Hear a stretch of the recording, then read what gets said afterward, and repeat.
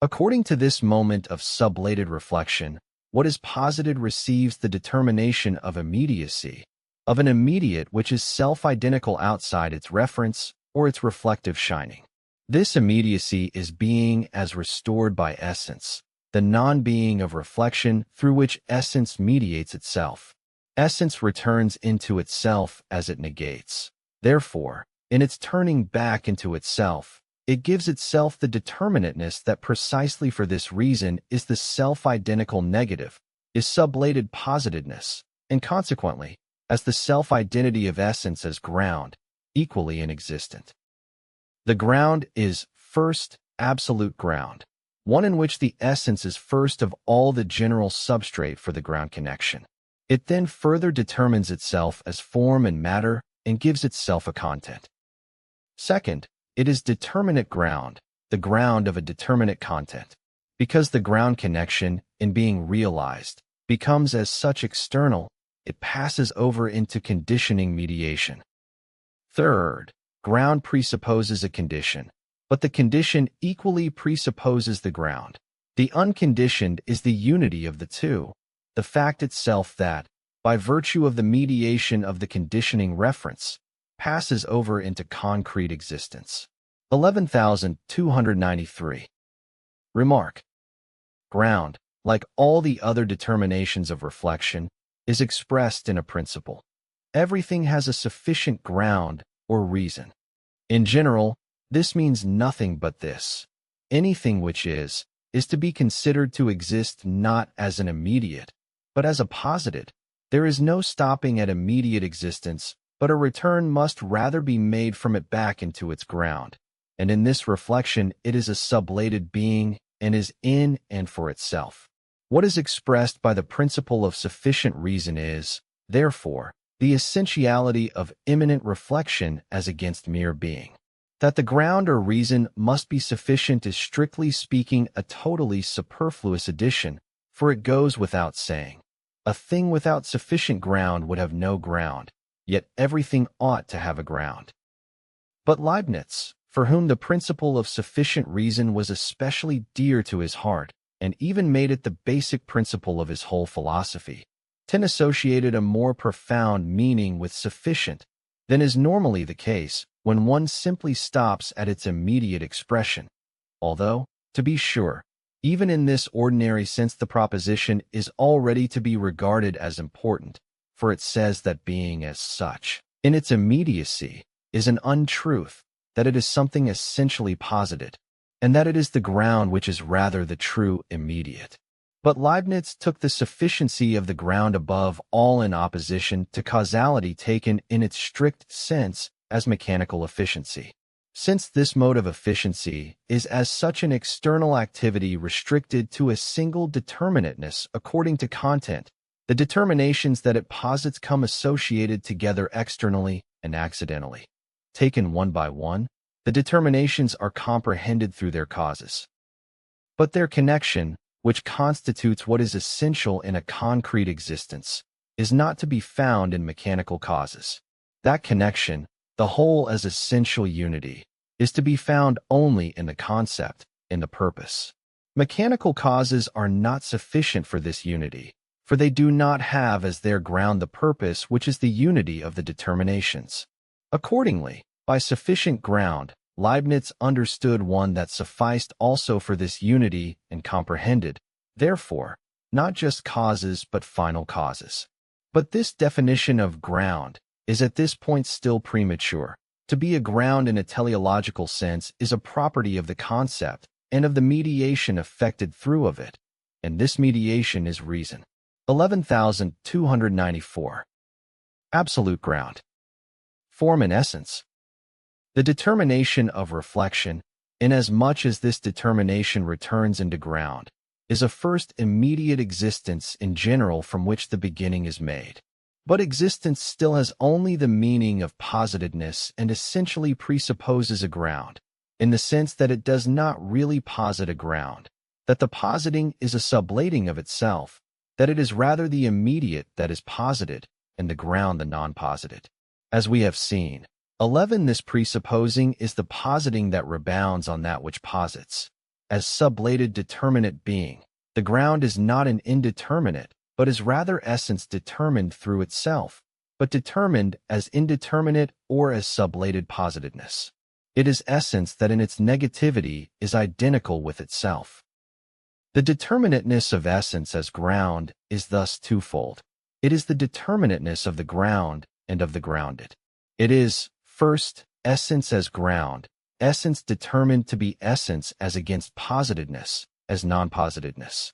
Second, it is that which is grounded, the immediate that, however, is not anything in and for itself, is positedness as positedness. Consequently, this positedness is equally identical with itself, but in an identity which is that of the negative with itself. The self-identical negative and the self-identical positive are now one and the same identity. For the ground is the self-identity of the positive, or even also of positedness. The grounded is positedness as positedness, but this its reflection into itself is the identity of the ground. This simple identity, therefore, is not itself ground, for the ground is essence posited as the non-posited as against positedness.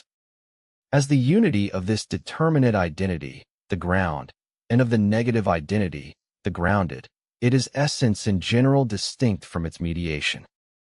For one thing, this mediation, compared with the preceding reflections from which it derives, is not pure reflection, which is undistinguished from essence, and still does not have the negative in it. Consequently also does not as yet contain the self-subsistence of the determinations. These have their subsistence, rather, in the ground understood as sublated reflection. And it is also not the determining reflection whose determinations have essential self-subsistence. For that 11.295 reflection has foundered, has sunk to the ground, and in the unity of the latter the determinations are only posited determinations. This mediation of the ground is thus the unity of pure reflection and determining reflection. Their determinations, or that which is posited, has self-subsistence, and conversely the self-subsistence of the determinations is a posited subsistence.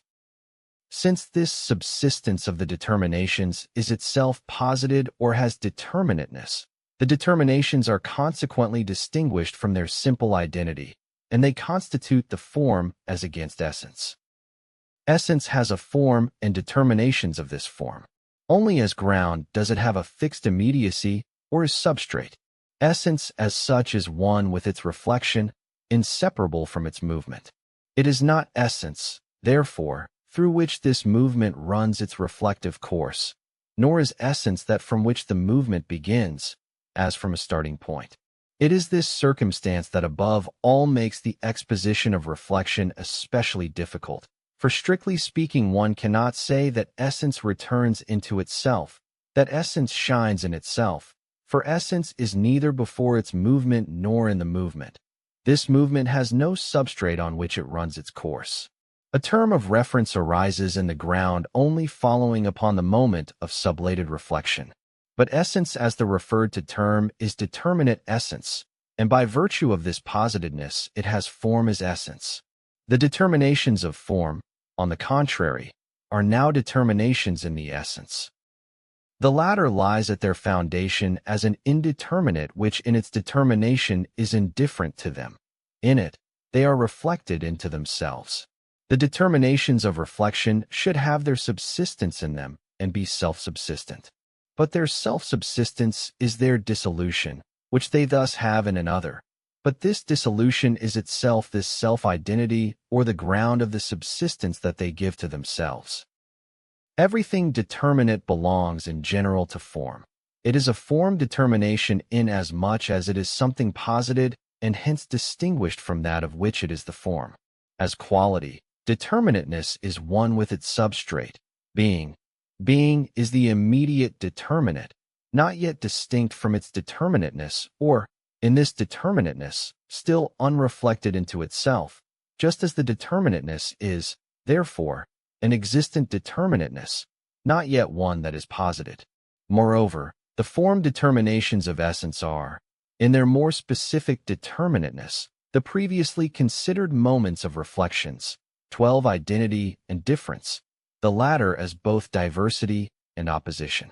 But also the ground connection belongs among these form determinations of essence, because through it, though itself the sublated determination of reflection, essence is at the same time as posited.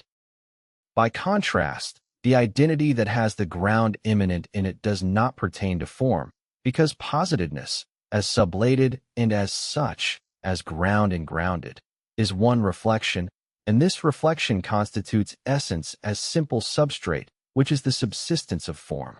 But in ground this subsistence is posited, or this essence is itself essentially as determinate, and, consequently, is 11.296 inches turn also the moment of the ground connection and form. This is the absolute reciprocal connecting reference of form and essence.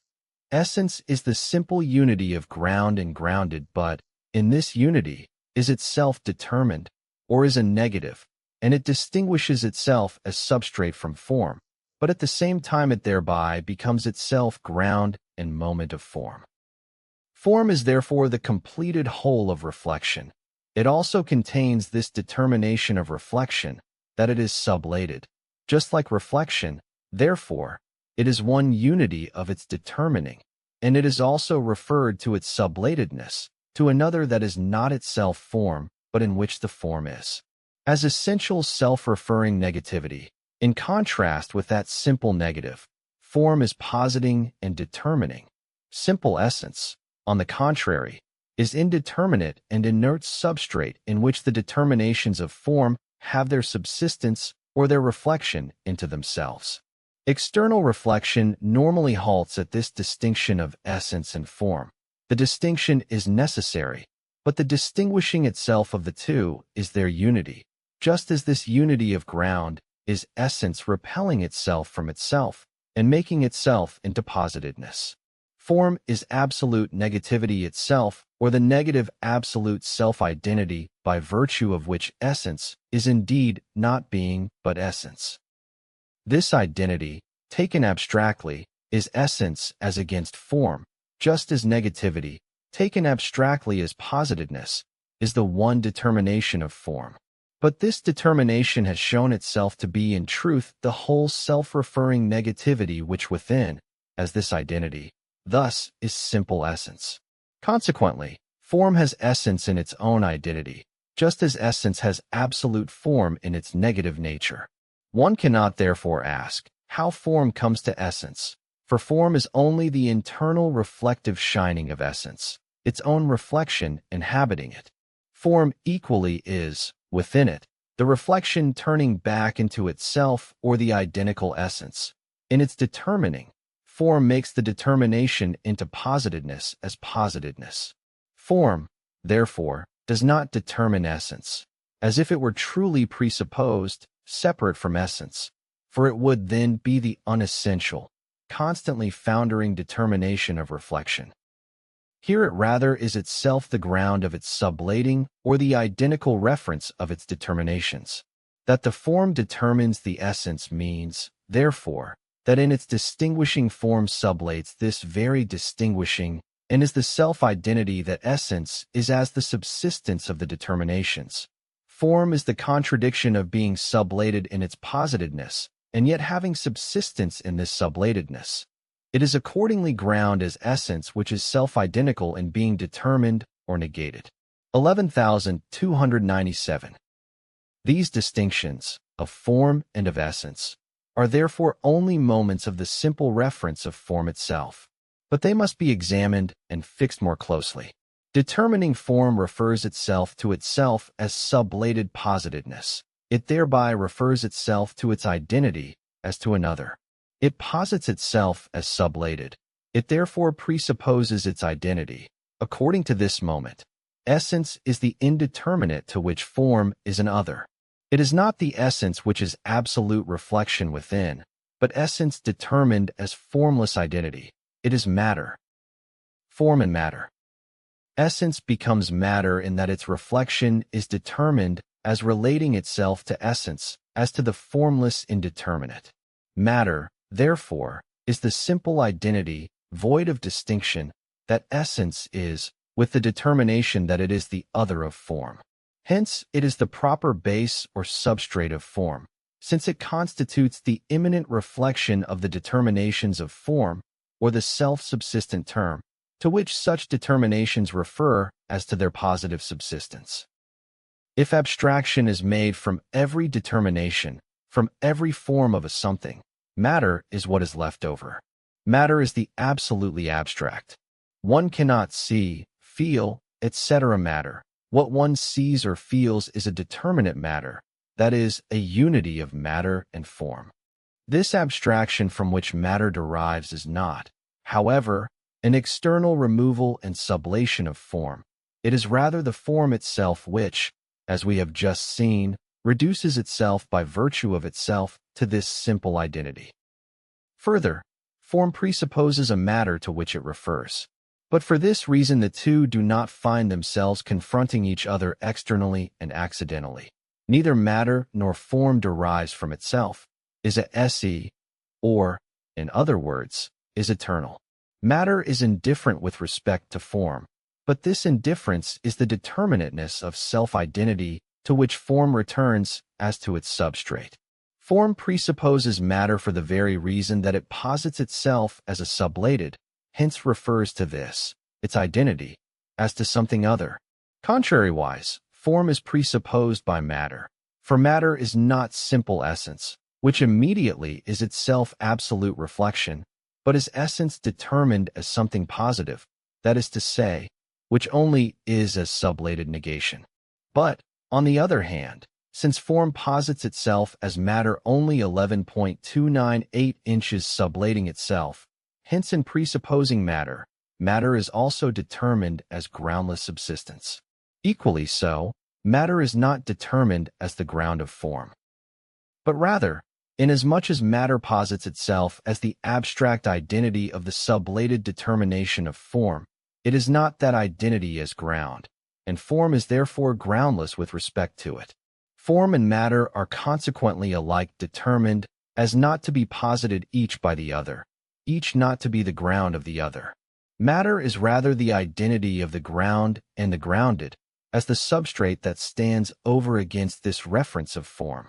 This determination of indifference that the two have in common is the determination of matter as such, and also constitutes their reciprocal reference. The determination of form, that it is the connection of the two as distinct, equally, is also the other moment of the relating of the two to each other. Matter, determined as indifferent, is the passive as contrasted to form, which is determined as the active. This latter, as self-referring negative, is inherently contradiction, self-dissolving, self-repelling, and self-determining. It refers to matter, and it is posited to refer to this matter, which is its subsistence, as to another.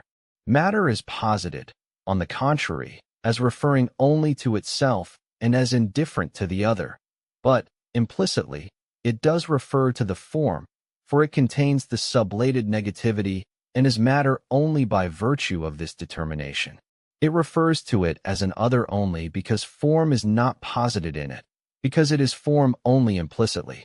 It contains form locked up inside it, and it is an absolute receptivity for form only because it has the latter within it absolutely, because to be form is its implicit vocation. 13. Hence matter must be informed, and form must materialize itself. It must give itself self-identity or subsistence in matter. 2. Consequently, form determines matter, and matter is determined by form. Because form is itself absolute self-identity and hence implicitly contains matter, and equally because matter in its pure abstraction or absolute negativity possesses form within it. The activity of the form on the matter and the reception by the latter of the form determination is only the sublating of the semblance of their indifference and distinctness. Thus the determination referring each to the other is the self-mediation of each through its own non-being. But the two mediations are one movement, and the restoration of their original identity is the inner recollection 14 of their exteriorization. First, form and matter presuppose each other. As we have seen, 15. This only means that the one essential unity is negative self-reference, and that it therefore splits, determined as an indifferent substrate in the essential identity, and as 11.299 determining form in essential distinction or negativity. That unity of essence and form, the two opposed to each other as form and matter, is the absolute self-determining ground. Inasmuch as this unity differentiates itself, the reference connecting the two diverse terms, because of the unity that underlies them, becomes a reference of reciprocal presupposition. Second, the form already is, as self-subsisting, self-sublating contradiction, but it is also posited as in this way self-sublating, for it is self-subsisting and at the same time essentially referred to another, and consequently it sublates itself. Since it is itself two-sided, its sublating also has two sides. For one, form sublates its self-subsistence and transforms itself into something posited, something that exists in an other, and this other is in its case matter. For the other, form sublates its determinateness vis-a-vis matter, sublates its reference to it, consequently its positedness, and it thereby gives it self-subsistence. Its reflection in thus sublating its positedness is its own identity into which it passes over. But since form at the same time externalizes this identity and posits it over against itself as matter, that reflection of the positedness into itself is a union with a matter in which it obtains subsistence. In this union, therefore, it is equally both. Is united with matter as with something other, in accordance with the first side, viz.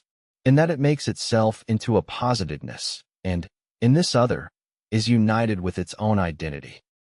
The activity of form by which matter is determined consists, therefore, in a negative relating of the form to itself. But, conversely, form thereby negatively relates itself to matter also. The movement, however, by which matter becomes determined is just as much the form's own movement. Form is free of matter, but it sublates its self-subsistence. But this, its self-subsistence, is matter itself, for it is in this matter that it has its essential identity.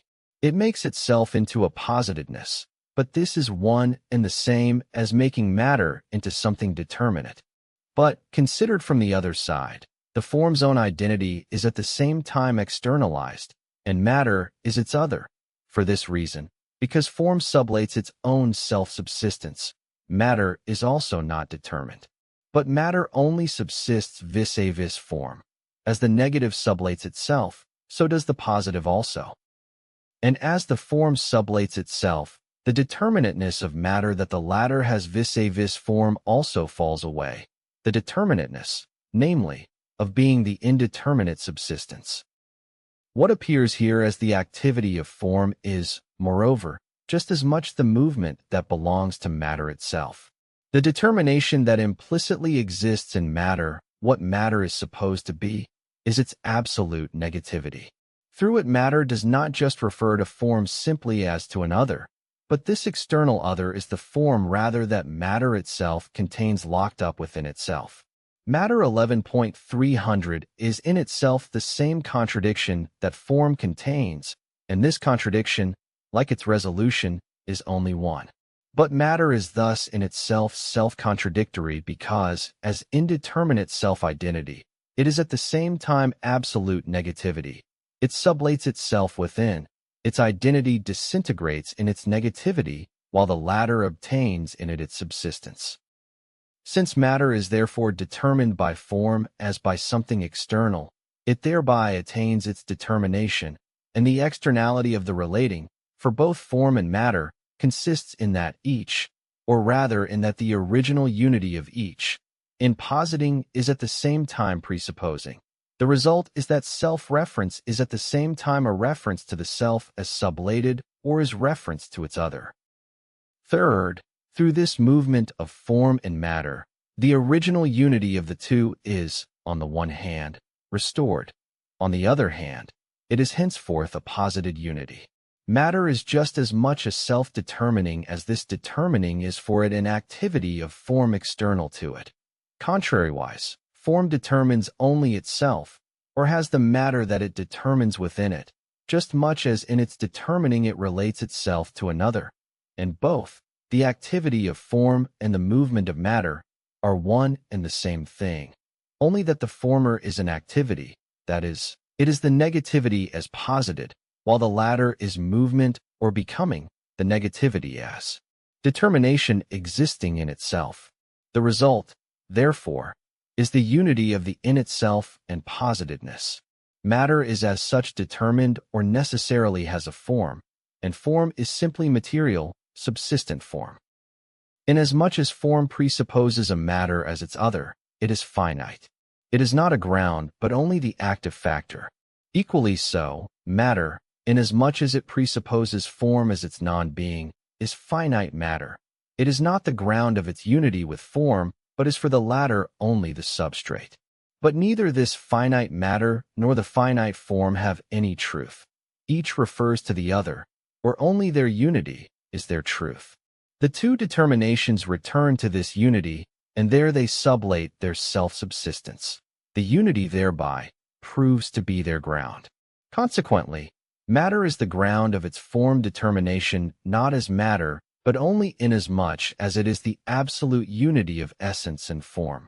Similarly, form is the ground of the subsistence of its determinations only to the extent that it is that same one unity.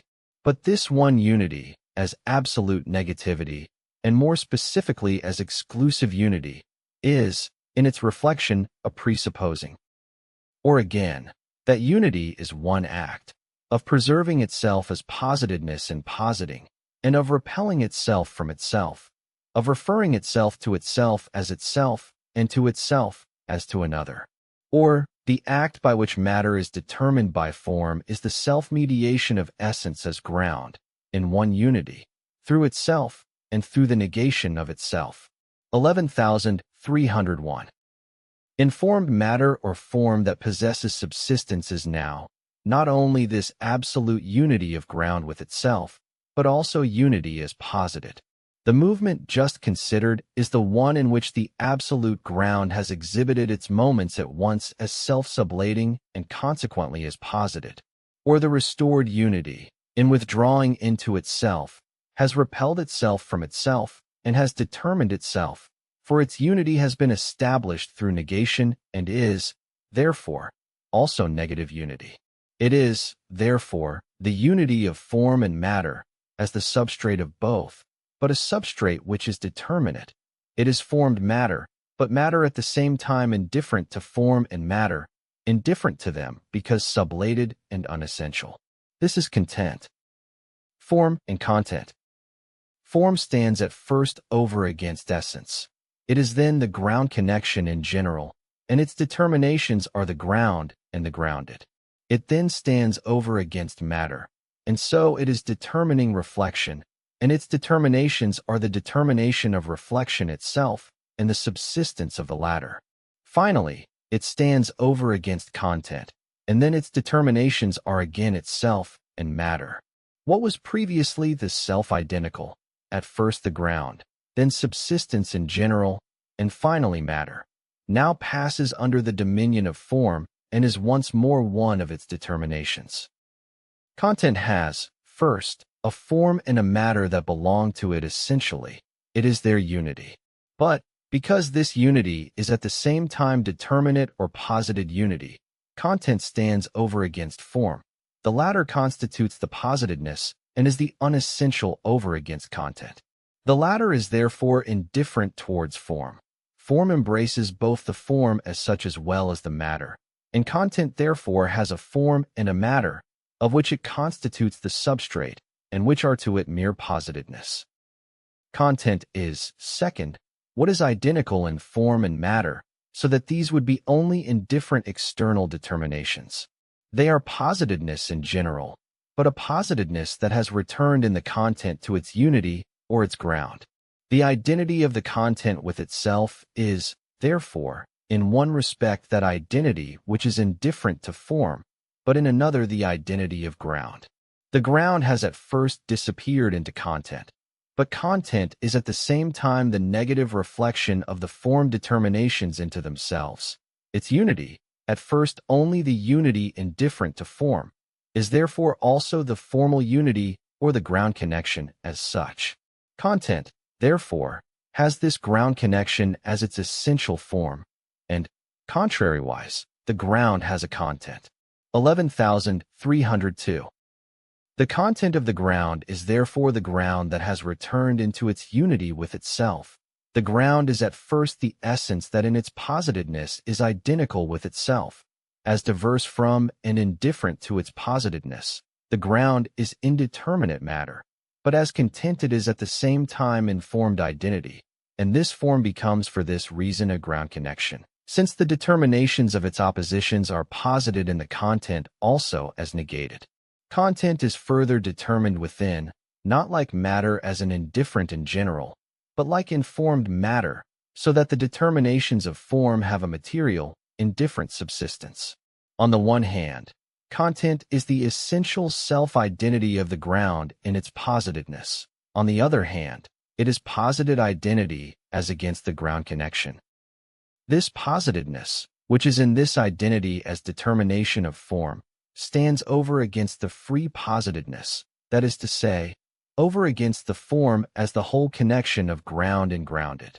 This form is the total positedness returning into itself.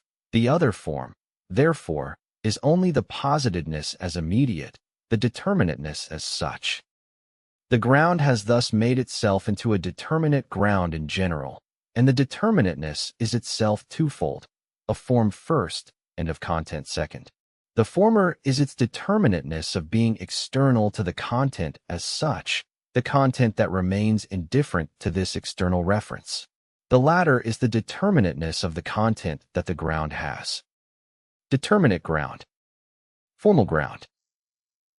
The ground has a determinate content. For the form, as we have seen, 16 the determinateness of content is the substrate, the simple immediate as against the mediation of form. The ground is negatively self-referring identity which, for this reason, makes itself into a positedness. It negatively refers to itself because in its negativity it is identical with itself. This identity is the substrate or the content which thus constitutes the indifferent or positive unity of the ground connection and, in this connection, is the mediating factor. In this content, the determinateness that the ground and the grounded have over against one another has at first disappeared. The mediation, however, is also negative unity. The negative implicit in that indifferent substrate is this substrate's 11.303 immediate determinateness through which the ground has a determinate content. But then, the negative is the negative reference of form to itself. What has been posited sublates itself on its side and returns to its ground. The ground, however, the essential self-subsistence, refers negatively to itself and makes itself into a positedness. This negative mediation of ground and grounded is the mediation that belongs to form as such, formal mediation. Now both sides of form, because each passes over into the other, thereby mutually posit themselves into one identity as sublated. In this, they presuppose the identity.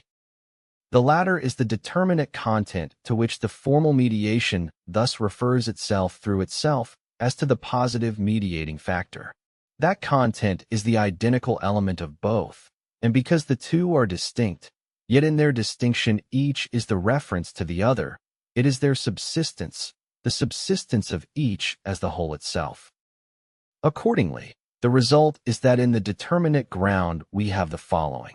First, a determinate content is considered from two sides, once in so far as it is ground, then again in so far as it is grounded. The content itself is indifferent to these forms. It is in each simply and solely one determination. Second, the ground is itself just as much a moment of form as what is posited by it. This is its identity according to form. It is a matter of indifference which of the two determinations is made the first, whether the transition is from the one as posited to the other as ground, or from the one as ground to the other as posited. The grounded, considered for itself, is the sublating of itself. It thereby makes itself on the one side into a posited, and is at the same time the positing of the ground. The same movement is the ground as such. It makes itself into something posited, and thereby becomes the ground of something, that is to say, is present therein both as a posited and also first as ground. That there be a ground, of that the posited is the ground, and conversely, the ground is thereby the posited. The mediation begins just as much from the one as from the other. Each side is just as much ground as posited, and each is the whole mediation or the whole form. Further, this whole form is itself, as self-identical, the substrate of the two determinations that constitute the two sides of the ground and the grounded. Form and content are thus themselves one and the same identity. Because of this identity of the ground and the grounded, according both to content and form, the ground is sufficient, the sufficiency being limited to this relation. There is nothing in the grounded which is not in the ground. Whenever one asks for a ground, one expects to see the same determination which is the content doubled, once in the form of that which is posited, and again in the form of existence reflected into itself, of essentiality. 11,304. Now inasmuch as in the determined ground, the ground and the grounded are each the whole form, and their content, though determinate, is nevertheless one and the same, the two sides of the ground do not as yet have a real determination, do not have a different content. The determinateness is only one simple determinateness that has yet to pass over into the two sides. The determinate ground is present only in its pure form, as formal ground. Because the content is only this simple determinateness, one that does not have in it the form of the ground connection, the determinateness is a self-identical content indifferent to form, and the form is external to it. The content is other than the form. Remark. When the search for determinate grounds does not go past the form of ground as we have just developed, then the assigning of a ground remains a mere formalism, the empty tautology of repeating in the form of immanent reflection, of essentiality, the same content already present in the form of immediate existence considered as posited.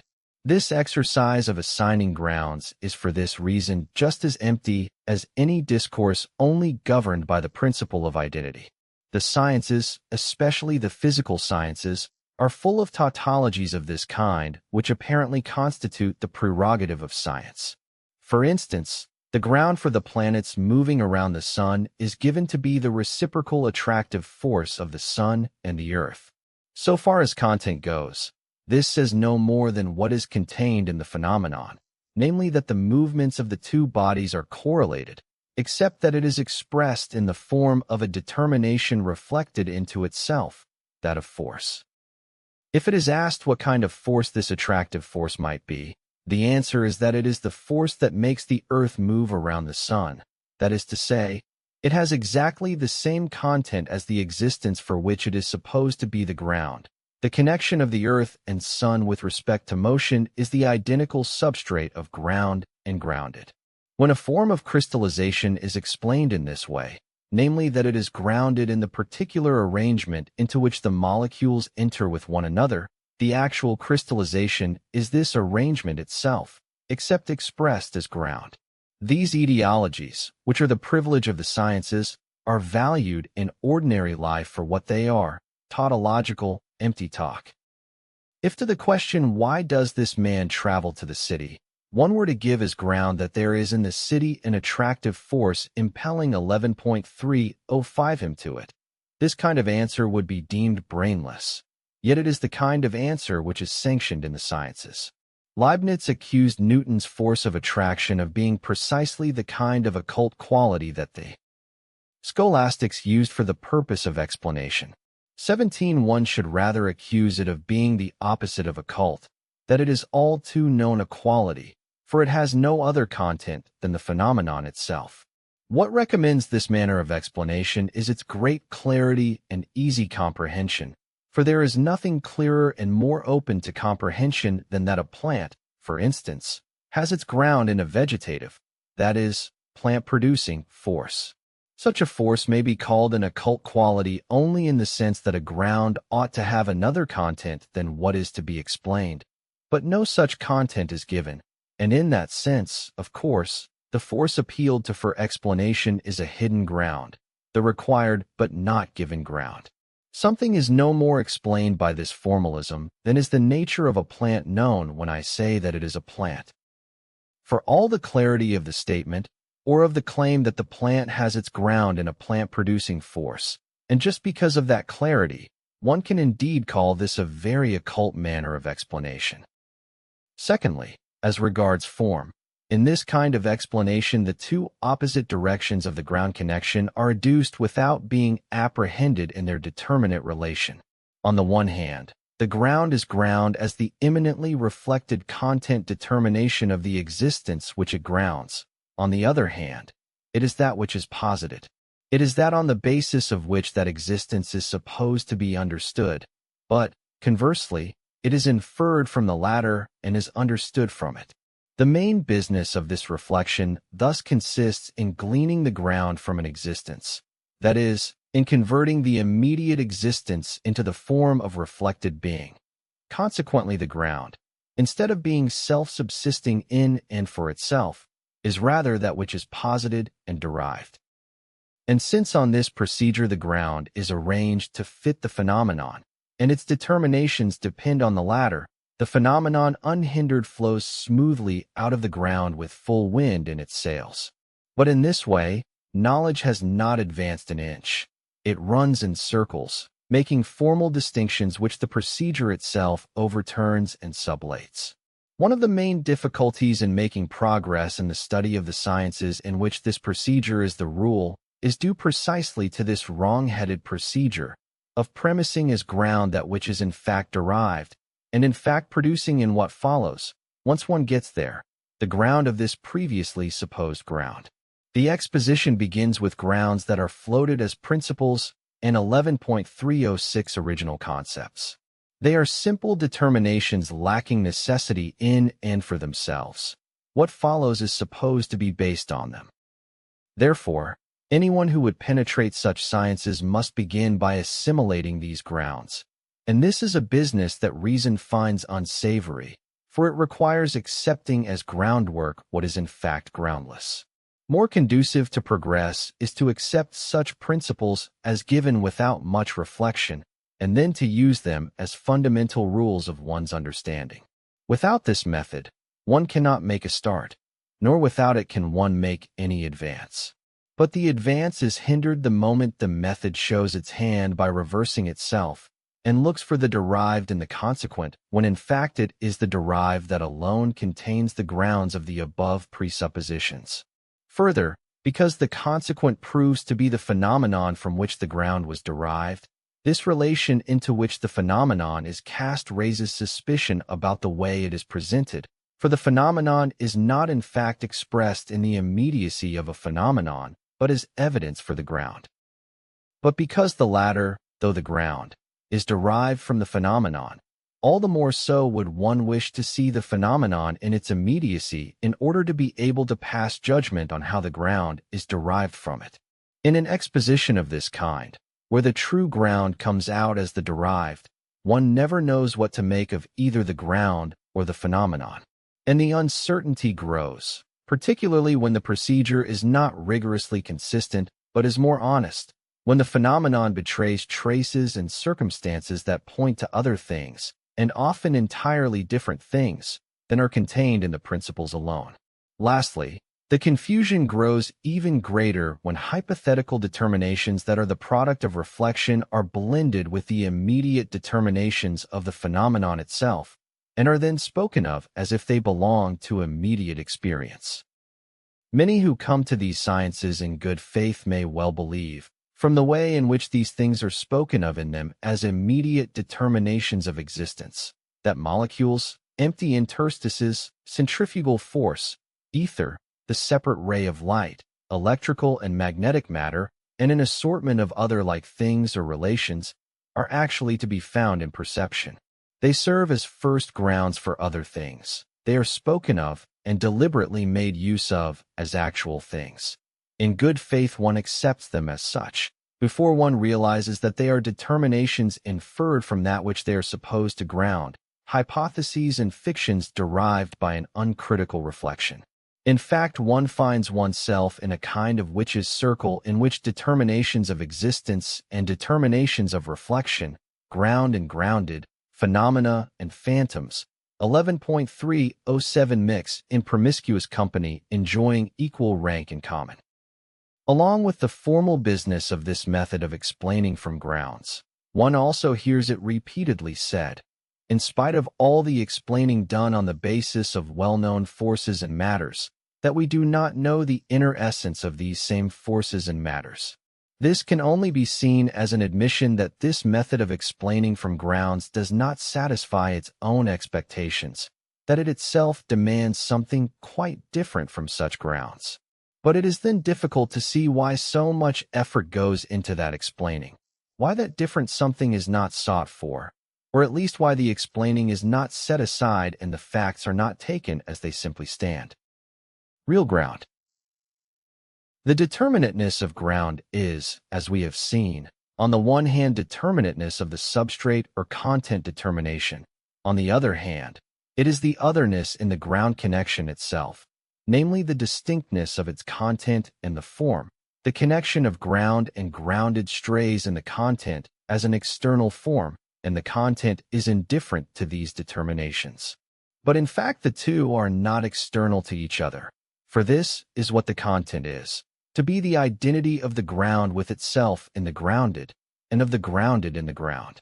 The side of the ground has shown itself to be itself apposited, and the side of the grounded to be itself ground.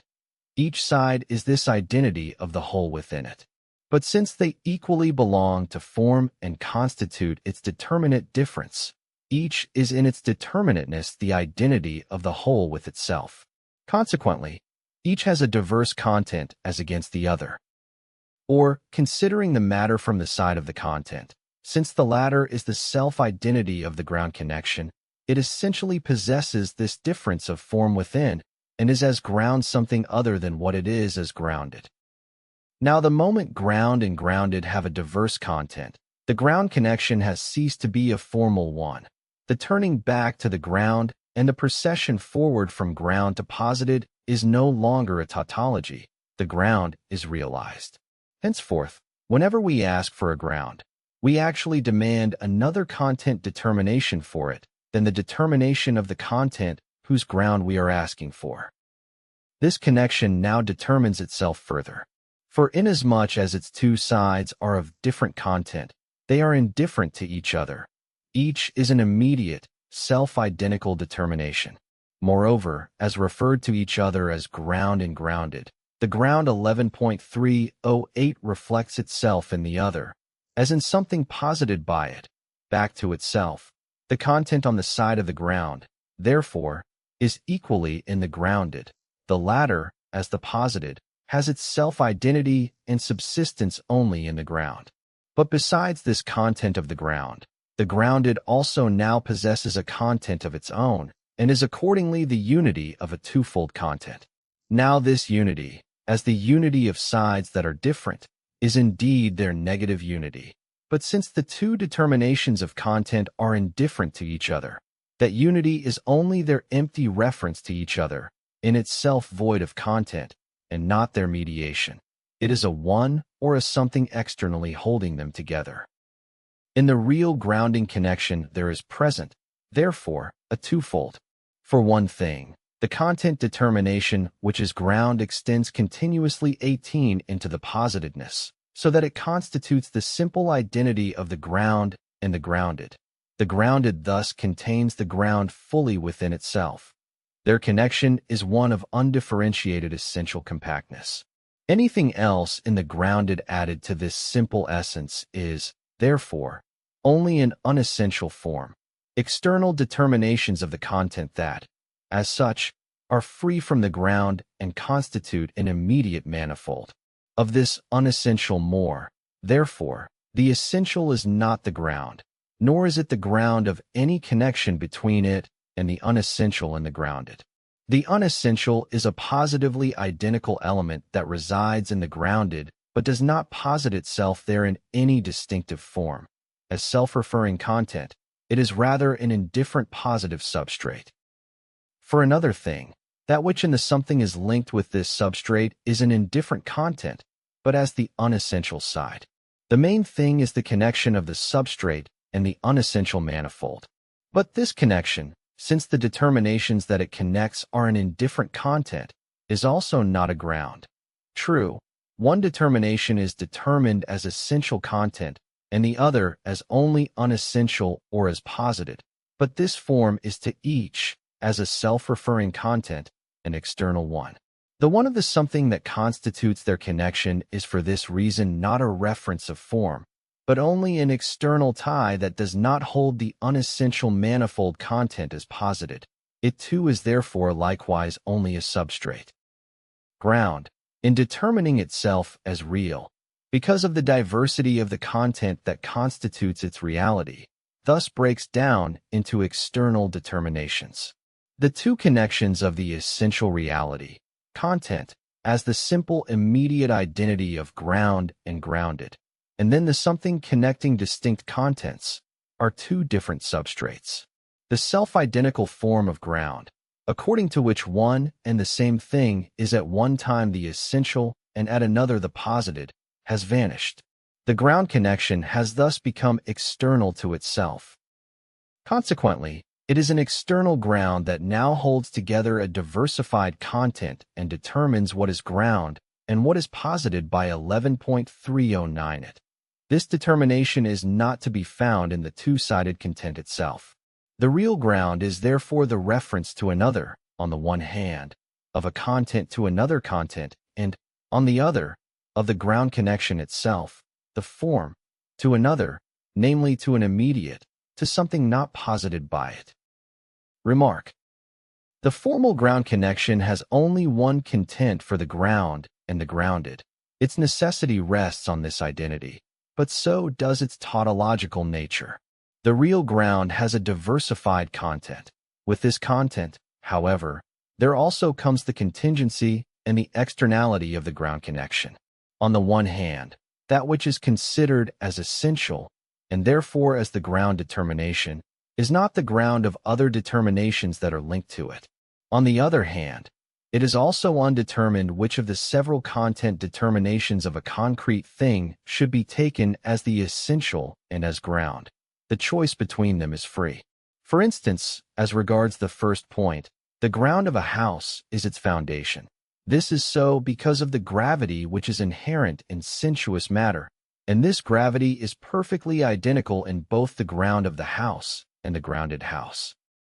Now, that there is in heavy matter a distinction as that of a foundation and a modification of it distinct from it, through which it constitutes a habitation, this is to gravity itself totally indifferent.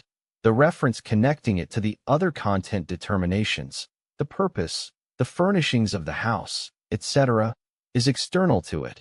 Gravity, therefore, though it is the common substrate of the determinations constituting the house, is not the ground of it as house.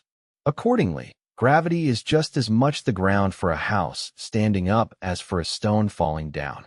The stone has this ground, gravity, in itself, but the fact that it has a further content determination by which it is not just something heavy but a stone, this is external to gravity. And one must look elsewhere than in gravity for the cause that removed the stone from the ground on which it then falls. Similarly, the time and space of the fall and their correlation, the motion of falling, are of another content than gravity and can be conceived of without it, as is commonly said, and therefore are not essentially posited by it. Gravity is equally the ground that makes the upward trajectory of a projectile the opposite counterpart of the falling trajectory. It is clear from the diversity of the determinations for which gravity is the ground, that something else is required that will make it the ground of this determination or that. When it is said of nature that it is the ground of the world, then what is called nature is, on the one hand, one with the world, and the world nothing but nature itself. On the other hand, the two are also different, nature being rather the indeterminate, or at least determinate only as the essence of the world, self-identical in the universal differences that 11.310 are laws. To be a world, a manifold of determinations is still to be externally added to it. But these determinations do not have their ground in nature as such, which is rather indifferent with respect to them as accidentalities.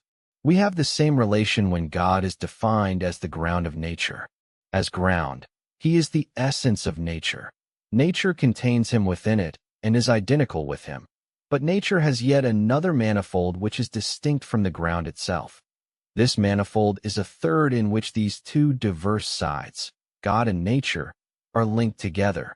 The side of the ground is neither the ground of this manifold, which is different from him, nor of his link with it. There is, therefore, no cognition of nature to be had from God as the ground, for God would then be only nature's universal essence, and, as such, would not contain it in its determinate essence or as nature. Because of the diversity of content between the ground or, more appropriately, the substrate, and that which in the grounded is linked to it, the assigning of real grounds is no less of a formalism than is the formal ground itself. In the latter, the self-identical content is indifferent to form, and the same applies to the real ground. In its case, it further follows that the real ground does not have specifically within it the wherewithal for determining which in a manifold of determinations is to be taken as the essential. Something is a concrete something. Its manifold determinations are to all appearances equally stable and permanent in it. Any of them, therefore, can be taken as ground no less than any other, that is to say, can be taken as the essential determination, and in comparison to it the others would then be only something posited. We go back here to what we noted earlier, namely that from the fact that a determination is deemed in one case to be the ground of another, it does not follow that this other is posited with it in another case or at all. Punishment, for instance, has a variety of determinations, that it is retribution, and also a deterrent example, a deterring threat made by the law, and also a contribution to the self-awareness and betterment of the culprit. Each of these different determinations has been regarded as the ground of punishment, on the ground that it is the essential determination, and by default the others, since they are different from it, have been regarded as only accidental. But the one determination which is assumed as ground does not amount to the whole punishment. The latter, as something concrete, also contains all of the rest, and in it these are only linked to the first without having their ground in it. Or again, a civil servant has a talent for his office. As an individual has family relations, has a number of acquaintances, a particular character, was called upon to prove himself under such and such circumstances and on such and such occasions, etc. Now each of these properties can be, or can be regarded to be, the ground of his being a civil servant. They are a diversified content held together in a third, the 11.311 form, in which they are determined relatively to each other as essential and posited, is external to this content. To the civil servant each of the properties is essential, for it is by virtue of them that he is the determinate individual that he is, since his office can be regarded as a determination externally posited in him. Each of the rest can be determined as a ground with respect to it, but conversely, they too can be regarded as posited and the office as their ground. How they relate actually, that is, in this singular case, is a determination external to the grounding connection and to the content itself. It is a third that confers on them the form of ground and grounded. So in general, every existence can have several grounds. Each of its content determinations pervades the concrete whole while retaining its identity, and thus allows the possibility that it be regarded as essential.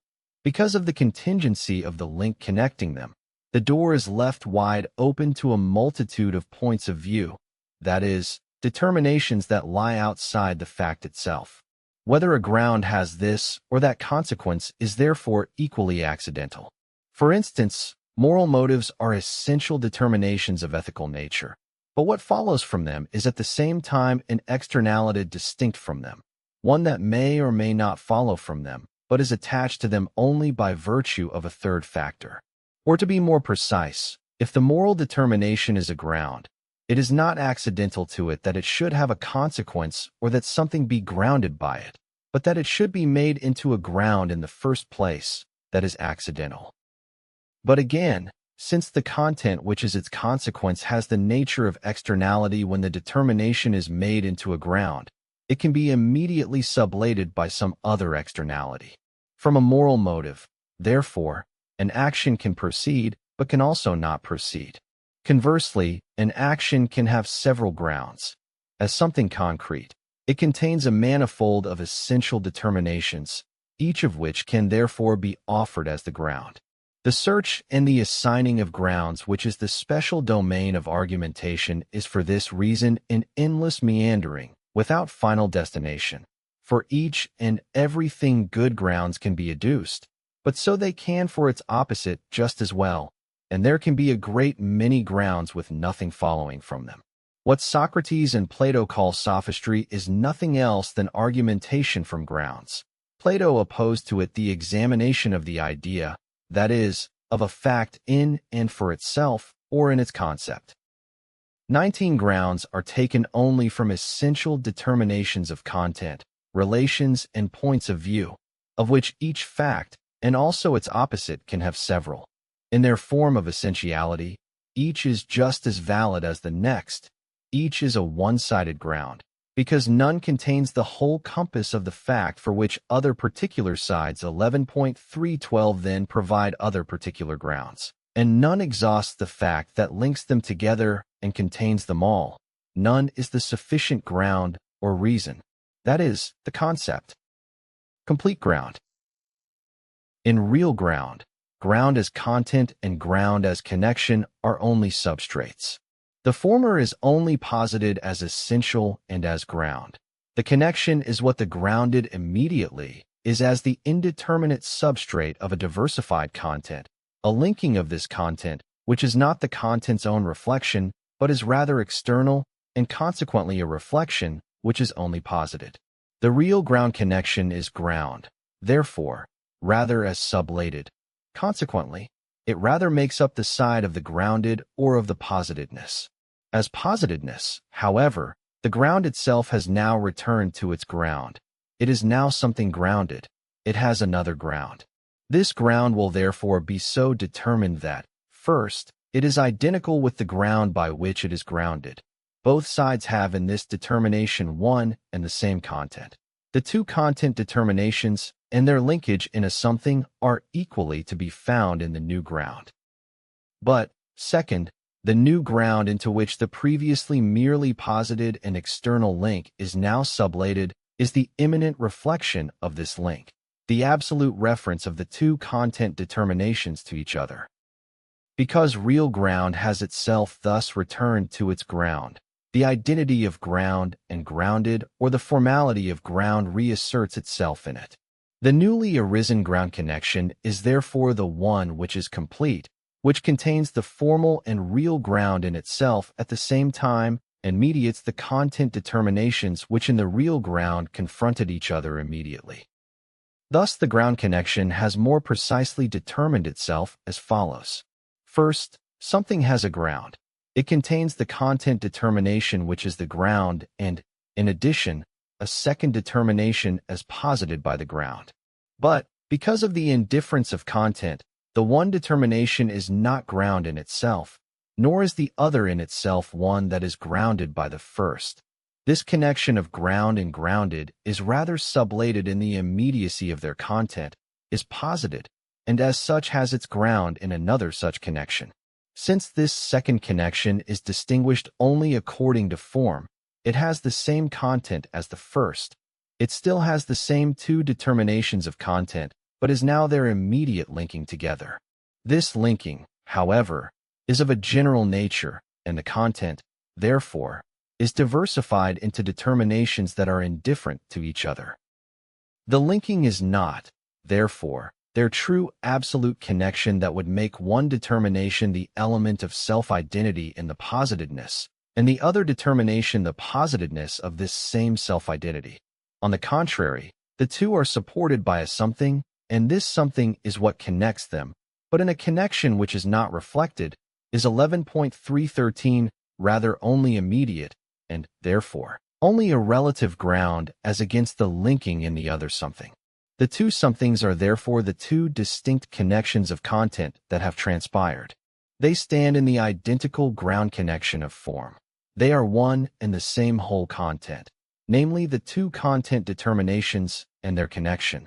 They are distinct only by the kind of this connection, which in the one is an immediate and in the other a posited connection. Through this, they are distinguished one from another as ground and grounded only according to form. Second, this ground connection is not only formal, but also real. Formal ground passes over into real ground. As has been shown, the moments of the form reflect themselves into themselves. They are a self-subsistent content, and the ground connection contains also one content with the character of ground and another with that of grounded. The content constitutes at first the immediate identity of both sides of the formal ground, so the two sides have one and the same content. But the content also has the form in it, and so it is a twofold content that behaves as ground and grounded. One of the two content determinations of the two somethings is therefore determined, not merely as being common to them according to external comparison, but as their identical substrate and the foundation of their connection. As against the other determination of the content, this determination is essential and is the ground of the other which is posited, that is, posited in the something, the connection of which is the grounded. In the first something, which is the ground connection, this second determination of the content is also immediately and in itself linked with the first. But the other something only contains the one determination in itself as that in which it is immediately identical with the first something, but the other as the one which is posited in it. The former content determination is its ground by virtue of its being originally linked in the first something with the other content determination. The ground connection of the content determinations in the second something is thus mediated through the connection present in the first something. The inference is this: since determination B is implicitly linked with determination A in a something, in a second something to which only the one determination A immediately belongs, also B is linked with it. In the second something, not only is this second determination mediated, also mediated is that its immediate ground is mediated, namely by virtue of its original connection with B in the first something. This connection is thus the ground of the ground A, and the whole ground connection is present in the second something as posited or grounded. Real ground shows itself to be the self-external reflection of ground. Its complete mediation is the restoration of its identity 11.314 with itself.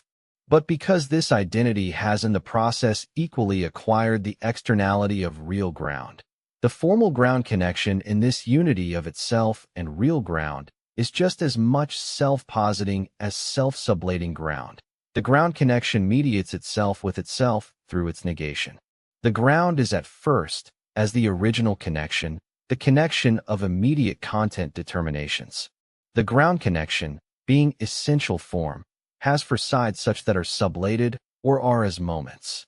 Consequently, as the form of immediate determinations, it connects itself with itself as self-identical while at the same time connecting with their negation. Accordingly, it is ground not in and for itself, but as connected with the sublated ground connection. Second, the sublated connection or the immediate, which in the original and in the posited connection is the identical substrate, is likewise real ground not in and for itself, that it is ground is rather posited by virtue of that original link. Thus the ground connection is in its totality essentially presupposing reflection. Formal ground presupposes the immediate content determination, and this content presupposes form as real ground. Ground is therefore form as an immediate linkage, but in such a manner that it repels itself from itself, and rather presupposes immediacy, referring itself therein as to another.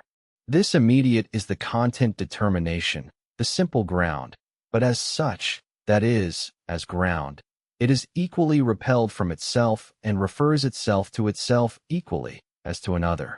Thus, the total ground connection has taken on the determination of conditioning mediation. Condition. The relatively unconditioned. Ground is the immediate, and the grounded the mediated. But ground is positing reflection. As such, It makes itself into positedness and is presupposing reflection. As such, it refers itself to itself as to something sublated, to an immediate through which it is itself mediated.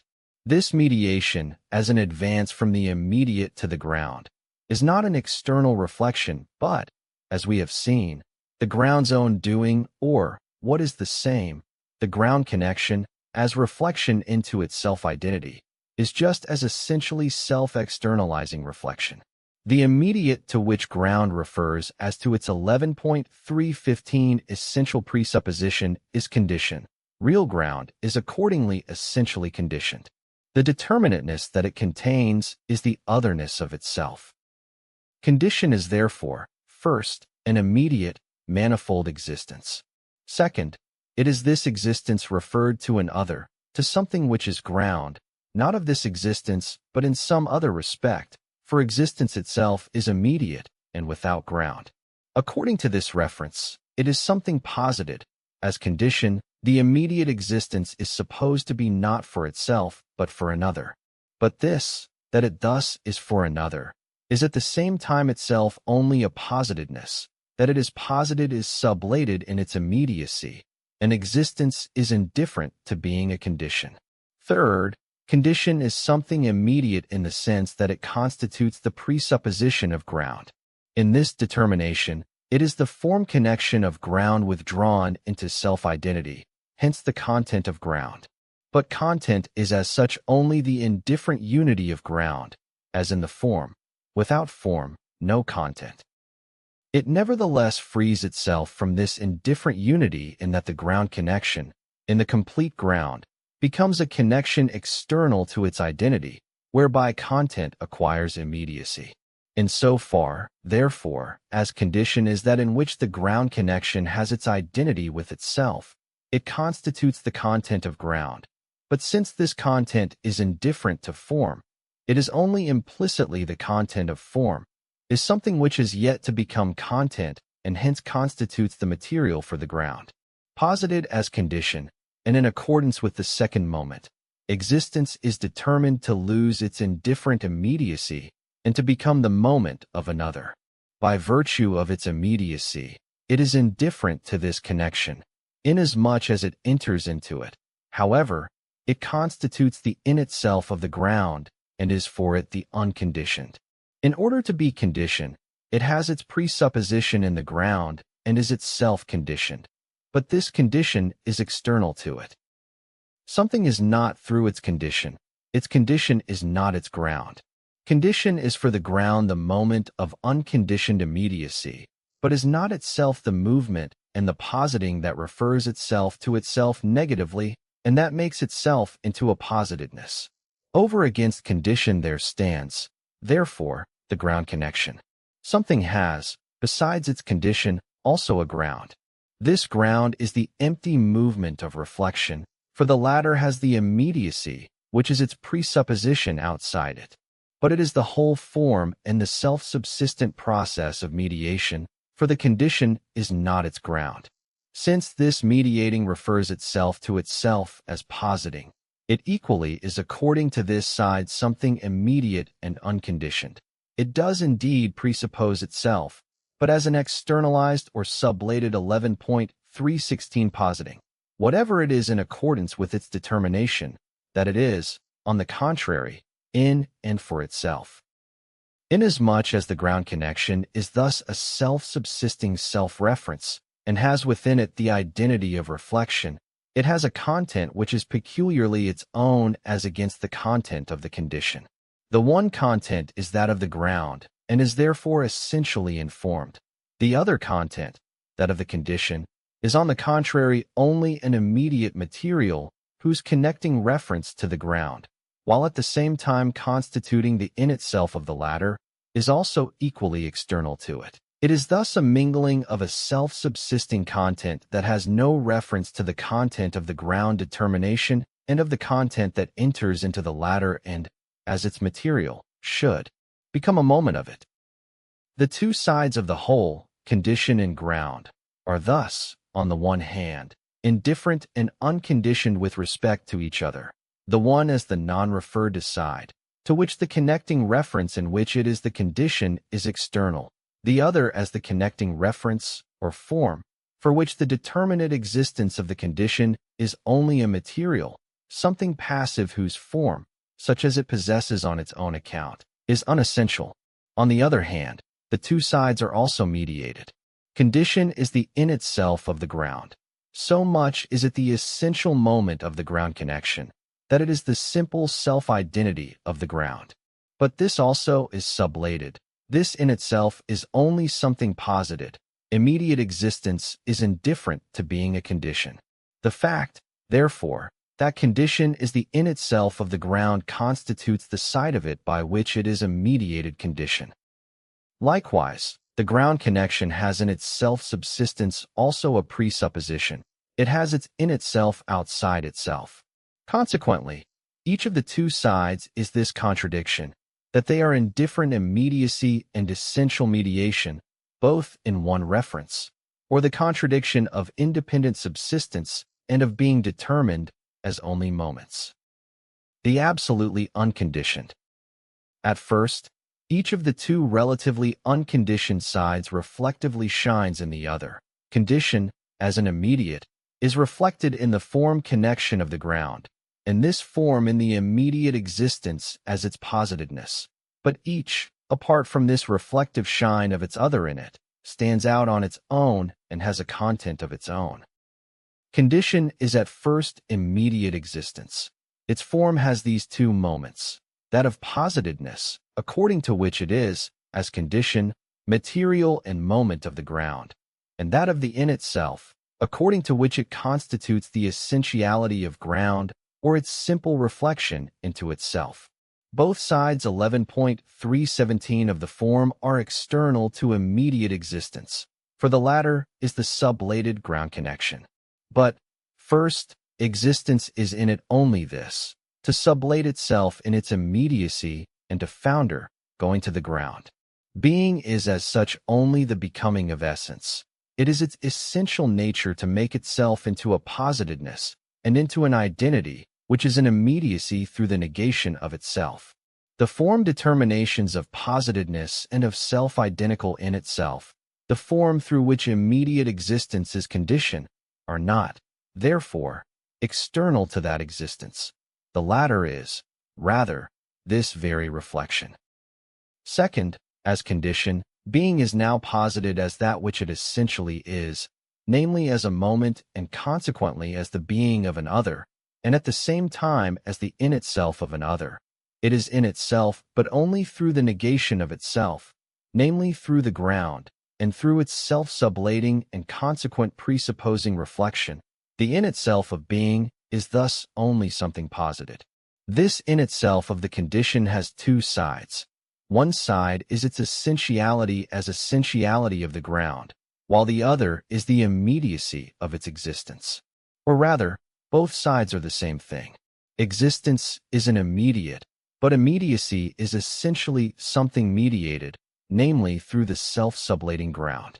Existence, as this immediacy mediated by a self-sublating mediating, is at the same time the in itself of the ground and its unconditioned side.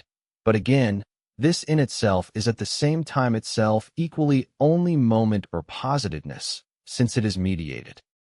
Condition is, therefore, the whole form of the ground connection. It is the presupposed in itself of the latter, but, consequently, is itself a positedness, and its immediacy is this, to make itself into a positedness and thereby to repel itself from itself, in such a way that it both founders to the ground and is ground, the ground that makes itself into a positedness and thereby into a grounded, and both are one and the same.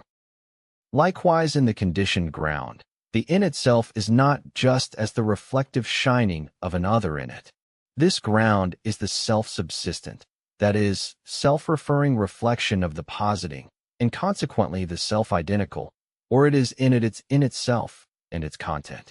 But it is at the same time presupposing reflection. It negatively refers to itself and posits its in itself as an other opposite to it, and condition, according to both its moment of in itself and of immediate existence, is the ground connection's own moment. The immediate existence essentially is only through its ground and is a moment of itself as a presupposing. This ground, therefore, is equally the whole itself. What we have here, therefore, is only one whole of form, but equally so only one whole of content. For the proper content of condition 11.318 is essential content only insofar as it is the self-identity of reflection in the form, or the ground connection is in it this immediate existence. Further, this existence is conditioned only through the presupposing reflection of the ground. It is the ground's self-identity, or its content, to which the ground posits itself as opposite. Therefore, the existence is not a merely formless material for the ground connection. On the contrary, because it has this form in it, it is informed matter, and because in its identity with it is at the same time indifferent to it, it is content. Finally, it is the same content as that possessed by the ground, for it is precisely content as that which is self-identical in the form connection. The two sides of the whole, condition and ground, are therefore one essential unity, as content as well as form. They pass into one another, or, since they are reflections, they posit themselves as sublated, refer themselves to this their negation, and reciprocally presuppose each other. But this is at the same time only one reflection of the two, and their presupposing is, therefore, one presupposing only. The reciprocity of this presupposing ultimately amounts to this, that they both presuppose one identity for their subsistence and their substrate. This substrate, the one content and unity of form of both, is the truly unconditioned, the fact in itself. Condition is, as it was shown above, 20 only the relatively unconditioned. It is usual, therefore, to consider it as itself something conditioned and to ask for a new condition, whereby the customary progression ad infinitum from condition to condition is set in motion. But now, why is it that at one condition a new condition is asked for? That is, why is that condition assumed to be something conditioned? Because it is some finite determinate existence or other. But this is a further determination of condition that does not enter into its concept. Condition is as such conditioned solely because it is the posited in itselfness. It is, therefore, sublated in the absolutely unconditioned. Now this contains within itself the two sides, condition and ground, as its moments. It is the unity to which they have returned. Together, the two constitute its form or its positedness. The unconditioned fact is the condition of both, but the condition which is absolute, that is to say, one which is itself ground. As ground, the fact is now the negative identity that has repelled itself into those two moments. First, in the shape of the sublated ground connection, the shape of an immediate manifold void of unity and external to itself, one that refers to the ground as an other to it, and at the same time constitutes its in itself. Second, in the shape of an inner, simple form which is ground, but which refers to the self-identical immediate as to an other, determining it as condition, that is, determining the in itself of it as its own moment. These two sides presuppose the totality, presuppose that it is that which posits them. Contrariwise, because they 11.319 presuppose the totality, the latter seems to be in turn also conditioned by them, and the fact to spring forth from its condition and its ground. But since these two sides have shown themselves to be in identity, the relation of condition and ground has disappeared. The two are reduced to a mere reflective shine. The absolutely unconditioned is in its movement of positing and presupposing only the movement in which this shine sublates itself. It is the fact's own doing that it conditions itself and places itself as ground over against its conditions. But in connecting conditions and ground, the fact is a reflection shining in itself. Its relation to them is a rejoining itself. Procession of the fact into concrete existence. The absolutely unconditioned is the absolute ground that is identical with its condition, the immediate fact, as the truly essential. As ground, it refers negatively to itself and makes itself into a positedness. But this positedness is a reflection that is complete in both its sides, and is in them the self-identical form of connection, as has transpired from its concept. This positedness is therefore first the sublated ground, the fact as an immediacy void of reflection, the side of the conditions. This is the totality of the determinations of the fact itself, but the fact is thrown into the externality of being, the restored circle of being. In condition, essence lets go of the unity of its immanent reflection, but it lets it go as an immediacy that now carries the character of being a conditioning presupposition and of essentially constituting only one of its sides. For this reason, the conditions are the whole content of the fact, because they are the unconditioned in the form of formless being. But because of this form, they also have yet another shape besides the conditions of the content, as this is in the fact as such. They appear as a manifold without unity, mingled with extra-essential elements and other circumstances that do not belong to the circle of existence as constituting the conditions of this determinate fact. For the absolute, unrestricted fact, the sphere of being itself is the condition. The ground, returning into itself, posits that sphere as the first immediacy to which it refers as to its unconditioned. This immediacy, as sublated reflection, is reflection in the element of being, which thus forms itself as such into a whole. Form proliferates as determinateness of being, and thus appears as a manifold distinct from the determination of reflection and as a content indifferent to it. The unessential, which is in the sphere of being, but which the latter sheds in so far as it is condition, is the determinateness of the immediacy into 11.320, which the unity of form has sunk.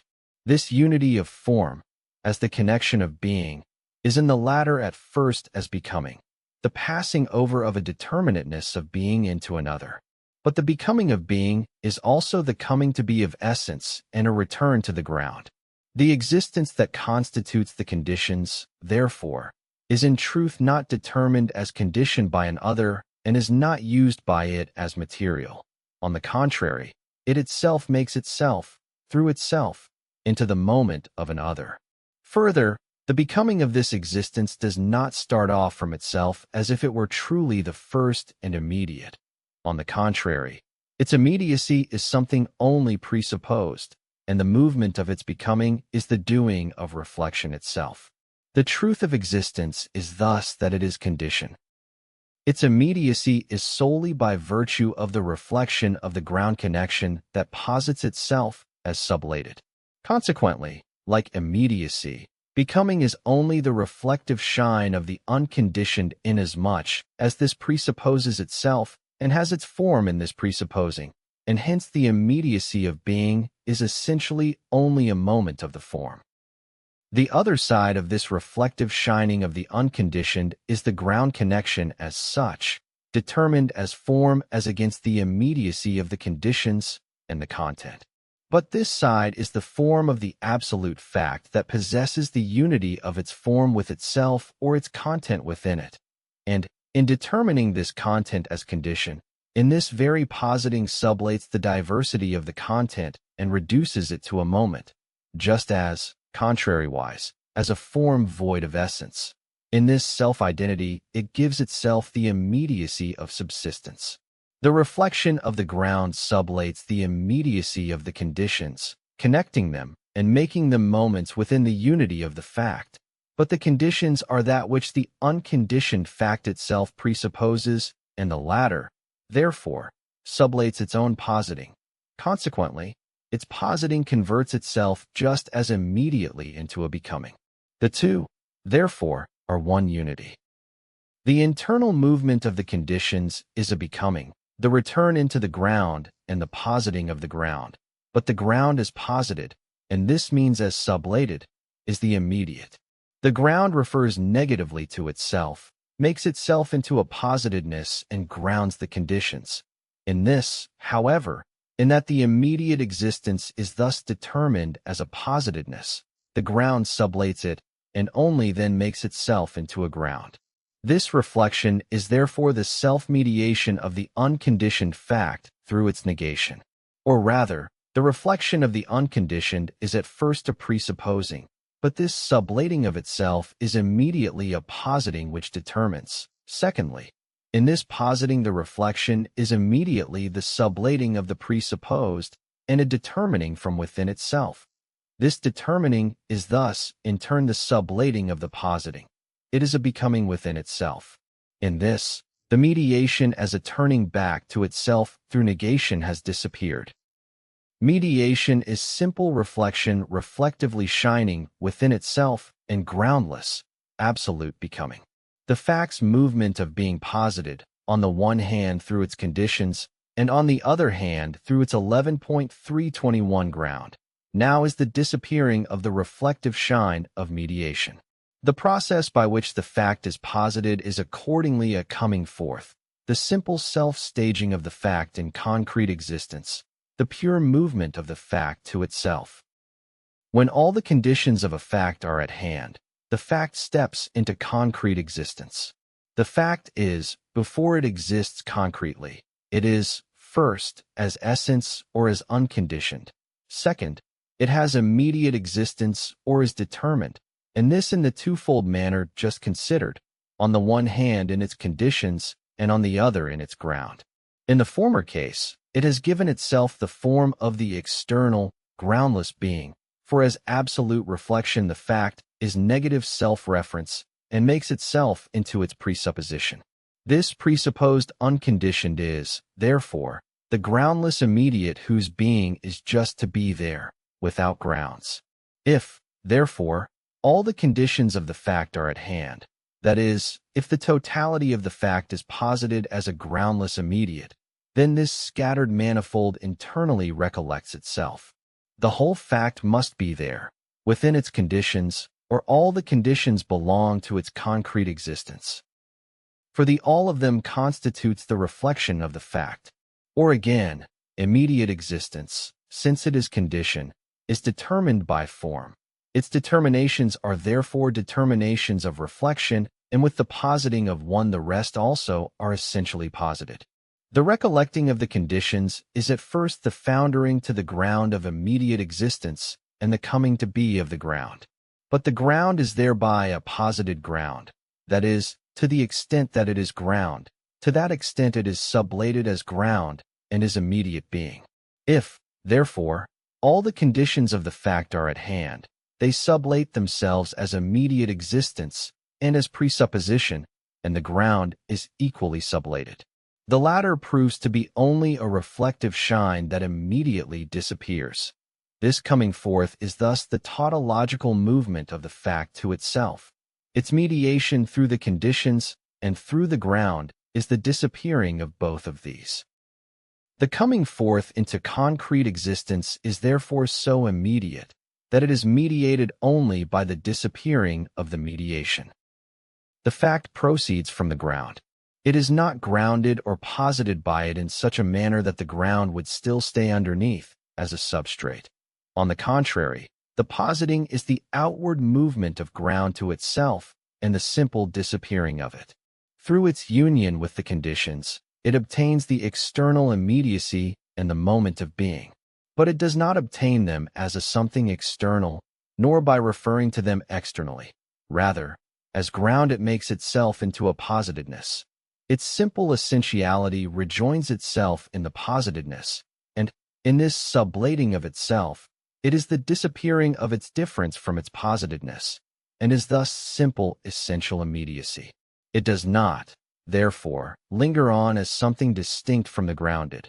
On the contrary, 11.322 The truth of the grounding is that in grounding the ground unites with itself, and its reflection into another is consequently its reflection into itself. The fact is thus the unconditioned and, as such, equally so the groundless. It arises from the ground only in so far as the latter has foundered and is no longer ground. It rises up from the groundless, that is, from its own essential negativity or pure form. This immediacy, mediated by ground and condition and self-identical through the sublating of mediation, is concrete existence. 10 Monadology, Section 32. 11 cf above, 11,252. To be kept in mind is that presupposing in German is voraussetzen, i.e. prepositing. The connection between presupposing and positing is lost in English, unless one remembers that the Latin root of supposing, ponere, means the same as the German setzen. 12 cf above, 11.258 to 290. 13 Ihren sich sein Bestimmung. Bestimmung conveys here its other meaning of vocation. 14 Inner recollection equals Erinnerung. 15 cf above, 11,296, 297. 16 cf just above, 11,301. 17 Gottfriedi Guglielmi Leibniziae Opera Omnia, Thomas Secundus in duas partes, pars altera, Physica Generalis, Chemia, Medicina. Botanica, Historia Naturalis, Edition L, Dutton. Geneva, 1768. Epistola 3, Letter to J. G. Liebknecht, page 95. I consider such an attractive force to be either a miracle or no more than a scholastic occult quality. 18. Extends continuously, equals MIT sich, Selbstkontinent. 19. The Sophist, 259 CE. 20 cf above, 11,316. Section 2 Appearance. Essence must appear. Being is the absolute abstraction. This negativity is not something external to it, but being is rather being, and nothing but being, only as this absolute negativity. Because of this negativity, being is only as self-sublating being and is essence. But, conversely, essence as simple self-equality is likewise being. The doctrine of being contains the first proposition, being is essence. The second proposition, essence is being, constitutes the content of the first section of the doctrine of essence. But this being into which essence makes itself is essential being, concrete existence, one a being which has come forth out of negativity and inwardness. Thus essence appears. Reflection is the internal shining of essence. The determinations of this reflection are included in the unity purely and simply as posited, sublated, or reflection is essence immediately identical with itself in its positiveness. But since this essence is ground, through its self-sublating reflection, or the reflection that which returns into itself, essence determines itself as something real. Further, since this real determination, or the otherness, of the ground connection sublates itself in the reflection of the ground and becomes concrete existence, the form determinations acquire therein an element of independent subsistence. Their reflective shine comes to completion in appearance. The essentiality that has advanced to immediacy is, first, concrete existence, and a concrete existent or thing, an undifferentiated unity of essence and its immediacy. The thing indeed contains reflection, but its negativity is at first dissolved in its immediacy. But, because its ground is essentially reflection, its immediacy is sublated and the thing makes itself into a positedness. Second, then, it is appearance. Appearance is what the thing is in itself, or the truth of it. But this concrete existence, only posited and reflected into otherness, is equally the surpassing of itself into its infinity. Opposed to the world of appearance there stands the world that exists in itself reflected into itself. 11,324. But the being that appears and essential being stand referred to each other absolutely. Thus concrete existence is, third, essential relation. What appears shows the essential, and the essential is in its appearance. Relation is the still incomplete union of reflection into otherness and reflection into itself. The complete interpenetrating of the two is actuality. 1. Die-Existence. Chapter 1. Concrete Existence. Just as the principle of sufficient reason says that whatever is has a ground, or is something posited, something mediated, so there would also have to be a principle of concrete existence saying that whatever is, exists concretely. The truth of being is to be, not an immediate something, but essence that has come forth into immediacy. But when it was further said that whatever exists concretely has a ground and is conditioned, it also would have had to be said that it has no ground and is unconditioned. For concrete existence is the immediacy that has come forth from the sublating of the mediation that results from the connection of ground and condition, and which, in coming forth, sublates this very coming forth. Inasmuch as mention may be made here of the proofs of the concrete existence too of God, it is first to be noted that besides immediate being that comes first, and concrete existence, or the being that proceeds from essence, that comes second, there is still a third being, one that proceeds from the concept, and this is objectivity. Proof is, in general, mediated cognition. The various kinds of being require or contain each its own kind of mediation, and so will the nature of the proof also vary accordingly. The ontological proof wants to start from the concept. It lays down as its basis the sum total of all realities, where under reality also concrete existence is subsumed.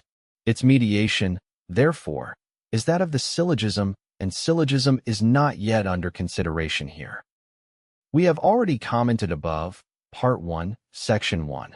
3 on Kant's objection to the ontological proof, and have remarked that by concrete existence Kant understands the determinate immediate existence with which something enters into the context of total.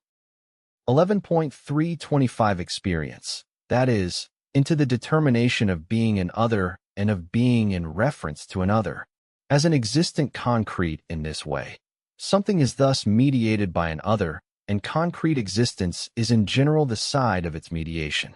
But in what Kant calls the concept, namely, something taken as only simply self-referring or in representation as such, this mediation is missing. In abstract self-identity, opposition is left out. Now the ontological proof would have to demonstrate that the absolute concept, namely the concept of God, attains to a determinate existence, to mediation, or to demonstrate how simple essence mediates itself with mediation. This is done by the just mentioned subsumption of concrete existence under its universal, namely reality, which is assumed as the middle term between God and his concept, on the one hand, and concrete existence, on the other. This mediation, inasmuch as it has the form of a syllogism, is not at issue here, as already said. However, how that mediation of essence and concrete existence truly comes about, this is contained in the preceding exposition. The nature of the proof itself will be considered in the doctrine of cognition. Here we have only to indicate what pertains to the nature of mediation in general. The proofs of the existence of God adduce a ground for this existence. It is not supposed to be an objective ground of the existence of God, for this existence is in and for itself. It is, therefore, solely a ground for cognition. It thereby presents itself as a ground that vanishes in the subject matter that at first seems to be grounded by it. Now the ground which is derived from the contingency of the world entails the regress of the latter into the absolute essence, for the accidental is that which is in itself groundless and self-sublating. In this way, therefore, the absolute essence does indeed proceed from that which has no ground, for the ground sublates itself, and with this there also vanishes the reflective shine of the relation that was given to God, that it is grounded in another. This mediation is therefore true mediation. But the reflection involved in that proof does not know the nature of the mediation that it performs. On the one hand, it takes itself to be something merely subjective, and it consequently distances its mediation from God himself. On the other hand, for that same reason it also fails to recognize its mediating movement, that this movement is in the essence itself and how it is there. The true relation of reflection consists in being both in one. Mediation as such, but, of course, at the same time a subjective, external mediation, that is to say, a self-external mediation which in turn internally sublates itself. In that other presentation, however, concrete existence is given the false relation of appearing only as mediated or posited.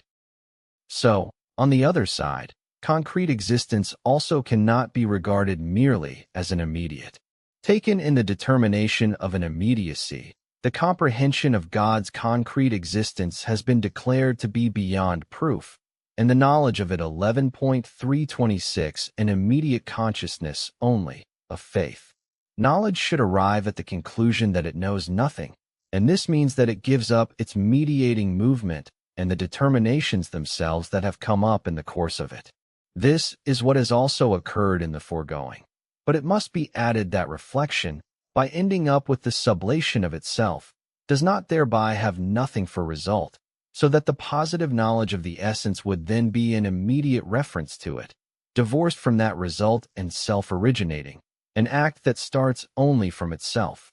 On the contrary, the end itself, the foundering of the mediation, is at the same time the ground from which the immediate proceeds. In Zu Grandgehen, the German language unites, as we remarked above, for the meaning of foundering and of ground. The essence of God is said to be the abyss, Abgrund in German, for finite reason. This it is, indeed, in so far as reason surrenders its finitude therein and sinks its mediating movement. But this abyss, the negative ground, is at the same time the positive ground of the emergence of the existent, of the essence immediate in itself. Mediation is an essential moment.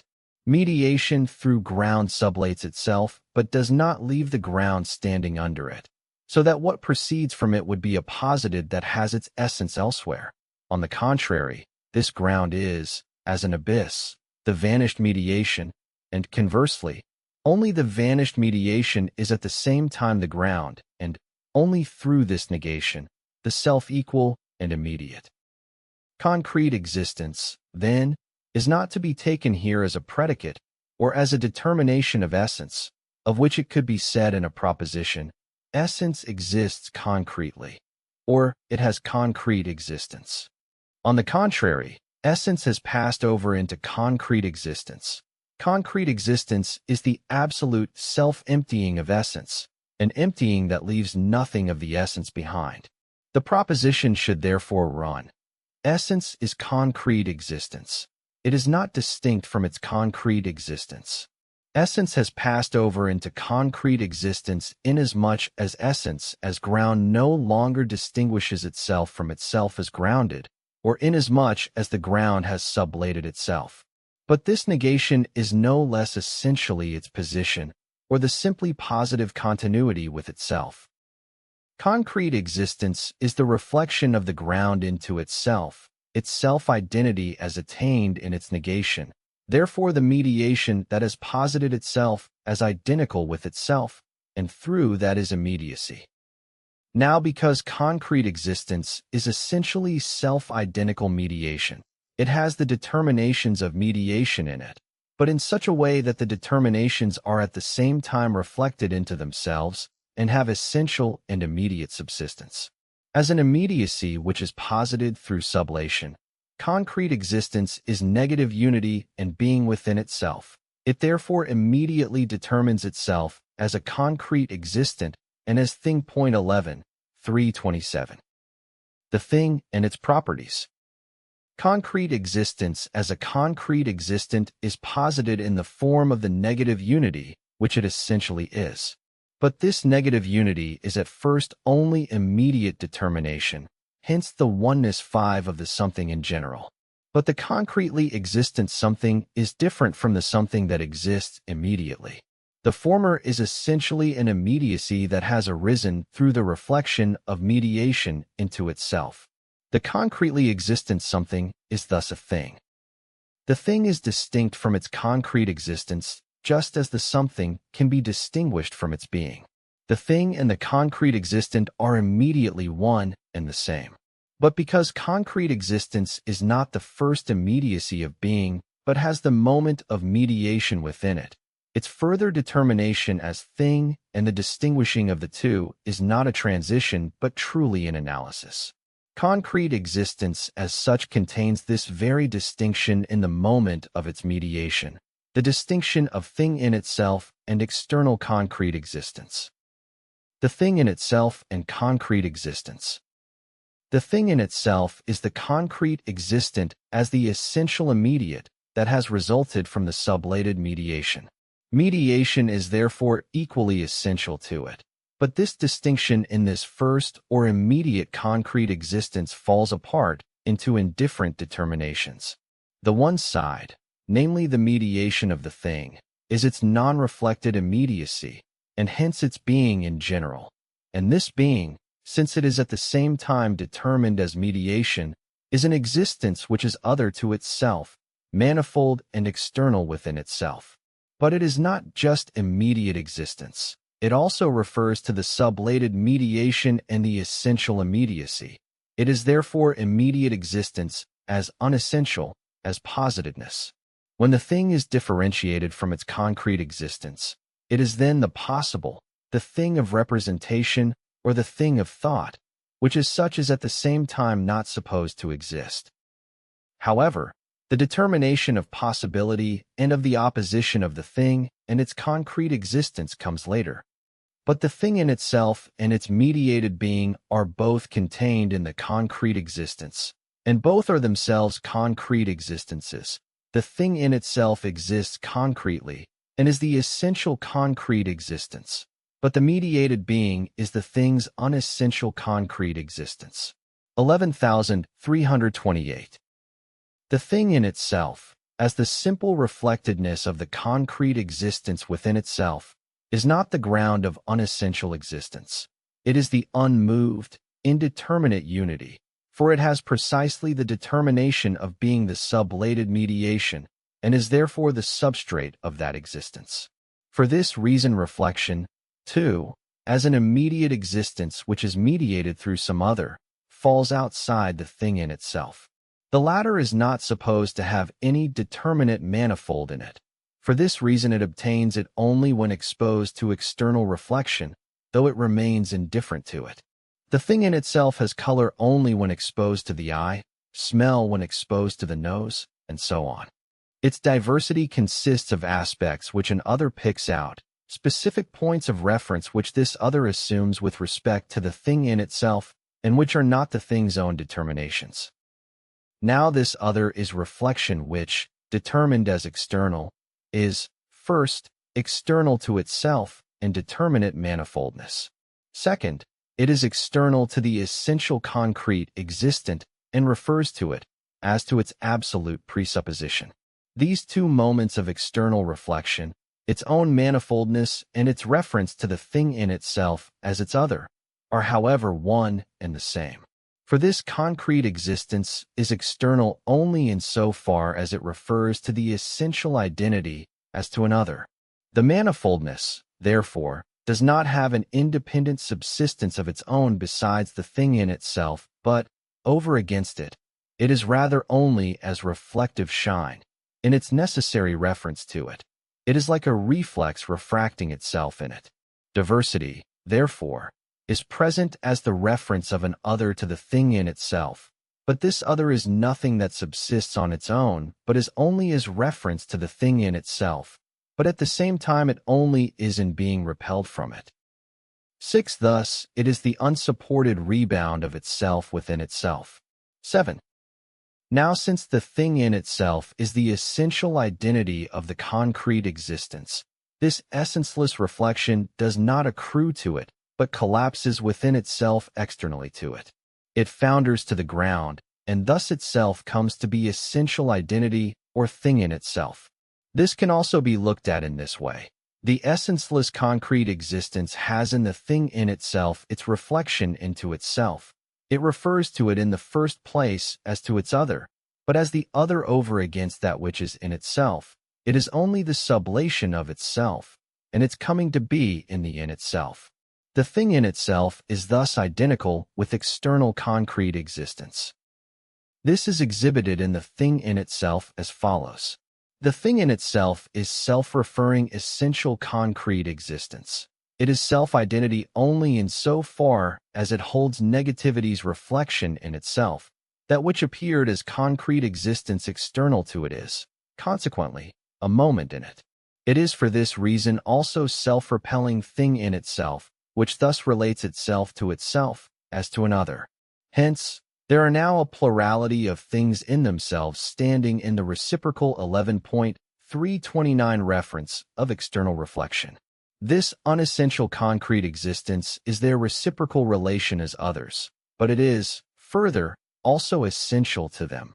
Or, in other words, this unessential concrete existence, in collapsing internally, is thing in itself, but a thing in itself which is other than the first, for that first is immediate essentiality, whereas the present proceeds from the unessential concrete existence.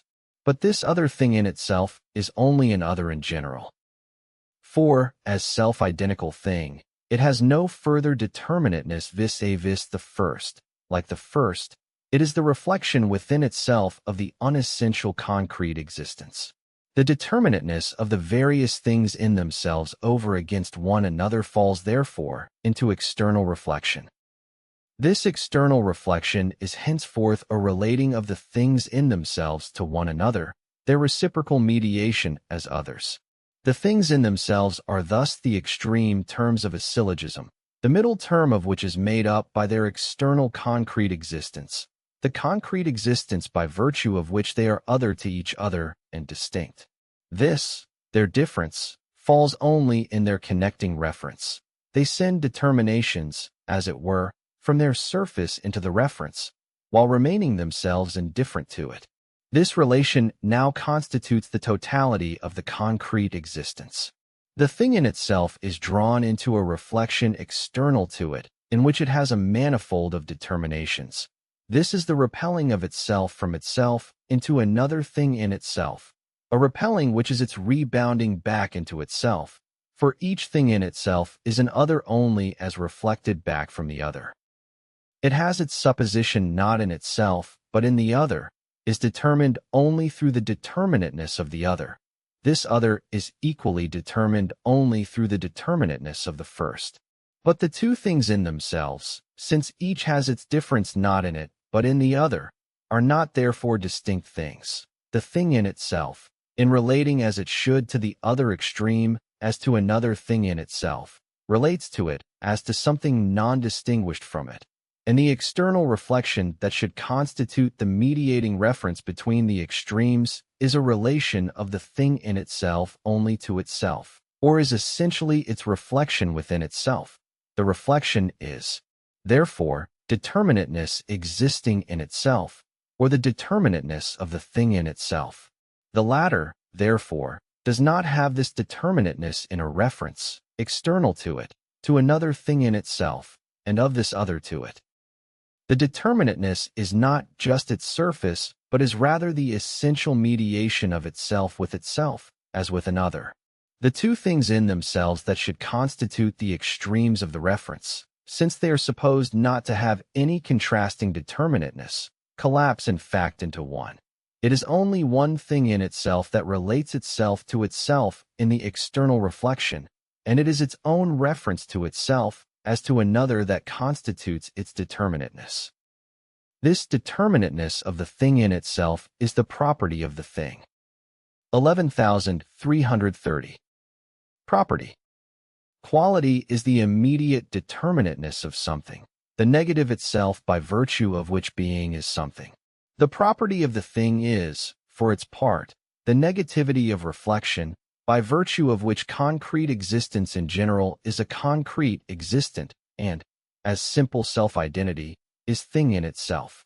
But the negativity of reflection, the sublated mediation, is itself essentially mediation and reference, though not to an other in general like quality, which is not reflected determinateness. It is rather reference to itself as to an other, or mediation which immediately is no less self-identity. The abstract thing in itself is itself this relation which turns from another back to itself. It is thereby determined in itself, but its determinateness is constitution, which is as such itself determination, and in relating to the other it does not pass over into otherness, and is excluded from alteration. A thing has properties. These are, first, its determinate references to something other. The property is there only as a way of reciprocal relating. It is, therefore, the external reflection of the thing and the side of its positiveness. But, second, in this positedness the thing is in itself. It maintains itself in its reference to the other, and thus is admittedly only a surface where the concrete existence is exposed to the becoming of being and to alteration. The property is not lost in this. A thing has the property to affect this or that in another, and in this connection to express itself in some characteristic way. It demonstrates this property only under the condition that another thing has a corresponding constitution, but at the same time the property is characteristically the thing's own and its self-identical substrate. For this reason, this reflected quality is called property. The thing thereby passes over into an externality, but the property maintains itself in this transition. Through its properties the thing becomes cause, and to be a cause is this, to preserve itself as effect. However, the thing is here still the static thing of many properties. It is not yet determined as actual cause. It is so far only the reflection of its determinations immediately existing in itself, not yet itself the reflection that posits them. Essentially, therefore, the thing in itself has just shown itself to be thing in itself not only in such a way that its properties are the positedness of an external reflection.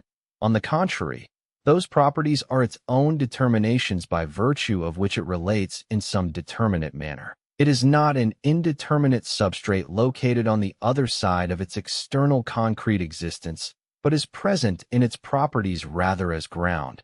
That is to say, it is self-identity in its positedness, but, at the same time, it is 11.331 condition ground.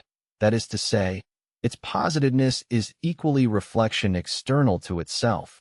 It is reflected into itself, and in itself only to the extent that it is external.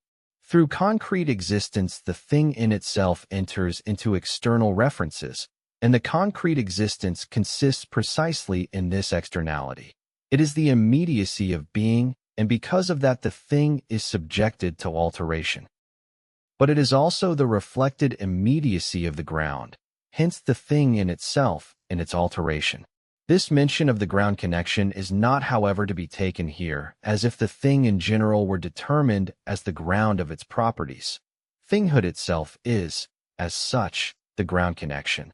The property is not distinguished from its ground, nor does it constitute just the positedness, but is rather the ground that has passed over into its externality and is consequently truly reflected into itself. The property is itself, as such, the ground, implicitly existent positedness.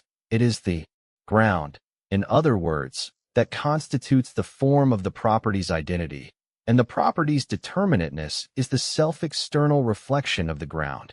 The whole is the ground which in its repelling and determining, in its external immediacy, refers itself to itself.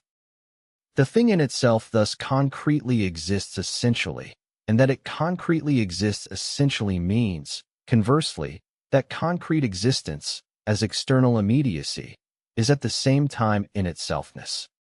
Remark. Mention was already made above, Section 1, page 64. 8 of the thing in itself in connection with the moment of immediate existence, 9 of being in itself, and it was then remarked that the thing in itself is as such nothing but the empty abstraction of all determinateness, of which nothing can of course be known just because it is supposed to be the abstraction of all determination. Once the thing in itself has been presupposed in this way, all determination falls outside it into an alien reflection to which it is indifferent. For transcendental idealism, this external reflection is consciousness.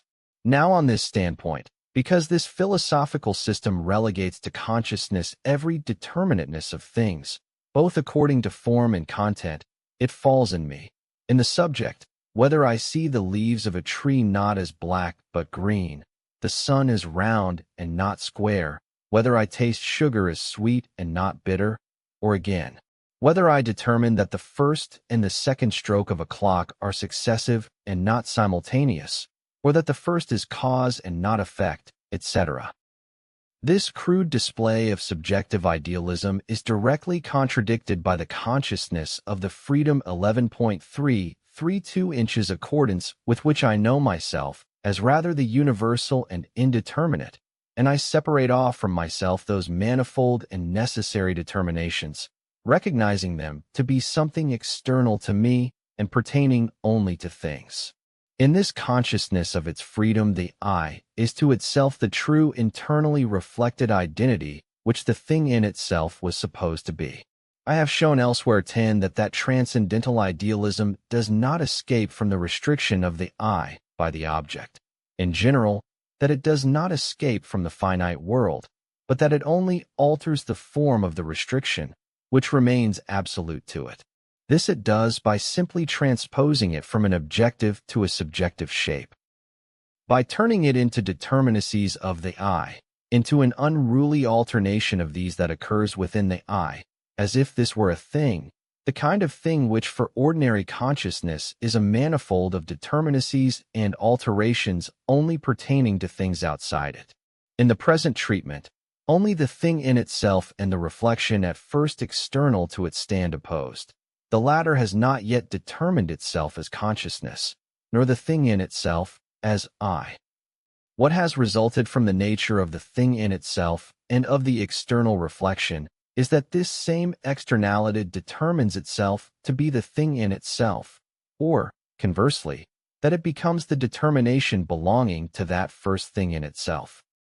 The inadequacy now of the standpoint at which that philosophy remains fixed consists essentially in its holding on to the abstract thing in itself as to an ultimate determination, or in opposing the determinateness and manifoldness of the properties to the thing in itself, whereas the latter in fact possesses that external reflection essentially within it and determines itself as one endowed with determinations that are its own, with properties, in this way demonstrating that the abstraction of the thing as a pure thing in itself is an untrue determination.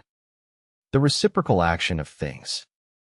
The thing in itself exists in concreto by essence. External immediacy and determinateness belong to its being in itself, or to its immanent reflection. The thing in itself is thus a thing that has properties, and hence there are a number of things distinct from one another, not because of some viewpoint alien to them, but through themselves. These many diverse things stand in essential reciprocal action by virtue of their properties. The property is this reciprocal connecting reference itself, apart from which the thing is nothing. The reciprocal determination, the middle term of the things in themselves that are taken as extreme terms in different 11.333 to the reference connecting them, is itself the self-identical reflection and the thing in itself which those extremes were supposed to be. Thinghood is thus reduced to the form of indeterminate self-identity having its essentiality only in its property. Thus, if one speaks of a thing or of things in general without a determinate property, then their difference is merely indifferent, quantitative. What is considered as a thing can just as well be made into a plurality of things or be considered as a plurality of things. Their separation or their union is an external one. A book is a thing, and each of its pages is also a thing, and equally so every tiny piece of its pages, and so on to infinity. The determinateness, in virtue of which a thing is this thing only, lies solely in its properties. It is through them that the thing differentiates itself from other things, for the property is the negative reflection and the differentiating. Only in its property, therefore, does the thing possess in it the difference of itself from others. This is the difference reflected into itself, by virtue of which the thing, in its positiveness, that is, in its reference to others, is equally indifferent to the other and to its reference to it. Without its properties, therefore, there is nothing that remains to the thing except the unessential compass and the external gathering of an abstract in itselfness. With this, thinghood has passed over into property. The thing, as the extreme term that exists in itself, was supposed to relate to the property, and this property to constitute the middle term between things that stand connected. But this connection is where the things meet as self-repelling reflection, where they are distinguished and connected. This, their distinction and their connecting reference, is one reflection and one continuity of both. Accordingly, the things themselves fall only within this continuity, which is the property. They vanish as would-be self-subsisting extremes that would have a concrete existence outside this property. The property, which was supposed to connect the self-subsisting extremes, is therefore itself self-subsistent. The things are, on the contrary, the unessential. They are something essential only as the self-differentiating and self-referring reflection, but this is the property. The latter is in the thing, therefore, not as something sublated, not just a moment of it. On the contrary, the truth of the thing is that it is only an unessential compass, which is indeed a negative unity, but only like the one of the something, that is to say, a one which is immediate. Whereas earlier the thing was determined as an unessential compass because it was made such by an external abstraction that omits the property. This abstraction now happens through the transition of the thing in itself into the property itself. But there is now an inversion of values. 11.334 for the earlier abstraction still envisaged the abstract thing without its property as being the essential, and the property as an external determination, whereas it is the thing as such which is now reduced, through itself, to the determination of an indifferent external form of the property. The latter is henceforth thus freed of the indeterminate and impotent bond which is the unity of the thing. The property is what constitutes the subsistence of the thing. It is a self-subsisting matter. Since this matter is simple continuity with itself, it only possesses at first the form of diversity. There is, therefore, a manifold of these self-subsisting matters, and the thing consists of them. The constitution of the thing out of matters. The transition of property into a matter or into a self-subsistent stuff is the familiar transition performed on sensible matter by chemistry when it seeks to represent the properties of color, smell, etc., as luminous matter, coloring matter, odorific matter, sour, bitter matter, and so on, or when it simply assumes others, like calorific matter, electrical, magnetic matter, in the conviction that it has thereby gotten hold of properties as they truly are.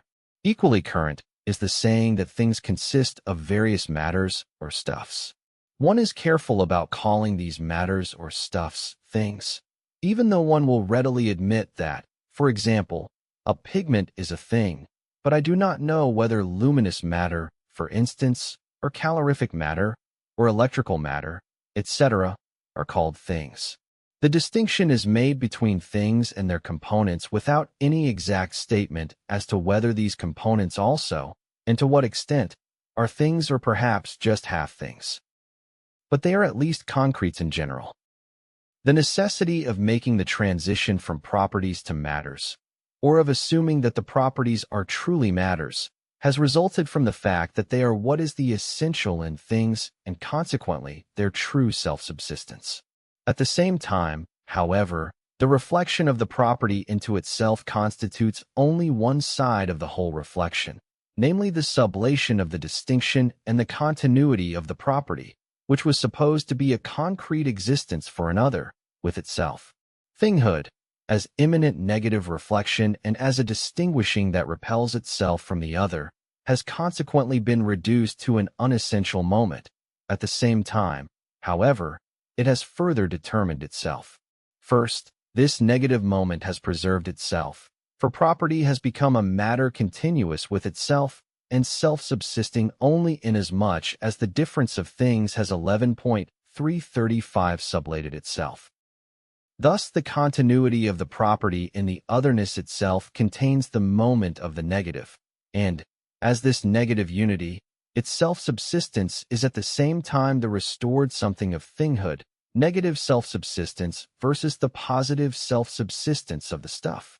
Second, the thing has thereby progressed from its indeterminacy to full determinateness.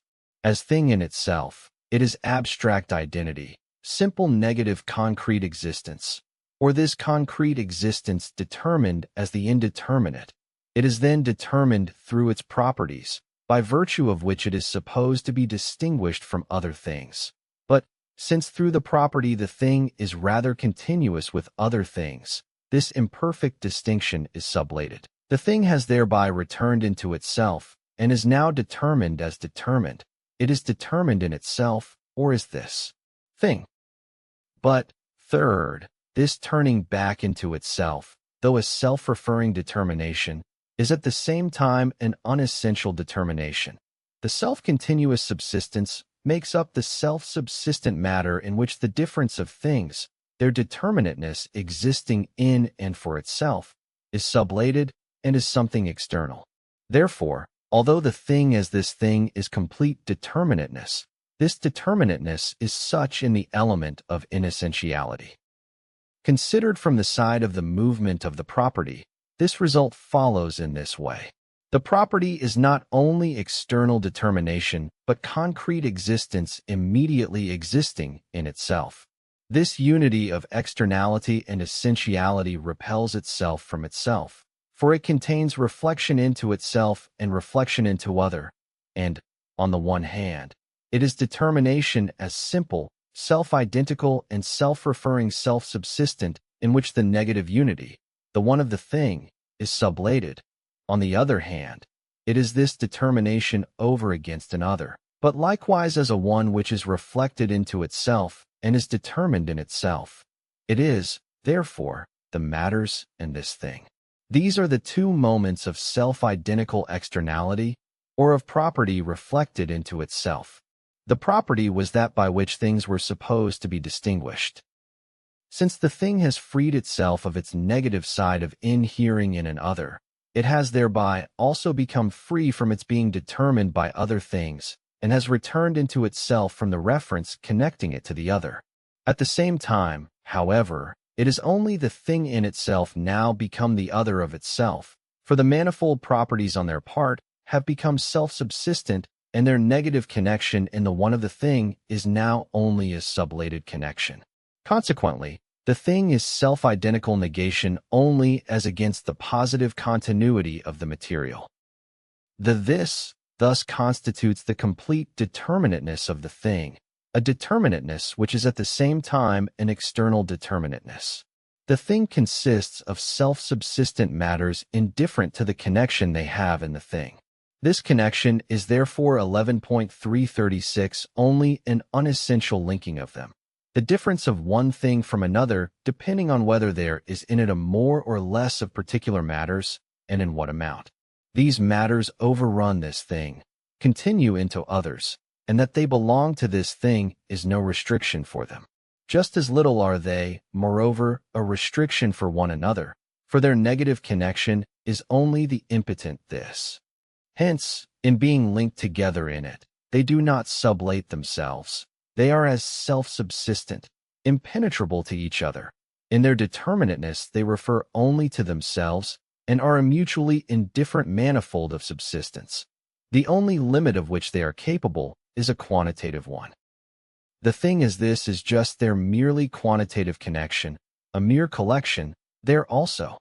The thing consists of some quantum or other of a matter, also of the quantum of another, and also of yet another. This combination, of not having any combination alone constitutes the thing. Dissolution of the thing. This thing, in the manner it has determined itself as the merely quantitative combination of free matters, is the absolutely alterable. Its alteration consists in one or more matters being dropped from the collection, or being added to this also, or in the rearrangement of the matter's respective quantitative ratio. The coming to be and the passing away of this thing is the external dissolution of such an external bond, or the binding of such for which it is indifferent whether they are bound or not. The stuffs circulate unchecked in or out of this thing, and the thing itself is absolute porosity, without measure or form of its own. So the thing, in the absolute determinateness through which it is of this, is the absolutely dissoluble thing.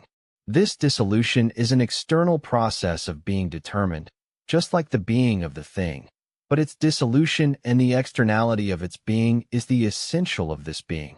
The thing is only the also, it consists only of this externality, but it consists also of its matters, and not just the abstract this as such, but the this thing whole is the dissolution of itself. For the thing is determined as an external collection of self-subsisting matters. Such matters are not things. They lack negative self-subsistence. It is the properties which are rather self-subsistent, that is to say, are determined with a being which, as such, is reflected into itself. Hence the matters are indeed simple, referring only to themselves, but it is their content which is a determinateness. The immanent reflection is only the form of this content, a content which is not, 11.337 as such, reflected into itself, but refers to an other according to its determinateness. The thing, therefore, is not only there also, is not their reference to each other as indifferent, but is, on the contrary, equally so their negative reference. And on account of their determinateness the matters are themselves this negative reflection, which is the puncticity 11 of the thing. The one matter is not what the other is according to the determinateness of its content as contrasted to that of another, and the one is not to the extent that the other is, in accordance with their self-subsistence.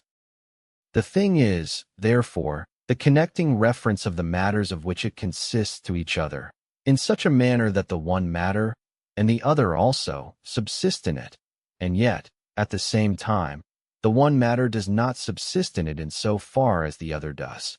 To the extent, therefore, that the one matter is in the thing, the other is thereby sublated, but the thing is at the same time the also, or the subsistence of the other matter. In the subsistence of the one matter, therefore, the other matter does not subsist, and it also no less subsists in it. And so with all these diverse matters in respect to each other. Since it is thus in the same respect as the one matter subsists that the other subsists also, and this one subsistence of both is the puncticity or the negative unity of the thing, the two interpenetrate absolutely.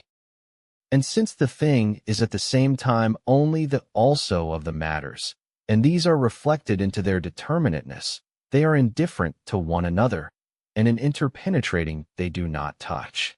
The matters are, therefore, essentially porous, so that the one subsists in the pores or in the non-subsistence of the others, but these others are themselves porous, in their pores or their non-subsistence the first, and also all the rest subsist. Their subsistence is at the same time their sublatedness and the subsistence of others. And this subsistence of the others is just as much their sublatedness and the subsisting of the first, and equally so of all others. The thing is, therefore, the self-contradictory mediation of independent self-subsistence through its opposite, that is to say, through its negation, or of one self-subsisting matter through the subsisting and non-subsisting of another. In this thing, concrete existence has attained its completion, namely, that it is at once being that exists in itself, or independent subsistence, and unessential concrete existence.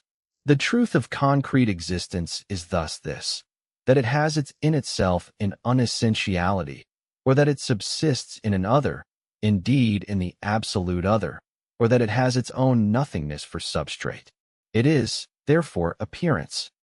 Remark. It is one of the commonest assumptions of ordinary thinking that a thing consists of many self-subsisting matters. On the one hand, the thing is treated as having properties. The thing is their substance. 11.338. But, on the other hand, these different determinations are regarded as matters, and their subsistence is not the thing. On the contrary, the converse is the case. It is the thing rather that consists of them, and is itself only their external bond and quantitative limit. Both the properties and the matters are the same content determinations, except that in the former case these determinations are moments reflected into their negative unity, which is a substrate distinct from them, the thinghood, whereas in the latter case, they are a variety of self-subsistent matters, each reflected into its own self-unity. These matters are now further determined as independent subsistence, but they are also together in a thing. This thing has the two determinations, first, of being a this, and, second, of being the also. The also is represented in external intuition as spatial extension, the this, the negative unity, is instead the puncticity of the thing. The matters are together in this puncticity, and there also, or their extension is everywhere this puncticity, for they also, as thinghood, is essentially determined also as negative unity. Therefore, where one of these matters is, in that one and same point the other is, the thing does not have its color in one place, its aroma in another, its heat in a third, and so forth. But at the point where it is warm, there it is also colored, sour, electric, and so forth. Now because these stuffs are not outside one another, but are in one, they are assumed as porous, so that one stuff concretely exists in the interstices of another. But the one that occupies the interstices of the other is itself porous. Conversely, therefore, the other concretely exists in its pores, and this applies not just to this second stuff, but to a third also, a tenth, and so forth. They are all porous, and in the interstices of each all the others are present, just as each is present with the rest in the pores of every other. They are, therefore, an aggregate of matters that interpenetrates one another in such a way that in penetrating the others each is equally penetrated by them, so that each again penetrates its own penetratedness. Each is posited as its negation, and this negation is the subsistence of another, but this subsistence is just as much the negation of this other and the subsistence of the first.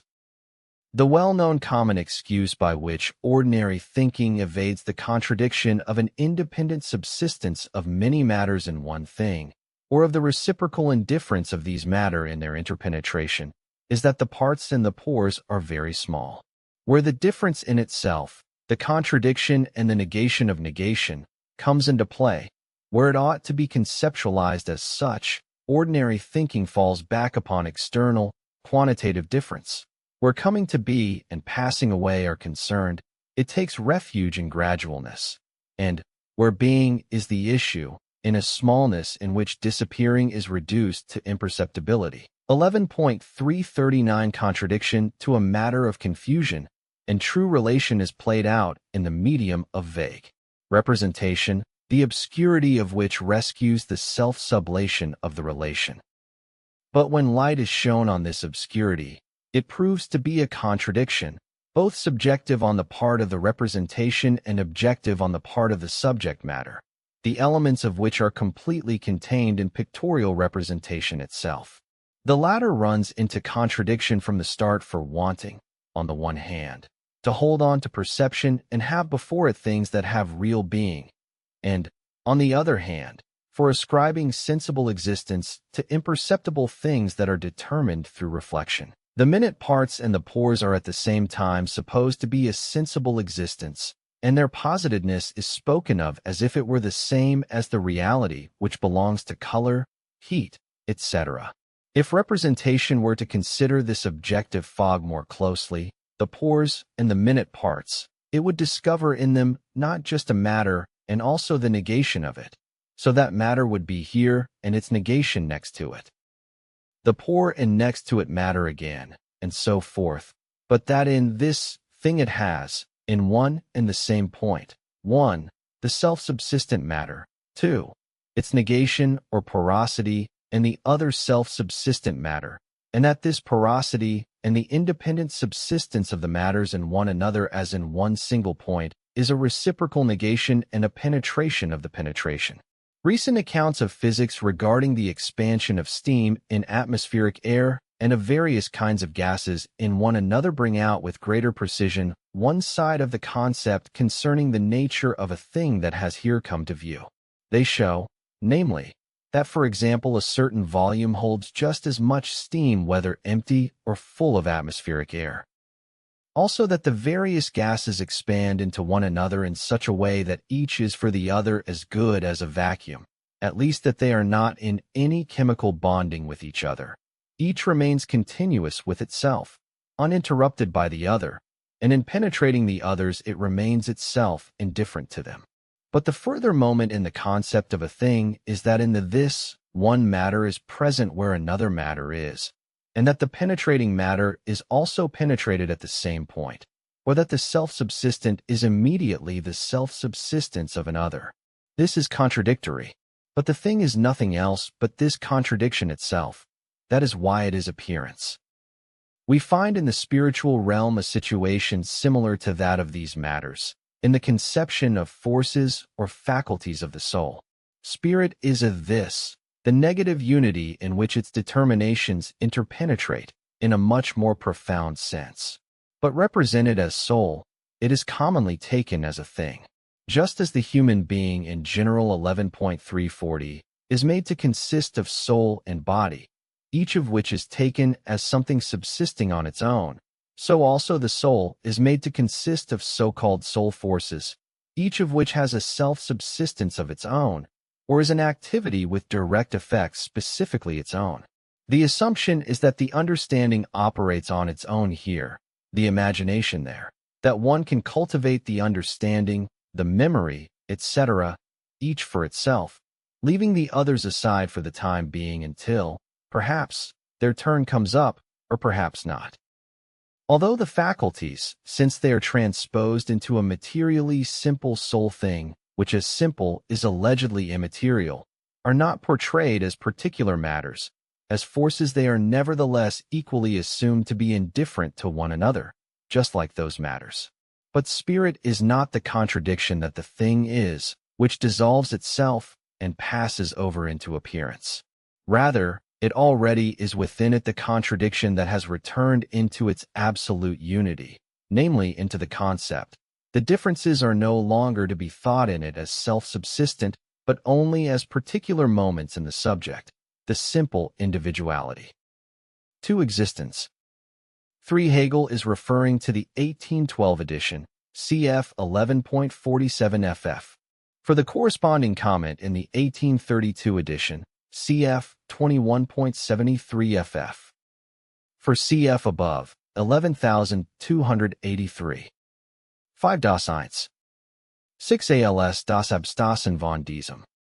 7. Der Halt los Gegenstand seiner in sich selbst. 8. Hegel is referring to the 1812 edition, as in GW 11, 59 ff, especially 69 ff.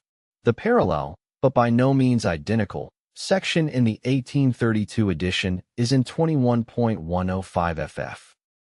9. I.e. Dacian. 10. Hegel is referring to the 1812 edition. Cf. GW 11, 18. Cf. 21.31. 11. Punctualitat. Chapter 2 Appearance 11, 341. Concrete existence is the immediacy of being to which essence has again restored itself. In itself, this immediacy is the reflection of essence into itself. As concrete existence, essence has stepped out of its ground, which has itself passed over into it. Concrete existence is this reflected immediacy in so far as, within, it is absolute negativity. It is now also posited as such, in that it has determined itself as appearance. At first, therefore, appearance is essence in its concrete existence. Essence is immediately present in it. That it is not immediate, but rather reflected concrete existence, constitutes the moment of essence in it, or concrete existence, as essential concrete existence, is appearance. Something is only appearance, in the sense that concrete existence is as such only a posited being, not something that is in and for itself. This is what constitutes its essentiality, to have the negativity of reflection, the nature of essence, within it. There is no question here of an alien, external reflection to which essence would belong and which, by comparing this essence with concrete existence, would declare the latter to be appearance. On the contrary, as we have seen, 12. This essentiality of concrete existence, that it is appearance, is concrete existence's own truth. The reflection by virtue of which it is this is its own. But if it is said that something is only appearance, meaning that as contrasted with it immediate concrete existence is the truth, then the fact is that appearance is the higher truth, for it is concrete existence as essential, whereas concrete existence is appearance that is still void of essence because it only contains in it the one moment of appearance, namely that of concrete existence as immediate, not yet negative. Reflection. When appearance is said to be essenceless, one thinks of the moment of its negativity as if, by contrast with it, the immediate were the positive and the true. In fact, however, this immediate does not yet contain essential truth in it.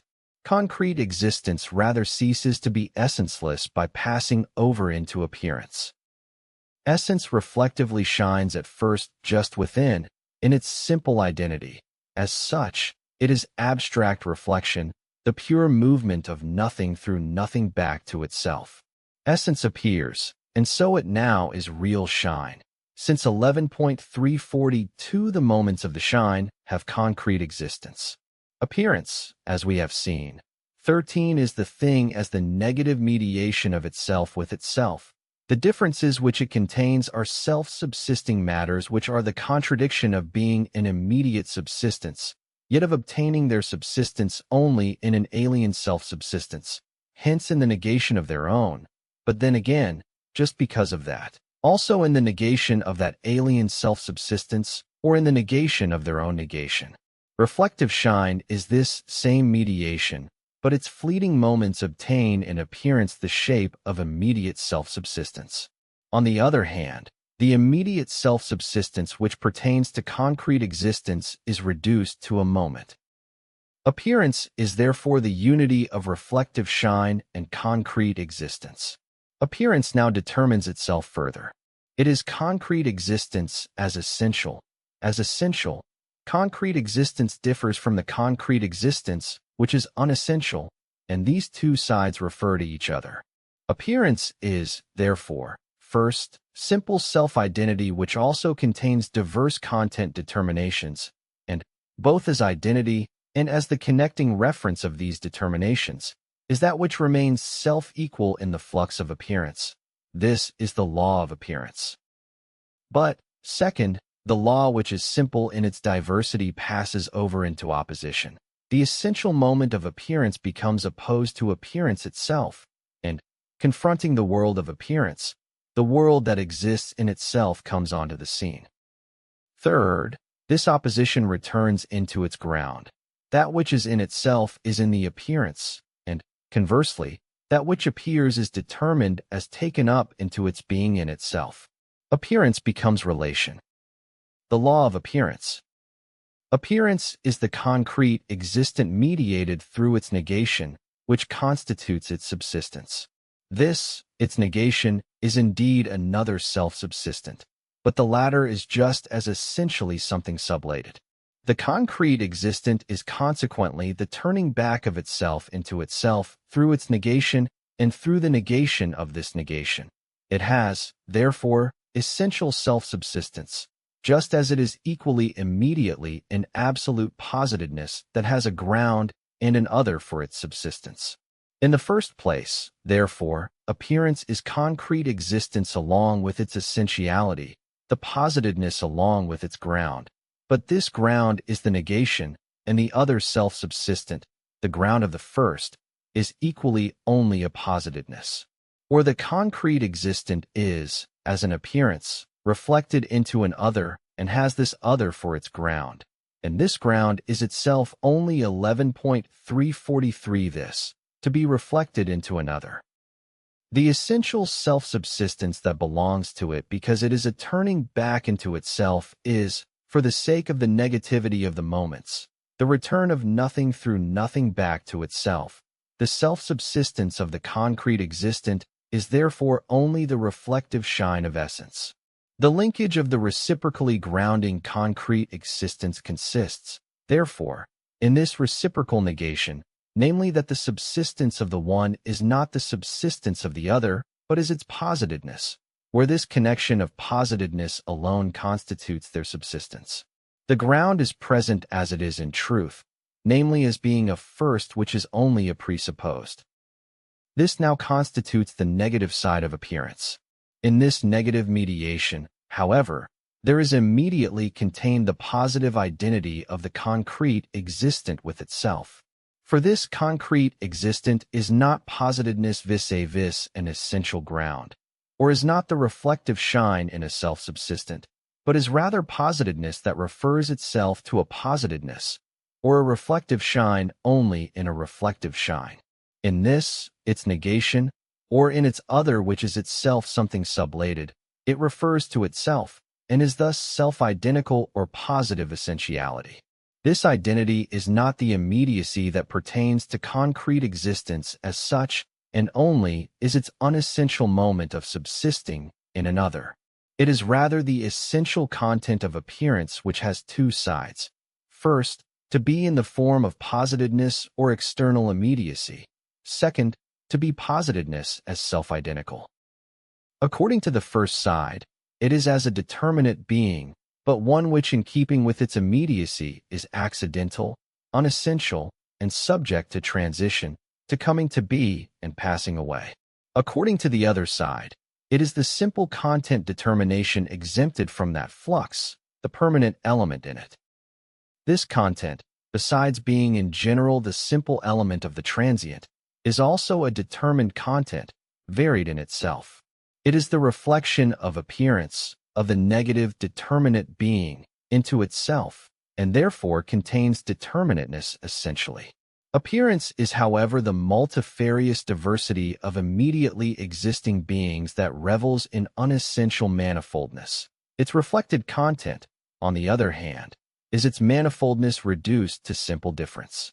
Or, more precisely, the determinate essential content is not just determined in general but, as the essential element of appearance, is complete determinateness, the one and its other. Each of these two has in appearance its subsistence in the other, but in such a way that it is at the same time only in the other's non-subsistence. This contradiction sublates itself, and its reflection into itself is the 11.344 identity of their two-sided subsistence, namely that the positedness of the one is also the positedness of the other. The two constitute one subsistence, each at the same time as a different content indifferent to the other.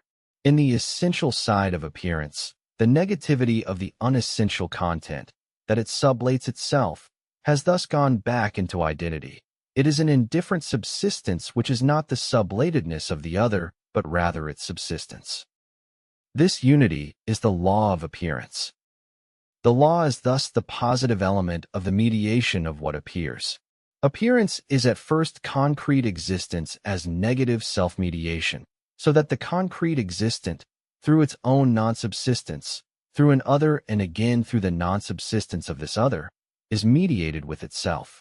In this there is contained, first, the merely reflective shining and the disappearing of both, the unessential appearance. Second, also the persistence or the law. For each of the two concretely exists in the sublation of the other, and their positedness is as their negativity at the same time the identical positive positedness of both.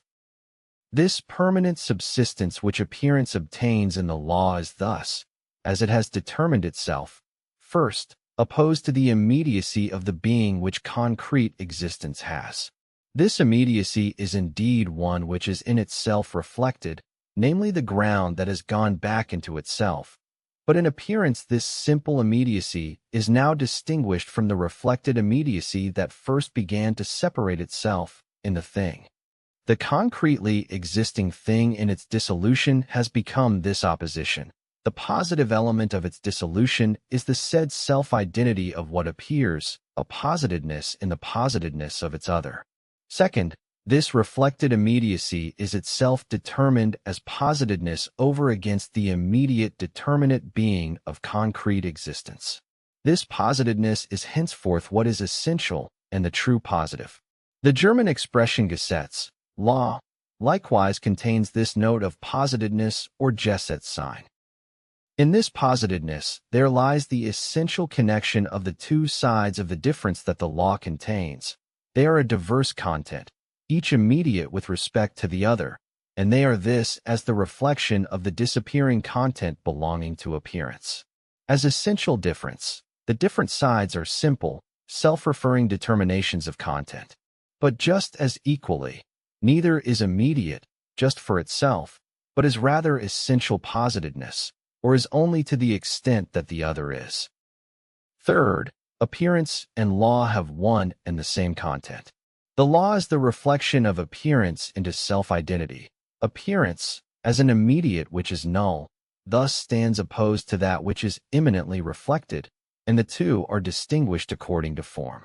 But the reflection of 11.345 appearance by virtue of which this difference is also the essential identity of appearance itself and its reflection, and this is in general the nature of reflection. It is what in the positedness is self-identical and indifferent to that difference, which is form or positedness. Hence a content continuous from appearance to law, the content of the law and of the appearance. This content thus constitutes the substrate of appearance. The law is this substrate itself. Appearance is the same content, but contains still more, namely the unessential content of its immediate being. And so is also the form determination by which appearance as such is distinguished from the law, namely a content, and equally a content distinguished from the content of the law. For concrete existence, as immediacy in general, is likewise a self-identity of matter and form which is indifferent to its form determinations and is, therefore, a content. The concrete existence is the thinghood with its properties and matters. But it is the content whose self-subsisting immediacy is at the same time also only a non-subsistence. But the self-identity of the content in this its non-subsistence is the other, essential content. This identity, the substrate of appearance, which constitutes law, is appearance's own moment. It is the positive side of the essentiality by virtue of which concrete existence is appearance. The law, therefore, is not beyond appearance, but is immediately present in it. The kingdom of laws is the restful copy of the concretely existing or appearing world.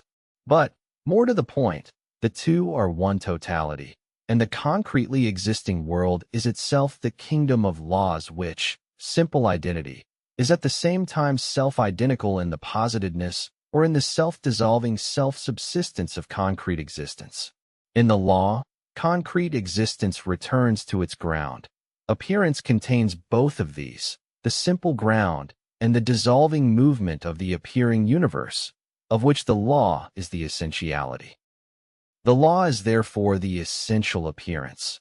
It is the latter's reflection into itself in its positedness, the identical content of itself, and the unessential concrete existence.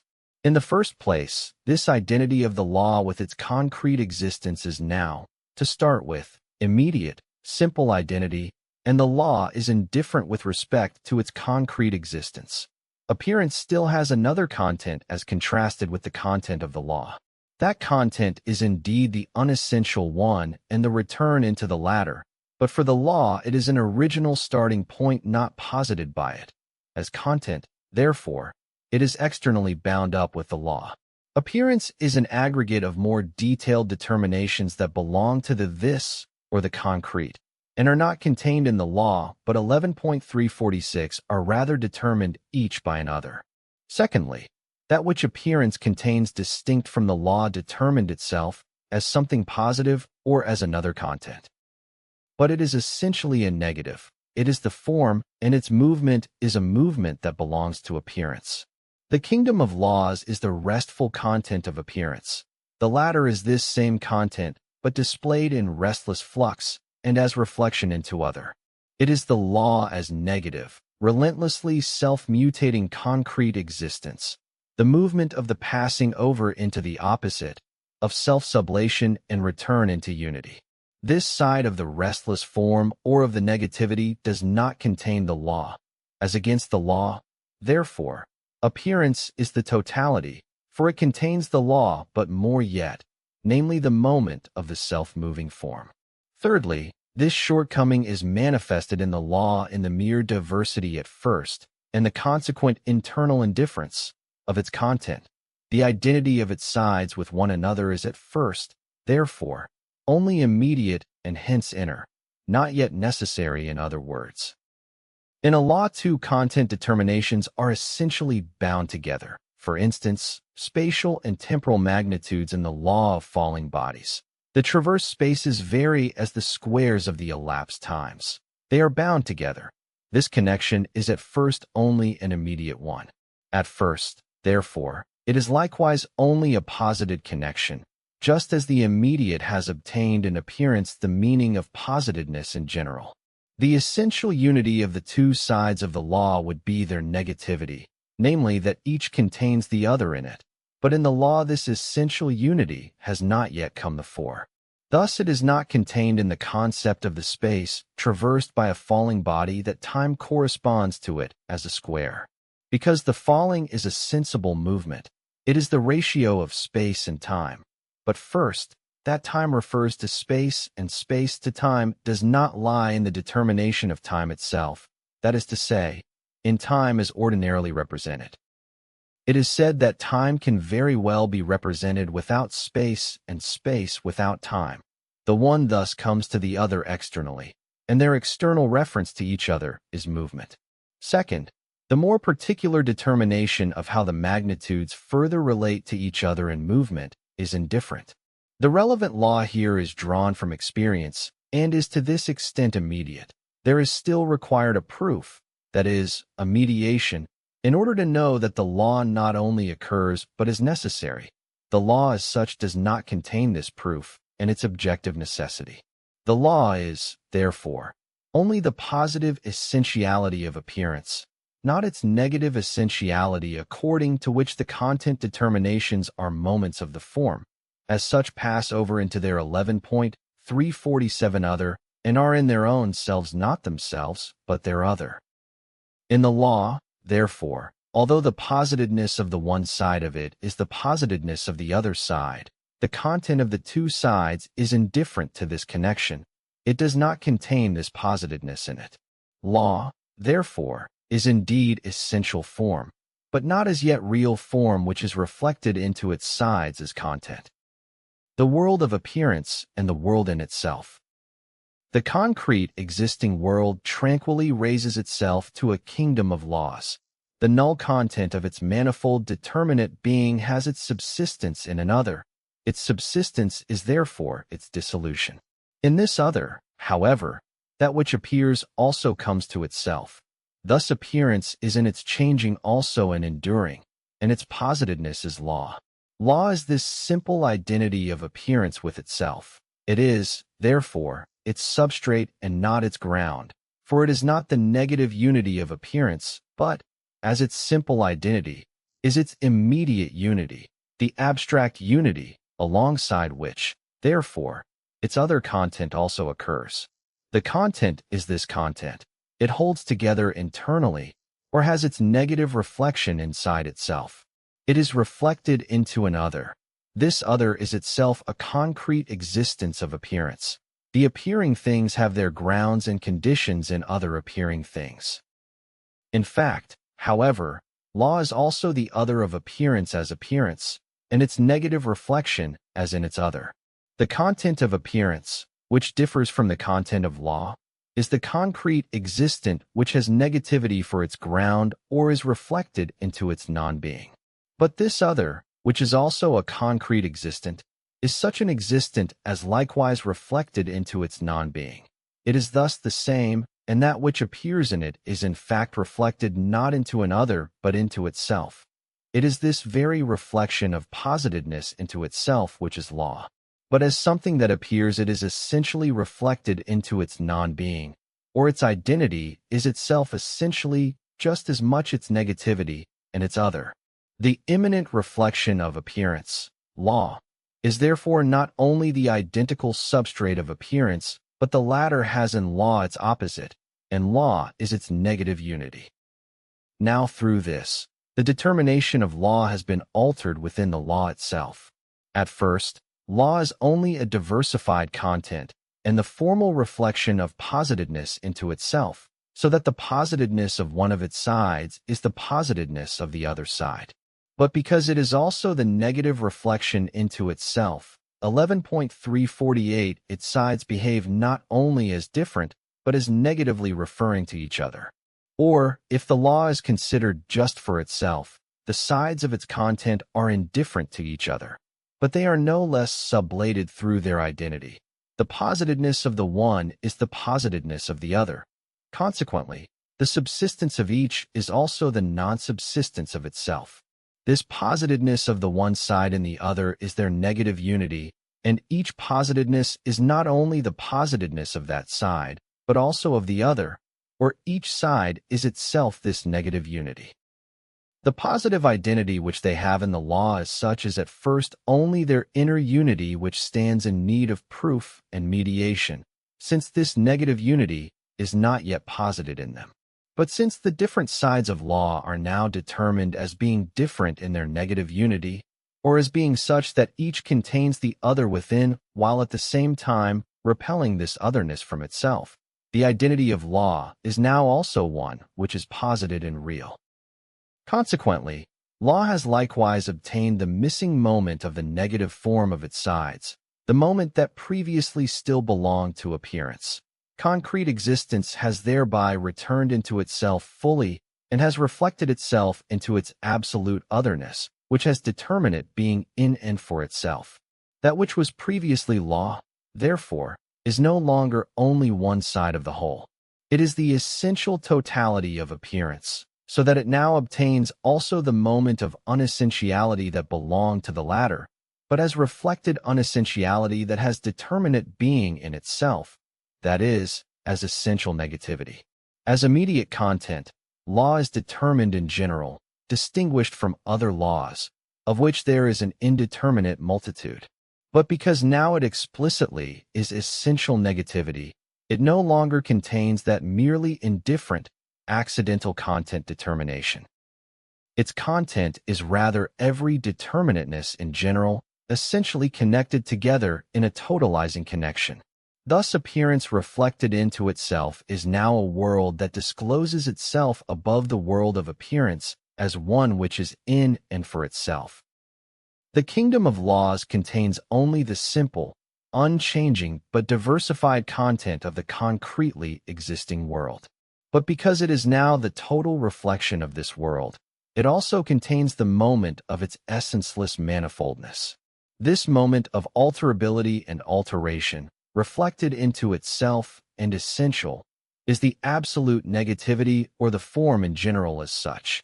Its moments, however, have the reality of self-subsisting but reflected concrete existence in the world that has determinate being in and for itself, just as, conversely, this reflected self-subsistence 11.349 has form in it, and its content is therefore not a mere manifold, but a content holding itself together essentially. This world which is in and for itself is also called the supersensible world, inasmuch as the concretely existing world is characterized as sensible, that is, as one intended for intuition, which is the immediate attitude of consciousness. The supersensible world likewise has immediate, concrete existence, but reflected, essential concrete existence. Essence has no immediate existence 14 yet, but it is, and in a more profound sense than being. The thing is the beginning of the reflected concrete existence. It is an immediacy which is not yet posited, not yet essential or reflected, but it is in truth not an immediate which is simply there. 15 things are posited only as the things of another, supersensible, world. First, as true concrete existences, and, second, as the truth in contrast to that which just is. What is recognized in them is that there is a being distinguished from immediate being, and this being is true concrete existence. On the one side, the sense representation that ascribes concrete existence only to the immediate being of feeling and intuition is in this determination overcome. But, on the other side, also overcome is the unconscious reflection which, although it possesses the representation of things, forces, the inner, and so on, does not know that such determinations are not sensible or immediately existing beings, but reflected concrete existences. The world which is in and for itself is the totality of concrete existence. Outside it, there is nothing. But, within it, it is absolute negativity or form, and therefore its immanent reflection is negative self-reference. It contains opposition, and splits internally as the world of the senses and as the world of otherness or the world of appearance. For this reason, since it is totality, it is also only one side of the totality and constitutes in this determination a self-subsistence different from the world of appearance. The world of appearance has its negative unity in the essential world to which it founders and into which it returns as to its ground. Further, the essential world is also the positing ground of the world of appearances, for, since it contains the absolute form essentially, it sublates its self-identity, makes itself into positedness, and, as this posited immediacy, it is the world of appearance. Further, it is not only ground in general of the world of appearance, but its determinate ground. Already as the kingdom of laws, it is a manifold of content, indeed the essential content of the world of appearance, and, as ground with content, it is the determinate ground of that other world. But it is such only according to that content, for the world of appearance still had other and manifold content than the kingdom of laws, 11.350, because the negative moment was still the one peculiarly its own. But because the kingdom of laws now has this moment likewise in it, it is the totality of the content of the world of appearance and the ground of all its manifoldness. But it is at the same time the negative of this manifoldness, and thus a world opposed to it. That is to say, in the identity of the two worlds, because the one world is determined according to form as the essential and the other as the same world, but posited and unessential, the connection of ground has indeed been restored. But it has been restored as the ground connection of appearance, namely as the connection, not of the two sides of an identical content, nor of a mere diversified content, like law, but as total connection, or as negative identity and essential connection of the opposed sides of the content. The kingdom of laws is not only this, that the positedness of a content is the positedness of another, but rather that this identity, as we have seen, 16 is essentially also negative unity, and in this negative unity each of the two sides of law is in it. Therefore, its other content. Consequently, the other is not an other in general, indeterminately, but is its other, equally containing the content determination of that other, and thus the two sides are opposed. Now, because the kingdom of laws now has in it this negative moment, namely opposition, and thus, as totality, splits into a world which exists in and for itself, and a world of appearance, the identity of these two is the essential connection of opposition. The connection of ground is, as such, the opposition which, in its contradiction, has foundered to the ground, and concrete existence is the ground that has come to itself. But concrete existence becomes appearance. Ground is sublated in concrete existence. It reinstates itself as the return of appearance into itself, but does so as sublated ground, that is to say, as the ground connection of opposite determinations. The identity of such determinations, however, is essentially a becoming and a transition, no longer the connection of ground as such. The world that exists in and for itself is thus itself a world distinguished within itself, in the total compass of a manifold content. That is to say, it is identical with the world of appearance or the posited world, and to this extent it is its ground.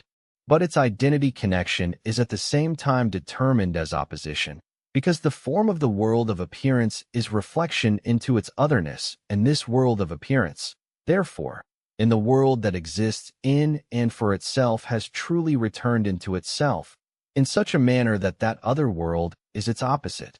Their connection is, therefore, specifically this, that the world that exists in and for itself is the inversion of the world of appearance. The dissolution of appearance 11.351. The world that exists in and for itself is the determinate ground of the world of appearance, and is this only in so far as, within it, it is the negative moment, and hence the totality of the content determinations and their alterations that correspond to that world of appearance, yet constitutes at the same time its completely opposed side. The two worlds thus relate to each other in such a way that what in the world of appearance is positive, in the world existing in and for itself is negative, and conversely, What is negative in the former is positive in the latter. The North Pole in the world of appearance is the South Pole in and for itself, and vice versa. Positive electricity is in itself negative, and so forth. What is evil in the world of appearance is in and for itself goodness, and a piece of good luck. P. In fact, it is precisely in this opposition of the two worlds that their difference has disappeared, and what was supposed to be the world existing in and for itself is itself the world of appearance, and this last, conversely, the world essential within. The world of appearance is in the first instance determined as reflection into otherness, so that its determinations and concrete existences have their ground and subsistence in another. But because this other, as other, is likewise reflected into an other, the other to which they both refer is one which sublates itself as other. The two consequently refer to themselves. The world of appearance is within it, therefore, law equal to itself. Conversely, the world existing in and for itself is in the first instance self-identical content, exempt from otherness and change. But this content, as complete reflection of the world of appearance into itself, or because its diversity is difference reflected into itself and absolute, consequently contains negativity as a moment and self-reference as reference to otherness. It thereby becomes self-opposed, self-inverting, essenceless content. Further, this content of the world existing in and for itself has thereby also retained the form of immediate concrete existence. For it is at first the ground of the world of appearance, but since it has opposition in it, it is equally sublated ground and immediate concrete existence. Thus the world of appearance and the essential world are each within it, the totality of self-identical reflection and of reflection into other, or of being in and for itself. They are both the self-subsisting 11.352 wholes of concrete existence. The one is supposed to be only reflected concrete existence, the other immediate concrete existence. But each continues into the other, and, within, is therefore the identity of these two moments. What we have, therefore, is this totality that splits into two totalities, the one reflected totality and the other immediate totality. Both, in the first instance, are self-subsistent, but they are this only as totalities, and this they are inasmuch as each essentially contains the moment of the other in it.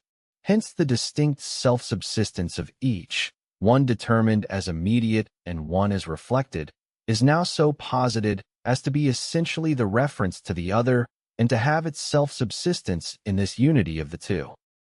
We started off from the law of appearance. This law is the identity of a content and another content different from it, so that the positedness of the one is the positedness of the other. Still present in law is this difference, that the identity of its sides is at first only an internal identity which the two sides do not yet have in them. Consequently, the identity is, for its part, not realized. The content of law is not identical but indifferent, diversified. This content, therefore, is on its side only in itself so determined that the positedness of the one is the positedness of the other. This determination is not yet present in it. But now law is realized. Its inner identity is existent at the same time, and, conversely, the content of law is raised to ideality, for it is sublated within, is reflected into itself, for each side has the other in it, and therefore is truly identical with it and with itself. Thus is law essential relation.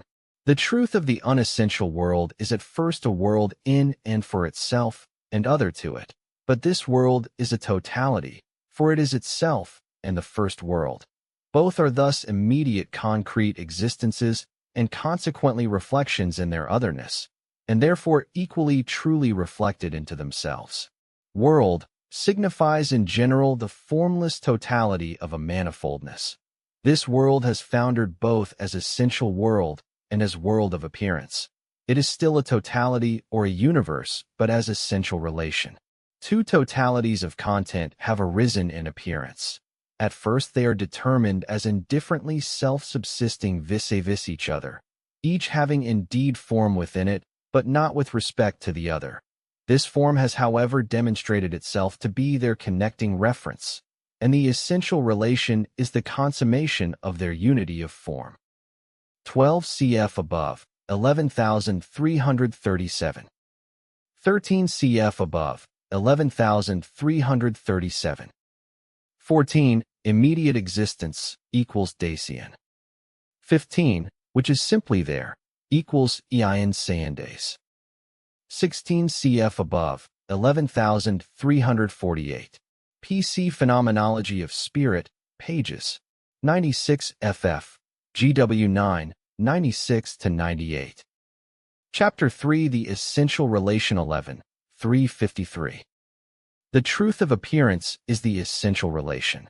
Its content has immediate self-subsistence, the existent immediacy and the reflected immediacy, or the self-identical reflection. In this self-subsistence, however, it is at the same time a relative content. It is simply and solely as a reflection into its other, or as unity of the reference with its other. In this unity, the self-subsistent content is something posited, sublated, but precisely this unity is what constitutes its essentiality and self-subsistence. This reflection into an other is reflection into itself.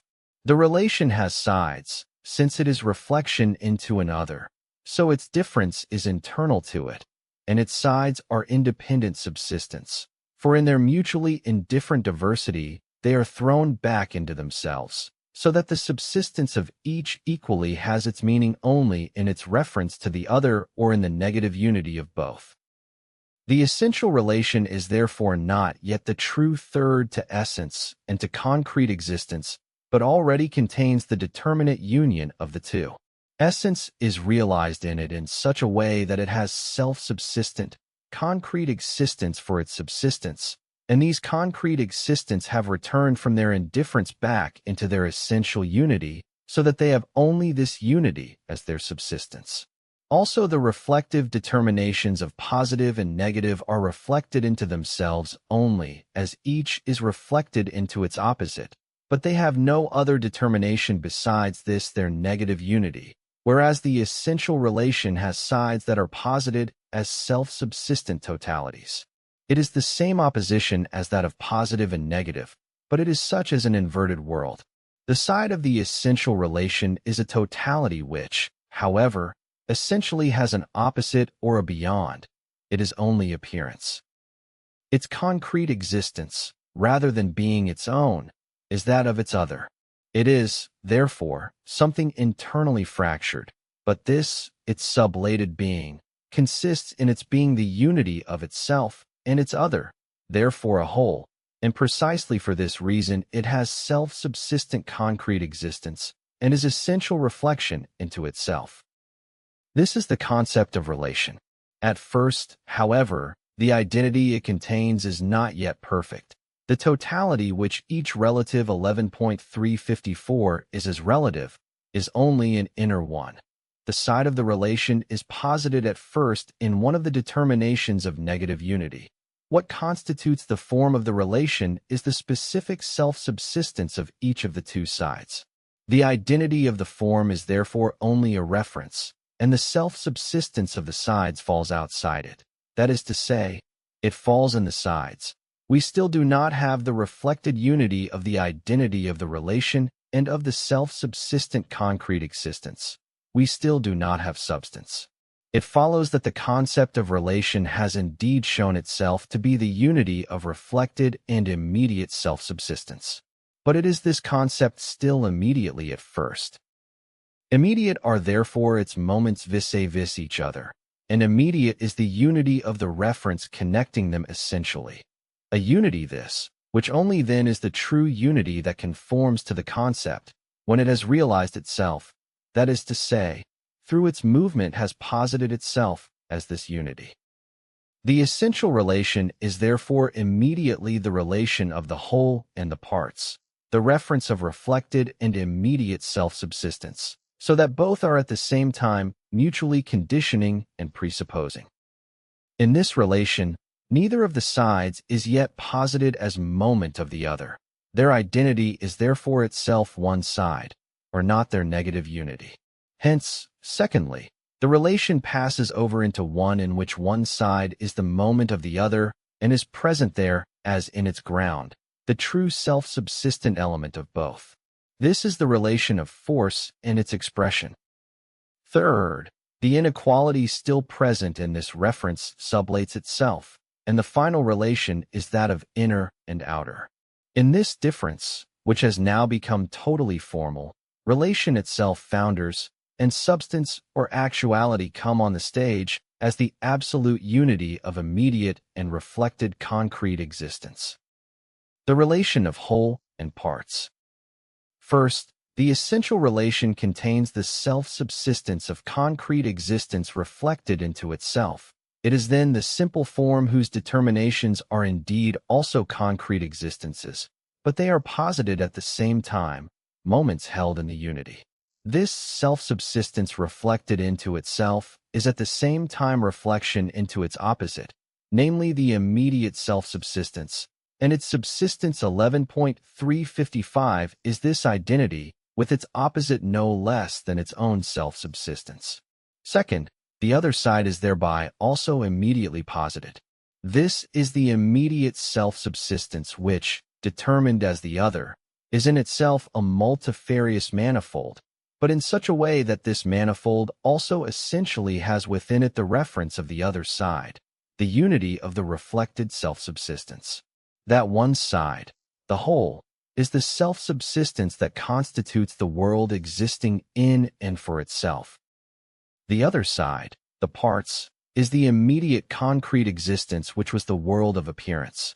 In the relation of whole and parts, the two sides are these self-subsistences, but in such a way that each has the other reflectively shining in it, and, at the same time, only is as the identity of both.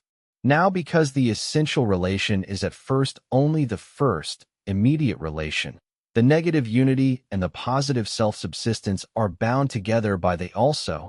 The two sides are indeed both posited as moments, but equally so as concretely existing self-subsistences.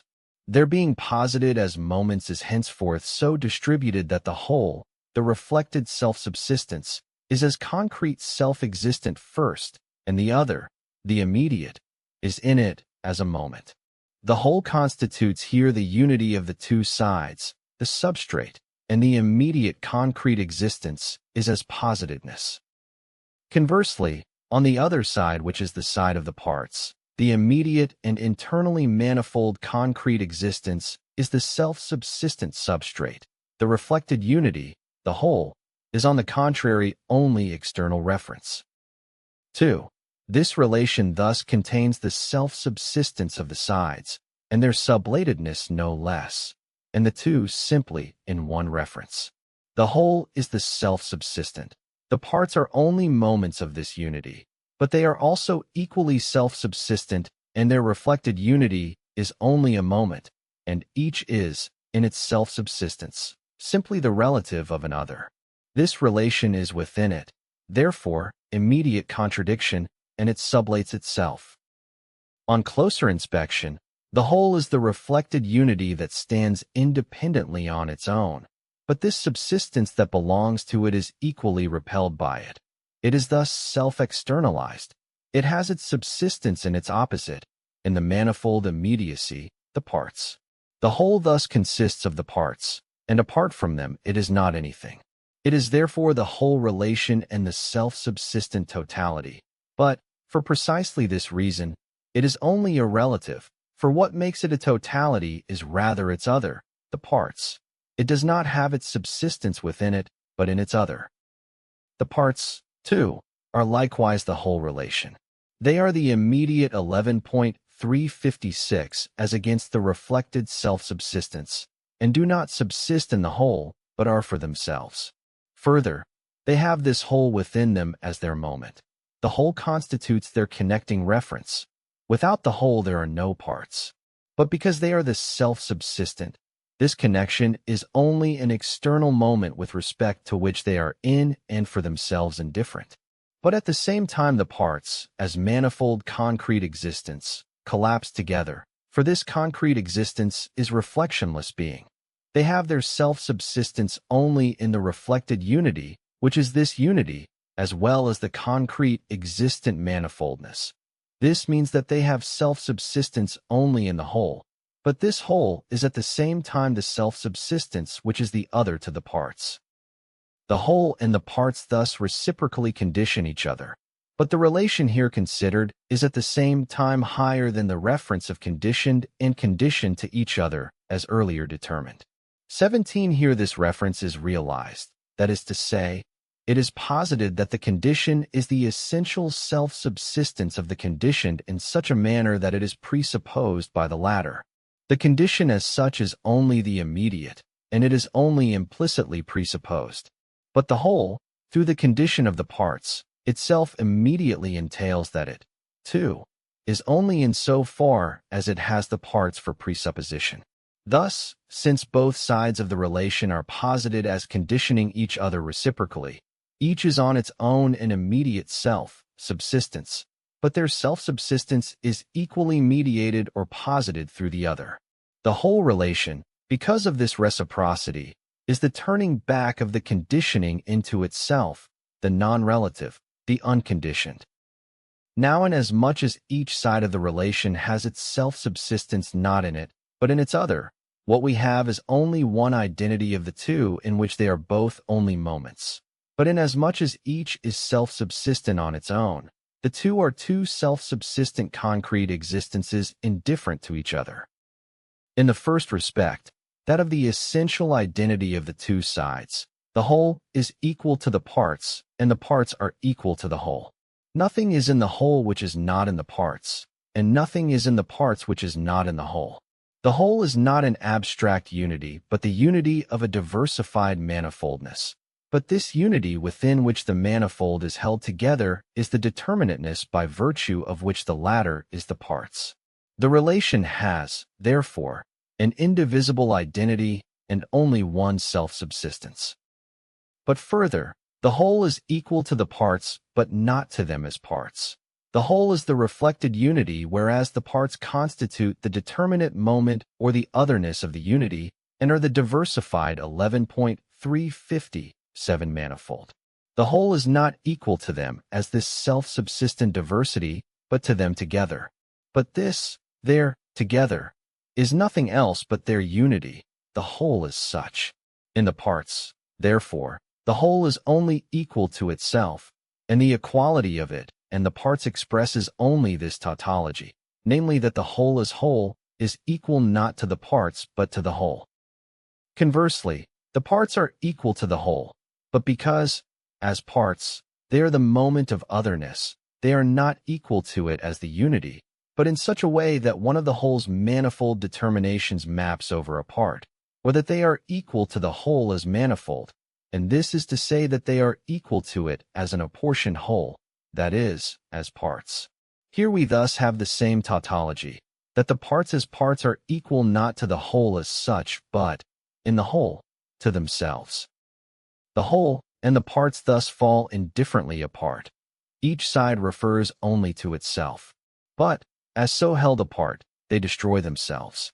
The whole which is indifferent towards the parts is abstract identity, undifferentiated in itself.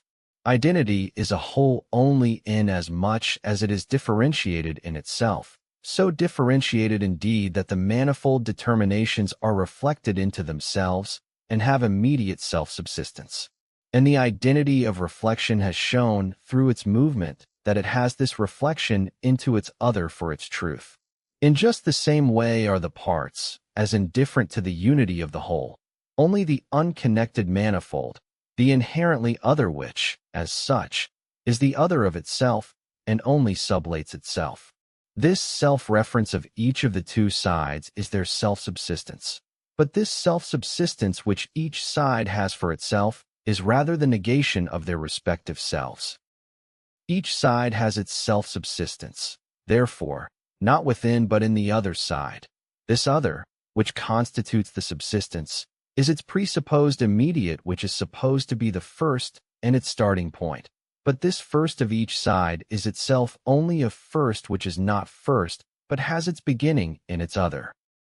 The truth of the relation consists therefore in the mediation. Its essence is the negative unity in which both the reflected and the existent immediacy are equally sublated. The relation is the contradiction that returns to its ground, into the unity which, as turning back, is reflected unity, but which, since it has equally posited itself as sublated, refers to itself negatively and makes itself into existent immediacy. But this unity's negative reference, in so far as it is a first and an immediate, only is as mediated by its other and equally as posited. This other, the existent immediacy, is equally only as sublated. 11.358 Its self-subsistence is a first, but only in order to disappear, and it has an existence which is posited and mediated. Determined in this way, the relation is no longer one of whole and parts. The previous immediacy of its sides has passed over into positedness and mediation. Each side is posited, in so far as it is immediate, as self-sublating and as passing over into the other, and, in so far as it is itself negative reference, it is at the same time posited as conditioned through the other, as through its positive. And the same applies to the immediate transition of each. It is equally a mediation, a sublating which is posited through the other. Thus the relation of whole and parts has passed over into the relation of force and its expressions. Remark. The antinomy of the infinite divisibility of matter was examined above, section 1, pages 138 ff. 18 in connection with the concepts of quantity. Quantity is the unity of continuity and discreteness. It contains in the self-subsistent one its confluence with others, and in this uninterrupted continuing self-identity, it equally contains the negation of it. Inasmuch as the immediate connection of these moments of quantity finds expression in the essential relation of whole and parts, the one of quantity being part, and its continuity the whole which is composed of parts, the antinomy consists in the contradiction that was incurred and was resolved in conjunction with the relation of whole and parts. For whole and parts are just as essentially related to one another and constitute only one identity as they are indifferent to each other, having independent subsistence. The relation, therefore, is this antinomy, that the one moment, in freeing itself from the other, immediately brings about this other. The concrete existent, then, determined as a whole, has parts, and these constitute its subsistence. The unity of the whole is a posited connection, an external composition which is extraneous to the self-subsistent concrete existent. Now if such a concrete existent is a part, then it is not the whole, is not composed, hence is a simple. But the reference to the whole is external to it, and therefore extraneous. It follows that the self-subsistent, in itself, is also not a part, for it is a part only by virtue of that connecting reference. But now, since it 11.359 is not part, it is a whole, for this relation of whole and parts is the only one that there is, and the self-subsistent is one of the two. But as a whole, it is again composed. It again consists of parts, and so on to infinity. This infinity consists in nothing else but the perennial alternation of the two determinations of the relation, in each of which the other immediately arises, so that the positiveness of one is the disappearing of itself. Determined as a whole, matter consists of parts, and in these the whole becomes an unessential connection. It disappears. But a part, thus taken on its own, is also not a part but the whole. The antinomy of this inference, on close inspection, is really this. Since the whole is not what subsists on its own, the part is the self-subsistent. But since the latter is self-subsistent only without the whole, it is then self-subsistent not as a part, but rather as a whole. The infinitude of the ensuing progress is the incapacity to bring together the two thoughts which this mediation entails, namely that each of the two determinations, by virtue of its self-subsistence and separation from the other, passes over into non-self-subsistence and into the other. The relation of force and its expression. Force is the negative unity into which the contradiction of whole and parts has resolved itself. It is the truth of that first relation. That of whole and parts is the thoughtless relation which the understanding first happens to come up with.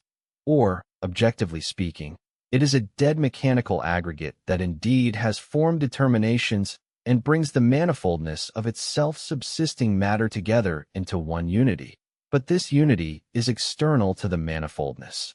But the relation of force is the higher immanent turning back in which the unity of the whole that made up the connection of the self-subsisting otherness ceases to be something external and indifferent to this manifoldness. In the essential relation as now determined, the immediate and the reflected self-subsistence are now posited in that manifoldness as sublated or as moments, whereas in the preceding relation they were self-subsisting sides or extremes. In this there is contained, first, that the reflected unity and its immediate existence, in so far as they are both first and immediate, sublate themselves and pass over into their other. The former, force, passes over into its expression, and what is expressed is a disappearing something that returns into force as its ground and only exists as supported 11.360 and posited by it.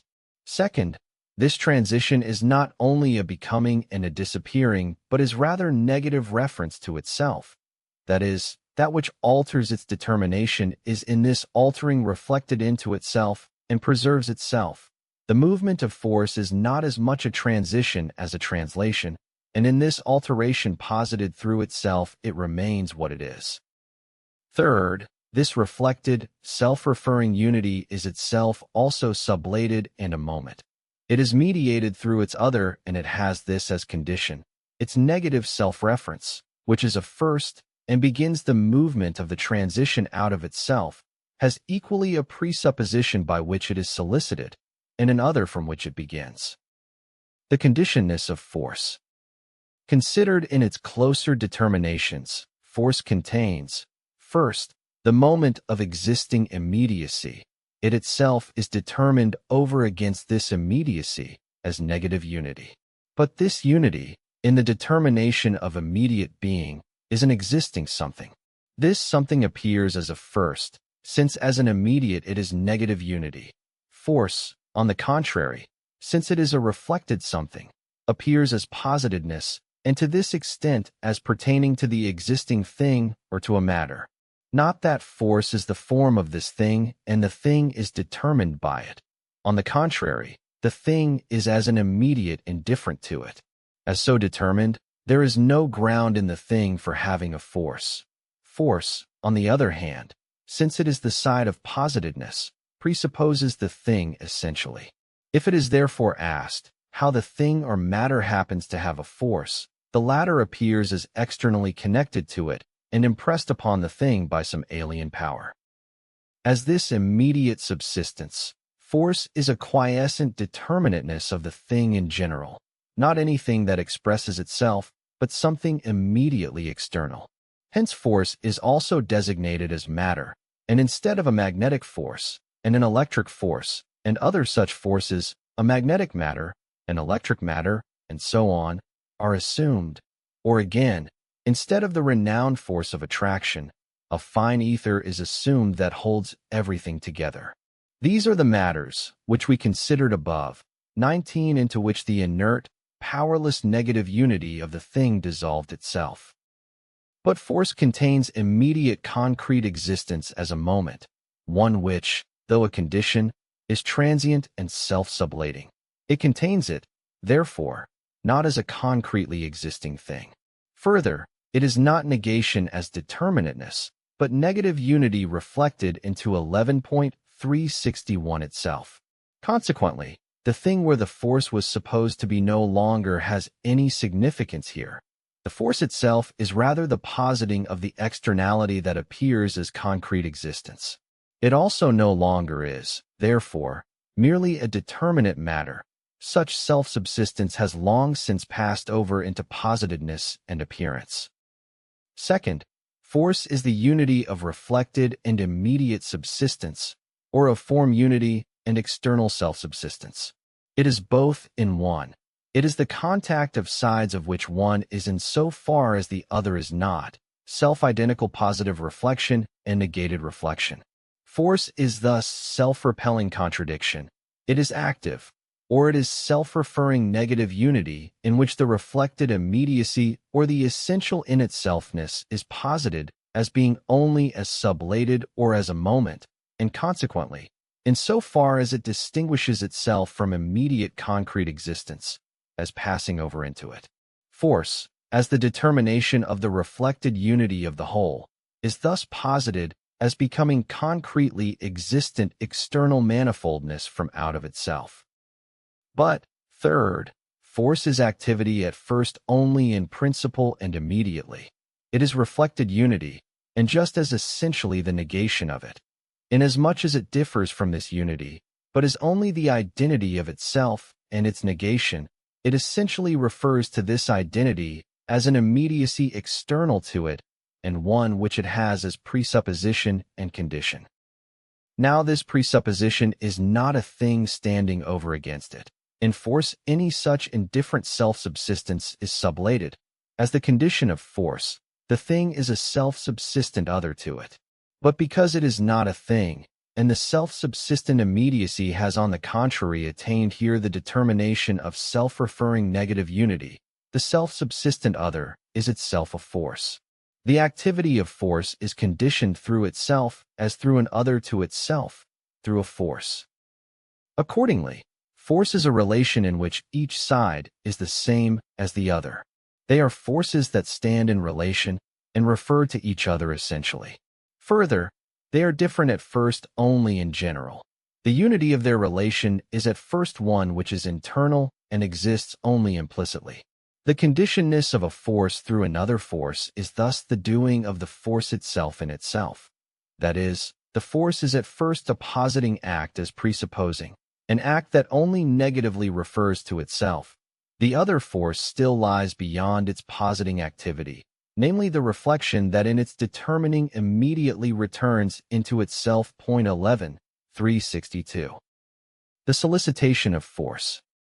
Force is conditioned because the moment of immediate concrete existence which it contains is something only posited, but, because it is at the same time an immediate, is posited as something presupposed in which the force negates itself. Accordingly, the externality which is present to force is its own activity of presupposing posited at first as another force. This presupposing is moreover reciprocal. Each of the two forces contains the unity reflected into itself as sublated and is therefore a presupposing. It posits itself as external.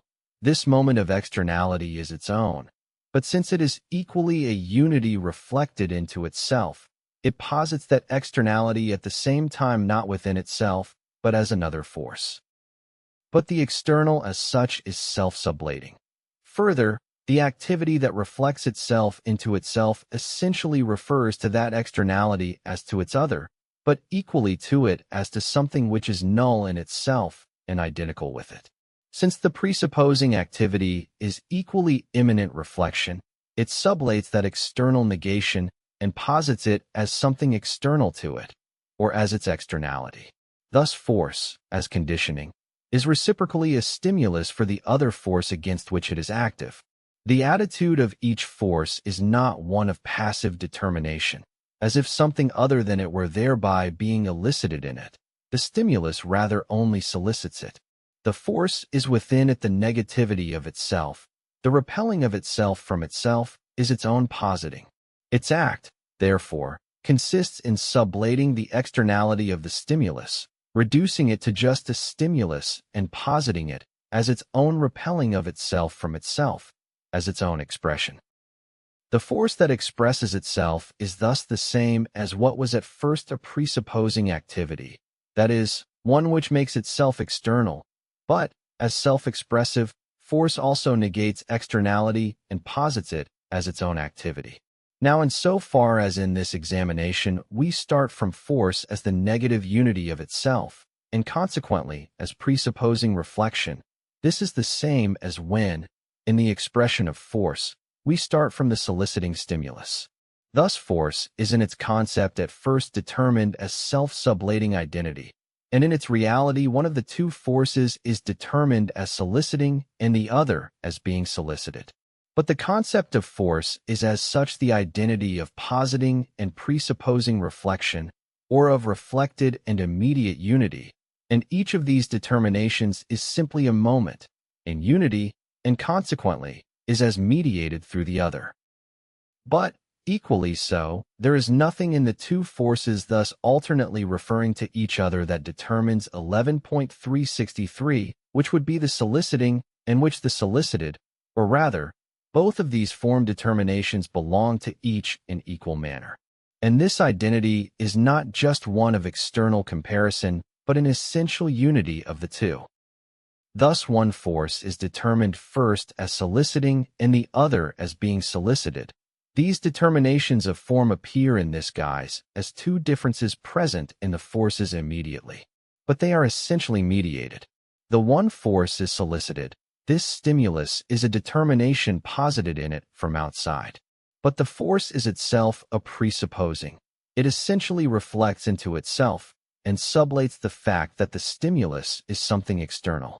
That it is solicited is thus its own doing, or it is through its own determining that the other force is an other force in general and the one soliciting.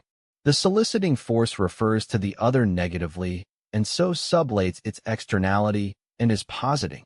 But it is this positing only on the presupposition that it has an other over against it. That is to say, it is itself soliciting only to the extent that it has an externality in it, and hence to the extent that it is solicited. Or it is soliciting only to the extent that it is solicited to be soliciting. And so, conversely, the first is solicited only to the extent that it itself solicits the other to solicit it, that is, the first force. Each thus receives the stimulus from the other, but the stimulus that each delivers as active consists in receiving a stimulus from the other. The stimulus which it receives is solicited by itself. Both the given and the received stimulus, or the active expression and the passive externality, are each, therefore, nothing immediate but are mediated. Indeed, each force is itself the determinateness which the other has over against it, is mediated through this other, and this mediating other is again its own determining positing. This, then, that a force happens to incur a stimulus through another force, that it therefore behaves passively, but then again passes over from this passivity into activity. This is the turning back of force into itself. Force expresses itself. The external expression is a reaction in the sense that it posits the externality as its own moment and thus sublates its having been solicited through another force. The two are therefore one. The expression of the force by virtue of which the latter, through its negative activity which is directed at itself, imparts a determinate being for other to itself, and the infinite turning in this externality back to itself, so that there it only refers to itself. The presupposing reflection, to which belong the conditionedness and the stimulus, is therefore immediately also the 11.364 reflection that returns into itself, and the activity is essentially reactive against itself. The positing of the stimulus or the external is itself the sublation of it, and, conversely, the sublation of the stimulus is the positing of the externality. The infinity of force. Force is finite inasmuch as its moments still have the form of immediacy. In this determination, its presupposing and its self-referring reflection are different. The one appears as an external self-subsisting force, and the other as passively referring to it. Force is thus still conditioned according to form, and according to content likewise still restricted, for a determinateness of form still entails a restriction of content. But the activity of force consists in expressing itself, that is, as we have seen, in sublating the externality and determining it as that in which it is identical with itself. What force truly expresses, therefore, is that its reference to an other is its reference to itself, that its passivity consists in its activity. The stimulus by virtue of which it is solicited to activity is its own soliciting. The externality that comes to it is nothing immediate, but something mediated by it, just as its own essential self-identity is not immediate, but is mediated by virtue of its negation. In brief, force expresses this, that its externality is identical with its inwardness. Relation of outer and inner. The relation of whole and parts is the immediate relation. In it, therefore, reflected and existent immediacy have a self-subsistence of their own. But now, since they stand in essential relation, their self-subsistence is their negative unity, and this is now posited in the expression of force. The reflected unity is essentially a becoming other, the unity's translation of itself into externality. But this externality is just as immediately taken back into that unity. The difference of the self-subsisting forces sublates itself. The expression of force is only a mediation of the reflected unity with itself. What is present is only an empty and transparent difference, a reflective shine. But this shine is the mediation which is precisely the independent subsistence. What we have is not just opposite determinations openly sublating themselves, and their movement is not only a transition. Rather, what we have is both that the 11.365 immediacy from which the start and the transition into otherness were made is itself only posited, and that, consequently, each of the determinations is already in its immediacy the unity with its other, so that the transition equally is a self-positing turning back into itself. The inner is determined as the form of reflected immediacy or of essence over against the outer as the form of being. The two, however, are only one identity. This identity is, first, the sustaining unity of the two as substrate replete of content, or the absolute fact with respect to which the two determinations are indifferent, external moments. To this extent, it is content in totality, a totality which is an inner that has equally become an outer, but, in this outer, is not something that has become or something that has been left behind, but is self-equal. The outer, in this determination, is not only equal to the inner according to content, but the two are rather only one fact. But this fact, as simple identity with itself, is different from its form determinations, or these determinations are external to it. It is itself, therefore, an inner which is different from its externality. But this externality consists in the two determinations, the inner and the outer, both constituting it. But the fact is itself nothing other than the unity of the two.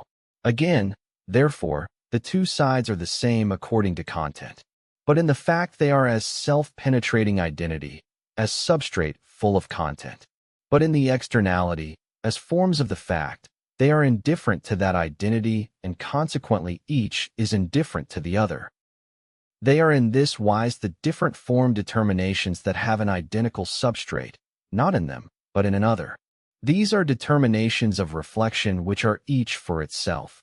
The inner, as the form of immanent reflection, the form of essentiality. The outer, as the form instead of immediacy reflected into another, or the form of unessentiality. But the nature of relation has shown that these determinations constitute just one identity alone. In its expression, force is a determining which is one and the same as presupposing and as returning into itself. Inasmuch as the inner and the outer are considered as determinations of form, they are, therefore, first, only the simple form itself, and, second, because in this form they are at the same time determined as opposite, their unity is the pure abstract determination in which the one is immediately the other, and is this other because it is the one that it is. Thus the inner is immediately only the outer, and it is this determinateness of externality for the reason that it is the inner. Conversely, the outer is only an inner because it is only an outer. In other words, since the unity of form holds its two determinations as opposites, their identity is only this transition, and is in this transition only the other of both, not their identity replete with content. Or this holding fast to form is in general the side 11.366 of determinateness. What is determined according to this side is not the real totality of the whole, but the totality or the fact itself only in the determinacy of form. Since this unity is simply the coincidence of two opposed determinations, then when one of them is taken first, it is indifferent which. It must be said of the substrate or the fact that it is for this reason just as essentially in the other determinateness, but also only in the other, just as it was first said that it is only in the first. Thus something which is at first only an inner is for just that reason only an outer, or conversely something which is only an outer is for that reason only an inner. Or if the inner is determined as essence but the outer as being, then inasmuch as a fact is only in its essence, it is for that very reason only an immediate being, or a fact which only is for that very reason as yet only in its essence. Outer and inner are determinateness so posited that each, as a determination, not only presupposes the other and passes over into it as its truth, but, in being this truth of the other, remains posited as determinateness and points to the totality of both. The inner is thus the completion of essence according to form. For in being determined as inner, essence implies that it is deficient and that it is only with reference to its other, the outer, but this other is not just being, or even concrete existence, but is the reference to essence or the inner. What we have here is not just the reference of the two to each other, but the determining element of absolute form, namely that each term is immediately its opposite, and each is their common reference to a third, or rather to their unity. Their mediation, however, still misses this identical substrate that contains them both. Their reference is for this reason the immediate conversion of the one into the other, and this negative unity tying them together is the simple point empty of content. Remark: the movement of essence is in general the coming to be of the concept. In the relation of inner and outer, the essential moment of the concept comes on stage, namely that its determinations are so posited in negative unity that each not only is its other immediately, but is also the totality of the whole. In the concept as such, however, this totality is the universal, a substrate which is still absent in the relation of inner and outer. Also 11.367 missing in the negative unity of inner and outer, which is the immediate conversion of the one determination into the other, is that substrate which we have called the fact. The immediate identity of form, as has been posited here, still without the rich content of the movement of the fact itself, merits close attention. It occurs in the fact as the latter is at its beginning. Thus pure being is immediately nothing. Quite in general, everything real is at its beginning only an immediate identity of this sort, for at this stage it has not yet opposed and developed its moments. On the one hand, it has not yet inwardly recollected itself from externality. On the other, it has not yet relinquished its inwardness, not yet produced itself out of it. It is, therefore, the inner only as determinateness against the outer, and the outer only as determinateness against the inner. Hence it is partly only an immediate being, and partly, since it is equally the negativity which will be the activity of development, is as such still essentially only an inner. This is manifest, quite in general, in every natural, scientific, and spiritual development, and it is essential to recognize that because something is at first only an inner or also in its concept, as a first it is for that reason only its immediate passive existence. Thus, just to take the nearest example, the essential relation now under consideration, before going through the mediation of the relation of force and thus realizing itself, is relation only in itself, is the concept of relation or relation only implicitly. But for that reason it is only the external, immediate relation, the relation of whole and parts in which the sides have indifferent subsistence vis-a-vis each other. Their identity is not yet explicit in them. It is implicit at first, and for this reason they fall apart. They have an immediate, external subsistence. Thus the sphere of being is in general only the absolutely still inner, and for this reason the sphere of existent immediacy or of externality. Essence, or Wesen in German, is only the inner at first. Hence it is also taken for a totally external and unsystematic common element.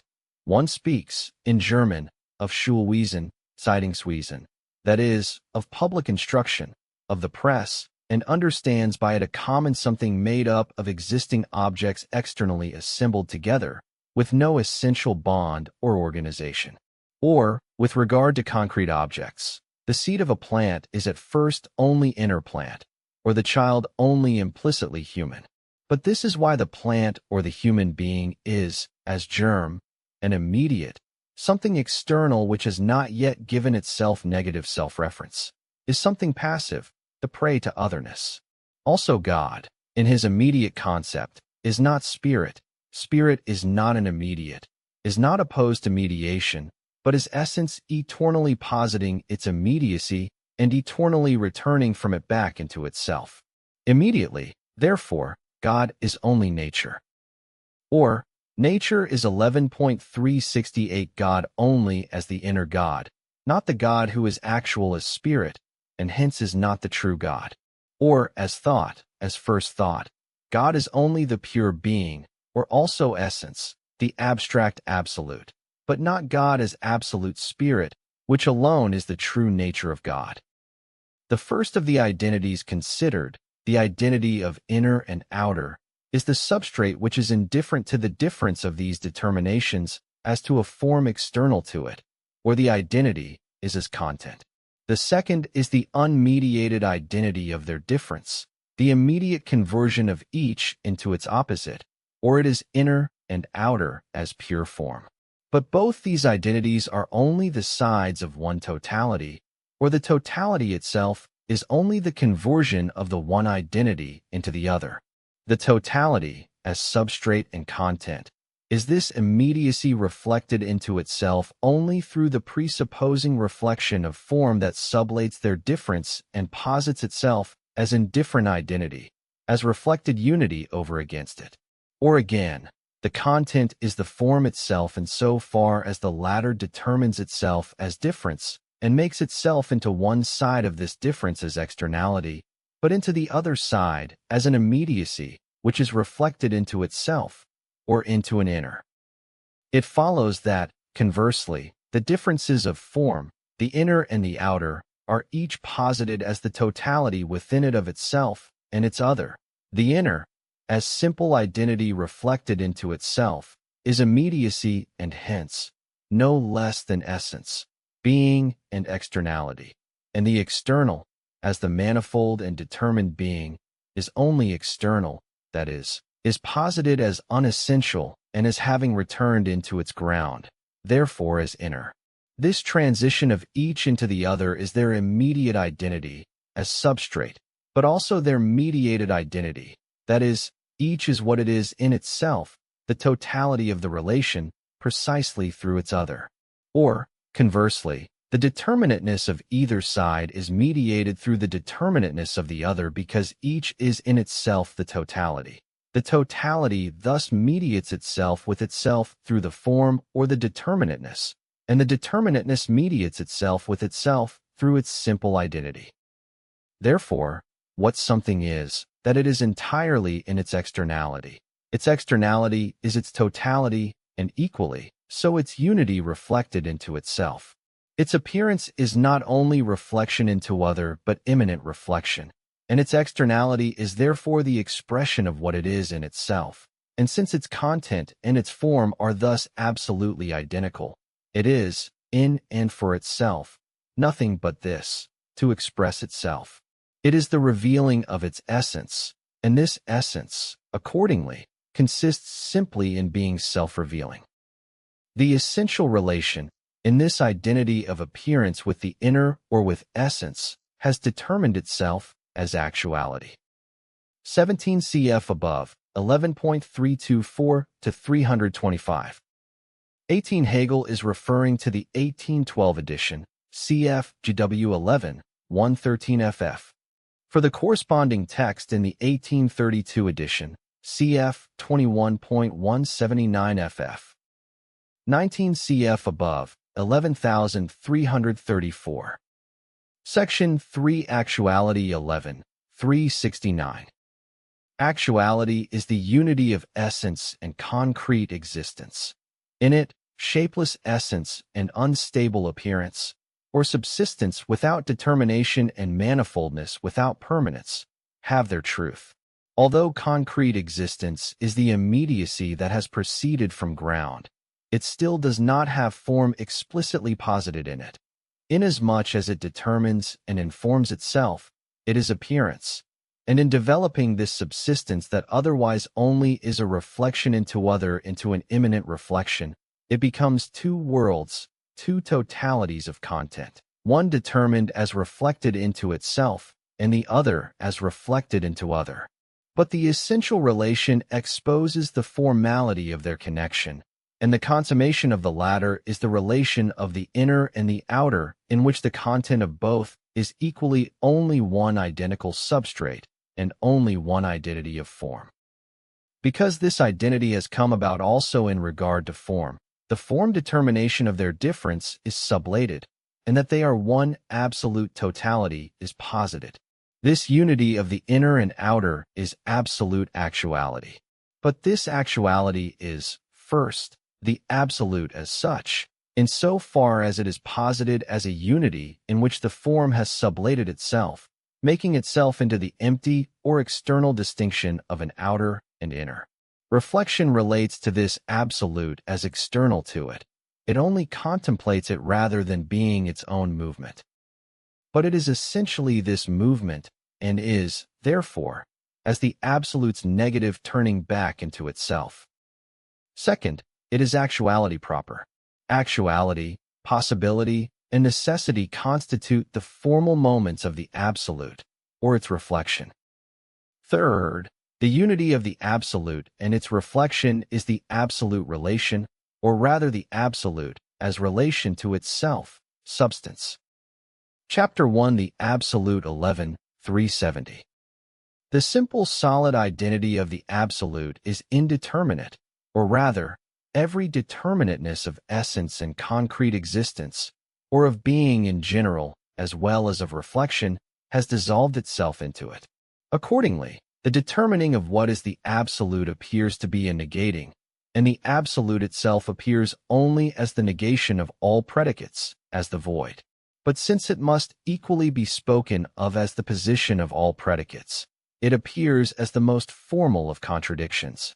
In so far as that negating and this positing belong to external reflection, what we have is a formal, unsystematic dialectic that has an easy time picking up a variety of determinations here and there, and is just as at ease demonstrating, on the one hand, their finitude and relativity, as declaring, on the other, that the absolute, which it vaguely envisages as totality, is the dwelling place of all determinations, yet is incapable of raising either the positions or the negations to a true unity. The task is indeed to demonstrate what the absolute is. But this demonstration cannot be either a determining or an external reflection by virtue of which determinations of the absolute would result, but is rather the exposition of the absolute, more precisely the absolute's own exposition, and only a displaying of what it is. The exposition of the absolute. The absolute is not just being, nor even essence. The former is the first unreflected immediacy, the latter, the reflected immediacy. Further, each is explicitly a totality, but a determinate totality. Being emerges in essence as concrete existence, and the connection of being and essence develops into the relation of inner and outer. The inner is essence, but as a totality whose essential determination is to be referred to being and to be being immediately. The outer is being, but with the essential determination of being immediately connected with reflection and, equally, in a relationless identity with essence. The absolute itself is the absolute 11.371 unity of the two. It is that which constitutes in general the ground of the essential relation which, as only relation, has yet to return into this its identity and whose ground is not yet posited. It follows that the determination of the absolute is to be absolute form, but at the same time not as an identity whose moments only are simple determinacies, but, on the contrary, as an identity whose moments are each explicitly the totality and hence indifferent with respect to the form, the complete content of the whole. But, conversely, the absolute is absolute content in such a way that this content, which is as such in different plurality, explicitly has the negative connection of form by virtue of which its manifold is only one substantial identity. Thus the identity of the absolute is for this reason absolute identity, because each of its parts is itself the whole, or each determinateness is the totality, that is, because determinateness has become as such a thoroughly transparent reflective shine, a difference that has disappeared in its positiveness. Essence, concrete existence, the world existing in itself, whole, parts, force, these reflected determinations appear to representation as true being valid in and for itself, but against them the absolute is the ground into which they have foundered. Because in the absolute the form is now only simple self-identity, the absolute does not determine itself, for the determination is a difference of form which is valid as such from the start. But because the absolute at the same time contains every difference in form determination in general, or because it is itself absolute form and reflection, the difference of content must also come into it. But the absolute itself is the absolute identity. To be this identity is its determination, for the manifoldness of the world in itself and of the phenomenal world has all been sublated in it. In the absolute itself there is no becoming, since the absolute is not being, nor does the absolute determine itself reflectively, for it is not the essence which determines itself only inwardly, and it also does not externalize itself, for it is the identity of inner and outer. But in this way the movement of reflection stands over against its absolute identity. The movement is sublated in this identity and is thus only its inner, but consequently its outer. At first, therefore, the movement consists only in sublating its act in the absolute. It is the beyond of the manifold differences and determinations and of their movement, a beyond that lies at the back of the absolute. It is thus the negative exposition of the absolute earlier alluded to. 1. In its true presentation, this exposition is the preceding whole of the logical movement of the spheres of being and essence, the content of which has not been gathered in from outside as something given and contingent, nor has it been 11.372 sunk into the abyss of the absolute by a reflection external to it. On the contrary, it has determined itself within it by virtue of its inner necessity, and, as being's own becoming and as the reflection of essence, has returned into the absolute as, into its ground. But this exposition has itself also a positive side, for in foundering to the ground the finite demonstrates that its nature is to be referred to the absolute, or to contain the absolute within. However, this side is not as much the positive exposition of the absolute as it is rather the exposition of the determinations, namely that these have the absolute for their abyss, but also for their ground, too, or that which imparts subsistence to them, to their reflective shine, is the absolute itself. Being as shine is not nothing but reflection, reference to the absolute, or it is a shine inasmuch as that which shines in it is the absolute. This positive exposition thus halts the finite just before its disappearing. It considers it an expression and a copy of the absolute. But this transparency of the finite that lets only the absolute transpire through it ends up in complete disappearance, for there is nothing in the finite which would retain for it a difference over against the absolute. As a medium, it is absorbed by that through which it shines. This positive exposition of the absolute is therefore itself only a reflective shine, for the true positive, that which contains the exposition and the expounded content, is the absolute itself. Whatever the further determinations that may occur, the form in which the absolute reflectively shines is a nullity which the exposition gathers up from outside, and in which it gains for itself a starting point for its activity. Any such determination has in the absolute, not its beginning, but its end. This expository process, therefore, though it is an absolute act because of its reference to the absolute into which it returns, is not so at its starting point, which is a determination external to the absolute. But in actual fact, the exposition of the absolute is the absolute's own doing, an act that begins from itself and arrives at itself.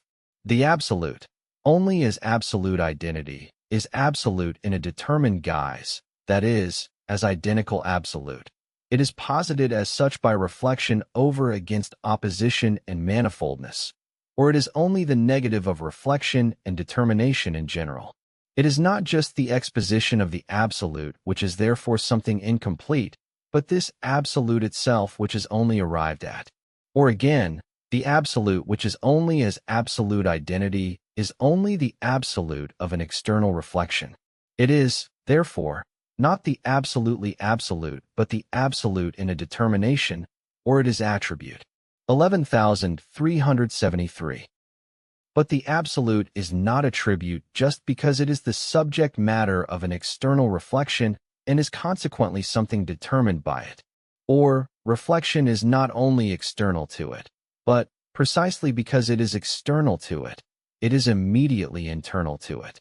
The absolute is absolute only because it is not abstract identity, but is the identity of being and essence, or the identity of the inner and the outer. It is therefore itself the absolute form that makes it reflectively shine within itself and determines it as attribute. The absolute attribute. The expression which we have used, the absolute, denotes the absolute which in its form has returned back into itself, or whose form is equal to its content. The attribute is just the relative absolute, a combination which only signifies the absolute in a form determination. For at first, before its complete exposition, the form is only internally or, which is the same, only externally. It is at first determinate form in general or negation in general. But because form is at the same time as the form of the absolute, the attribute is the whole content of the absolute. It is the totality which earlier appeared as a world, or as one of the sides of the essential relation, each of which is itself the whole. But both worlds, the phenomenal world and the world that exists in and for itself, were supposed to be opposed to each other in their essence. Each side of the essential relation was indeed equal to the other, the whole as much as the parts, the expression of force the same content as force itself, and the outer everywhere the same as the inner. But these sides were at the same time supposed each to have still an immediate subsistence of its own, the one side as existent immediacy and the other as reflected immediacy. In the absolute, on the contrary, these different immediacies have been reduced to a reflective shine, and the totality that the attribute is as posited as its true and single subsistence, while the determination in which it is posited as unessential subsistence. The absolute is attribute because, as simple absolute identity, it is in the determination of identity. Now to the determination as such other determinations can be attached, for instance, also that there are several attributes. But because absolute identity has only this meaning, that not only all determinations have been sublated, but that reflection itself has also sublated itself, all determinations are thus posited in it as sublated. Or the totality is posited as absolute totality. Or again, the attribute has the absolute 11.374 for its content and subsistence, and, consequently, its form determination by which it is attribute is also posited immediately as mere reflective shine. The negative is posited as negative. The positive reflective shine that the exposition gives itself through the attribute, in that it does not take the finite in its limitation as something that exists in and for itself, but dissolves its subsistence into the absolute and expands it into attribute, sublates precisely this, that the attribute is attribute. It sinks it and its differentiating act into the simple absolute. But since reflection thus reverts from its differentiating act only to the identity of the absolute, it has not at the same time left its externality behind, and has not arrived at the true absolute. It has only reached the indeterminate, abstract identity, which is to say, the identity in the determinateness of identity. Or, since reflection determines the absolute into attribute as inner form, this determining is something still distinct from externality. The inner determination does not penetrate the absolute. The attribute's expression, as something merely posited, is to disappear into the absolute. The form by virtue of which the absolute would be attribute, whether it is taken as outer or inner, is therefore posited as something null in itself, an external reflective shine, or a mere way and manner. The mode of the absolute. The attribute is first the absolute in simple self-identity. Second, it is negation, a negation which is as such formal immanent reflection. These two sides constitute at first the two extremes of the attribute, the middle term of which is the attribute itself, since it is both the absolute and the determinateness. The second of these extremes is the negative as negative, the reflection external to the absolute, or inasmuch as the negative is taken as the inner of the absolute, and its own determination is to posit itself as mode. It is then the self-externality of the absolute, the loss of itself in the changeability and contingency of being, its having passed over into its opposite without turning back into itself, the manifoldness of form and content determinations that lacks totality. But the mode, the externality of the absolute, is not just this. It is rather externality posited as externality, a mere way and manner, hence the reflective shine as reflective shine, or the reflection of form into itself, hence the self-identity which is the absolute. In actual fact, therefore, the absolute is first posited as absolute identity only in the mode. It is what at 11.375 is, namely self-identity, only as self-referring negativity, as reflective shining, which is posited as reflective shining.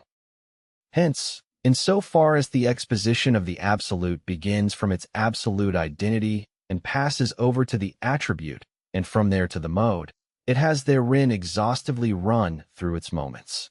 But first, in this course it does not just behave negatively towards these determinations. Its act is rather the reflective movement itself, and it is only as such a movement that the absolute truly is absolute identity. Second, the exposition does not thereby deal with mere externality, and the mode is not only the most external externality. Rather, since the mode is reflective shine as shine, it is an immanent turning back, the self-dissolving reflection, and it is in being this reflection that the absolute is absolute being. Third, the reflective act of exposition seems to begin from its own determinations and from something external, to take up the modes, or even the determinations of the attribute, as if they were found outside the absolute, and its contribution were only to reduce them to undifferentiated identity. But it has in fact found the determinateness from which it begins in the absolute itself. For as first undifferentiated identity, the absolute is itself only the determinate absolute, or attribute, because it is the unmoved, still unreflected absolute. This determinateness, since it is determinateness, belongs to the reflective movement, and it is through this movement alone that the absolute is determined as the first identity. Through it alone that it has absolute form, and does not just exist as self-equal, but posits itself as self-equal. Accordingly, the true meaning of mode is that it is the absolute's own reflective movement. It is a determining by virtue of which the absolute would become, not another, but what it already is, a transparent externality which is a pointing to itself, a movement out of itself, but in such a way that being outwardly is just as much inwardness, and consequently equally a positing which is not mere positedness, but absolute being. When therefore one asks for a content of the exposition, for what the absolute manifests, the reply is that the distinction of form and content in the absolute has been dissolved, or that just this is the content of the absolute, that it manifests itself. The absolute is the absolute form which in its diremption of itself is utterly identical with itself, is the negative as negative or the negative that rejoins itself, and in this way alone is the absolute self-identity, which equally is indifferent towards its distinctions or is absolute content. The content is therefore only this exposition itself. As this self-bearing movement of exposition, as a way and manner which is its absolute identity with itself, the absolute is expression, not of an inner, nor over against an other, but simply as absolute manifestation of itself for itself. Thus it is actuality. 11,376. Remark. Spinoza's concept of substance corresponds to the concept of the absolute, and to the relation of reflection to it, as presented here. Spinozism is a deficient philosophy because reflection and its manifold determining is in it an external thinking. The substance of this system is one substance, one indivisible totality. There is no determinateness which would not be contained in this absolute and be dissolved into it. And all that is important is that anything that to the natural way of representing and to the determining of the understanding appears vaguely to occur as self-subsistent is totally reduced in this necessary concept to a mere positiveness. Determinateness is negation. 3 is the absolute principle of Spinozist philosophy. This true and simple insight is at the basis of the absolute unity of substance. But Spinoza stops short at negation as determinateness or quality. He does not advance to the cognition of it as absolute, that is, self-negating negation. Therefore his substance does not contain the absolute form, and the cognition of it is not a cognition from within. Of course, substance is the absolute unity of thought and being or extension. It therefore contains thought itself, but only in its unity with extension, that is to say, not as separating itself from extension and hence, in general, not as determining and informing, nor as a movement of return that begins from itself.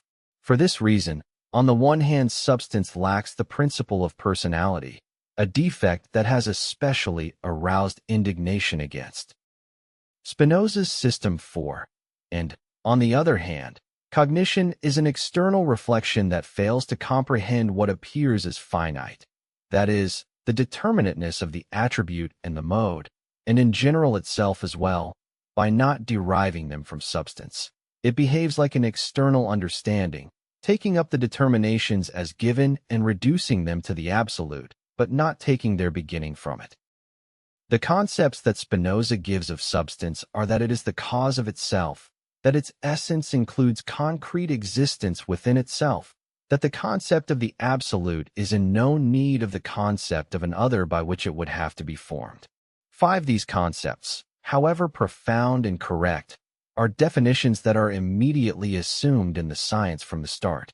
Mathematics and other subordinate sciences must begin with something presupposed that constitutes their element and positive substrate. But the absolute cannot be a first and immediate. Essentially, the absolute is rather its result. 11,377. The further definition of the attribute is introduced in Spinoza simply following that of the absolute. Spinoza defines the attribute as the manner in which the understanding conceives the essence of the absolute. 6. Leaving aside the fact that the understanding is assumed to be by nature posterior to the attribute, for Spinoza defines it as mode. 7. The attribute, or determination as determination of the absolute, is made to depend on an other, namely the understanding, which simply occurs over against substance externally and immediately. Spinoza further defines the attributes as infinite also in the sense of an infinite multiplicity. 8. But only 2 are named in what follows, thought and extension, and no indication is given of how the infinite multiplicity necessarily reduces to opposition, specifically this opposition of thought and extension. These 2 attributes are for this reason empirically assumed. Thought and being display the absolute in a determination. The absolute itself is their absolute unity, so that the 2 are only unessential forms. The order of things is the same as the order of representations or thoughts, and the one absolute is viewed only in external reflection by a mode. under both the two determinations, once as a totality of representations, and once again as a totality of things and their alterations. It is this external reflection that both generates the distinction of representation and being and reduces it to absolute identity, dissolving it there. But this whole movement goes on outside the absolute. True, the absolute is itself also thought, and therefore the movement is only in the absolute. But, as just remarked, it is in the absolute only as one with extension, and hence not as this movement, which is essentially also the moment of opposition. Spinoza makes the sublime demand on thought that it consider everything under the form of eternity, sub specie aeterni, 9 that is, as it is in the absolute. But in an absolute which is only unmoved identity, the attribute, like the mode, is only as disappearing, not as becoming, so that this disappearing also makes its positive beginning only from without. The third, the mode, is according to Spinoza an affection of substance, 10 the determinate determinateness, that which is in an other and is comprehended through this other. Strictly speaking, the only determination of the attributes is indeterminate difference. Each is supposed to express the totality of substance and be comprehended by itself. But since each is the absolute as determined, it contains otherness and cannot be comprehended by itself. It is only in the mode, therefore, that the determination of the attribute is truly posited. Further, this third element remains mere mode. On the one hand, it is immediately given. On the other hand, its nothingness is not recognized as reflection into itself. 11.378 Consequently, Spinoza's exposition of the absolute is indeed complete in so far as it begins with the absolute, lets the attribute follow therefrom, and ends with the mode. But these three are only enumerated one after the other, without the inner chain of development, and the third is not negation as negation, not the negatively self-referring negation by virtue of which it would explicitly be the turning back to the first identity, and this identity be in turn truly identity. What is lacking, therefore, is the necessity of the progression of the absolute to inessentiality, as well as the dissolution in and for itself of the latter into identity. Or again, missing are both the becoming of the identity and its determinations. Similarly, in the Oriental representation of emanation, the absolute is the self-illuminating light. But it does not just illumine itself, it also emanates. Its emanations are distancings from its unclouded clarity. Whatever is generated after is less perfect than that which precedes it and from which it arises. Emanation is taken only as a happening, becoming only as a progressive loss. Being thus becomes progressively obscured, and the night, the negative, which is the final term in the progression, does not revert back to the original light.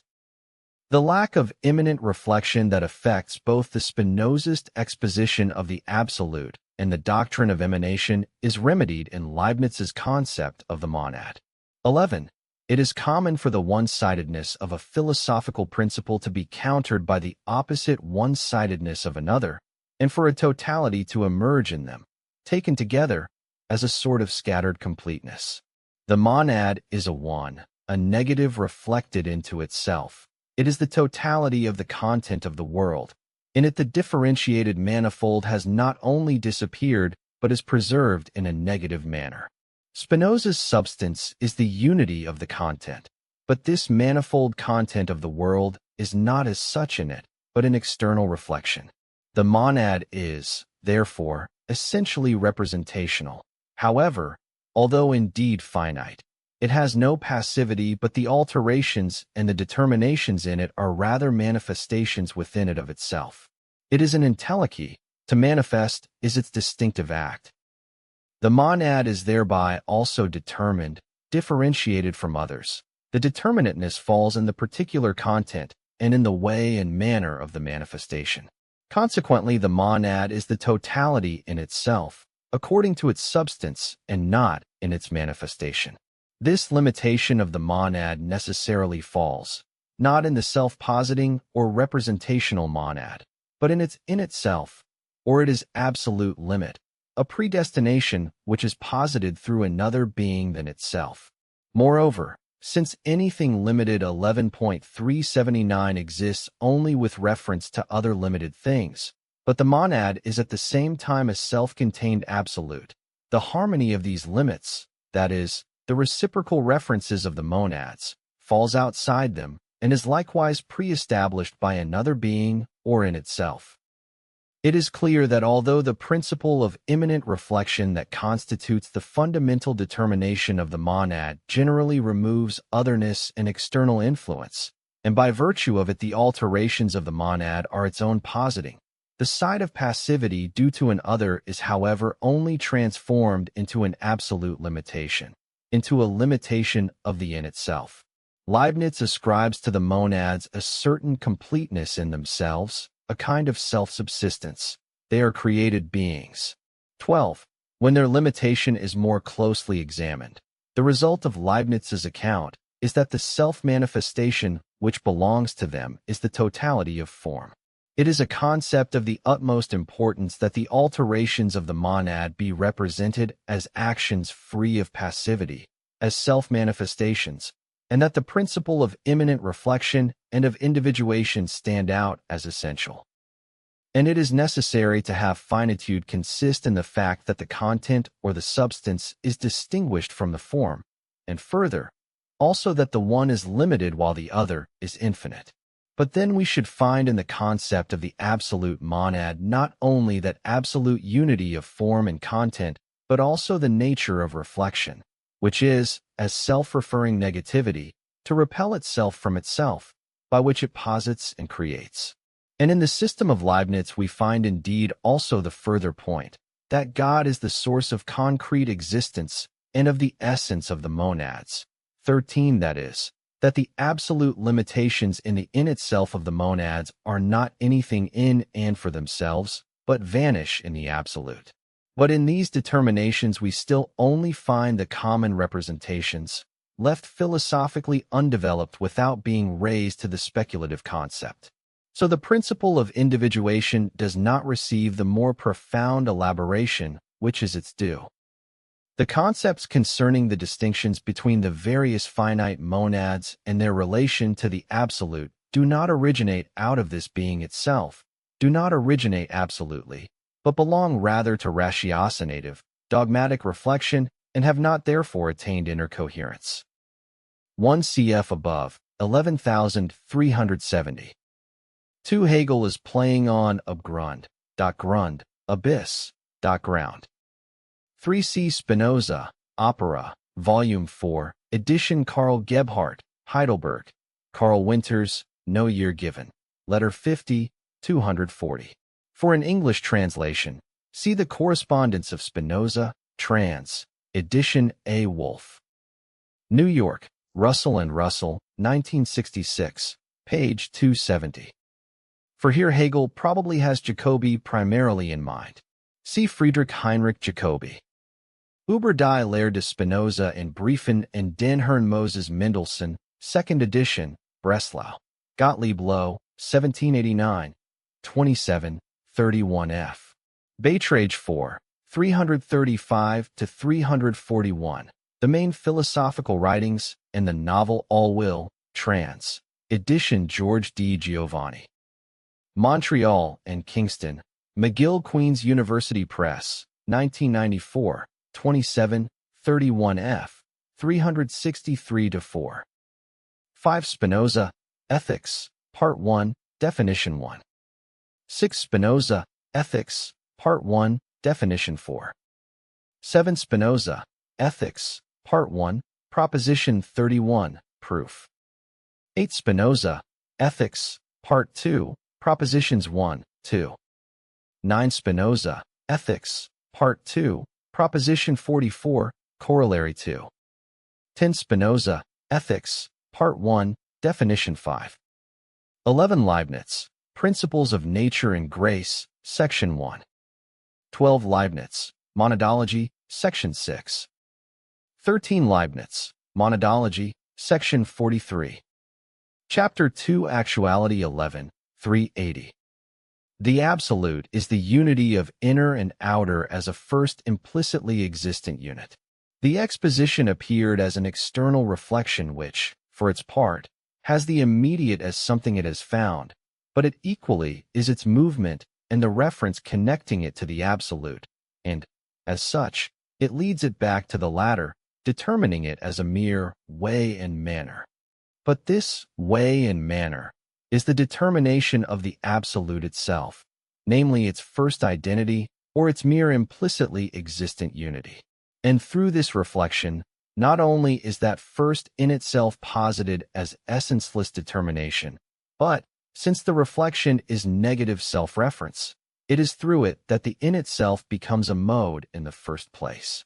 It is this reflection that, in sublating itself in its determinations, and as a movement which as such turns back upon itself, is first truly absolute identity and, at the same time, the determining of the absolute or its modality. The mode, therefore, is the externality of the absolute, but equally so only its reflection into itself, or again, it is the absolute's own manifestation, so that this externalization is its immanent reflection and therefore its being in and for itself. So, as the manifestation that it is nothing, that it has no content, save to be the manifestation of itself, the absolute is absolute form. Actuality is to be taken as this reflected absoluteness. Being is not yet actual. It is the first immediacy. Its reflection is therefore becoming and transition into another, or its immediacy is not being in and for itself. Actuality also stands higher than concrete existence. It is true that the latter is the immediacy that has proceeded from ground and conditions, or from essence and its reflection. In itself or implicitly, it is therefore what actuality is, real reflection, but it is still not the posited unity of reflection and immediacy. Hence concrete existence passes over into appearance as it develops the reflection contained within it. It is the ground that has foundered to the ground. Its determination, its vocation, 14, is to restore this ground, and therefore it becomes essential relation, and its final reflection is that its immediacy be posited as immanent reflection and conversely. This unity, in which concrete existence or immediacy and the in itself, the ground or the reflected, are simply moments, is now actuality. 11.381 The actual is therefore manifestation. It is not drawn into the sphere of alteration by its externality, nor is it the reflective shining of itself in another. It just manifests itself, and this means that in its externality, and only in it, it is itself, that is to say, only as a self-differentiating and self-determining movement. Now in actuality as this absolute form, the moments only are as sublated or formal, not yet realized. Their differentiation thus belongs at first to external reflection and is not determined as content. Actuality, as itself immediate form unity of inner and outer, is thus in the determination of immediacy as against the determination of immanent reflection, or it is in actuality as against a possibility. The connection of the two to each other is the third, the actual determined both as being reflected into itself and as this being immediately existing. This third is necessity. But first, since the actual and the possible are formal distinctions, their connection is likewise only formal, and consists only in this, that the one just like the other is a positedness, or in contingency. Second, because in contingency the actual as well as the possible are a positedness, because they have retained their determination, real actuality now arises, and with it also real possibility and relative necessity. Third, the reflection of relative necessity into itself yields absolute necessity, which is absolute possibility and actuality. Contingency 15 or formal actuality, possibility, and necessity. Actuality is formal inasmuch as a first actuality, it is only immediate, unreflected actuality, and hence is only in this form determination, but not as the totality of form. and so it is nothing more than a being or concrete existence in general. But because by essence it is not mere concrete existence, but is the form unity of the in-itselfness or inwardness and externality, it immediately contains in-itselfness or possibility. What is actual is possible. 11,382. This possibility is actuality reflected into itself. But this reflectedness, itself a first, is equally something formal and consequently only the determination of self-identity or of the in-itself in general. But because the determination is here totality of form, this in itself is determined as sublated or essentially only with reference to actuality. As the negative of actuality, it is posited as negative. Possibility entails, therefore, two moments. It has first the positive moment of being reflected into itself.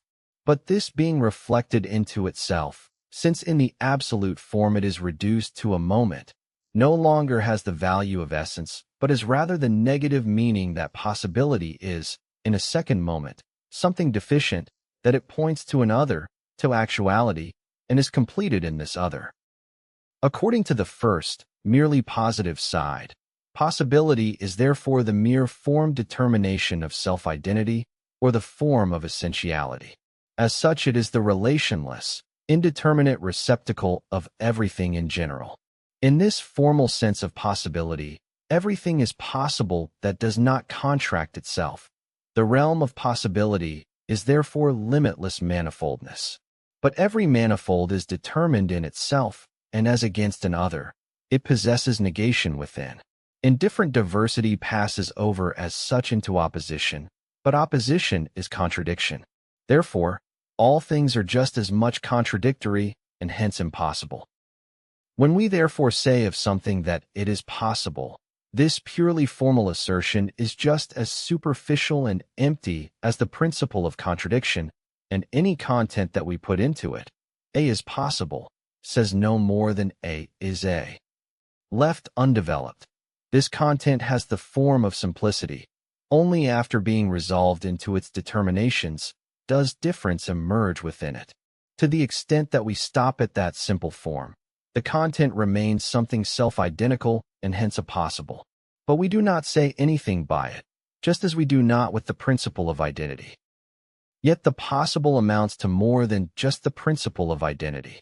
The possible is reflected immanent reflectedness, or the identical simply as a moment of the totality, hence also as determined not to be in itself. It therefore has the second determination of being only a possible and the ought to be of the totality of form. Without this ought to be, possibility is essentiality as such, but the absolute form entails this, that essence itself is only a moment and that it has no truth without being. Possibility is this mere essentiality, but so posited as to be only a moment, to be disproportionate with respect to the absolute form. It is the in itself, determined as only a posited or, equally, 11.383 as not to be in itself. Internally, therefore, possibility is contradiction, or it is impossibility. This finds expression at first in this way, that possibility as form determination posited as sublated possesses a content in general. As possible, this content is an in itself which is at the same time something sublated or an otherness. But because this content is only a possible, an other opposite to it is equally possible. A is a, then too. A is A. These two statements each express the possibility of its content determination. But, as identical statements, they are indifferent to each other. That the other is also added, is not posited in either. Possibility is the connection comparing the two. As a reflection of the totality, it implies that the opposite also is possible. It is therefore the ground for drawing the connection that, because A equals A also equals A. Entailed in the possible A, there is also the possible not A, and it is this reference itself connecting them which determines both as possible. But this connection, in which the one possible also contains its other, is as such a contradiction that sublates itself. Now, since it is determined to be reflective and, as we have just seen, reflectively self-sublating. It is also therefore an immediate, and it consequently becomes actuality. This actuality is not the first actuality but reflected actuality, posited as unity of itself and possibility. What is actual is as such possible. It is in immediate positive identity with possibility, but the latter has determined itself as only possibility. Consequently, the actual is also determined as only a possible. And because possibility is immediately contained in actuality, it is immediately in it as sublated as only possibility. Conversely, actuality which is in unity with possibility is only sublated immediacy, or again, because formal actuality is only immediate first actuality, it is only a moment, only sublated actuality, or only possibility. With this, we also have a more precise expression of the extent to which possibility is actuality. Possibility is not yet all actuality. There has been no talk yet of real and absolute actuality. It is still only the possibility as it first presented itself, namely the formal possibility that has determined itself as being only possibility, and hence the formless actuality, which is only being or concrete existence in general. Everything possible has therefore in general a being or a concrete existence. This unity of possibility and actuality is contingency. The contingent is an actual which is at the same time determined as only possible, an actual whose other 11.384 or opposite equally is. This actuality is, therefore, mere being or concrete existence, but posited in its truth as having the value of a positedness or a possibility. Conversely, possibility is immanent reflection or the in itself posited as positedness. What is possible is an actual in this sense of actuality, that it has only as much value as contingent actuality. It is itself something contingent. The contingent thus presents these two sides. First, insofar as it has possibility immediately in it, or, what is the same, insofar as this possibility is sublated in it, it is not positedness, nor is it mediated, but is immediate actuality. It has no ground. Because this immediate actuality pertains also to the possible, the latter is determined no less than the actual as contingent and is likewise groundless. But, second, the contingent is the actual as what is only possible, or as a positedness. Thus the possible also, as formal in itself, is only positedness. Consequently, the two are both not in and for themselves, but have their immanent reflection in another, or they do have a ground. The contingent thus has no ground because it is contingent, and for that same reason it has a ground, because it is contingent.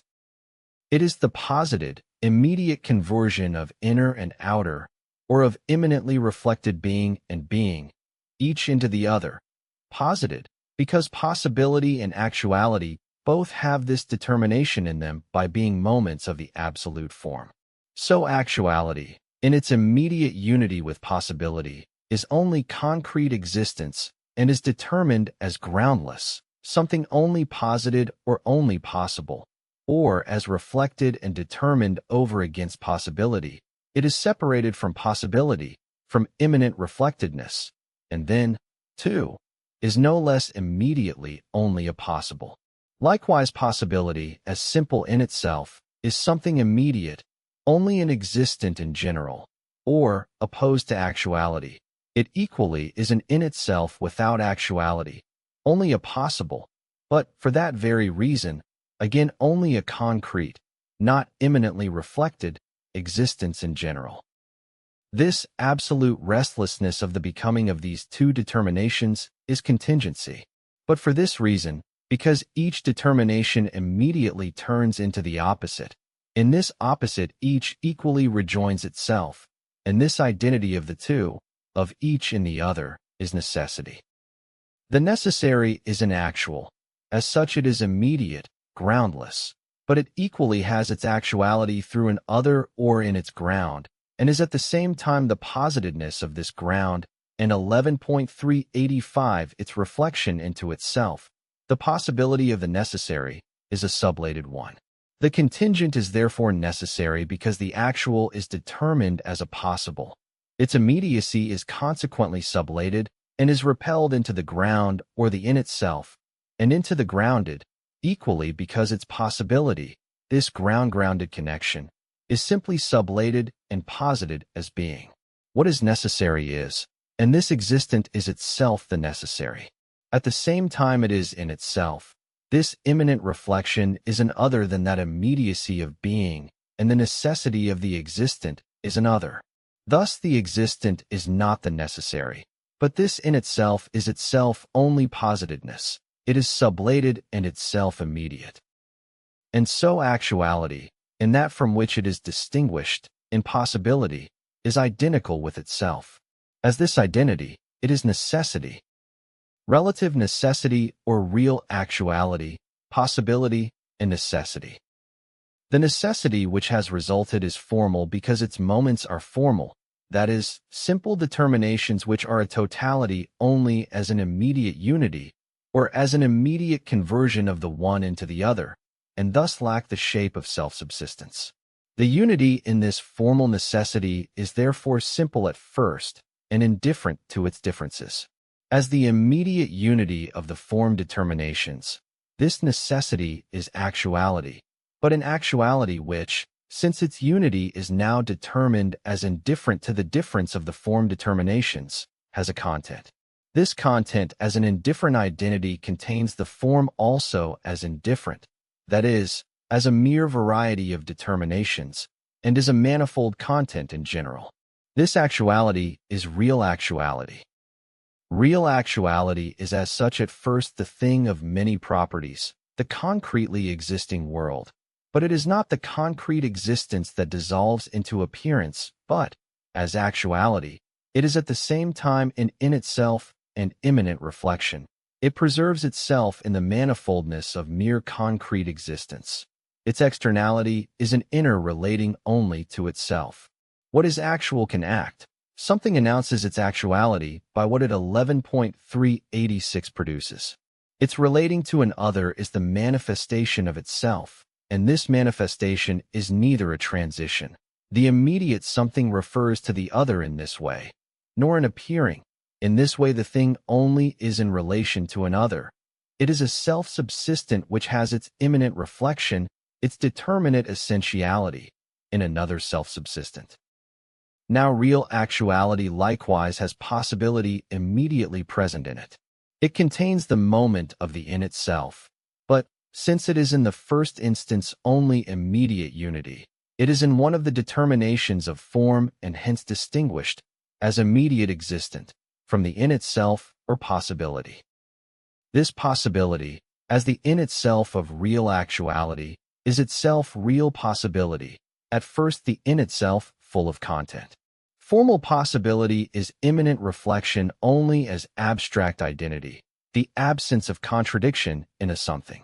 But when we delve into the determinations, the circumstances, the conditions of a fact in order to discover its possibility, we do not stop at this formal possibility, but consider its real possibility.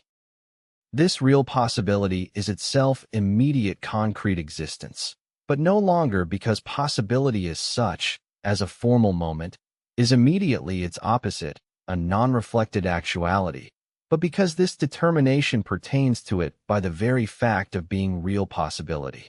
The real possibility of a fact is therefore the immediately existent manifoldness of circumstances that refer to it. This manifoldness of existence is therefore indeed both possibility and actuality, but their identity is at first only the content which is indifferent to these form determinations. They therefore constitute the form determined as against their identity. Or the immediate real actuality, because it is immediate, is determined as against its possibility.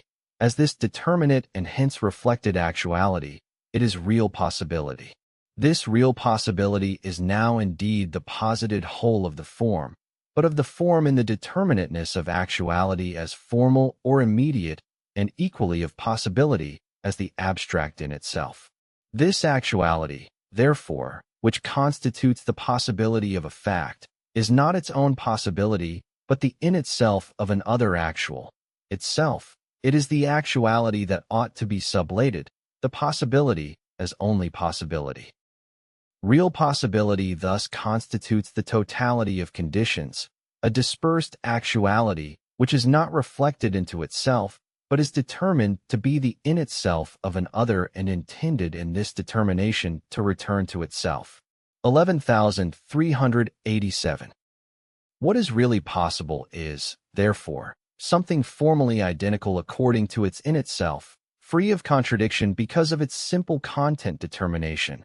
But, as self-identical, this something must also not contradict itself according to its developed and differentiated circumstances and all else connected with it. But, secondly, because it is manifold in itself and in manifold connection with others, and variety inherently passes over into opposition, it is contradictory. Whenever a possibility is in question, and the issue is to demonstrate its contradiction, one need only fasten on to the multiplicity that it contains as content or as its conditioned concrete existence, and from this the contradiction will easily be discovered. And this contradiction is not just a function of comparing. On the contrary, the manifold of concrete existence is in itself this, to sublate itself, and a founder to the ground. In this it explicitly has the determination of being only a possibility. Whenever all the conditions of a fact are completely present, the fact is actually there. The completeness of the conditions is the totality as in the content, and the fact is itself this content determined as being equally actual as possible. In the sphere of the conditioned ground, the conditions have the form, that is, the ground or the reflection that stands on its own, outside them, and it is this form that makes them moments of the fact and elicits concrete existence in them. 16 Here, on the contrary, the immediate actuality is not determined to be conditioned by virtue of a presupposing reflection, but the supposition is rather that the immediate actuality is itself the possibility. In self-sublating real possibility, it is a twofold that is now sublated, for this possibility is itself the twofold of actuality and possibility.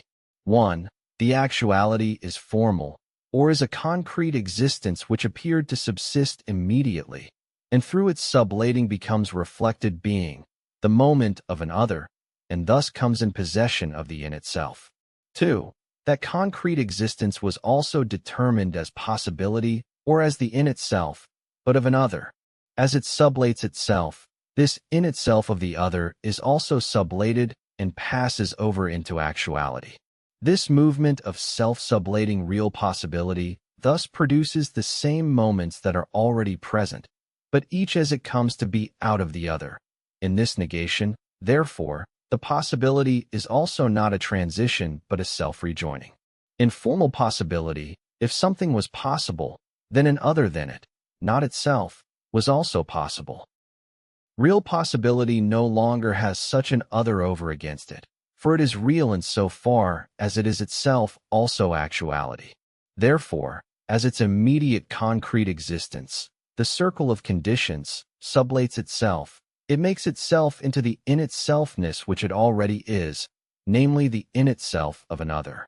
11.388 And conversely, since its moment of in itselfness thereby sublates itself at the same time, it becomes actuality, hence the moment which it likewise already is. What disappears is consequently this, that actuality was determined as the possibility or the in itself of another, and, conversely, the possibility as an actuality which is not that of which it is the possibility. The negation of real possibility is thus its self-identity, inasmuch as in its sublating it is thus within itself the recoiling of this sublating, it is real necessity. What is necessary cannot be otherwise, but what is only possible can be, for possibility is the in itself which is only positedness and hence essentially otherness. Formal possibility is this identity as transition into the other as such, but real possibility, since it has the other moment of actuality within it, is already itself necessity. Hence what is really possible can no longer be otherwise, under the given conditions and circumstances, nothing else can follow. Real possibility and necessity are, therefore, only apparently distinguished. Theirs is an identity that does not first come to be, but is already presupposed at their base. Real possibility is therefore a connection full of content, for the content is that identity, existing in itself, which is indifferent to form. But this necessity is at the same time relative, for it has a presupposition from which it begins. It takes its start from the contingent. For the real actual is as such the determinate actual, and first has its determinateness as immediate being in that it is a multiplicity of concretely existing circumstances. But this immediate being as determinateness is also the negative of itself, is an in itself or possibility, and so real possibility. As this unity of the two moments, it is the totality of form, but a totality which is still external to itself. It is the unity of possibility and actuality in such a way that 1. The manifold concrete existence is possibility immediately or positively. It is a possible, something self-identical as such, because it is an actual. 2. Inasmuch as this possibility of concrete existence is posited, it is determined as only possibility, as the immediate conversion of actuality into its opposite, or as contingency. Hence, this possibility which immediate actuality has within in so far as it is condition, is only the in itself or the possibility of another. Because this in itself, as shown, 17 sublates itself, and this positedness is itself posited, real possibility becomes indeed necessity. But this necessity thus begins from that unity of the possible and the actual which is not yet reflected into itself. This presupposing and the movement which turns back unto itself are 11.389 still separate. Or necessity has not yet determined itself out of itself into contingency. The relativity of real possibility is manifested in the content by the fact that the latter is at first only the identity indifferent to form, is therefore distinct from it, and a determinate content in general. A necessary reality is for this reason any limited actuality which, because of its limitation, is in some other respect also only something contingent. In actual fact, therefore, real necessity is in itself also contingency. This first becomes apparent because real necessity, although something necessary according to form, is still something limited according to content, and derives its contingency through the latter. But this contingency is to be found also in the form of real necessity because, as shown, 18 real possibility is the necessary only in itself, but as posited it is the mutual otherness of actuality and possibility. Real necessity thus contains contingency. It is the turning back into itself from the restless being the other of each other of actuality and possibility, but not the turning back from itself to itself. In itself, therefore, we have here the unity of necessity and contingency. This unity is to be called absolute actuality. Absolute necessity. Real necessity is determinate necessity. Formal necessity does not yet have any content and determinateness in it.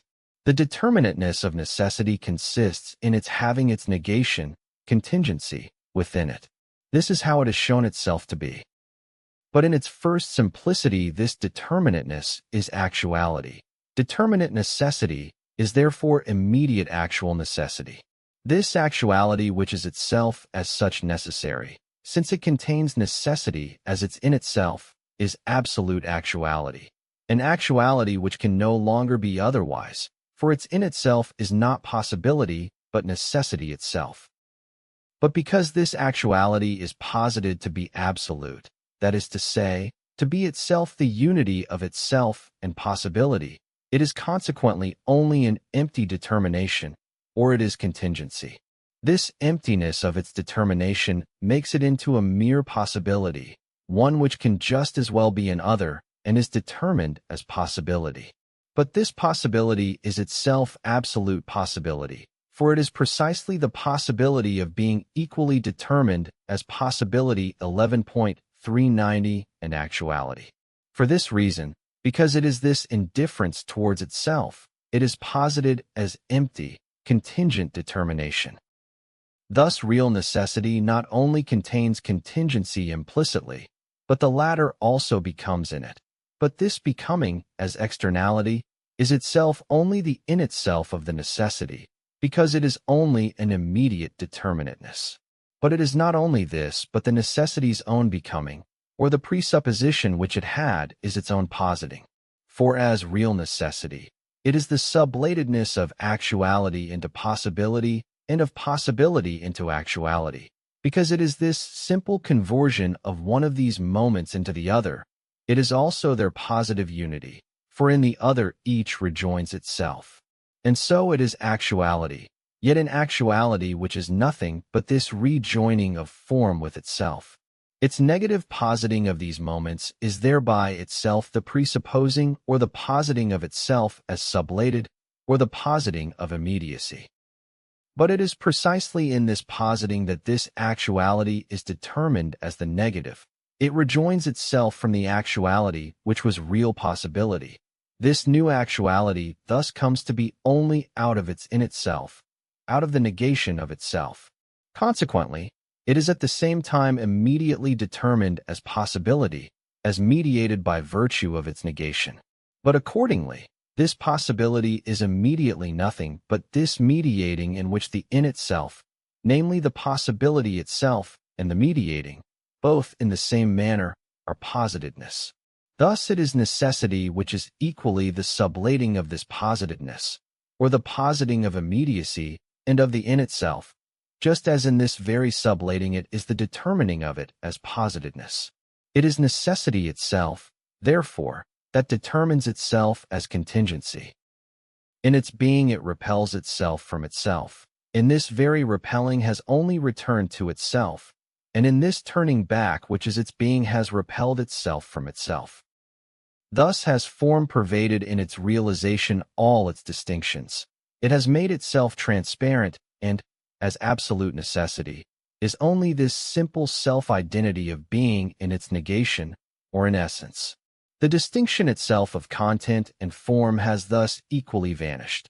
For that unity of possibility and actuality in possibility is the form which in its determinateness or in positedness is indifferent towards itself.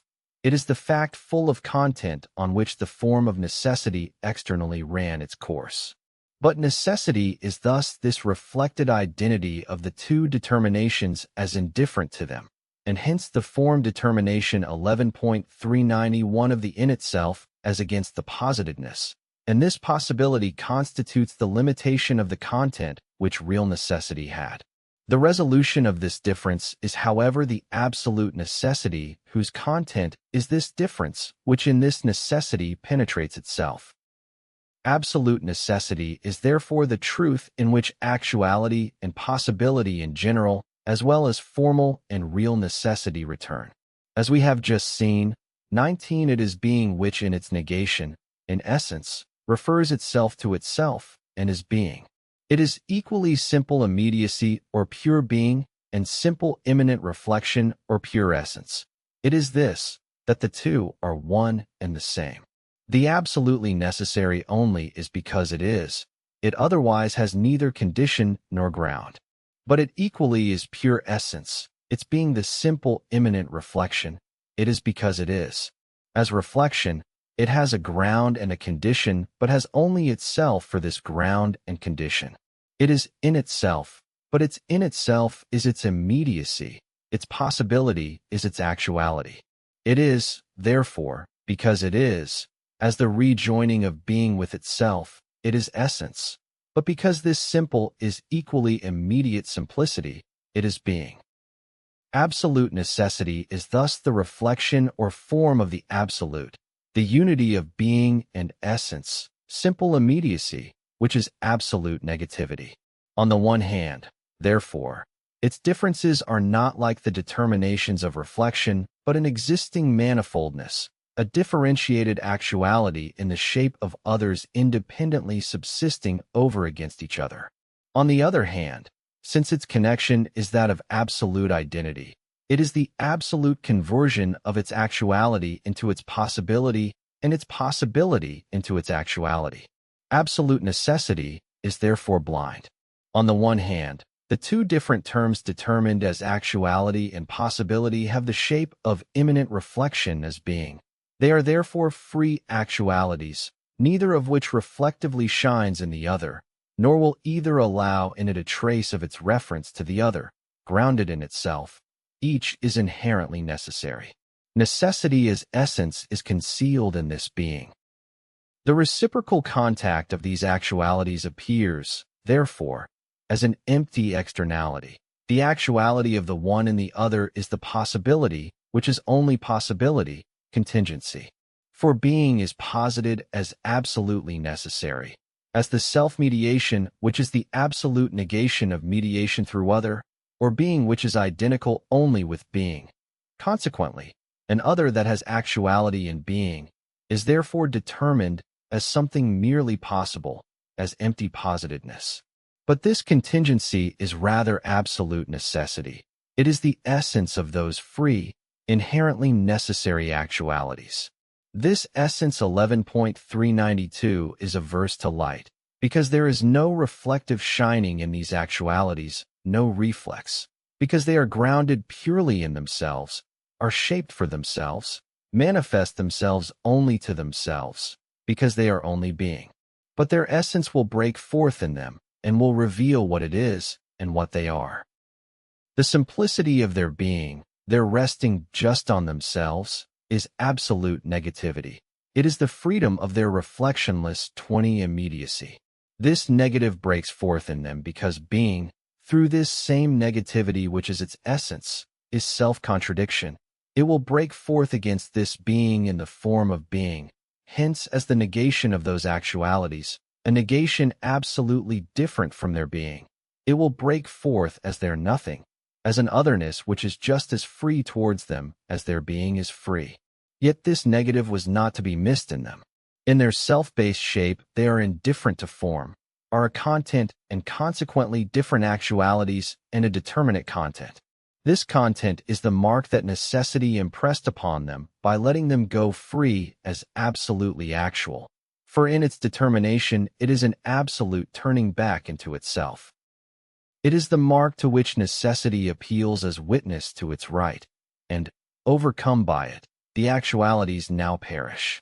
This manifestation of what determinateness is in its truth, that it is negative self-reference, is a blind collapse into otherness. In the sphere of immediate existence, the shining or the reflection that breaks out in it is a becoming, a transition of being into nothing.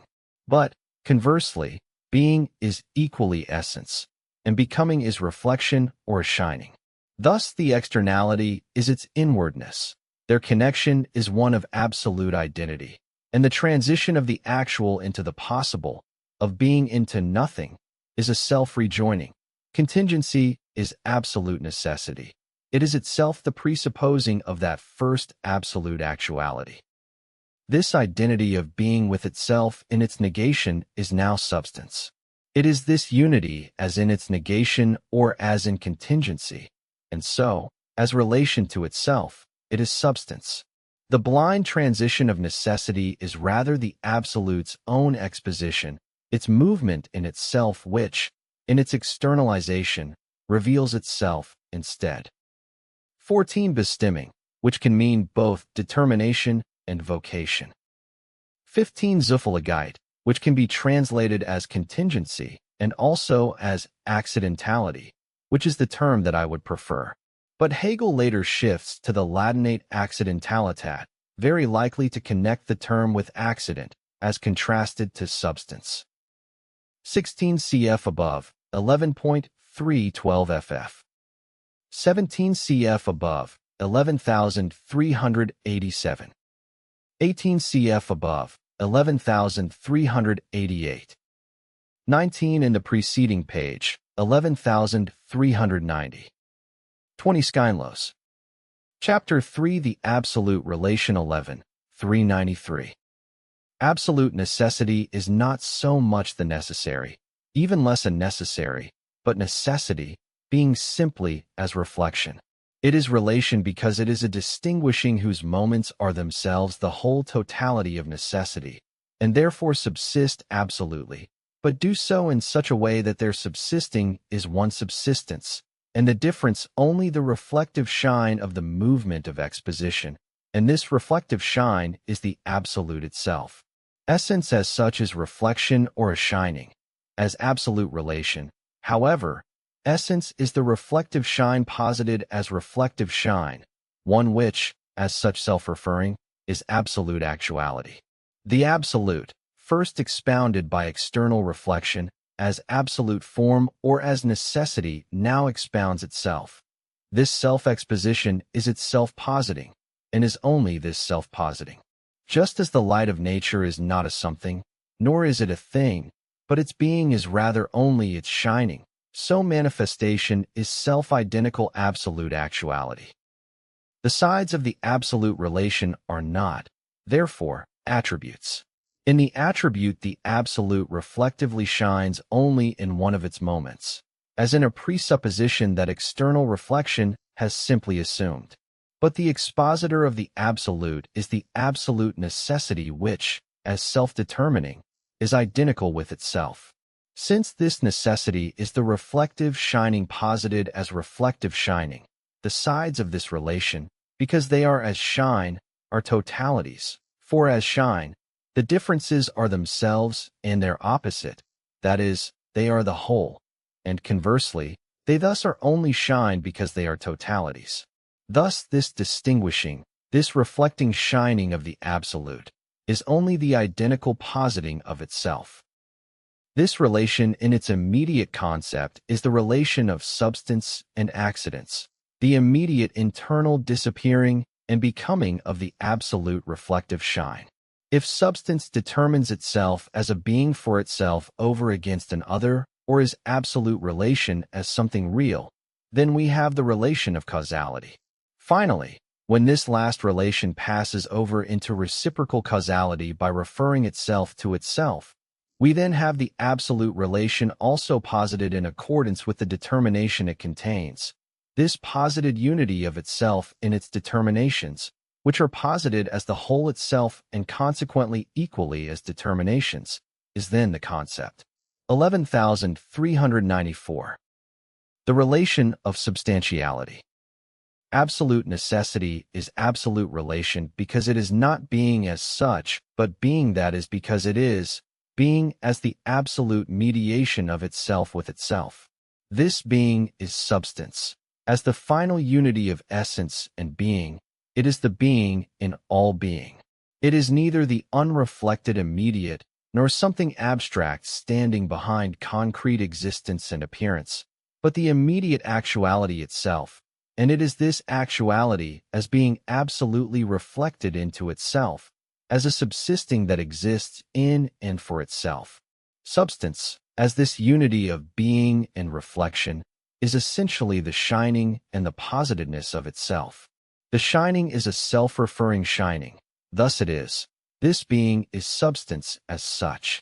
Conversely, this being is only the self-identical positiveness, and as such it is shining totality, accidentality. This shining is identity as identity of form, the unity of possibility and actuality. It is becoming at first, contingency as the sphere of coming to be and passing away. For in the determination of immediacy, the connection of possibility and actuality is the immediate conversion of the two into each other as existence, of each into its other as only an other to it. But because being is shine, their relation is also one of identical terms, or of terms shining in one another, that is, reflection. The movement of accidentality, therefore, exhibits in each of its moments the mutual reflective shine of the categories of being and of the reflective determinations of essence. The immediate something has a content. Its immediacy is at the same time reflected in difference towards the form. This content is determinate, and because this determinateness is one of being, the something passes over into another. But quality is also a determinateness of reflection. As such, it is in different diversity. But this diversity is animated into opposition and returns to the ground which is the nothing, but also immanent reflection. This reflection sublates itself, but it is itself also reflected in itselfness. So it is possibility, and this in itselfness, in its transition, which is equally immanent reflection, is necessary actuality. This movement of accidentality is the actuosity of substance as the tranquil coming forth of itself. It is not active against something, but only against itself as a simple unresisting element. The sublating of a presupposition is the disappearing shine. Only in the act of sublating the immediate does this immediate itself come to be, or is that shining. The 11.395 beginning that begins from itself is first of all the positing of this itself from which the beginning is made. Substance, as this identity of the reflective shining, is the totality of the whole and embraces accidentality in itself, and accidentality is the whole substance itself. Its differentiation into the simple identity of being and the flux of accidents within it is one form of its shining. That simple being is the formless substance of the imagination for which the shine has not determined itself as shine, but which holds on, as on an absolute, to this indeterminate identity that has no truth but only is the determinateness of immediate actuality, or equally so of in itselfness or possibility, form determinations that fall into accidentality. The other determination, the flux of accidents, is the absolute form unity of accidentality, substance as absolute power. The ceasing to be of the accident is its return as actuality into itself, as into its in itself or into its possibility. But this, its in itself, is itself only a positedness, and therefore also actuality. And because these form determinations are equally determinations of content, this possible is an actual differently determined also according to content. Substance manifests itself through the actuality, with the content of the latter into which it translates the possible, as creative power, and through the possibility to which it reduces the actual, as destructive power. The creating is destructive and the destructing creative, for the negative and the positive, possibility and negativity are in substantial necessity absolutely united. The accidents as such, and there are several of them, because plurality is one of the determinations of being, have no power over each other. They are the immediately existent something, or the something that immediately exists for itself, concretely existing things of manifold properties, or wholes consisting of parts, self-subsisting parts, forces in need of reciprocal solicitation and conditioning each other. In so far as such an accidental being seems to exercise a power over another, that power is that of substance that encompasses them both within itself and, as negativity, posits an inequality of value. One it determines as ceasing to be and another as having a different content and as coming to be, the one as passing over into its possibility and the other into actuality accordingly, ever dividing itself into this difference of form and content, and ever purifying itself of this one-sidedness. But in this purification ever falling back into determination and division. One accident thus drives out another only because its own subsisting is this very totality of form and content into which it, as well as its other, equally perishes. Because of this immediate identity and presence of substance in the 11.396 accidents, there is still no real difference present. In this first determination, substance is not yet manifested according to its whole concept. When substance, as self-identical being in and for itself, is differentiated from itself as a totality of accidents, it is substance itself, as power, that mediates the difference. This power is necessity, the positive persistence of the accidents in their negativity and their mere positiveness in their subsistence. This middle is thus the unity of substantiality and accidentality themselves, a middle whose extremes have no subsistence of their own. Substantiality is, therefore, only the relation as immediately vanishing. It refers to itself not as a negative and, as the immediate unity of power with itself, is in the form only of its identity, not of its negative essence. Only one of its moments, that of negativity or of difference, vanishes altogether. The other moment of identity does not. Another way of considering the matter is this. The shine or the accidentality is indeed in itself substance by virtue of the power, but is not thus posited as this self-identical shine, and therefore substance has only the accidentality, not itself, for its shape or positedness. It is not substance as substance. The relation of substantiality is at first, therefore, only this, that substance manifests itself as a formal power whose differences are not substantial. In fact, substance only is as the inner of the accidents, and these only are in the substance. Or this relation is only the shining of totality as becoming, but it is equally reflection, and, for this reason, the accidentality which substance is in itself is also posited as such. It is thus determined as self-referring negativity over against itself, determined as self-referring simple identity with itself, and it is substance that exists in and for itself, substance endowed with power. Thus the relation of substantiality passes over into the relation of causality. The relation of causality. Substance is power, power reflected into itself, not transitive power, but power that posits determinations and distinguishes them from itself. As self-referring in its determining, it is itself that which it posits as a negative or makes into a positedness. This positedness is, as such, sublated substantiality, the merely posited, the effect, the substance that exists for itself is, however, cause. This relation of causality is in the first place only this relation of cause and effect. As such, it is the formal relation of causality. 11,397. Formal causality. Cause is originative as against the effect. As power, substance is the reflective shining, or it has accidentality. But in this shining, as power, it equally is an immanent reflection. It thus expounds its transition, and this reflective shine is determined as reflective shine, or the accident is posited as being just this, something posited. But in its determining substance does not proceed from accidentality, as if the latter were an other beforehand, and were determined as determinateness only then, but the two are one actuosity. Substance as power determines itself, but this determining is immediately itself the sublation of the determining and a turning back. It determines itself. Substance, that which determines, is thus the immediate, and that which is itself already determined. In determining itself, it therefore posits the already determined as determined, and thus it has sublated the positedness and has returned into itself.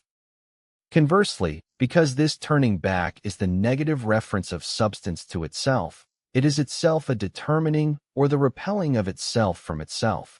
It is through this turning back that the determinate comes to be from which substance seems to begin and now to posit as something which it has found already determined. Absolute actuosity is thus cause, the power of substance in its truth as the manifestation by which that which is in itself, the accident or the positedness, is immediately expounded in its becoming, is posited as positedness, as effect. This effect is, therefore, first the same as what the accidentality of the relation of substance is, namely substance as positedness.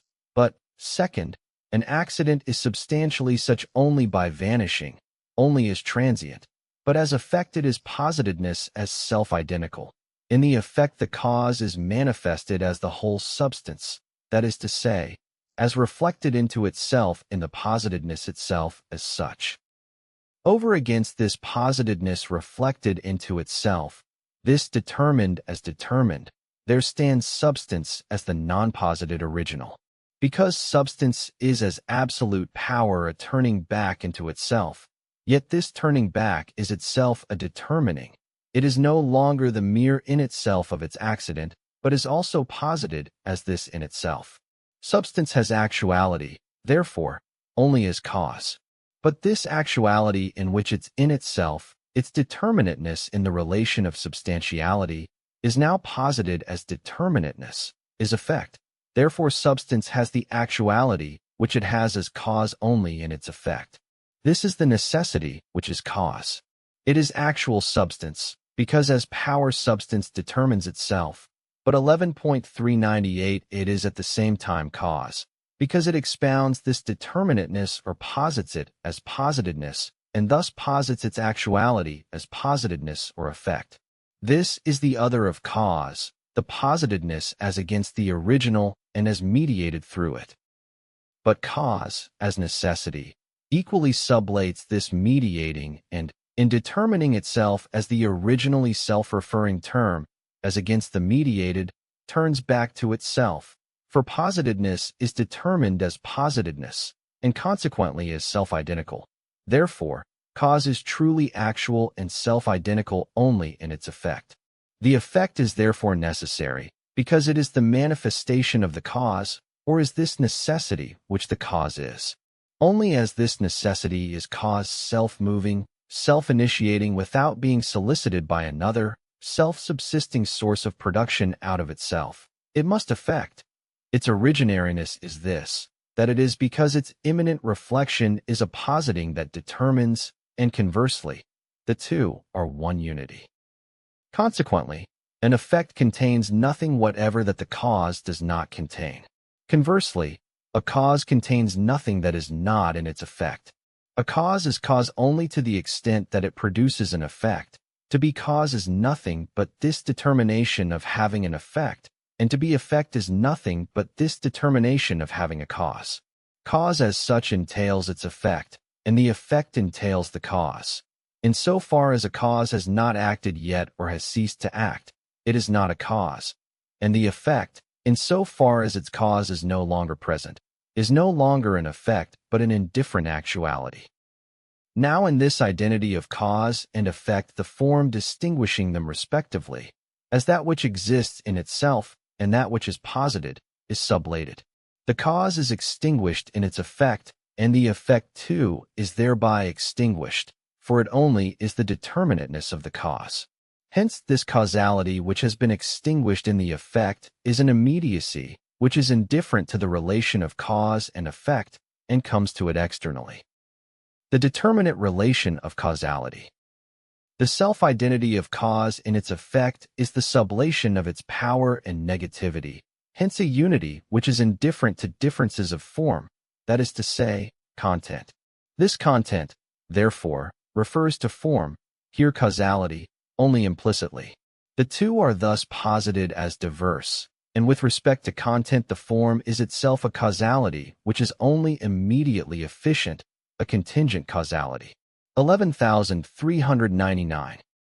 Further, the content is as thus determined an internally diversified content, and the cause is determined in accordance with its content, and so is therefore also the effect.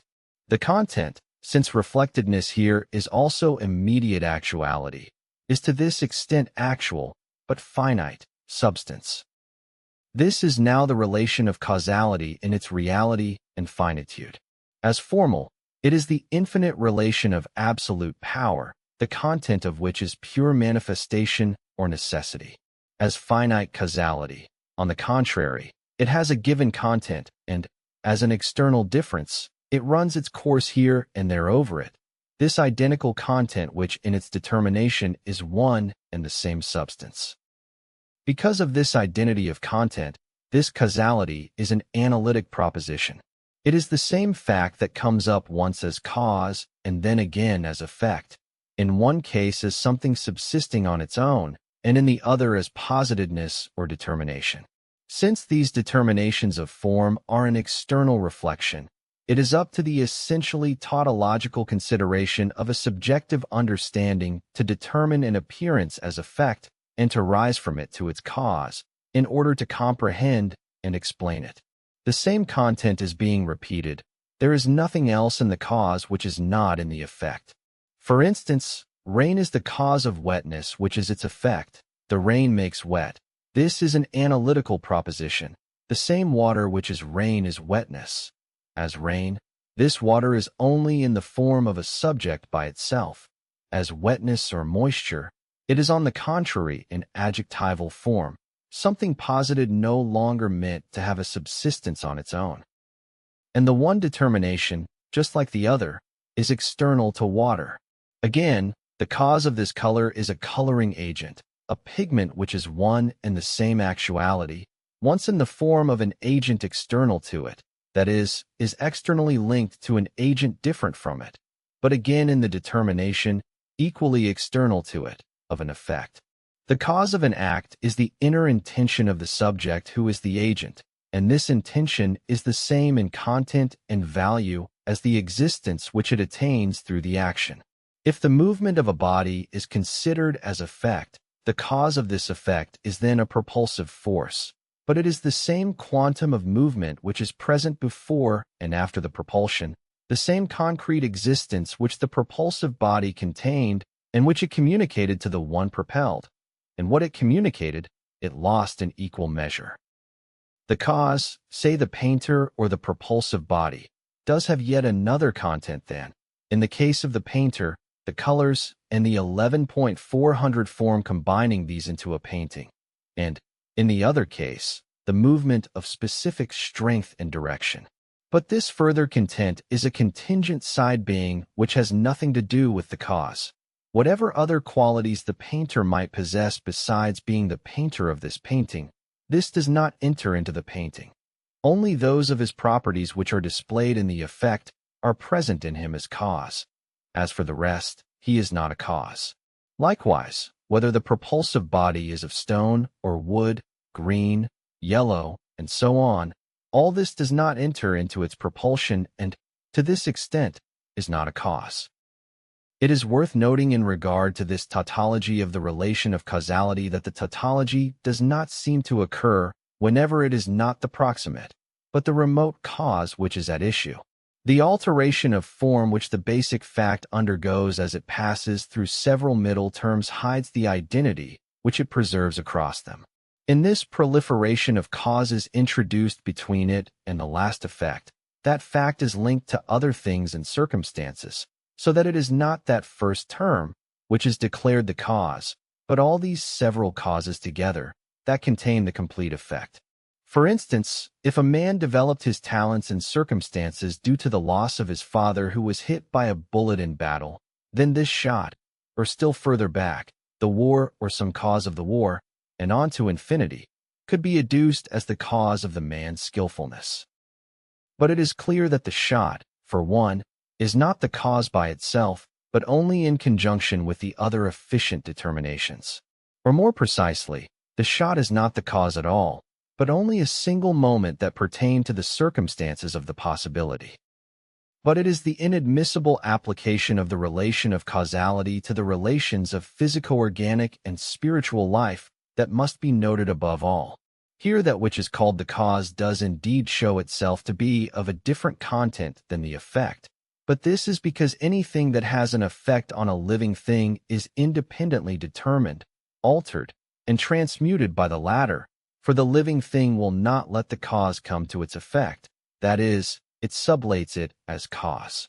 Thus it is inadmissible to say that nourishment is the cause of blood, or that such and such a dish, or chill and humidity, are the causes of fever or of what have you. It is equally inadmissible to give the Ionic climate as the cause of Homer's works, or Caesar's ambition as the cause of the fall of Rome's republican constitution. In history in general, there are indeed spiritual masses and individuals at play and influencing each other. But it is of the nature of spirit, in a much higher sense than it is of the character of living things, that it will 11.401 not admit another originative principle within itself, or that it will not let a cause continue to work its causality in it undisturbed, but will rather interrupt and transmute it. But these relations belong to the idea, and will come up for discussion then. This much can still be noted here, namely that in so far as the relation of cause and effect is admitted, albeit in an inappropriate sense, the effect cannot be greater than the cause. It has become a common witticism in history to let great effects arise from small causes, and to cite as the first cause of an event of far-reaching and profound consequence an anecdote.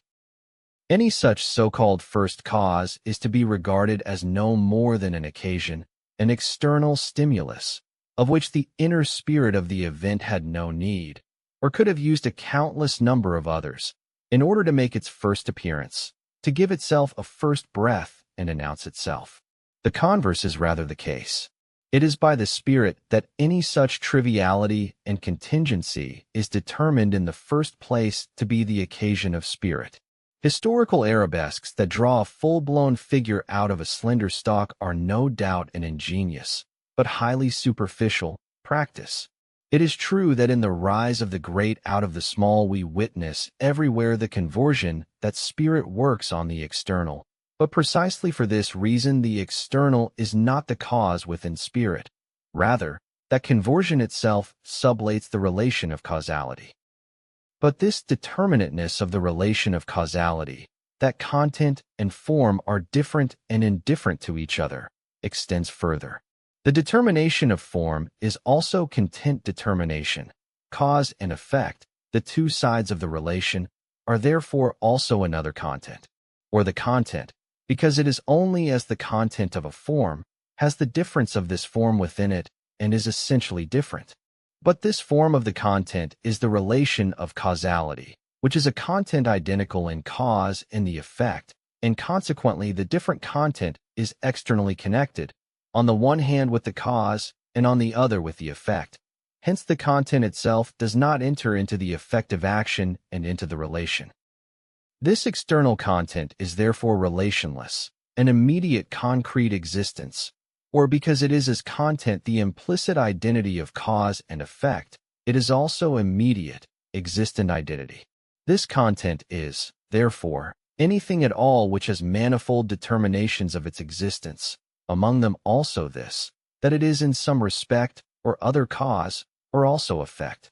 In it, the form determinations of cause and effect have their substrate, that is to say, their essential subsistence, and each has a particular subsistence, since their identity is their subsistence, but it is a subsistence which is at the same time immediate, not their subsistence as unity of form or as relation. 11,402 But this thing is not only substrate, but also substance, for it is identical subsistence only as subsistence of the relation. Moreover, the substance is finite substance, for it is determined as immediate over against its causality. But it has causality at the same time, for it is just as much an identity as this relation. 21. Now this substrate is, as cause, negative reference to itself. But this itself, to which it refers is, first, a positedness because it is determined as immediately actual. This positedness, as content, is any determination whatever. Second, causality is external to the substrate and itself constitutes, therefore, its positedness. Now since it is causal substance, its causality consists in negatively referring itself to itself, hence to its positedness and external causality.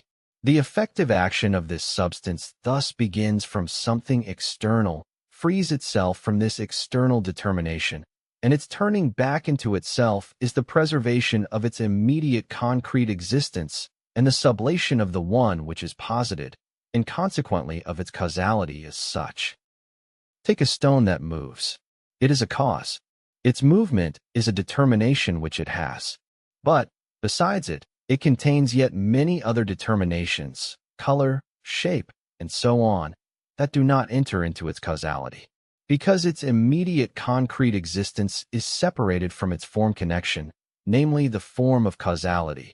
The latter is something external, the stone's movement, and the causality attaching to it is in it only positedness. But the causality of the stone is also the stone's own causality, as follows from the fact that its substantial subsistence is the stone's identical self-reference, but that this is now determined as positedness, and is therefore at the same time negative self-reference. Its causality, which is directed against itself as a positedness or as an externality, consists therefore in sublating this, and through its removal in returning to itself. To this extent, therefore, in not being self-identical in its positiveness, but only in restoring its originariness. Or again, rain is the cause of wetness, which is the same water as the rain. This water has the determination of being rain and cause because this determination has been posited in it by another force, or what have you, has lifted it into the air and compressed it into a mass, the weight of which makes it fall. Its being removed from the earth is a determination alien to its original self-identity, to its gravity. Its causality consists in removing such determination and in restoring its original identity. But this means also sublating its causality. We now consider the second determinateness of causality, which concerns form.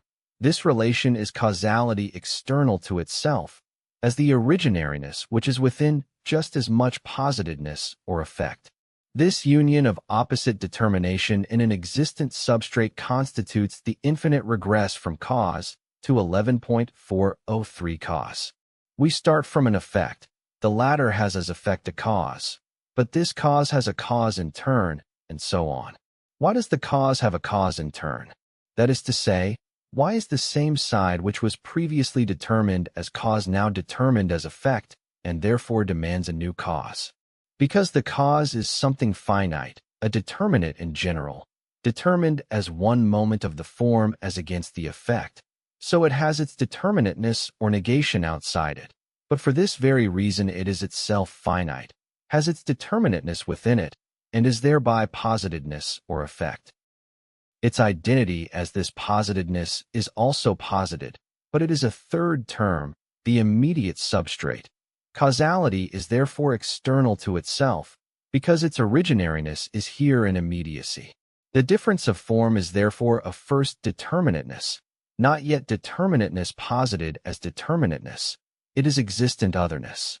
Finite reflection, on the one hand, stops short at this immediate, removes the unity of form from it, and makes it be cause in one respect and effect in another. On the other hand, it transfers the unity of form into the infinite, and through the endless progression expresses its impotence in attaining and holding fast to this unity. Exactly the same is the case of the effect, or rather the endless progression from effect to effect is one and the same as the regression from cause to cause. Just as in the latter a cause becomes an effect which has another cause in turn, so too, conversely, the effect becomes a cause which has another effect in turn. The determinate cause under consideration begins from an externality and returns in its effect back to itself, but not as cause. On the contrary, it loses its causality in that process. But, conversely, the effect arrives at a substrate which is substance, an original self-referring subsistence. In it, therefore, that positedness becomes a positedness, that is to say, this substance, as the effect is posited in it, behaves as cause. But that first effect, the positedness that accrues to the substance externally, is other than the second which the substance produces. For this second effect is determined as the immanent reflection of substance, whereas the first is in it as an externality. But because causality is here causality external to itself, it also equally fails to return in its effect back to itself, but becomes therein external to itself. Its effect becomes again a positedness in a substrate, as in another substance which however equally makes this positedness into a positedness. In other words, manifests itself as cause, again repels its effect from itself, and so on, into bad infinity. 11,404. We now have to see what has resulted from the movement of determinate causality. Formal causality expires in the effect, and the element of identity of these two moments emerges as a result, but it does so only as an implicit unity of cause and effect to which the form connection is external. For this reason, the element of identity is immediate also with respect to both of the two determinations of immediacy, first as in itself, as a content on which causality is deployed externally, second, as a concrete existent substrate in which cause and effect inhere as different determinations of form. In this substrate, the two determinations are implicitly one, but, on account of this implicitness or of the externality of form, each is external to itself and hence, in its unity with the other, is also determined as other with respect to it. Consequently, the cause has indeed an effect and is at the same time itself effect, and the effect not only has a cause, but is itself also cause. But the effect which the cause has and the effect which it is are different, as are also the cause which the effect has and the cause which it is. The outcome of the movement of the determinate relation of causality is then this, that the cause does not just expire in the effect, and thereby the effect as well, as in formal causality, but that by expiring in the effect the cause comes to be again, that the effect vanishes in the cause, but equally comes to be again in it. Each of these determinations sublates itself in its positing, and posits itself in its sublating. What we have is not an external transition of causality from one substrate to another, but its becoming other is at the same time its own positing. Causality thus presupposes itself or conditions itself. The previously only implicit identity, the substrate, is therefore now determined as presupposition or posited as against the efficient causality, and the reflection hitherto only external to the identity is now in relation to it. Action and reaction. Causality is a presupposing activity. The cause is conditioned. It is a negative reference to itself as a presupposed, as an external other which in itself, but only in itself, is causality itself. This other is, as we have seen, 22 the substantial identity into which formal causality passes over, which now has determined itself as against this causality as its negative. Or it is the same as the substance of the causal relation, but a substance which is confronted by the power of accidentality as itself substantial activity. 11.405 It is the passive substance. Passive is that which is immediate, or which exists in itself, but is not also for itself, pure being or essence in just this determinateness of abstract self-identity. Confronting the passive substance is the negatively self-referring substance, the efficient substance. It is cause in as much as in determinate causality it has restored itself out of the effect through the negation of itself. A reflected being 23, which in its otherness or as an immediate behaves essentially as a positing activity, and through its negation mediates itself. Here, therefore, causality no longer has a substrate in which it inheres. It is not a determination of form as against this identity, but is itself substance, or in other words, causality alone is at the origin. The substrate is the passive substance which causality has presupposed for itself. This cause now acts, for it is the negative power over itself. At the same time it is its own presupposition. Thus it acts upon itself as upon another, upon the passive substance. Hence, it first sublates the otherness of this substance and returns in it back to itself. Second, it determines this same substance, posits this sublation of its otherness or the substance's turning back into itself as a determinateness. This positedness, because it is at the same time the substance's turning back into itself, is at first its effect. But conversely, because as presupposing it determines itself as its other, it then posits the effect in this other, in the passive substance. Or again, because the passive substance is itself this double, namely a self-subsistent other, and at the same time something presupposed and already implicitly identical with the efficient cause. Because of this, the action of the passive substance is therefore itself double. It is at once both the sublation of its determinateness, namely of its condition, or the sublation of the self-subsistence of the passive substance, and also, in sublating its identity as it sublates this substance, the presupposing of itself, that is, the positing or supposing of itself as other. Through this last moment, the passive substance is preserved. That first sublation of it appears in this respect at the same time also in this way, namely that only some determinations are sublated in it, and its identity in the effect with the efficient cause occurs in it externally. To this extent it suffers violence. Violence is the appearance of power or power as external. But power is something external only in so far as in its action, that is, in the positing of itself, the causal substance is at the same time a presupposing, that is, posits itself as sublated. Conversely, the act of violence is therefore equally an act of power. The violent cause acts only on an other which it presupposes. Its effect on it is its negative self-reference, or the manifestation of itself.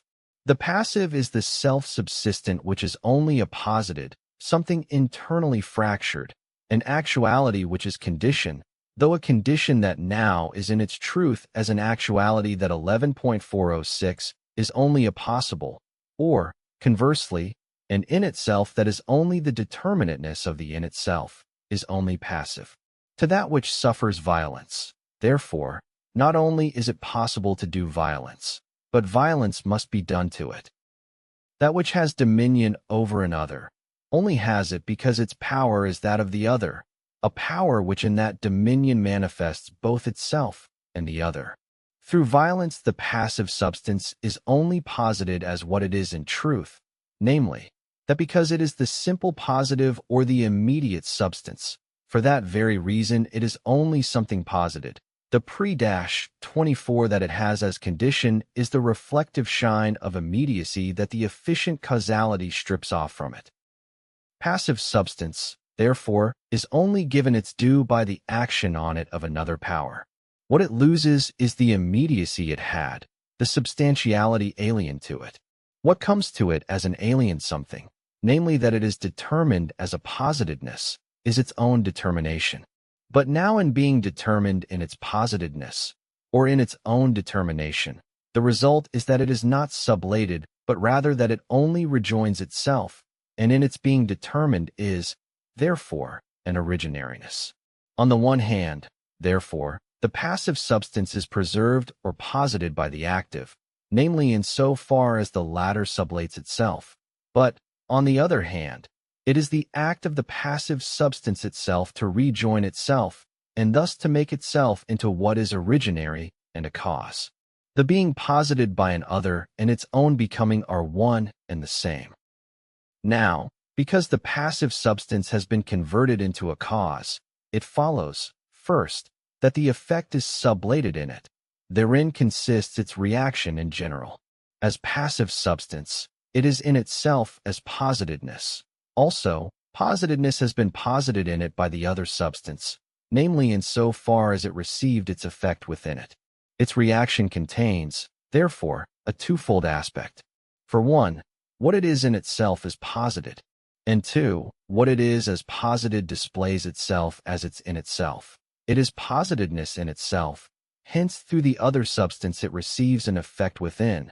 But, conversely, this positedness is its own in itself. It is thus its own effect. It itself displays itself as a cause. Second, the reaction is directed at the first efficient cause. For the effect which the hitherto passive substance sublates within itself is precisely the effect of that other cause. But a cause has its substantial actuality only in its effect. Inasmuch as this effect is sublated, so is also the causal substantiality of the other cause. This happens first in itself through itself, in that the cause makes itself into an effect.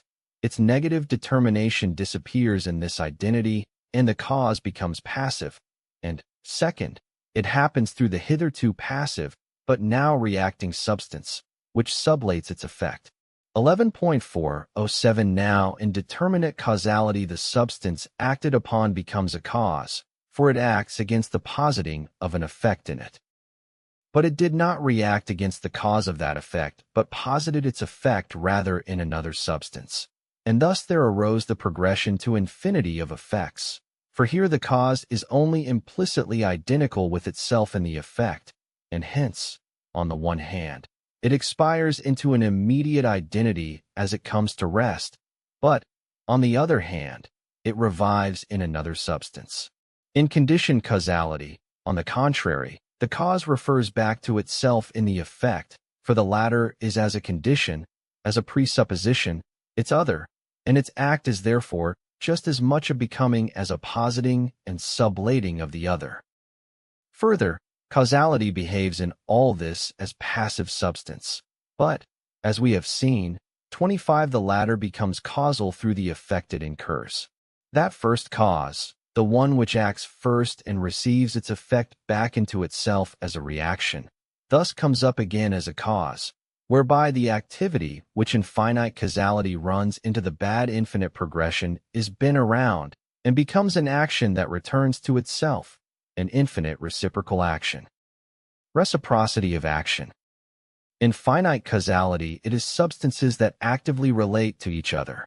Mechanism consists in this externality of causality, where the cause's reflection in its effect into itself is at the same time a repelling being, or where, in the self-identity which the causal substance has in its effect, the substance is equally immediately external to itself, and the effect is transposed into another substance.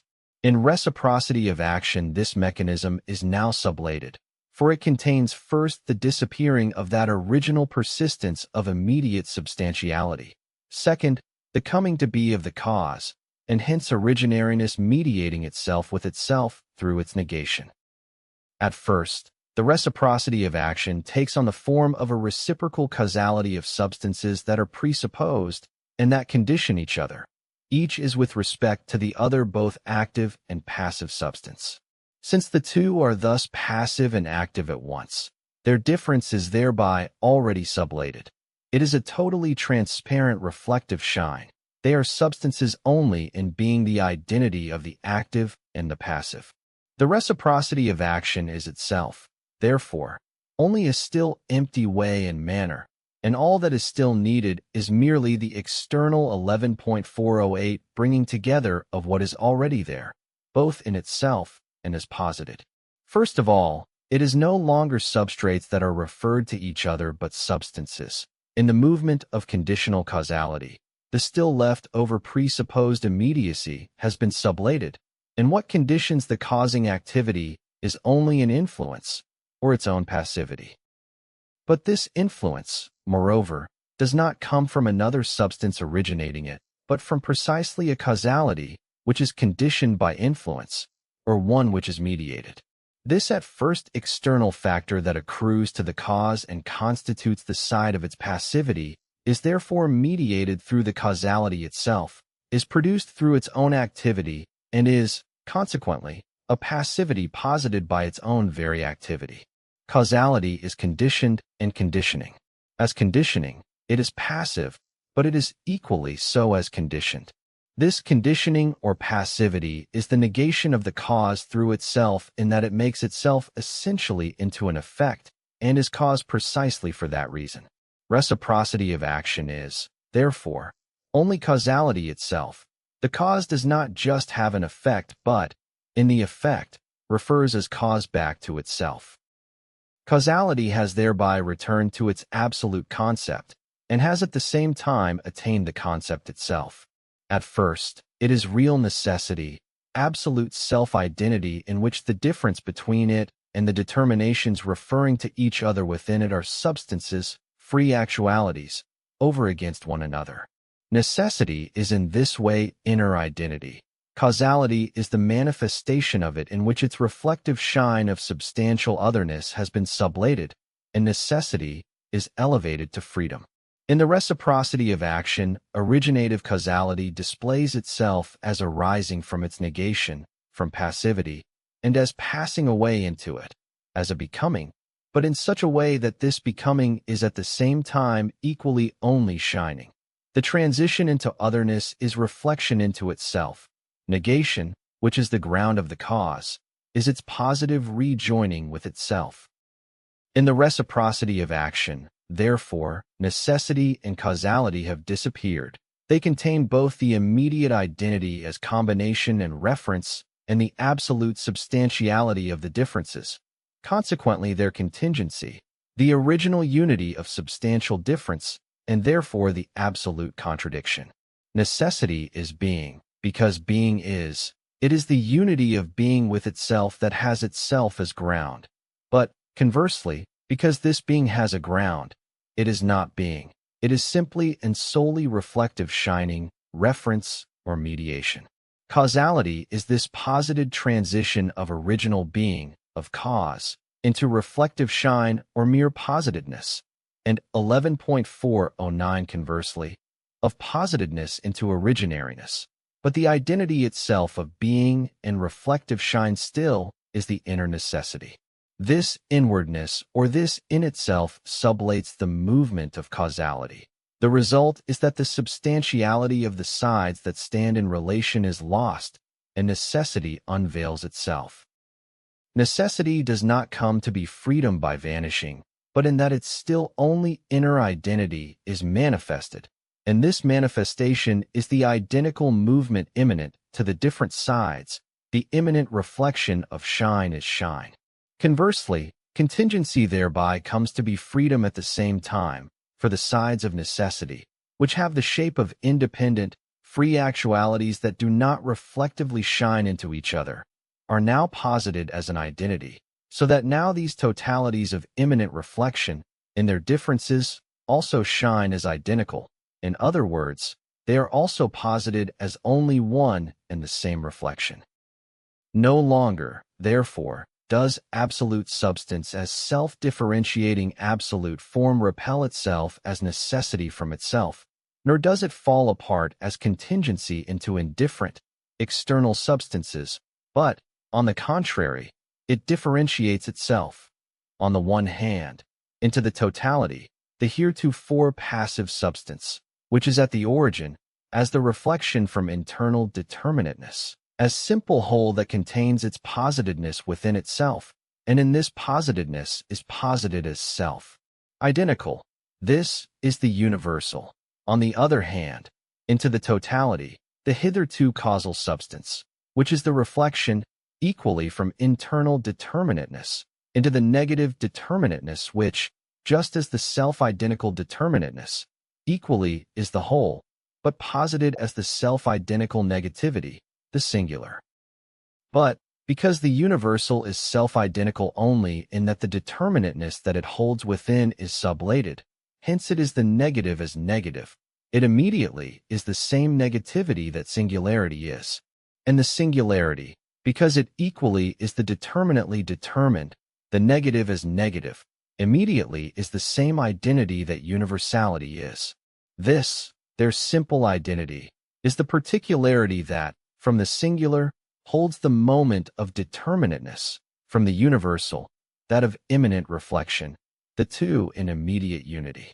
These three totalities are therefore one and the same reflection that, as negative self-reference, differentiates itself into the other two totalities, but as into a perfectly transparent difference, namely into the determinate simplicity, or into the simple determinateness, which is their one same identity. This is the concept, the realm of subjectivity or of freedom. 21 Sie eben so sehr das Identische als Diocese Verhaltnis ist.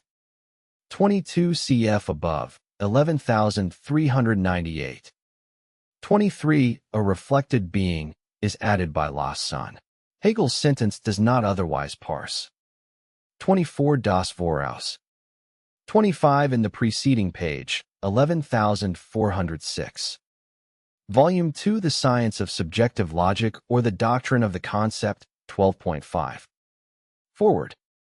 This part of the logic which contains the doctrine of the concept and constitutes the third part of the whole is also issued under the particular title of System of Subjective Logic. This is for the convenience of those friends of this science who, of the materials covered by logic commonly so called, normally take a greater interest in those treated here than in the first two parts. For these earlier parts one could claim the indulgence of the fair critic because of the dearth of previous work that could have afforded me some support, the materials, and a guide on how to proceed. In the case of the present part, I can rather claim this indulgence for the opposite reason, for there already exists for the logic of the concept a fully ready and well-entrenched, one may even say ossified, material, and the task is to make it fluid again, to revive the concept in such a dead matter. To build a new city in a devastated land has its difficulties, even if there is no lack of material at hand. But even greater are the obstacles, of a different kind, when the task is to give a new layout to an ancient and solidly constructed city with established rights of ownership and domicile, one must also decide, among other things, not to make use of much otherwise valued stock. But above all, it is the greatness of the subject matter itself that may be adduced as an excuse for the imperfection in execution. For what subject matter is there for cognition more sublime than truth itself? Yet there is no escaping the doubt that it is this very subject matter that needs excuse when the sense in which Pilate put the question, "What is truth?" comes to mind, uttering it as he did, in the words of the poet. That with the courtier's mien that myopically yet smiling damns the cause of the earnest soul. 112.6 Pilate's question then carries the meaning, which we may view as a moment of politeness, together with its reminder that the goal of discovering the truth is, as everyone knows, something that has been given up, long since set aside with a shrug, that the unattainableness of truth is recognized also by philosophers and professional logicians. But if in our times the question raised in religion regarding the value of things, of insights and actions, a question that in content carries the same implication as Pilate's, is once more reclaiming its rightful meaning, then philosophy can well hope that it will no longer occur as so strange if it too once more begins to reassert its goal in its immediate domain, and that, after having lapsed into the ways of other sciences in renouncing truth, once more strives to rise up to that goal. There is no excuse needed for this attempt. But as for the execution of it, I may plead as excuse my official duties and other personal circumstances that have allowed me to work but interruptedly at a science that demands instead, and deserves, undistracted and undivided exertion. Nuremberg, July 21st, 181,612.11. Of the concept in general. What the nature of the concept is cannot be given right away, not any more than can the concept of any other subject matter. It might perhaps seem that, in order to state the concept of a subject matter, the logical element can be presupposed, and that this element would not therefore be preceded by anything else, or be something deduced, just as in geometry logical propositions, when they occur applied to magnitudes and employed in that science, are premised in the form of axioms, underived and underivable determinations of cognition. Now the concept is to be regarded indeed, not just as a subjective presupposition, but as absolute foundation. But it cannot be the latter except to the extent that it has made itself into one. Anything abstractly immediate is indeed a first, but, as an abstraction, it is rather something mediated, the foundation of which, if it is to be grasped in its truth, must therefore first be sought. And this foundation will indeed be something immediate, but an immediate which has made itself such by the sublation of mediation. From this aspect the concept is at first to be regarded simply as the third to being and essence, to the immediate and to reflection. Being and essence are therefore the moments of its becoming, but the concept is their foundation and truth as the identity into which they have sunk and in which they are contained. They are contained in it because the concept is their result, but no longer as being and essence. These are determinations which they have only in so far as they have not yet returned into the identity, which is their unity. Hence the objective logic, which treats of being and essence, constitutes in truth the genetic exposition of the concept. More precisely, substance already is real essence, or essence in so far as it is united with being and has stepped into actuality. Consequently, the concept has substance for its immediate presupposition. Substance is implicitly what the concept is explicitly. The dialectical movement of substance through causality and reciprocal affection is thus the immediate genesis of the concept by virtue of which its becoming is displayed. But 12.12 The meaning of its becoming, like that of all becoming, is that it is the reflection of something which passes over into its ground, and that the at first apparent other into which this something has passed over constitutes the truth of the latter. Thus the concept is the truth of substance, and since necessity is the determining relational mode of substance, freedom reveals itself to be the truth of necessity and the relational mode of the concept. The necessary forward course of determination characteristic of substance is the positing of that which is in and for itself. The concept is now this absolute unity of being and reflection, whereby being in and for itself only is by being equally reflection or positedness, and positedness only is by being equally in and for itself.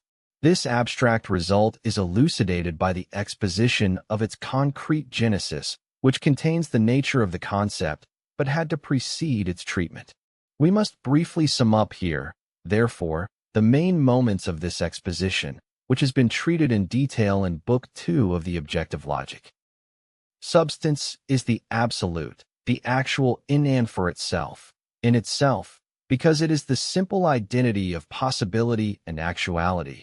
Absolute, because it is the essence containing all actuality and possibility within itself.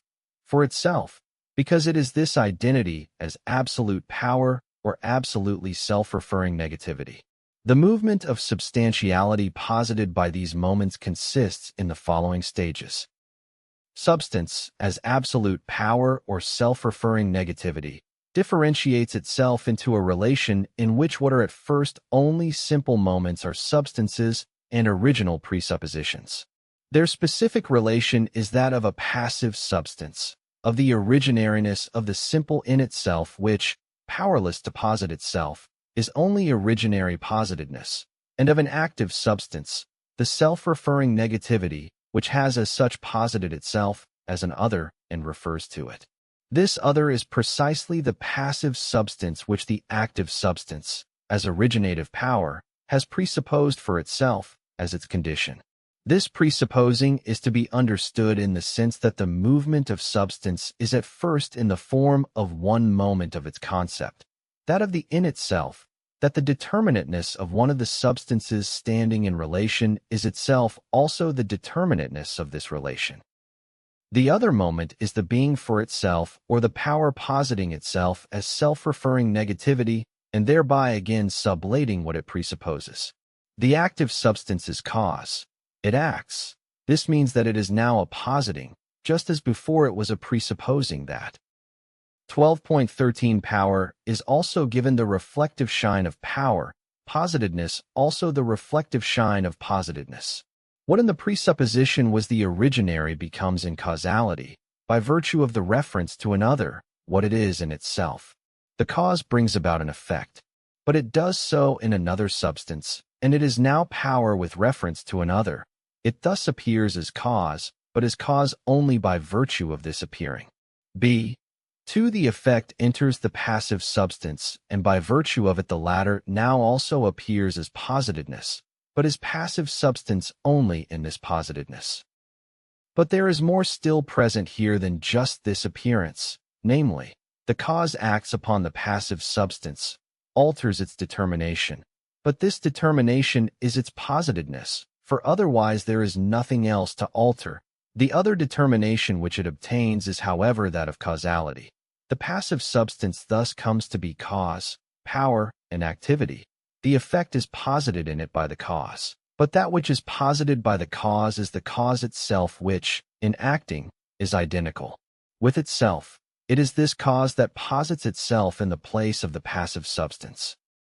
Similarly, with respect to the active substance, the action is the translation of the cause into the effect, into its other, the positedness. The cause reveals itself in the effect as what it is. The effect is identical with the cause, is not another. In acting, the cause thus reveals the positedness to be that which it, the cause, essentially is. Each side, therefore, in accordance with how it refers to the other both as identical with it and as the negative of it, becomes the opposite of itself, but, in becoming this opposite, the other, and therefore also each, remains identical with itself. But both, the identical and the negative reference, are one and the same. Substance is self-identical only in its opposite, and this constitutes the absolute identity of the two substances posited as two. It is by its act that active substance is manifested as cause or originary substantiality, that is, by positing itself as the opposite of itself, a positing which is at the same time the sublating of its presupposed otherness, of passive substance. Contrariwise, it is by being acted upon that the positedness is manifested as positedness, the negative as negative, and consequently the passive substance as self-referring negativity, and in this other the cause simply rejoins itself. Through this positing, therefore, what is presupposed, that is, the implicit originariness, becomes explicit, but this being, which is now in and for itself, is only by virtue of a positing which is equally the sublation of what is presupposed, or because the absolute substance has returned to itself only out of, and in, its positedness, and for that reason is absolute. Hence this reciprocal action is 12.14 appearance that again sublates itself, the revelation that the reflective shine of causality, in which the cause is as cause, is just that it is reflective shine.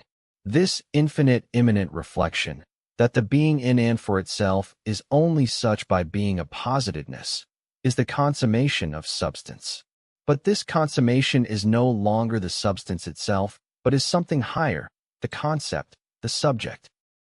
The transition of the relation of substantiality occurs through its own immanent necessity and is nothing more than the manifestation of itself, that the concept is its truth, and that freedom is the truth of necessity.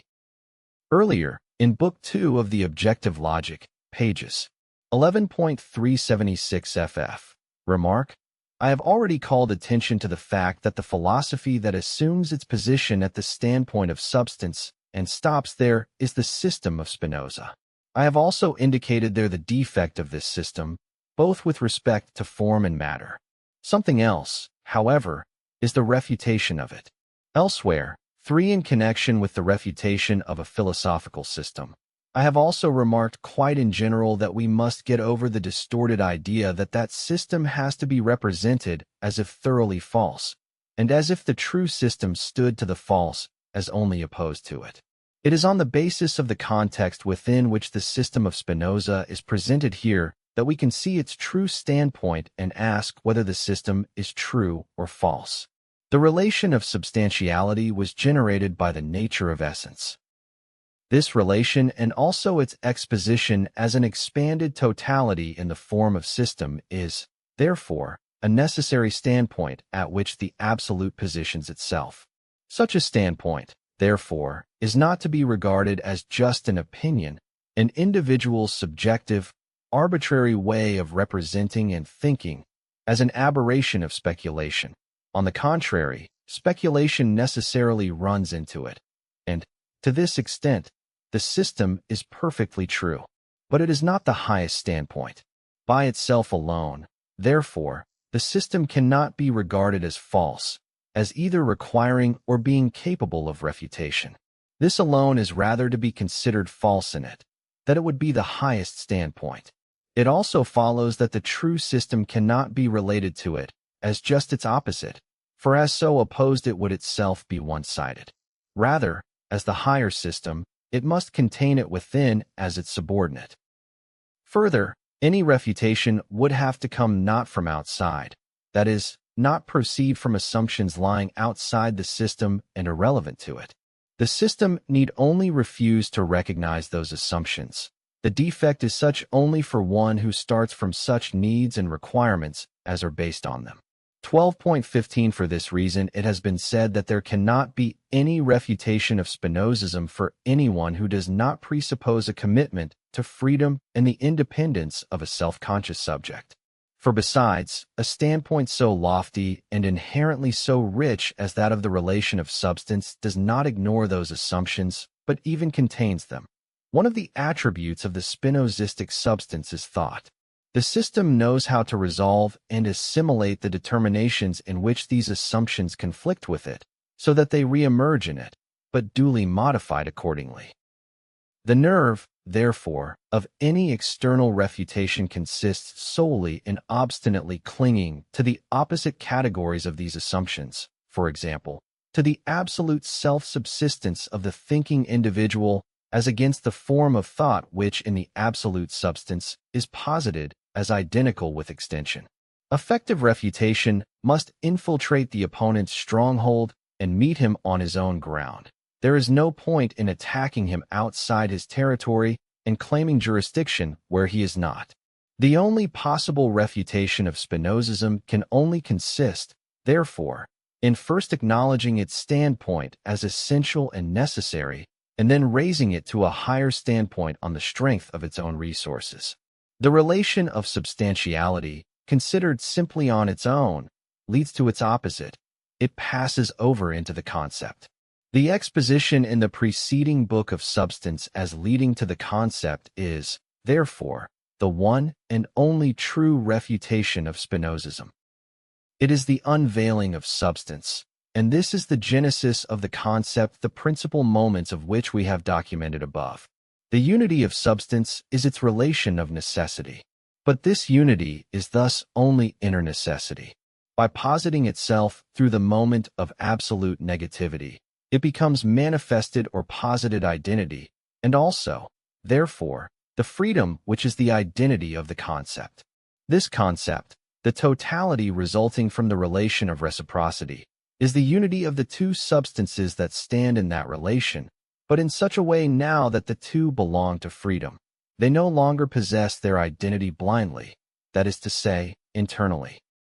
On the contrary, the substances now explicitly have the determination that they are essentially reflective shine or moments of reflection, and for that reason that each has immediately rejoined its other or its positedness, that each contains this positedness in itself and in its other, therefore, is posited simply and solely as identical with itself.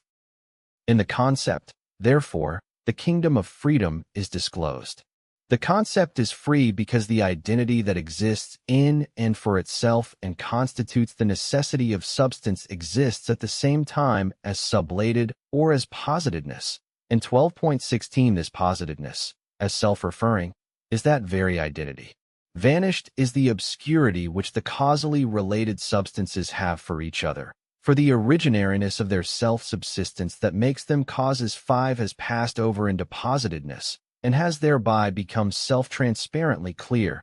The originary fact 6 is originary, because it is a self-causing fact 7, and this is the substance that has been let go freely into the concept. The direct result for the concept is the following more detailed determination. Because being which is in and for itself is immediately a positedness, the concept is in its simple self-reference an absolute determinateness which, by referring only to itself, is however no less immediately simple identity. But this self-reference of the determinateness in which the latter rejoins itself is just as much the negation of determinateness, 8, and thus the concept, as this equality with itself, is the universal. But this identity equally has the determination of negativity. It is a negation or determinateness that refers to itself, and as such the concept is the singular. 9. Each, the universal and the singular, is a totality. Each contains the determination of the other within it, and therefore the two are just as absolutely one totality as their oneness is the diremption of itself into the free reflective shine of this duality. And this is a duality which in the differentiation of singular and universal appears to be perfect opposition, but an opposition which is so much of a reflective shine that, in that the one is conceptualized and said, immediately the other is therein conceptualized and said. The foregoing is to be regarded as the concept of the concept. To some it may seem to depart from the common understanding of concept, and they might require that we indicate how our result fits with other ways of representing or defining it. But, for one thing, this cannot be an issue of proof based on the authority of ordinary understanding. In the science of the concept, the content and determination of the latter can be proven solely on the basis of an immanent deduction which contains its genesis, and such a deduction lies behind us. And also, whereas the concept of the concept as deduced here should in principle be recognized in whatever else is otherwise adduced as such a concept, it is not as easy to ascertain what others have said about its nature. For in general they do not bother at all inquiring about it, but presuppose that everyone already understands what the concept means when speaking of it. Of late especially, one may indeed believe that it is not worth pursuing any such inquiry because, just as it was for a while the fashion to say all things bad about the imagination, then about memory, it became in philosophy the habit some time ago, 12.17, and is still the habit now, to heap every kind of defamation on the concept, to hold it in contempt, the concept which is the highest form of thought, while the incomprehensible and the non-comprehended are regarded as the pinnacle of both science and morality. I confine myself to one remark which may contribute to the comprehension of the concept here developed and facilitate one's way into it. The concept, when it has progressed to a concrete existence which is itself free, is none other than the I, or pure self-consciousness. True, I have concepts, that is, determinate concepts, but the I is the pure concept itself, the concept that has come into determinate existence. It is fair to suppose, therefore, when we think of the fundamental determinations which constitute the nature of the I, that we are referring to something familiar, that is, a commonplace of ordinary thinking. But the I is in the first place purely self-referring unity, and is this not immediately, but by abstracting from all determinateness and content and withdrawing into the freedom of unrestricted equality with itself. As such, it is universality, a unity that is unity with itself only by virtue of its negative relating, which appears as abstraction, and because of it contains all determinateness within itself as dissolved. In second place, the I is just as immediately self-referring negativity, singularity, absolute determinateness that stands opposed to anything other and excludes it, individual personality. This absolute universality which is just as immediately absolute singularization, a being in and for itself which is absolute positiveness, and being in and for itself only by virtue of its unity with the positiveness. This universality constitutes the nature of the I and of the concept. Neither the one nor the other can be comprehended unless these two just given moments are grasped at the same time, both in their abstraction and in their perfect unity. When I say of the understanding that I have it, according to ordinary ways of speaking, what is being understood by it is a faculty or a property that stands in relation to my I in the same way as the property of a thing stands related to that thing, as to an indeterminate substrate which is not the true ground or the determining factor of the property. In this view, I have concepts, and I have the concept, just as I also have a coat, complexion, and other external properties. Kant went beyond this external relation of the understanding as the faculty of concepts and of the concept to the I. It is one of the profoundest and truest insights to be found in the Critique of Reason that the unity which constitutes the essence of the concept 12.18 is recognized as the original synthetic unity of apperception, the unity of the I think, or of self-consciousness. 10. This proposition is all that there is to the so-called transcendental deduction of the categories which, from the beginning, has however been regarded as the most difficult piece of Kantian philosophy, no doubt only because it demands that we should transcend the mere representation of the relation of the I and the understanding, or of the concepts, to a thing and its properties or accidents, and advance to the thought of it. The object, says Kant in the Critique of Pure Reason, 2nd ed., page 137, is that, in the concept of which the manifold of a given intuition is unified. But every unification of representations requires a unity of consciousness in the synthesis of them.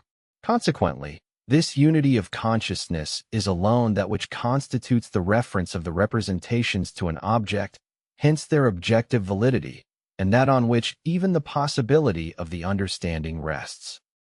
Kant distinguishes this objective unity from the subjective unity of consciousness by which the I becomes conscious of a manifold, whether simultaneously or successively, depending on empirical conditions. 11. In contrast to this subjective unity, the principles of the objective determination of representations are only to be derived from the principle of the transcendental unity of apperception. It is by virtue of the categories, which are these objective determinations, that the manifold of given representations is so determined as to be brought to the unity of consciousness. 12. On this explanation, the unity of the concept is that by virtue of which something is not the determination of mere feeling, is not intuition or even mere representation, but an object, and this objective unity is the unity of the I with itself.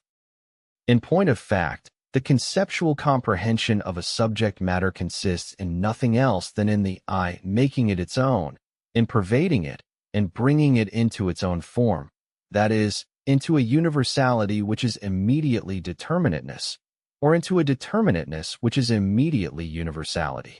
As intuited or also as represented, the subject matter is still something external, alien. When it is conceptualized, the being in and for itself that it has in intuition and representation is transformed into a positiveness. In thinking it, the I pervades it. But it is only in thought that it is in and for itself. As it is in intuition or representation, it is appearance.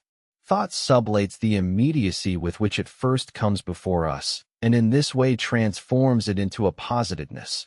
But this, its positiveness, is its being in and for itself, or its objectivity. This is an objectivity which the subject matter consequently attains in the concept, and this concept is the unity of self-consciousness into which that subject matter has been assumed. Consequently, its objectivity or the concept is itself none other than the nature of 12.19 self. Consciousness has no other moments or determinations than the I itself. Accordingly, we find in a fundamental principle of Kantian philosophy the justification for turning to the nature of the I in order to learn what the concept is. But conversely, it is necessary to this in that we have grasped the concept of the I as stated. If we cling to the mere representation of the I as we commonly entertain it, then the I is only the simple thing also known as the soul, a thing in which the concept inheres as a possession or a property. This representation, which does not bother to comprehend either the I or the concept, is of little use in facilitating or advancing the conceptual comprehension of the concept. The position of Kant just cited contains two other points which concern the concept and necessitate some further comments. First of all, preceding the stage of understanding are the stages of feeling and of intuition. 13. It is an essential proposition of Kant's transcendental philosophy that concepts without intuition are empty, and that they have validity only as references connecting the manifold given by intuition. 14. Second, the concept is given as the objective element of cognition, consequently as the truth. Yet it is taken to be something merely subjective, and we are not allowed to extract reality from it. 15. For by reality objectivity is to be understood, since reality is contrasted with subjectivity. Moreover, the concept and anything logical are declared to be something merely formal which, since it abstracts from content, does not contain truth. Now, in the first place, as regards the relation of the understanding or concept to the stages presupposed by it, the determination of the form of these stages depends on which science is being considered. In our science, which is pure logic, they are being and essence. In psychology, the stages preceding the understanding are feeling and intuition, and then representation generally. In the phenomenology of spirit, which is the doctrine of consciousness, the ascent to the understanding is made through the stages of sensuous consciousness and then of perception. Kant places ahead of it only feeling and intuition. But, for a start, he himself betrays the incompleteness of this progression of stages by appending to the transcendental logic or the doctrine of the understanding a treatise on the concepts of reflection, a sphere lying between intuition and understanding, or being and concept. 16. And if we consider the substance itself of these stages, it must first be said that such shapes as intuition, 12.20 representation, and the like, belong to the self-conscious spirit which, as such, does not fall within the scope of logical science. Of course, The pure determinations of being, essence, and the concept also constitute the substrate and the inner sustaining structure of the forms of spirit. Spirit, as intuiting as well as sensuous consciousness, is in the form of immediate being, just as spirit as representational and also perceptual consciousness has risen from being to the stage of essence or reflection. But these concrete shapes are of as little interest to the science of logic as are the concrete forms that logical determinations assume in nature. These last would be space and time, then space and time as assuming a content, as inorganic and then organic nature. Similarly, the concept is also not to be considered here as the act of the self-conscious understanding, not as subjective understanding, but as the concept in and for itself which constitutes a stage of nature as well as of spirit. Life, or organic nature, is the stage of nature where the concept comes on the scene, but as a blind concept that does not comprehend itself, that is not thought, only is self-aware, and as thought does it belongs to spirit. Its logical form, however, is independent of such shapes, whether unspiritual or spiritual. This is a point which was already duly adumbrated in the introduction, 17, and one that one must be clear about before undertaking logic, not when one is already in it. But, in second place, how the forms that precede the concept might ever be shaped depends on how the concept is thought in relation to them. This relation, as assumed in ordinary psychology as well as in Kant's transcendental philosophy, 18, is that the empirical material, the manifold of intuition and representation, is at first just there by itself, and that the understanding then comes into it, brings unity to it, and raises it through abstraction to the form of universality.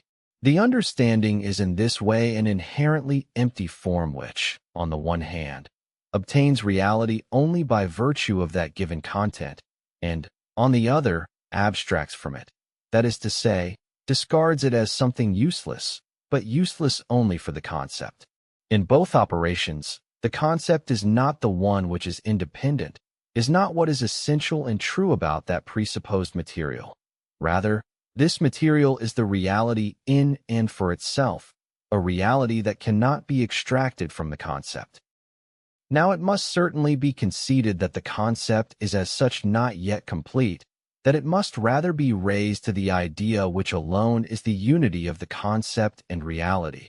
And this is a result which will have to emerge in what follows from the nature of the concept itself. For the reality that the concept gives itself cannot be 12.21 picked up, as it were, from the outside, but must be derived from the concept itself in accordance with scientific requirements. But the truth is that it is not the material given by intuition and representation which must be validated as the real in contrast to the concept. It is only a concept, people are wont to say, contrasting the concept, as superior to it, not only with the idea, but with sensuous, spatial, and temporal, palpable existence. For this reason the abstract is then held to be of less significance than the concrete, because so much of this palpable material has been removed from it. In this view, to abstract means to select from a concrete material this or that mark, but only for our subjective purposes, without in any way detracting from the value and the status of the many other properties and features that are left out.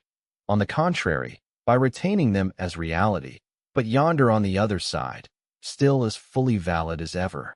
It is only because of its incapacity that the understanding thus does not draw from this wealth, and is forced rather to make do with the impoverished abstraction.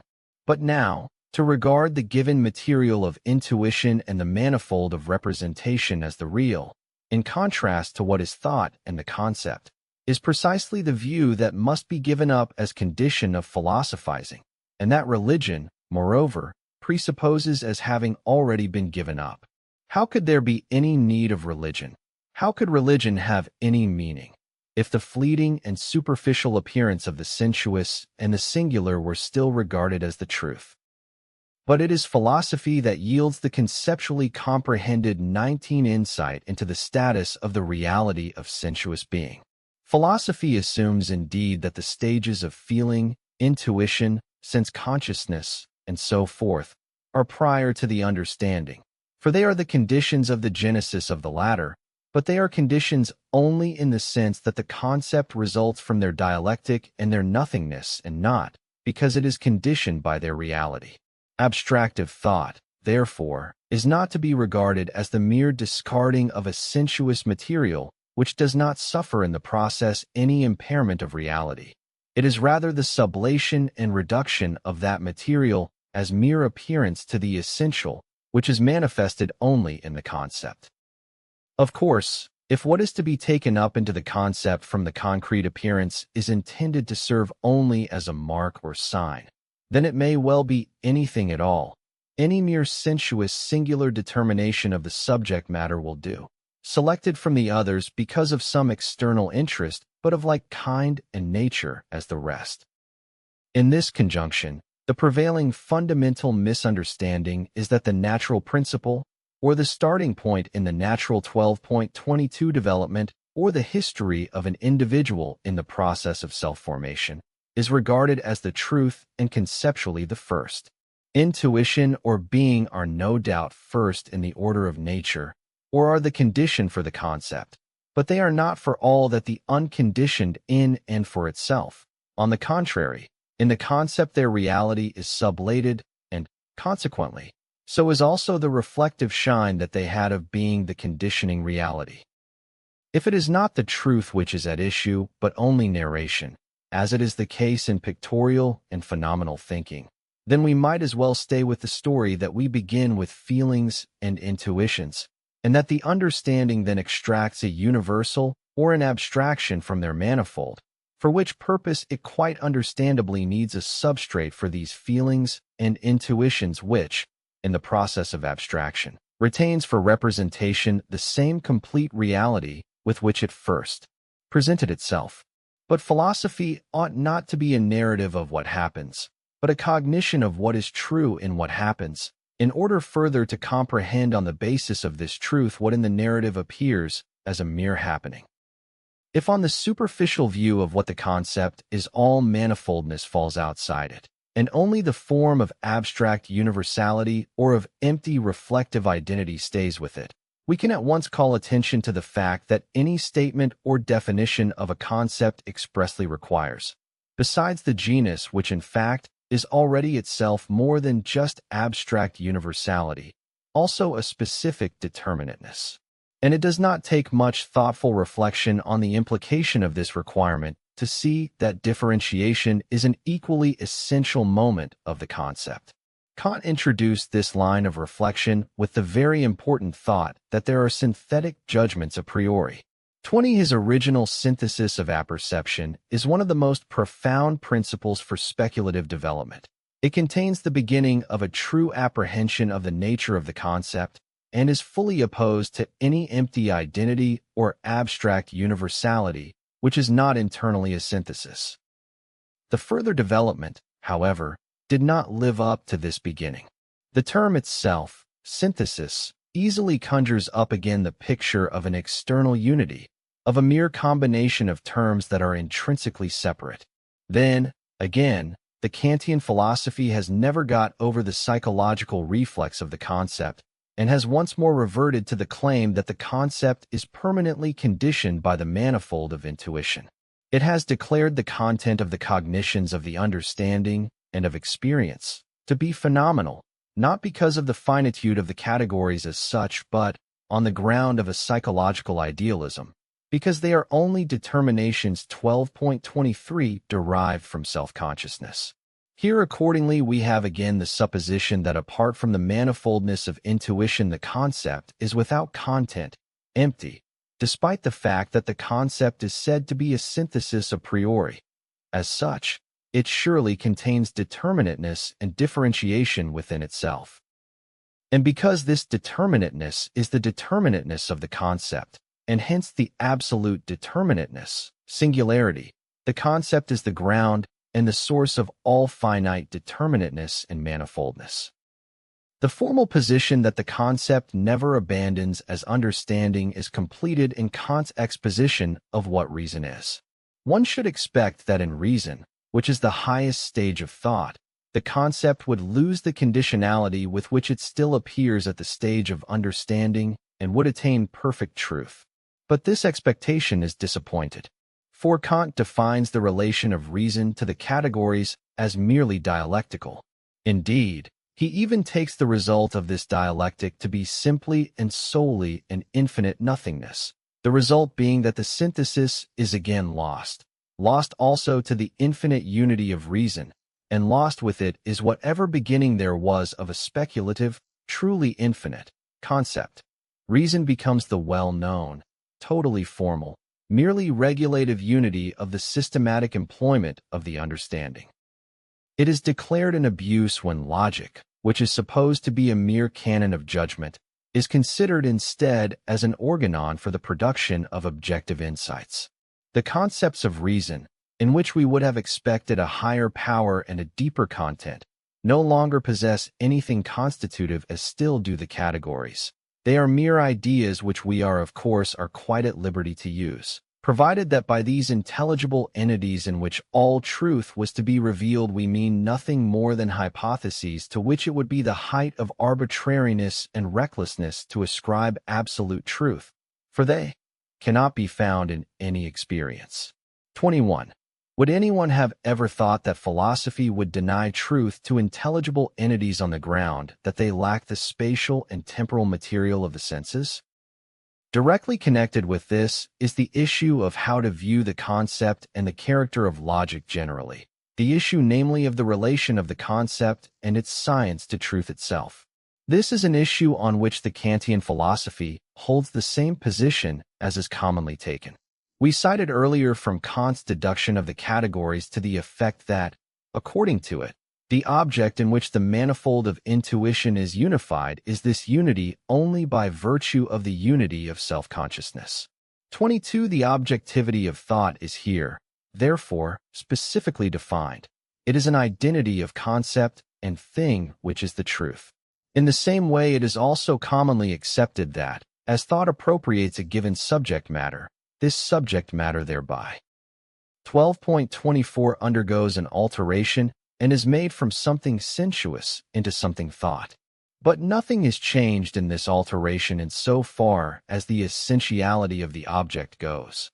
On the contrary, it is accepted that the object is in its truth only in its concept, whereas in the immediacy in which it is given it is only appearance and accidentality, that the cognition conceptualizing the subject matter is a cognition of it as it is in and for itself, and the concept is its very objectivity. But, on the other hand, it is also equally claimed that we cannot know things as they are in and for themselves, and that truth is inaccessible to rational cognition, that the aforesaid truth that would consist in the unity of the object and the concept is in fact only appearance, again on the ground now that the content is only the manifold of intuition. But we have just remarked, regarding this point, that it is precisely in the concept that the manifold is sublated in as much as it pertains to intuition as opposed to the concept, and that through the concept the subject matter is reduced to its non-contingent essentiality.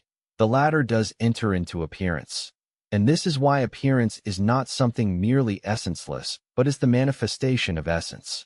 When this manifestation of essence is set free, then we have the concept. These propositions that we are now recalling are not dogmatic assertions, for they are results that obtained on their own out of the whole development of essence. The present position to which this development has led is that the form of the absolute, which is higher than being and essence, is the concept. Viewed from this side, the concept has subjugated the spheres of being and essence to which, from other starting points, feeling, intuition, and representation, which appear to be its antecedent conditions, also belong. It has demonstrated itself to be their unconditional foundation. But this is one side alone.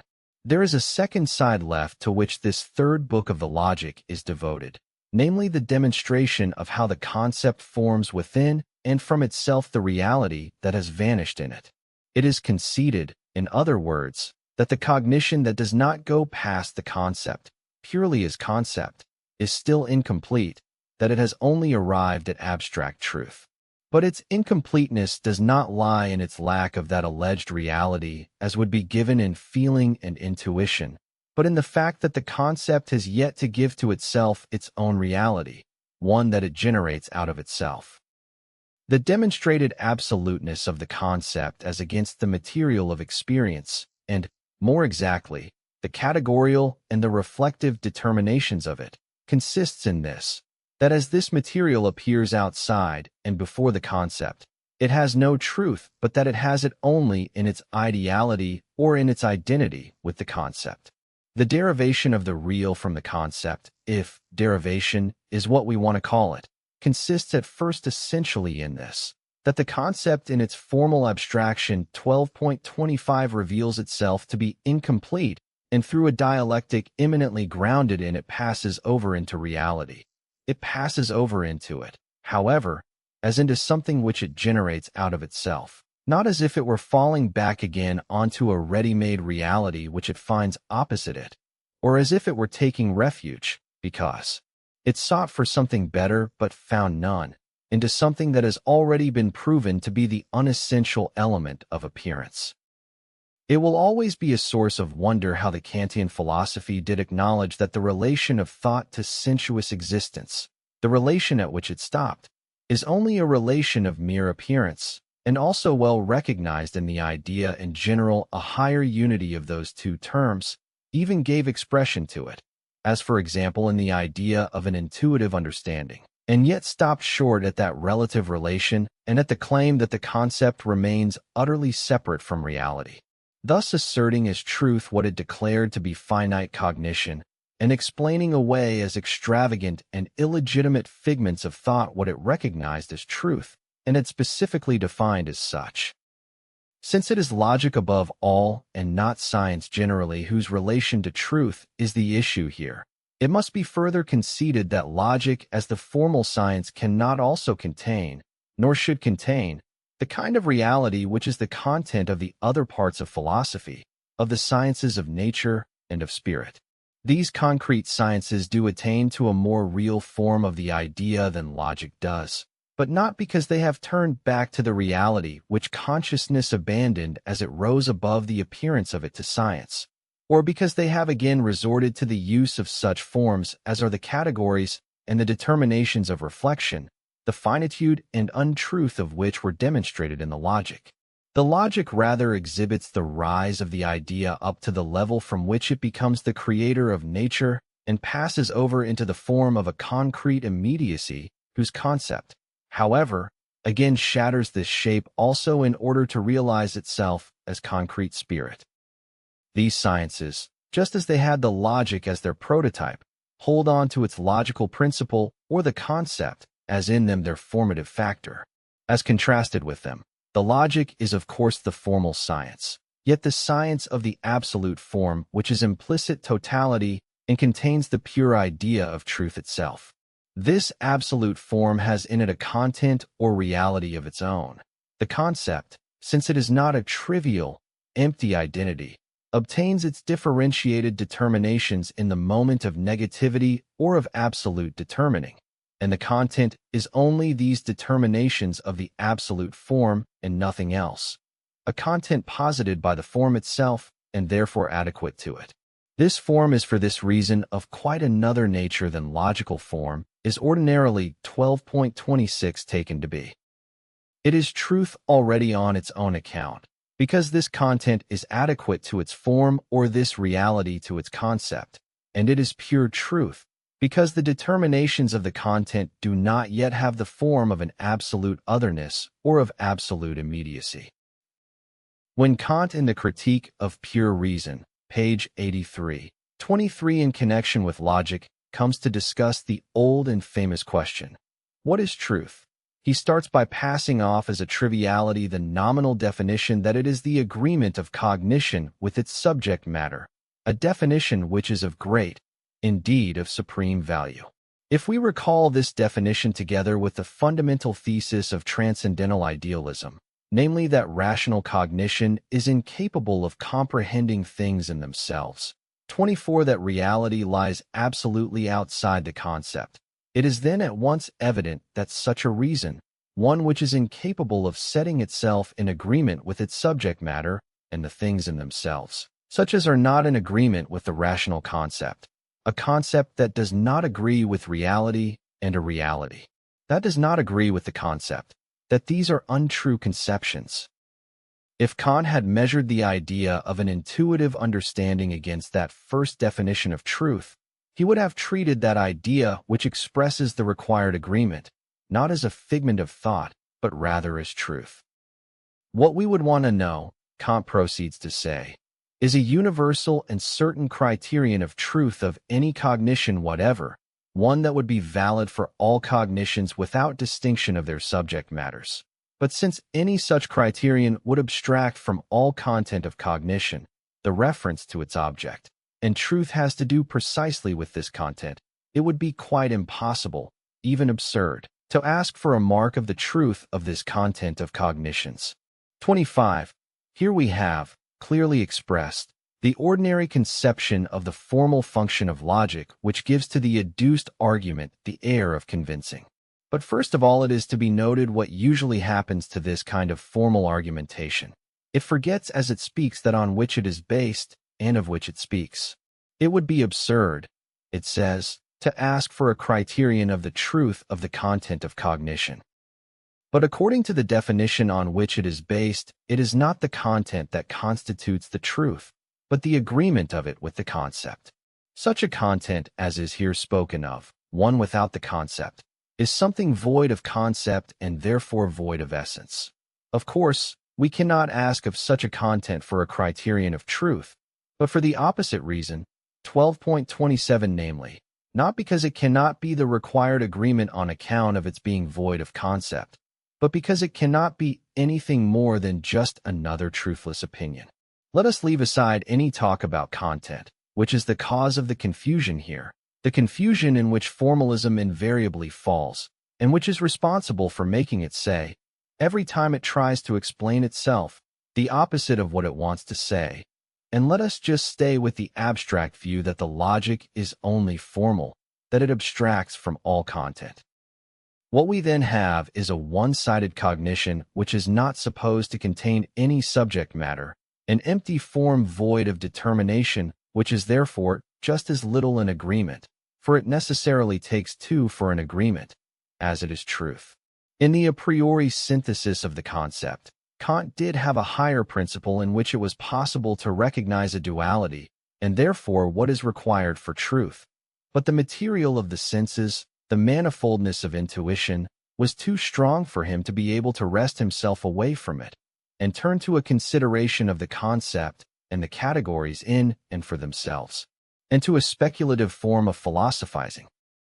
Since logic is the science of the absolute form, this formal discipline, 26, in order to be true, must have a content in it which is adequate to its form, all the more so, because logical form is pure form and logical truth, accordingly, the pure truth itself.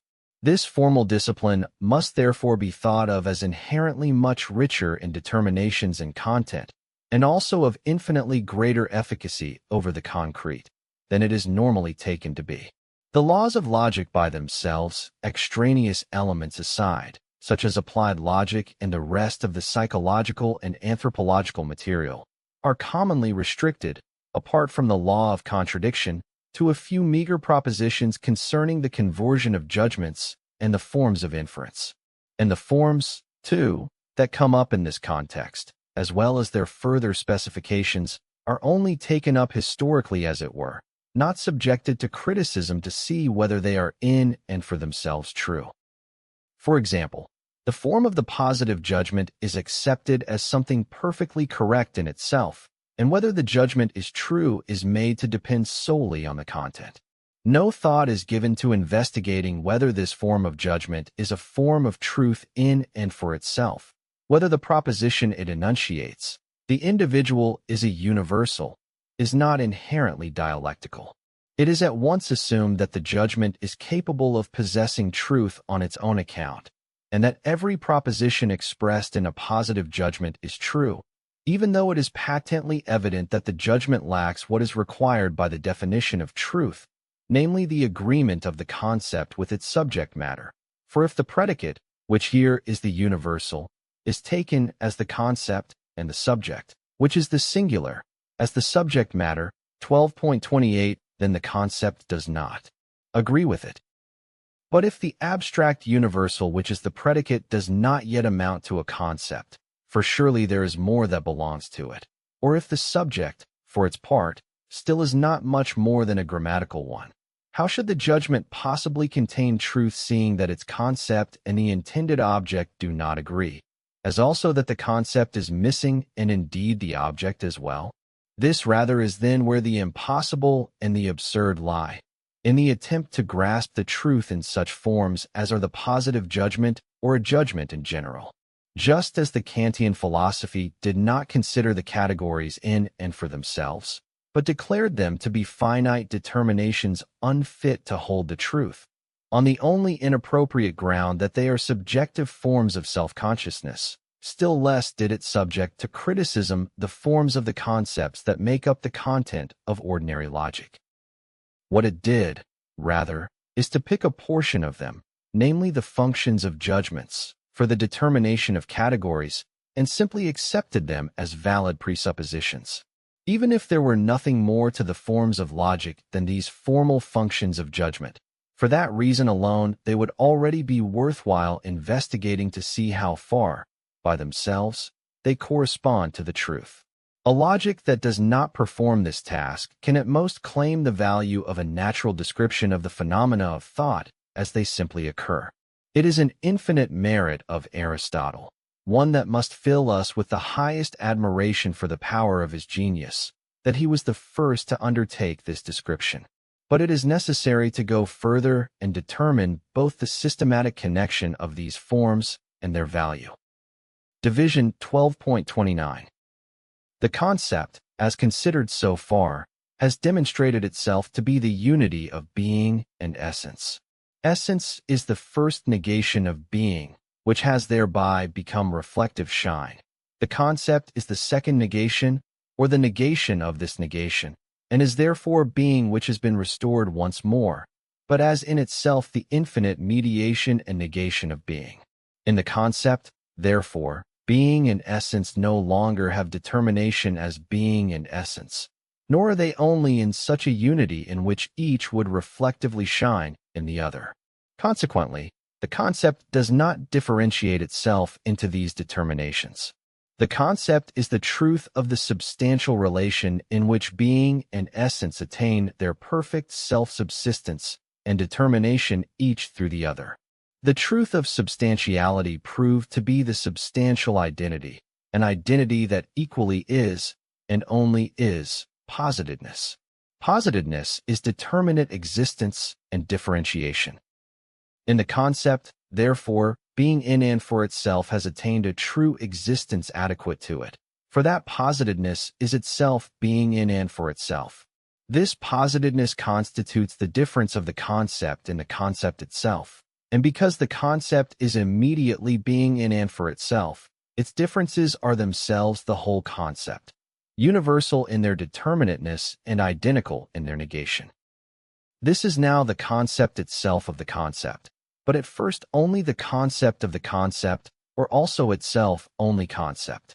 Since the concept is being in and for itself by being a positedness, or is absolute substance, and substance manifests the necessity of distinct substances as an identity, this identity must itself posit what it is.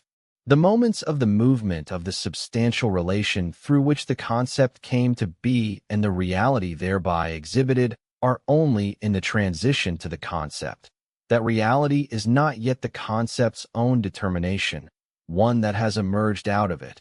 It fell in the sphere of necessity, whereas the reality of the concept can only be its free determination, a determinate existence in which the concept is identical with itself and whose moments are themselves concepts posited through the concept itself. At first, therefore, the concept is only implicitly the truth, because it is only something inner, it is equally only something outer. It is at first simply in 12.30 immediate, and in this shape its moments have the form of immediate, fixed determinations. It appears as the determinate concept, as the sphere of mere understanding. Because this form of immediacy is an existence still inadequate to the nature of the concept, for the concept is free and only refers to itself, it is an external form in which the concept does not exist in and for itself, but can only count as something posited or subjective. The shape of the immediate concept constitutes the standpoint that makes of the concept a subjective thinking, a reflection external to the subject matter. This stage constitutes, therefore, subjectivity, or the formal concept. Its externality is manifested in the fixed being of its determinations that makes them come up each by itself, isolated and qualitative, and each only externally referred to the other. But the identity of the concept, which is precisely their inner or subjective essence, sets them in dialectical movement, and through this movement their singleness is sublated, and with it also the separation of the concept from the subject matter. And what emerges as their truth is the totality, which is the objective concept. Second, in its objectivity, the concept is the fact itself as it exists in and for itself. The formal concept makes itself into the fact by virtue of the necessary determination of its form, and it thereby sheds the relation of subjectivity and externality that it had to that matter. Or, conversely, objectivity is the real concept that has emerged from its inwardness and has passed over into existence. In this identity with the fact, the concept thus has an existence which is its own and free.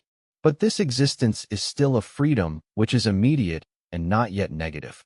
Being at one with the subject matter, the concept is submerged into it. Its differences are objective determinations of existence, in which it is itself again the inner. As the soul of objective existence, the concept must give itself the form of subjectivity that it immediately had as formal concept. And so, in the form of the free concept which in objectivity it still lacked, it steps forth over against that objectivity, and, over against it, it makes therein the identity with it, which is objective concept it has in and for itself, into an identity that is also posited. In this consummation in which the concept has the form of freedom even in its objectivity, the adequate 27 concept is the idea. Reason, which is the sphere of the idea, is the self-unveiled 28 truth in which the concept attains the realization absolutely adequate to it, and is free in as much as in this real world, in its objectivity, it recognizes its subjectivity, and in this subjectivity recognizes that objective world. 1 Friedrich Gottlieb Klopstock, Der Mesches, 7th Canto, slightly modified by Hegel, who very likely cited from memory. 2 The B is added by Lawson. 3 In the Phenomenology of Spirit, cf. GW 9, 10. For the allusion is, among others, to Fichte. See the whole section 5 of the first Introduction to the Wissenschaftslehre, English trans, pages 15 ff. GAI.2.191 ff. 5 I have glossed, that makes them causes, to bring out Hegel's play on words which is otherwise lost in English. Cause, in German, is Ursache, where the UR indicates originariness. Originariness is Ursprünglichkeit. 6 Die Ursprünglichkeit, cf. Ursache, i.e. cause. 7 Ursache, selbst. 8 The determinateness does not go past itself, even excludes the possibility of going past itself. In this sense, because it precludes reference to anything else besides itself, it ceases to be a determinateness and becomes a universal. It negates its own determinateness, i.e. itself, as negation. 9 In precluding reference to anything besides itself, the universal regains negativity. It is just itself and nothing else. In this sense, it is a universe by itself, a singular. 10b 131 ff. 11b 139. 12b 144. 13 Hegel now has in mind the transcendental aesthetic section of the Critique of Pure Reason.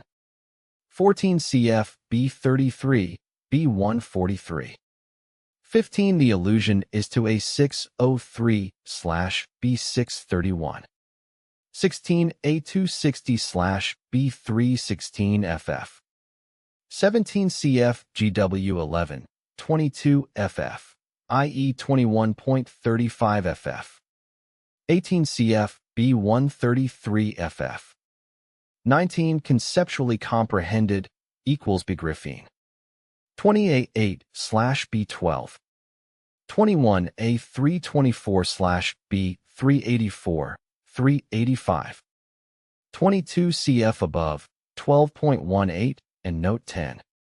23 in fact, A58/B82.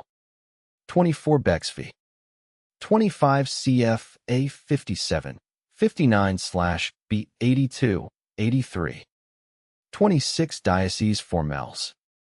27 Hegel uses the Latinate word adequate to bring out the notion of truth, traditionally defined as adequatio rei et intellectus. 28 Hegel is playing on the Greek word for truth, which literally means an unveiling. Section 1 Subjectivity 12.31. The concept is, to start with, formal, the concept in its beginning or as the immediate concept. In this immediate unity, its difference or its positedness is, first, itself initially simple and only a reflective shine, so that the moments of the difference are immediately the totality of the concept, and only the concept as such. But, second, because it is absolute negativity, the concept divides and posits itself as the negative or the other of itself. Yet, because it is still immediate concept, this positing or this differentiation is characterized by the reciprocal indifference of its moments, each of which comes to be on its own. In this division, the unity of the concept is still only an external connection. Thus, as the connection of its moments posited as self-subsisting and indifferent, the concept is judgment. 29. Third, although the judgment contains the unity of the concept that has been lost in its self-subsisting moments, this unity is not posited. It will become posited by virtue of the dialectical movement of the judgment which, through this movement, becomes syllogistic inference. 30. And this is the fully posited concept, for in the inference the moments of the concept as self-subsisting extremes and their mediating unity are both equally posited. But since this unity itself, as unifying middle, and the moments, as self-subsisting extremes, stand at first immediately opposite one another, this contradictory relation that occurs in the formal inference sublates itself, and the completeness of the concept passes over into the unity of totality, the subjectivity of the concept into its objectivity. Note the play on words, division and judgment, are in German, Teilung and Urteil. Syllogistic inference equals Schluss. Chapter 1 The Concept 12.32. The faculty of concepts is normally associated with the understanding, and the latter is accordingly distinguished from the faculty of judgment and from the faculty of syllogistic inferences, which is formal reason. But it is particularly with reason that the understanding is contrasted, and it signifies then, not the faculty of concepts in general, but the faculty of determinate concepts, as if, as the prevailing opinion has it, the concept were only a determinate. When distinguished in this meaning from the formal faculty of judgment and from formal reason, the understanding is accordingly to be taken as the faculty of the single determinate concept. For the judgment and the syllogism or reason, as formal, are themselves only a thing of the understanding. 31 Since they are subsumed under the form of the abstract determinateness of the concept. Here, however, we are definitely not taking the concept as just abstractly determined. The understanding is therefore to be distinguished from reason only in that it is the faculty of the concept as such. This universal concept that we now have to consider contains the three moments of universality, particularity, and singularity. The difference and the determinations which the concept gives itself in its process of distinguishing constitute the sides formerly called positedness.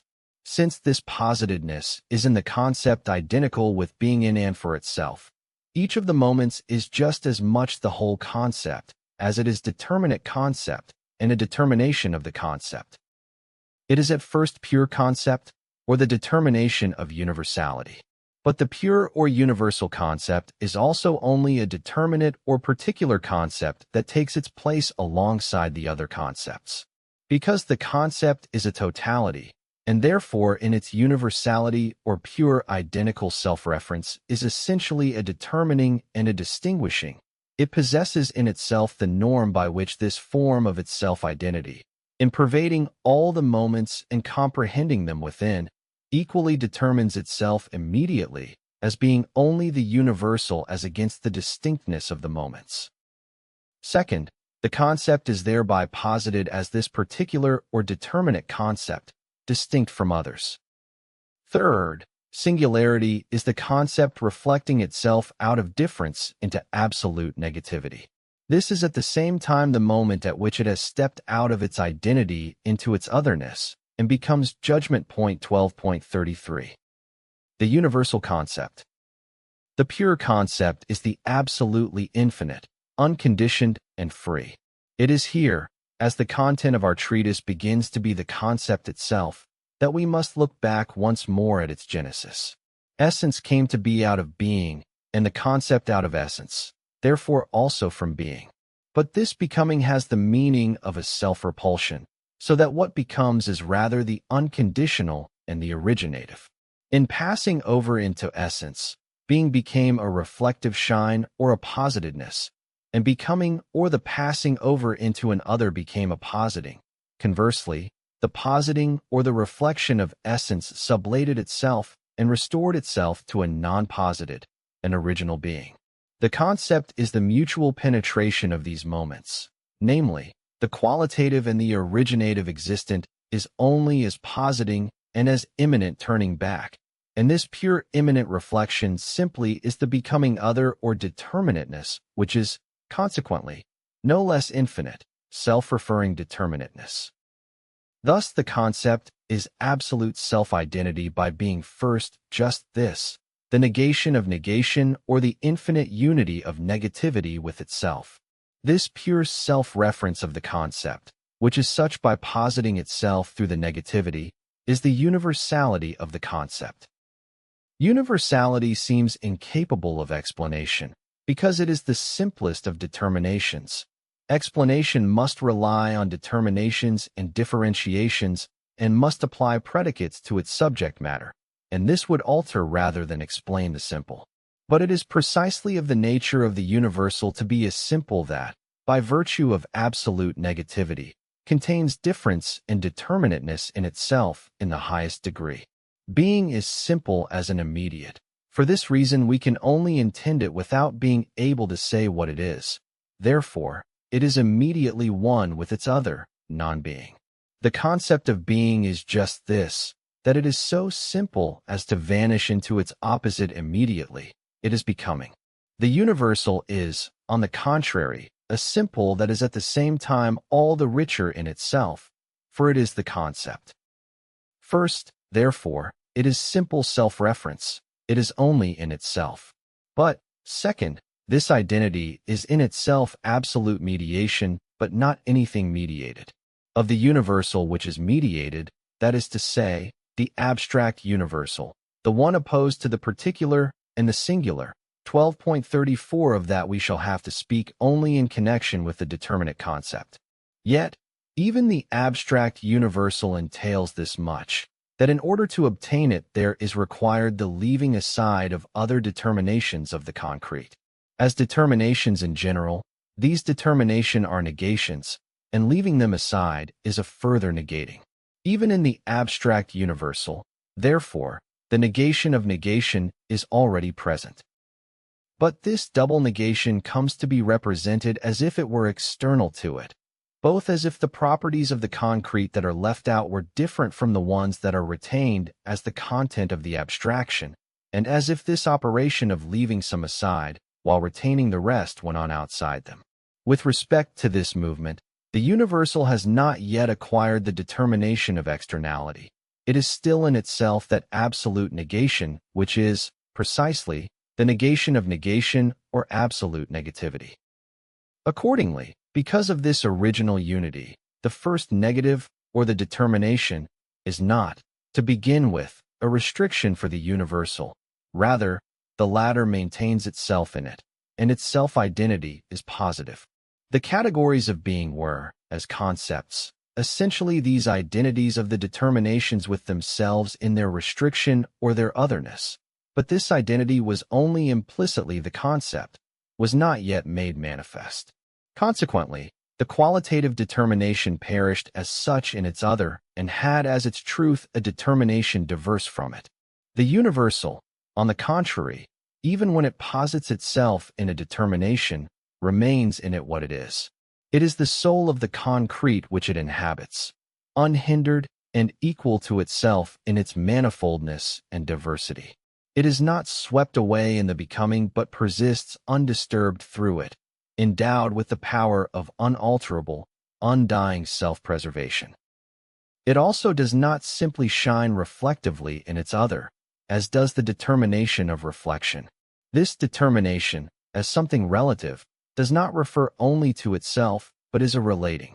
It lets itself be known in its other, but at first it only shines reflectively in it, and this reflective shining of each in the other, or their reciprocal determination, has the form of an external activity alongside their self-subsistence.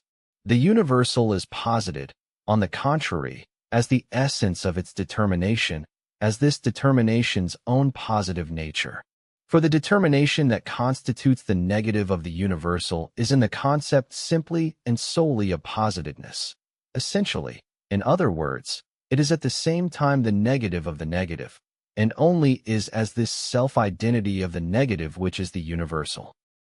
To this extent, the universal is also the substance of its determinations, but in such a way that what for the substance as such was 12.35 an accident, is the concept's own self-mediation, its own immanent reflection. But this mediation, which first raises the accidental to necessity, is the manifested reference.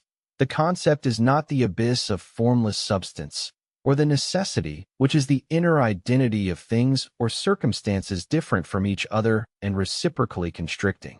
Rather, as absolute negativity, it is the informing and creative principle. And since the determination is not as limitation, but is just as much simply sublated as determination, is positedness, so is the reflective shine, the appearance as appearance of the identical. The universal is therefore free power. It is itself while reaching out to its other and embracing it, but without doing violence to it. On the contrary, it is at rest in its other as in its own.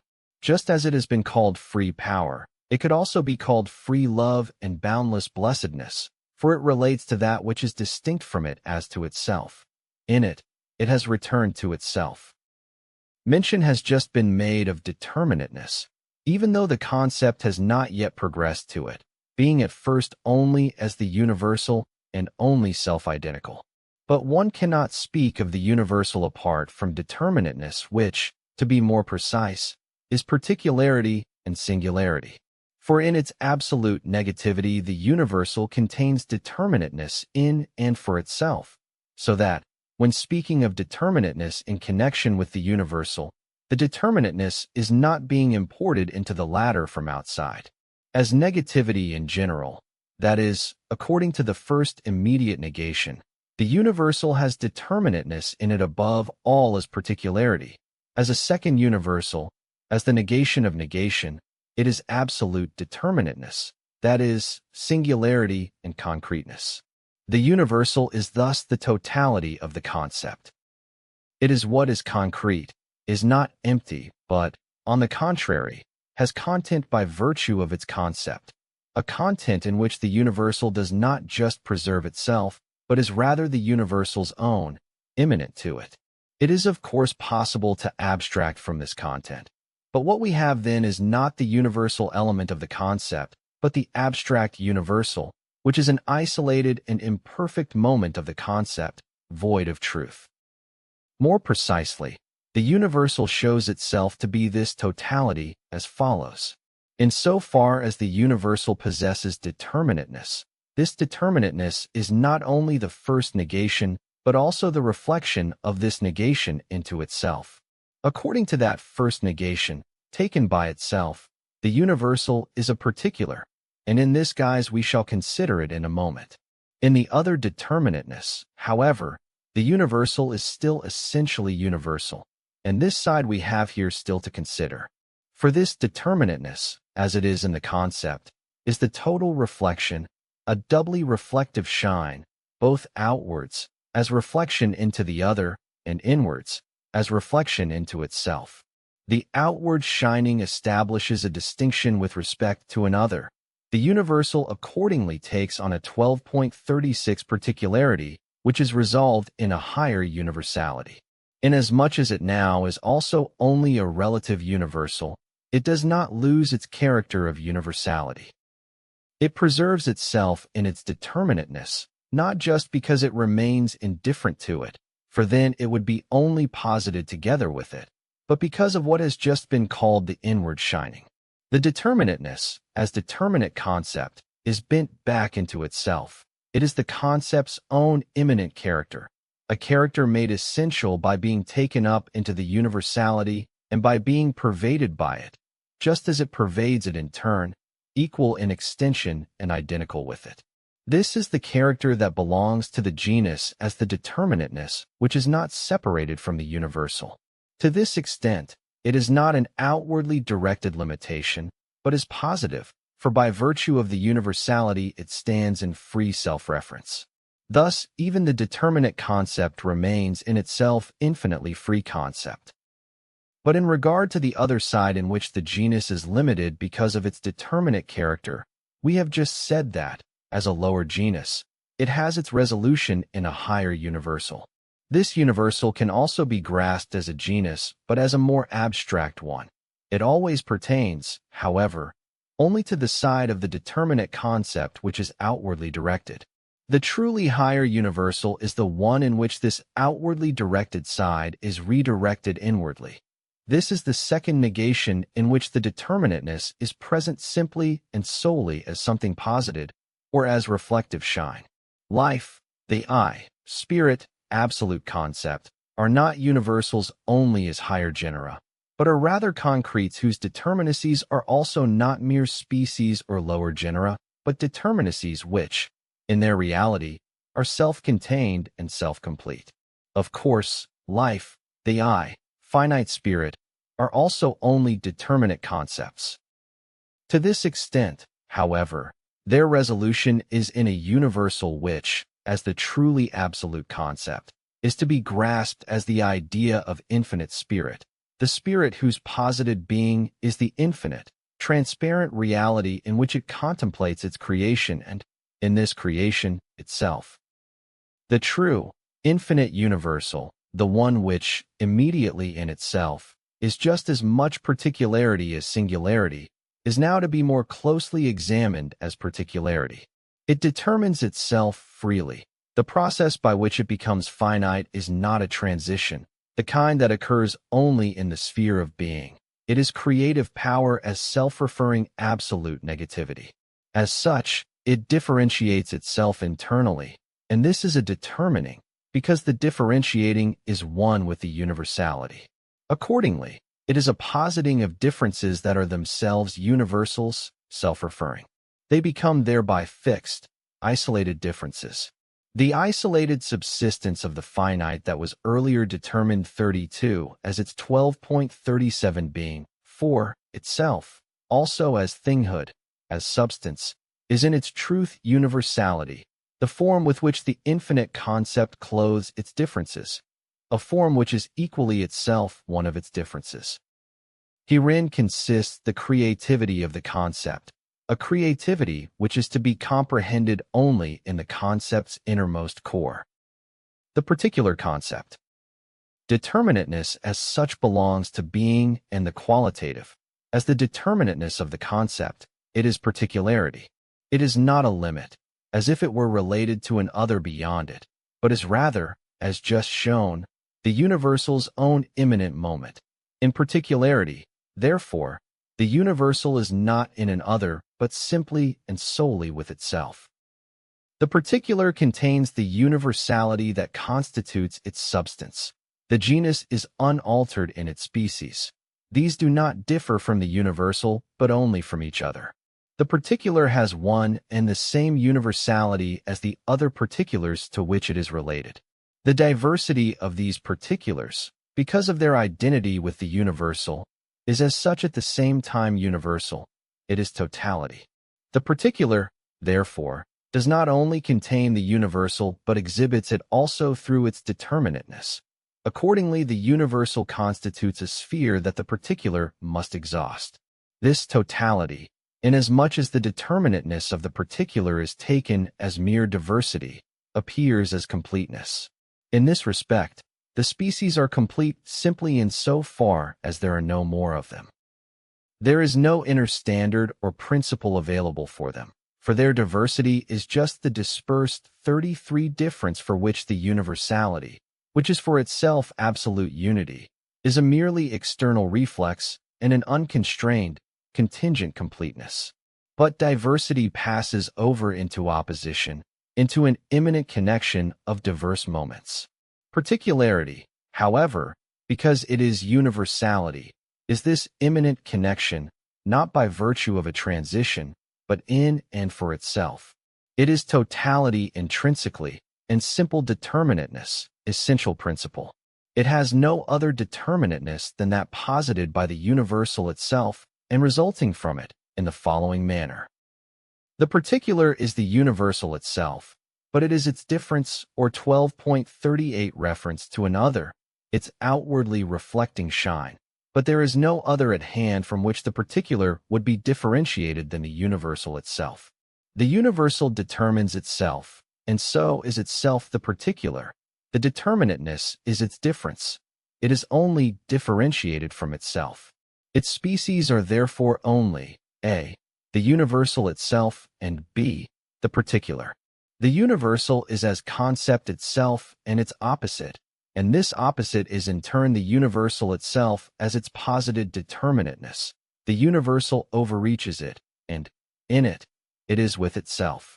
Thus it is the totality and the principle of its diversity, which is determined wholly and solely through itself. There is, therefore, no other true logical division than this, that the concept sets itself on one side as the immediate, indeterminate universality. It is this very indeterminateness that makes its determinateness, or that it is a particular. The two are both a particular and are therefore coordinated. Both, as particular, are also determinate as against the universal, and in this sense they are subordinated to it. But even this universal, as against which the particular is determined, is for that reason itself also just one of the opposing sides. When we speak of two opposing sides, we must repeat that the two constitute the particular, not just together, as if they were alike in being particular only for external reflection, but because their determinateness over against each other is at the same time essentially only one determinateness. It is the negativity which in the universal is simple. Difference, as it presents itself here, is in its concept and therefore in its truth. All previous difference has this unity in the concept, as it is present immediately in being. Difference is the limit of an other. As present in reflection, it is relative, posited as referring essentially to its other. Here is where the unity of the concept thus begins to be posited. At first, however, the unity is only a reflective shine in an other. The true significance of the transitoriness and the dissolution of these determinations is just this, that they attain to their concept, to their truth, being, existence, something, or whole and part, and so on, substance and accidents, cause and effect, are thought determinations on their own. As determinate concepts, however, they are grasped in so far as each is cognized in unity with its others or in opposition to them. Whole and parts, for example, or cause and effect, and so on, are not yet diverse terms that are determined as particular relatively to each other. For although they implicitly constitute one concept, their unity has not yet attained the form of universality. Thus the difference as well which is in these relations does not yet have the form of being one determinateness. Cause and effect, for example, are not two diverse concepts but only one determinate concept, and causality is, like every concept, a simple concept. 12.39. With respect to completeness, we have just seen that the determinate moment 34 of particularity is complete in the difference of the universal and the particular, and that only these two make up the particular species. To be sure, there are more than two species to be found in any genus in nature, and these many species cannot stand in the same relation to each other, as we have shown. This is the impotence of nature, that it cannot abide by and exhibit the rigor of the concept, and loses itself in a blind manifoldness void of concept. We can wonder at nature, at the manifoldness of its genera and species, in the infinite diversity of its shapes, for wonder is without concept, and its object is the irrational. It is allowed to nature, since nature is the self-externality of the concept, to indulge in this diversity, just as spirit, even though it possesses the concept in the shape of concept, lets itself go into pictorial representation and runs wild in the infinite manifoldness of the latter. The manifold genera and species of nature must not be esteemed to be anything more than arbitrary notions of spirit engaged in pictorial representations. Both indeed show traces and intimations of the concept, but they do not exhibit it in trustworthy copy, for they are the sides of its free self-externality. The concept is the absolute power precisely because it can let its difference go free in the shape of self-subsistent diversity, external necessity, accidentality, arbitrariness, opinion, all of which, however, must not be taken as anything more than the abstract side of nothingness. As we have just seen, the determinateness of the particular is simple as principle, but it is also simple as a moment of the totality, determinateness as against the other determinateness. The concept, in determining or differentiating itself, behaves negatively towards its unity and gives itself the form of one of its ideal moments of being. As a determinate concept, it has a determinate existence in general. But this being no longer has the significance of mere immediacy, but has the significance rather of an immediacy which is equal to itself by virtue of absolute mediation, an immediacy that equally contains in itself the other moment of essence or of reflection.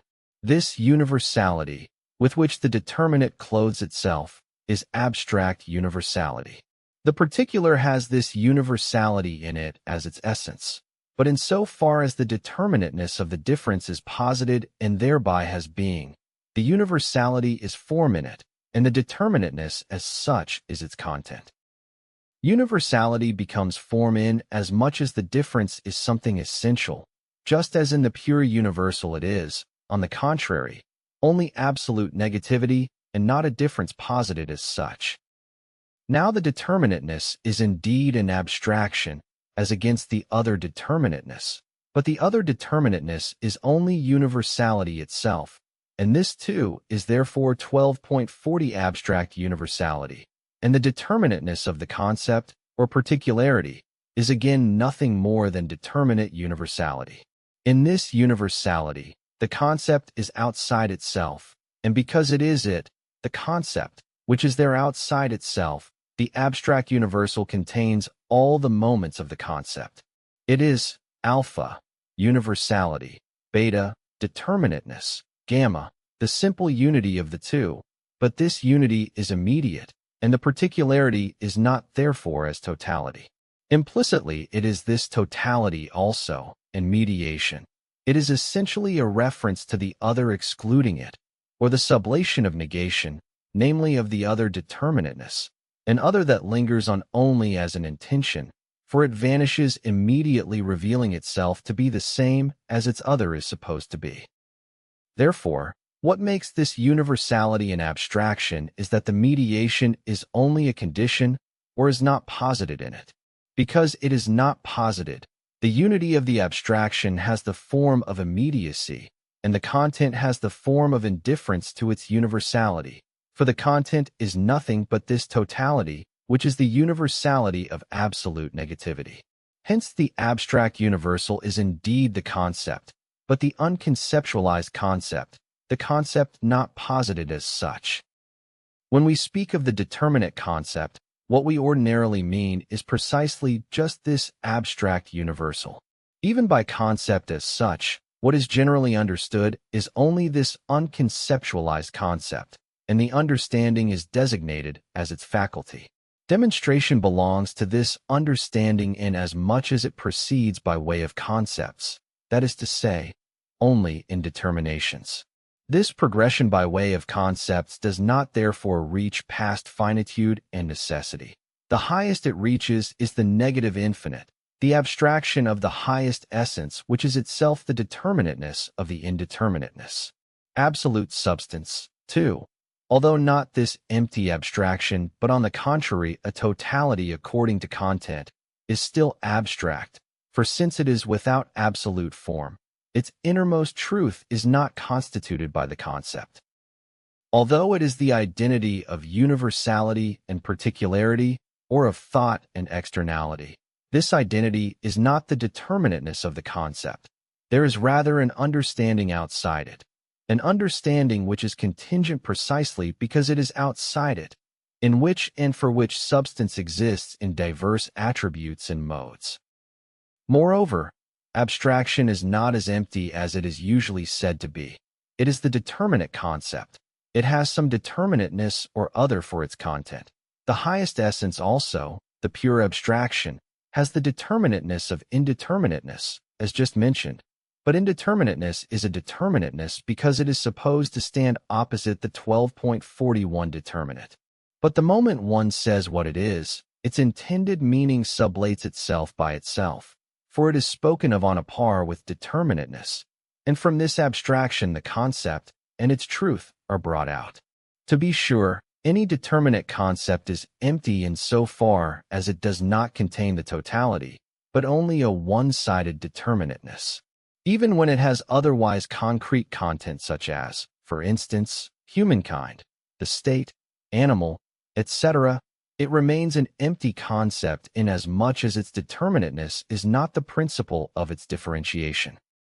The principle contains the beginning and the essence of its development and realization. Any other determinateness of the concept is, however, ocious. To reproach the concept as such for being empty is to ignore its absolute determinateness, which is the difference of the concept and the only true content in the element of the concept. Here we have the circumstance that explains why the understanding is nowadays held in such a low repute and is so much discredited when measured against reason. 35. It is the fixity which it imparts to determinacies and consequently to anything finite. This fixity consists in the form of the abstract universality just considered that makes them unalterable.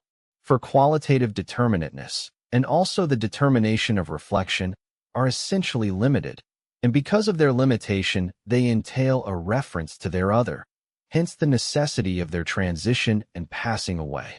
But the universality which they possess in the understanding gives them the form of immanent reflection, and, because this form removes from them the reference to the other, they have become unalterable.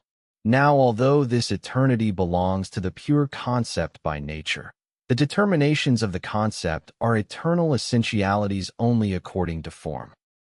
But their content is not proportionate to this form, and, therefore, they are not truth or imperishable. Their content is not proportionate to the form because it is not the determinateness itself as universal, that is, not as totality of the difference of the concept, or is not itself the whole form. The form of the limited understanding is for this reason itself imperfect universality, that is to say, abstract universality. But further, we must pay due respect to the infinite force of the understanding in splitting the concrete into abstract determinacies and plumbing the depth of the difference. This force which alone is at the same time the mighty power causing the transition of the determinacies. The concrete of intuition is a totality, but a sensuous totality, a real material that subsists in space and time, part outside part, each indifferent to the other. Surely this lack of unity in a manifold that makes it the content of intuition ought not to be credited as privileging it over the universal of the understanding. The mutability that the manifold exhibits in intuition already points to the universal, but all of the manifold that comes to intuition is just more of the same, an equally alterable other, not the universal that one would expect to 12.42 appear and take its place. But least of all should we reckon to the credit of such sciences as, for example, geometry and arithmetic, that their material carries an intuitive element with it, or imagine that their propositions are grounded by it. On the contrary, the presence of that element renders the material of these sciences of an inferior nature. The intuition of figures or numbers is of no help to the science of figures and numbers. Only the thought of them produces this science. But if by intuition we understand not merely a sensuous material, but the objective totality, then the intuition is an intellectual one. That is, its subject matter is not existence in its externalization, but that element in existence which is unalterable reality and truth. The reality only in so far as it is essentially in the concept, and is determined by it, the idea, of whose more precise nature more will be said later. What intuition as such is supposed to have over the concept is external reality, the reality that lacks the concept and receives value only through the concept. Consequently, since the understanding exhibits the infinite force that determines the universal, or conversely, since it is the understanding that through the form of universality imparts stable subsistence to the otherwise inherent instability of determinateness, then it is not the fault of the understanding if there is no further advance. It is a subjective impotence of reason that allows these determinacies to remain so dispersed, and is unable to bring them back to their unity through the dialectical force opposed to that abstract universality, that is to say, through the determinacy's own nature, which is their concept. To be sure, the understanding does give them through the form of abstract universality a rigidity of being, so to speak, which they do not otherwise possess in the qualitative sphere and in the sphere of reflection. But by thus simplifying them, the understanding at the same time quickens them with spirit, and it so sharpens them that only at that point, only there, do they also obtain the capacity to dissolve themselves and to pass over into their opposite. The ripest maturity, the highest stage, that anything can attain is the one at which its fall begins. The fixity of the determinacies which the understanding appears to run up against, the form of the imperishable, is that of self-referring universality. But this universality belongs to the concept as its own, and for this reason what is found expressed in it, infinitely close at hand, is the dissolution of the finite. This universality directly contradicts the determinateness of the finite and makes explicit its disproportion with respect to it. Or rather, that disproportion is already at hand. The abstract determinate is posited as one with universality and, for this reason, not for itself, for it would then be only a determinate, but, on the contrary, only as the unity of itself and the universal, that is, as concept. Therefore, the common practice of separating understanding and reason is to be rejected on all counts. On the contrary, to consider the concept as void of reason 12.43 should itself be considered as an incapacity of reason to recognize itself in the concept. The determinate and abstract concept is the condition, or rather an essential moment, of reason.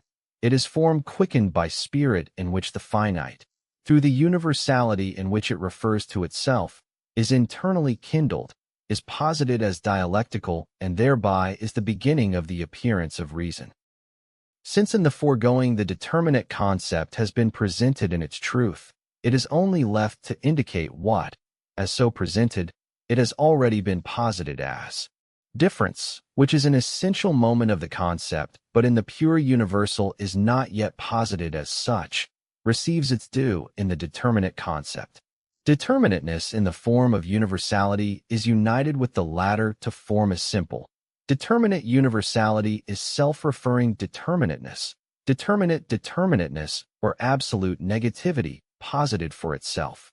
But self-referring determinateness is singularity. Just as universality immediately is particularity in and for itself, no less immediately is particularity also singularity in and for itself.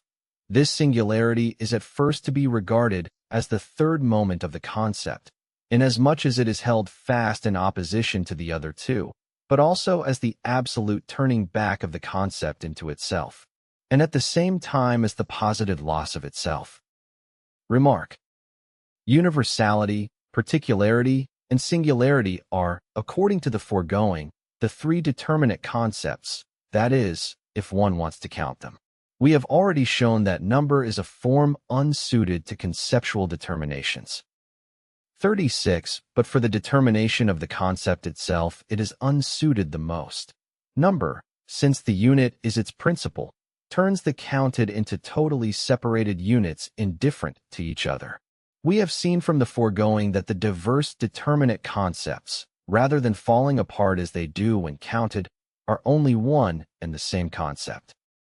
In the customary treatment of logic, a variety of classifications and species of concepts are adduced. It immediately strikes one as inconsequential that the species are introduced in this way. There are, as regards quality, quantity, etc., the following concepts. The there are conveys no other justification than that we find the named species and that they show up in experience. What we have in this manner is an empirical logic, an odd science indeed, an irrational cognition of the rational. In this, the logic sets a very bad precedent for compliance to its own teaching. It allows itself to do the opposite of what it prescribes as a rule, 12.44, namely, that concepts should be derived, and scientific propositions, therefore also the proposition, there are such and such species of concepts, demonstrated.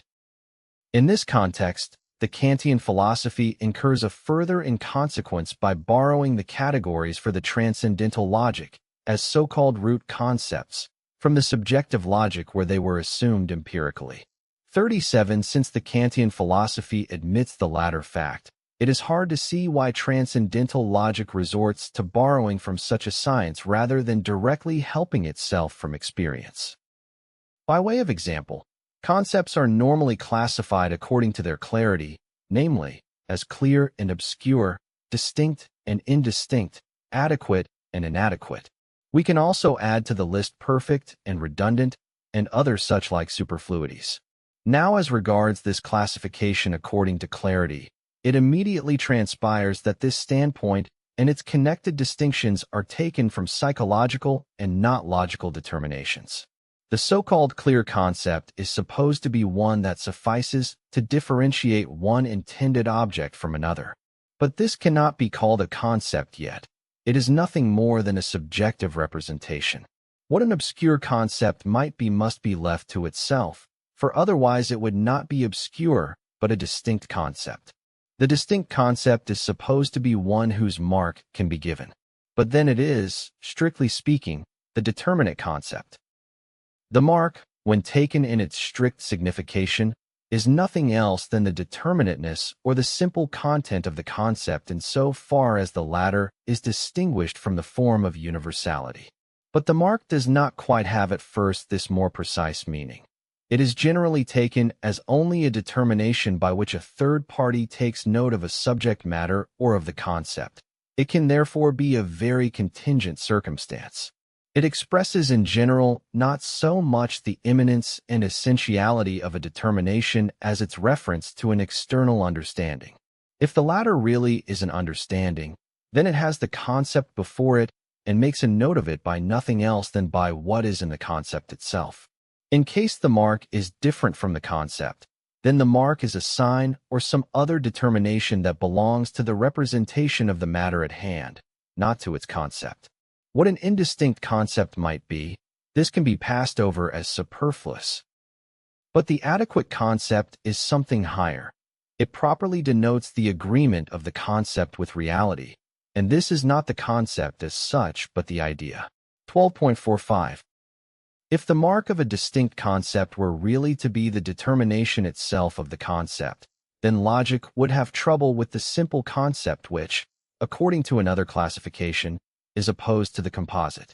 For if for a simple concept a true, that is, immanent mark is given, then the concept is no longer regarded as simple, and if no mark is given for it, then the concept is not distinct. But the clear concept now comes to the rescue. Unity, reality, and such like determinations are supposed to be simple concepts, perhaps because logicians were unable to come up with a determination for them and had to be content, therefore, with just a clear concept of them, that is to say, with no concept at all. A definition, that is, the statement of a concept, requires as a general rule the statement of genus and specific difference. It thus presents the concept not as something simple, but in two innumerable components. Yet surely nobody will suppose that the concept is for that reason a composite. There is an allusion in the mention of the simple concept to abstract simplicity, to a unity that does not entail difference and determinateness, a unity, therefore, that does not pertain to the concept. Inasmuch as an object is present in representation, especially in memory, or is also an abstract thought determination, it can be quite simple. Even the object that is richest in content, as for example spirit, nature, world, even God, when non-conceptually apprehended in a simple representation of the equally simple expression, spirit, nature, world, God, is of course something simple at which consciousness can stop short without proceeding to extract the proper determination or a defining mark. But the objects of consciousness ought not to remain so simple, ought not to remain representations or abstract thought determinations, but should rather become conceptualized, that is, their simplicity should be determined together with their inner difference. A composite concept, however, is but the equivalent of a wooden iron. We can of course have the concept of a composition, but a composite concept would be something worse than materialism, which assumes only the substance of the soul to be a composite, yet takes thought to be simple. The uneducated reflection first stumbles upon the notion of composition because it is the most completely external connection, the worst form in which things can be considered. Even the lowest of natures must be in inner unity.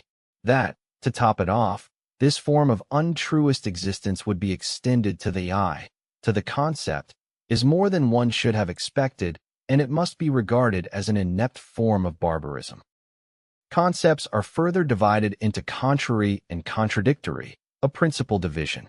If the task of a treatise on the concept were to give 12.46 all the determinate concepts that there are, then we would have to cite all possible determinations, for all determinations are concepts, hence determinate concepts, and we would have to list as species of concepts all the categories of being, as well as all the determinations of essence. And this is what is done in the textbooks on logic, where we are told, in greater or lesser detail, according to the whim of the author, that there are affirmative, negative, identical, conditional, necessary concepts.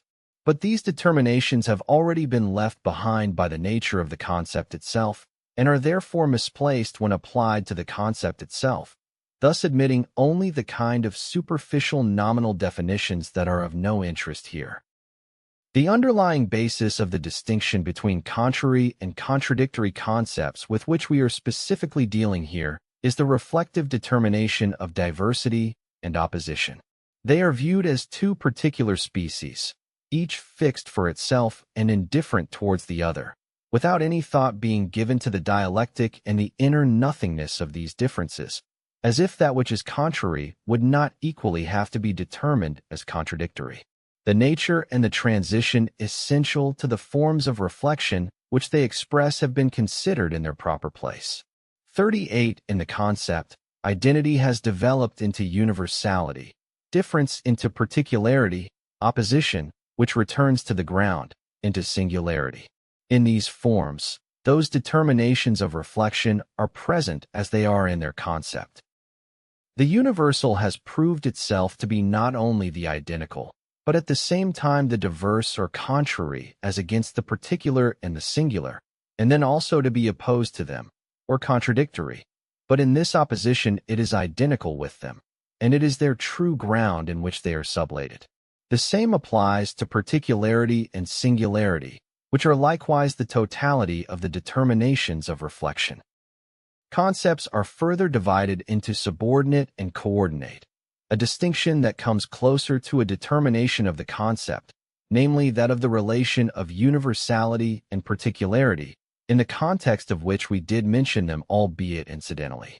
39. But it is customary to consider them like the rest as rigidly fixed relations, and then to produce several ociose propositions regarding them. The most long-winded disquisition in this regard has to do again with the connection of contrariety and contradiction with subordination and coordination. Since judgment is the connection of determinate concepts, the true relation will have to come first into view only with reference to it. That fashion of comparing these determinations without a thought to their dialectic and to the continuing alteration of their determination, or rather to the conjunction in them of opposite determinations, makes the whole 12.47 disquisition of what may or may not be consonant in them, as if this consonance or dissonance were something separate by itself and permanent, into an ociose exercise void of content. The great Euler, infinitely fertile and sharp of mind in detecting and arranging the deep relations of algebraic quantities, 40 the dry, prosaic Lambert in particular, 41 and others, have attempted to construct a notation for this class of relations between determinations of the concept based on lines, figures, and the like, the general intention being to elevate, or in fact rather to debase, the logical modes of relation to the status of a calculus.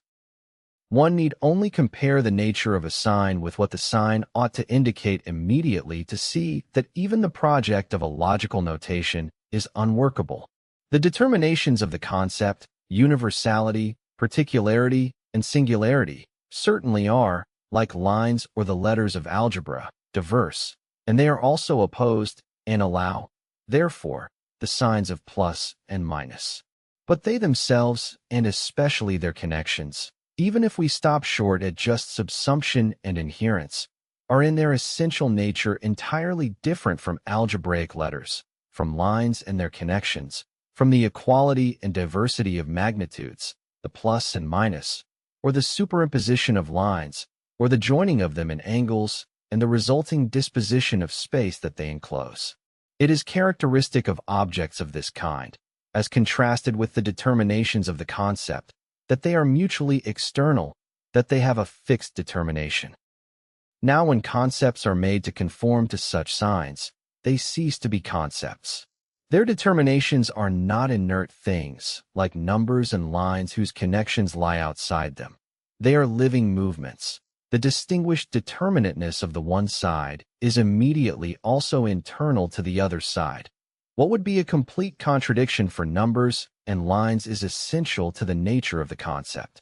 The higher mathematics, which also proceeds to the infinite and allows itself contradictions, can no longer employ its customary signs for representing such determinations. In order to indicate the still conceptually uncomprehended representation of the infinite approximation of two ordinates, or when it equates a curve to an infinite number of infinitely small straight lines, all it does is to design two straight lines outside each other, or to draw straight lines inside, but still distinct from a curve. For the infinite, which is the point at issue here, higher mathematics falls back on pictorial representation. What first led to this wayward attempt is above all the quantitative relation in which universality, particularity, and singularity are supposed to stand to one another. Universal means more extensive than 12.48 particular and singular, and particular more extensive than singular. The concept is concrete and the richest in determination, because it is the ground and the totality of the previous determinations, of the categories of being and the determinations of reflection. These, therefore, are certain also to come up in it. But its nature is totally misunderstood if such determinations are retained in it in their former abstraction. If the wider extent of the universal is understood to mean that the universal is a more or a greater quantum than the particular and the singular, as absolute ground, it is the possibility of quantity, but no less so of quality. That is, its determinations are no less qualitatively distinct. Therefore, they are already viewed in contravention to their truth when they are posited in the form of quantity alone. So, too, a reflective determination is a relative, something in which the opposite shines reflectively. Unlike a quantum, its relation is not external. But the concept is more than all this. Its determinations are determinate concepts, themselves essentially the totality of all determinations. It is, therefore, entirely inappropriate, in order to grasp such an inner totality, to want to apply numerical and spatial relations in which the terms fall apart. Such relations are rather the last and the worst medium that could be used. Natural relations, as for instance, magnetism or color tonality, would make infinitely higher and truer symbols for the purpose. Since the human being has in language a means of designation that is appropriate to reason, it is otiose to look for a less perfect means of representation to bother oneself with. It is essentially only spirit that can grasp the concept as concept, for the latter is not just the property of spirit, but its pure self. It is futile to want to fix it by means of spatial figures and algebraic signs for the sake of the outer eye and a non-conceptual, mechanical manipulation, such as a calculus. Also, anything else that might be supposed to serve as symbol, like the symbols for the nature of God, can at best elicit only intimations and echoes of the concept. If, however, one insists on employing such symbols for expressing and cognizing the concept, then it is not their external nature which is fit for the task. The reverse relation applies. Namely, that what in the symbols is the echo of a higher determination is recognized to be such only by virtue of the concept, and it is only by shedding the sensuous standbys that were supposed to express it that one comes closer to the concept. 12.49. The singular. Singularity, as we have seen, 42 is already posited through particularity. This is determinate universality and hence self-referring determinateness, the determinate determinate. At first, therefore, singularity appears as the reflection of the concept out of its determinateness into itself. It is the concept's self-mediation by virtue of which, since its otherness has once more been made into an other, it restores itself as self-equal, but in the determination of absolute negativity.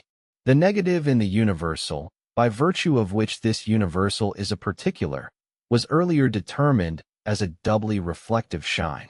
43. In so far as the reflective shining is inward, the particular remains a universal.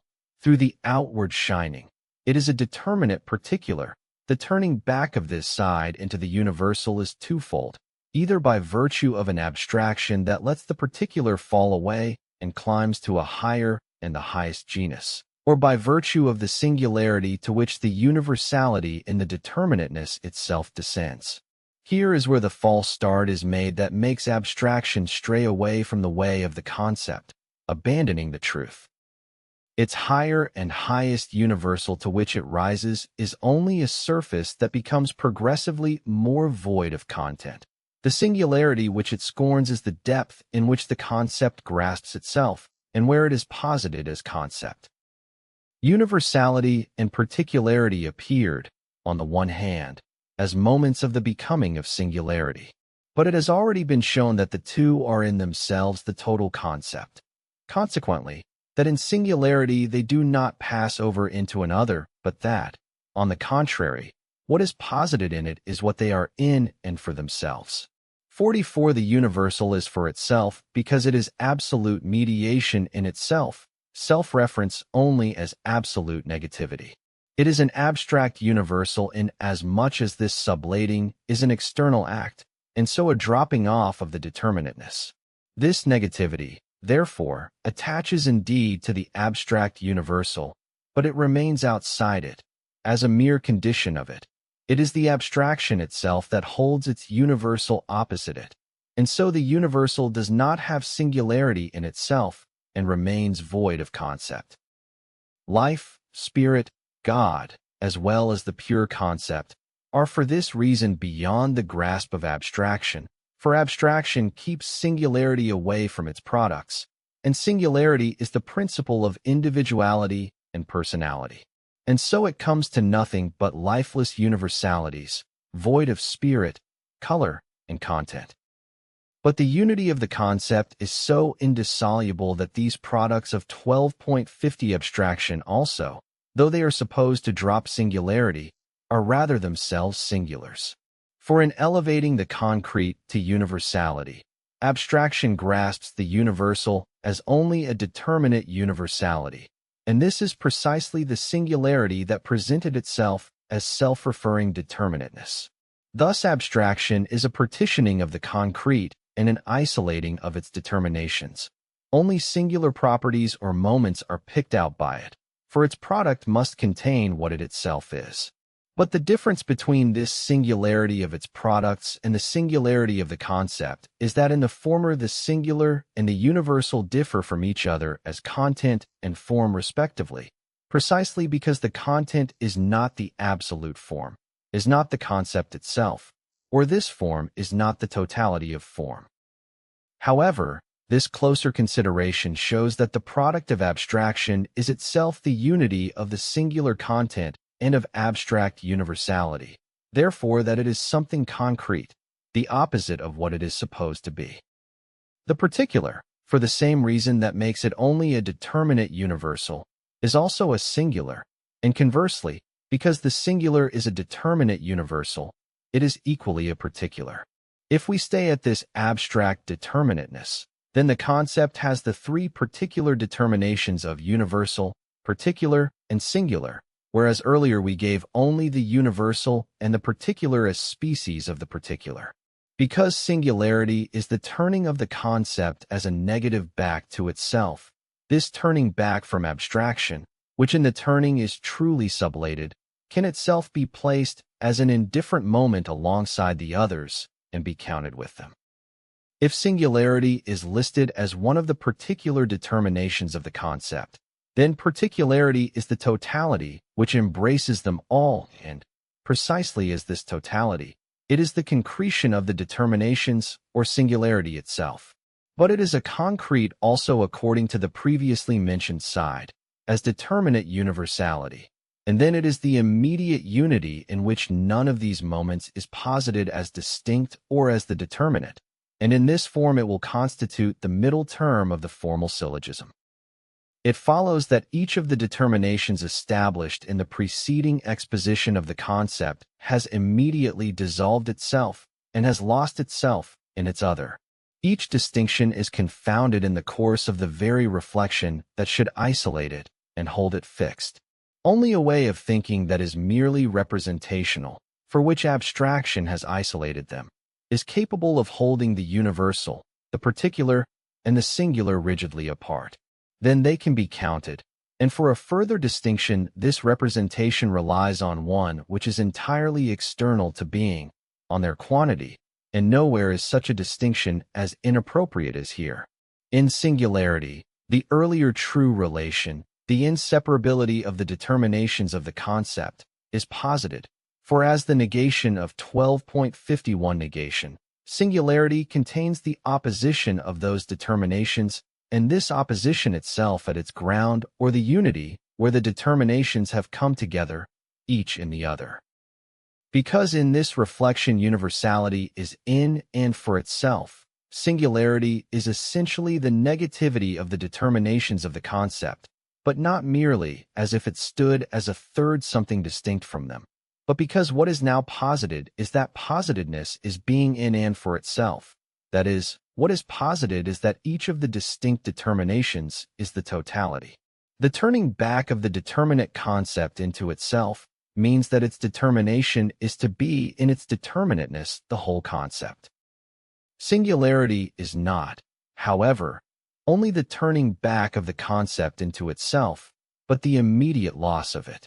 Through singularity, where it is internal to itself, the concept becomes external to itself, and steps into actuality. Abstraction, which is the soul of singularity and so the self-reference of the negative, is, as we have seen, 45 nothing external to the universal and the particular, but is immanent in them. And these are concreted through it. They become a content, a singular. But, as this negativity, singularity is the determinate determinateness, differentiation as such, and through this reflection of the difference into itself, the difference becomes fixed. The determining of the particular occurs only by virtue of singularity, for singularity is that abstraction which, precisely as singularity, is now posited abstraction. The singular, therefore, is as self-referring negativity the immediate identity of the negative with itself. It exists for itself. Or it is the abstraction determining the concept as an immediate, according to its ideal moment of being. Thus the singular is a one which is qualitative, or this. In accordance with this qualitative character, it is, first, the repulsion of itself from itself by virtue of which many other ones are presupposed. Second, it is now a negative reference with respect to these presupposed others, and to this extent the singular is exclusive. Universality, when referred to these singulars as indifferent ones, and it must be referred to them, for they are a moment of the concept of singularity, is only their commonality. If by the universal one understands that which is common to several singulars, the indifferent subsistence of these singulars is then taken as the starting point, thus mixing in the immediacy of being into the determination of the concept. The lowest conception one can have of the universal as connected with the singular is this external relation that it has to the latter as a mere commonality. The singular, which in the reflective sphere of concrete existence is as a this, does not have the excluding reference to the other 12.52 that is characteristic of qualitative being for itself. A this is a one reflected into itself, without repulsion, or the repulsion is in this reflection one with abstraction, a reflective mediation present in the this that makes it a posited immediacy pointed at by someone external to it. The this is, it is immediate, it is a this, however, only in so far as it is pointed at. This, pointing at, is the reflective movement that takes hold of itself and posits the immediacy, but is something external to itself. Now the singular surely is also a this, as an immediate which is the result of mediation, but does not have this mediation outside it. It is itself repelling separation, posited abstraction, yet is, precisely in its separation, a positive connection. This act of abstraction by the singular is, as the immanent reflection of difference, the first positing of the differences as self-subsisting, reflected into themselves. They exist immediately, but, further, this separating is reflection in general, the reflective shining of one in the other. The differences thus stand in essential relation. They are, moreover, not singulars that just exist next to each other. A plurality of this kind belongs to being. The singularity that posits itself as determinate does not posit itself in an external difference, but in a difference of the concept. Singularity thus excludes the universal from itself, but since this universal is a moment of it, it refers to it just as essentially. The concept, as this connection of its self-subsistent determinations, has lost itself, for the concept itself is no longer the posited unity of these determinations, and these no longer are moments, the reflective shining of the concept, but subsist rather in and for themselves. As singularity, the concept returns indeterminateness into itself, and therewith the determinate has itself become totality. The concept's turning back into itself is thus the absolute, originative partition of itself, that is, as singularity it is posited as judgment. 46. 31. A thing of the understanding equals EIN verstandages. 32 cf above, 11.327 ff. The various shapes of appearance. 33 Einheitslos. 34 Das bestimmt.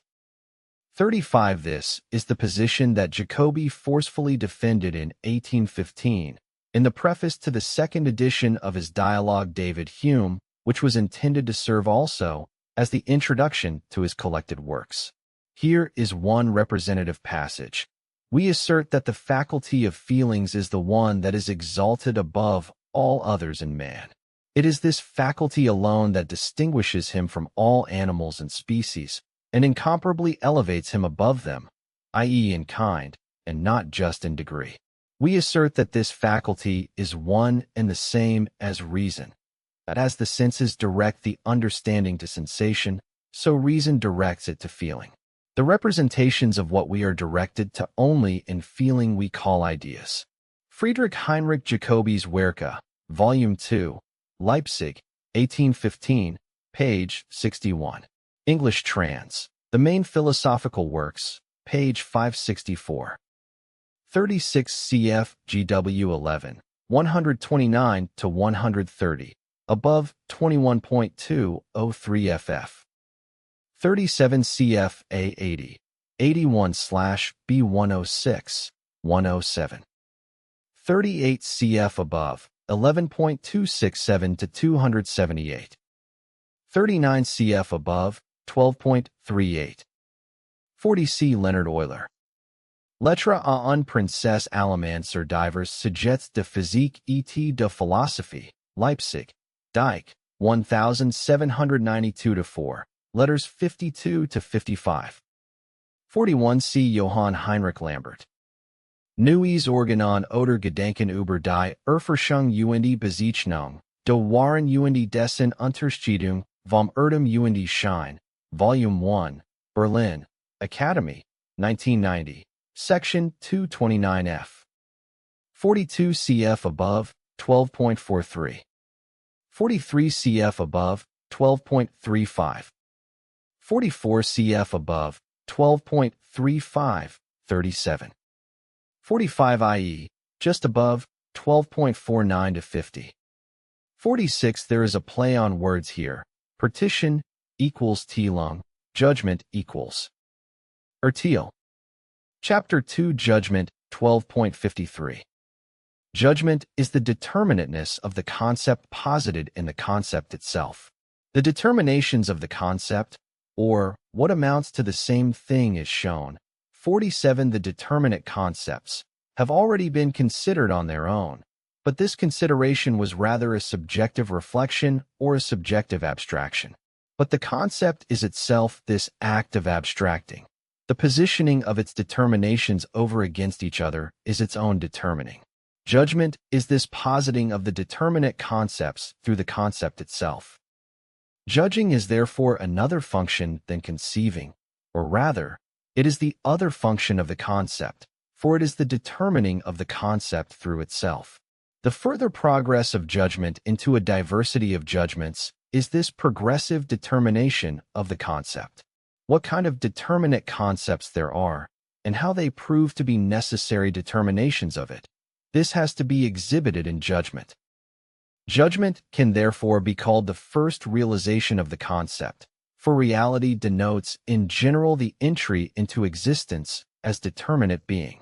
More precisely, the nature of this realization has presented itself in such a way that the moments of the concept are totalities which, on the one hand, subsist on their own through the concept's immanent reflection or through its singularity.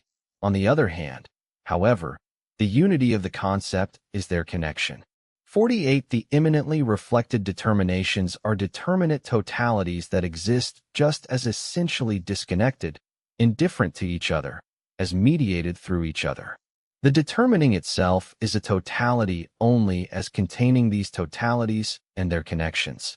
This totality is the judgment. The latter contains, therefore, the two self-subsistents which go under the name of subject and predicate. What each is cannot yet be said. They are still indeterminate, for they are to be determined only through the judgment. Inasmuch as judgment is the concept as determinate, the only determination at hand is the difference that it contains between determinate and still indeterminate concept. As contrasted to the predicate, the subject can at first be taken, therefore, as the singular over against the universal, or also as the particular over against the universal, or the singular over against the particular. So far, they stand to each other only as the more determinate and the more universal in general. 12.54. It is therefore fitting and unavoidable to have these names, subject and predicate, for the determinations of the judgment. As names, they are something indeterminate, still in need of determination, and therefore nothing but names. It is partly for this reason that the determinations themselves of the concept could not be used for the two sides of judgment. But a still stronger reason is because of the nature of a concept determination, which is nothing abstract, nothing fixed, but contains its opposite in it, explicitly posited there. Since the sides of the judgment are themselves concepts, and therefore the totality of the determinations of the concept, each side must run through all these determinations, exhibiting them, within whether an abstract or concrete form. But now, if in this altering of determination we want to fix the two sides in some general way, names will be the most useful means, for they can be kept the same throughout the process. But a name remains distinct from the fact or the concept, and this is a distinction that transpires within the judgment as such. Since the subject is in general the determinate term and more, therefore, of an immediate existent, whereas the predicate expresses the universal, the essence or the concept, the subject as such is at first only a kind of name. What it is first enunciated only by the predicate, which contains being in the sense of the concept. When we ask, "What is this?" or "What kind of plant is this?" the being we are inquiring about is often just a name, and once we learn this name, we are satisfied that we now know what the fact is. This is being in the sense of the subject. The concept, however, or at least the essence and the universal in general, is only given by the predicate, and when we ask for it, we do it in the sense of the judgment. God, therefore, or spirit, nature, or what have you, is as the subject of a judgment only a name at first. What any such subject is in accordance with the concept is first found only in the predicate. When we ask for the predicate that belongs to such subjects, the required judgment must be based on a concept that is presupposed. Yet it is the predicate that first gives this concept. It is, therefore, the mere representation that in fact makes up the presupposed meaning, and this yields only a nominal definition whereby it is a mere accident, a historical fact, what is understood by a name. So many disputes about whether a predicate does or does not belong to a subject are, therefore, nothing more than verbal disputes, for they proceed from this form. What lies at the base, subjectum, is still nothing more than a name. Secondly, we now have to examine more closely how the connection of subject and predicate in judgment is determined, and how the two are themselves thereby determined. Judgment has in general totalities for its sides, totalities that 12.55 are at first essentially self-subsistent. The unity of the concept is at first, therefore, only a connection of self-subsistent terms. It is not yet the concrete, the fulfilled unity that has returned into itself from this reality, but is a unity rather outside, which the two terms persist as extremes, yet unsublated in it. Now, any consideration of the judgment can start either from the originative unity of the concept or from the self-subsistence of the extremes. Judgment is the self-diremption of the concept. Therefore, it is by starting from the unity of the concept as ground that the judgment is considered in accordance with its true objectivity. In this respect, judgment is the originative division, or Teilung, in German, of an originative unity. The German word for judgment, Urteil, or primordial division, thus refers to what judgment is in and for itself. But the concept is present in the judgment as appearance, since its moments have attained self-subsistence there, and it is to this side of externality that ordinary representation is more likely to fasten. From this subjective standpoint, the subject and the predicate are therefore treated as ready-made, each for itself outside the other, the subject as a subject matter that would exist even if it did not have that predicate, and the predicate as a universal determination that would exist even without accruing to this subject. The act of judgment accordingly brings with it the further reflection whether this or that predicate which is in someone's head can and should be attached to the subject matter that exists outside it on its own. The judgment itself is simply the act that combines the predicate with the subject, so that, if this combination did not occur, the subject and predicate would still each remain what it is, the one concretely existing as thing in itself, the other as a representation in someone's head. But the predicate which is combined with the subject should also pertain to it, which is to say, should be in and for itself identical with it. The significance of their being combined is that the subjective sense of judgment and the indifferent external persistence of the subject and predicate are again sublated. Thus, in this action is good. The copula indicates that the predicate belongs to the being of the subject and is not merely externally combined with it. Of course, grammatically speaking, this kind of subjective relation that proceeds from the indifferent externality of subject and predicate is perfectly valid, for it is words that are here externally combined. It can also be mentioned in this context that a proposition can indeed have a subject and predicate in a grammatical sense, without however being a judgment for that. The latter requires that the predicate behave with respect to the subject in a relation of conceptual determination, hence as a universal with respect to a particular or singular. And if what is said of a singular subject is itself only something singular, as for instance, Aristotle died at the age of 73 in the 4th year of the 115th Olympiad, then this is a mere proposition, not a judgment. There would be in it an element of judgment only if one of the circumstances, say, the date of death 12.56 or the age of the philosopher, came into doubt, even though the stated figures were asserted on the strength of some ground or other. In that case, the figures would be taken as something universal, as a time that, even without the determinate content of Aristotle's death, would still stand on its own filled with some other content, or simply empty. Likewise would the news that my friend N has died be a proposition, and a judgment only if there were a question as to whether he is actually dead and not just apparently dead. In the usual definition of judgment, that it is the combination of two concepts, we may indeed accept the vague expression of combination for the external copula, and also accept that the terms combined are at least meant to be concepts. But the definition is otherwise a highly superficial one. It is not just that in the disjunctive judgment, for instance, there are more than two so-called concepts that are combined. More to the point is rather that the definition is much better than the matter defined, for it is not determinations of concepts, but determinations of representation that are in fact meant.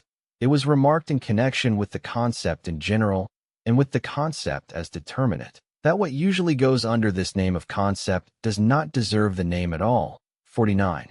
Where should concepts then come from in the case of judgment? Above all, this definition of judgment ignores what is essential to it, namely the difference of its determinations. Still less does it take into account its relation to the concept.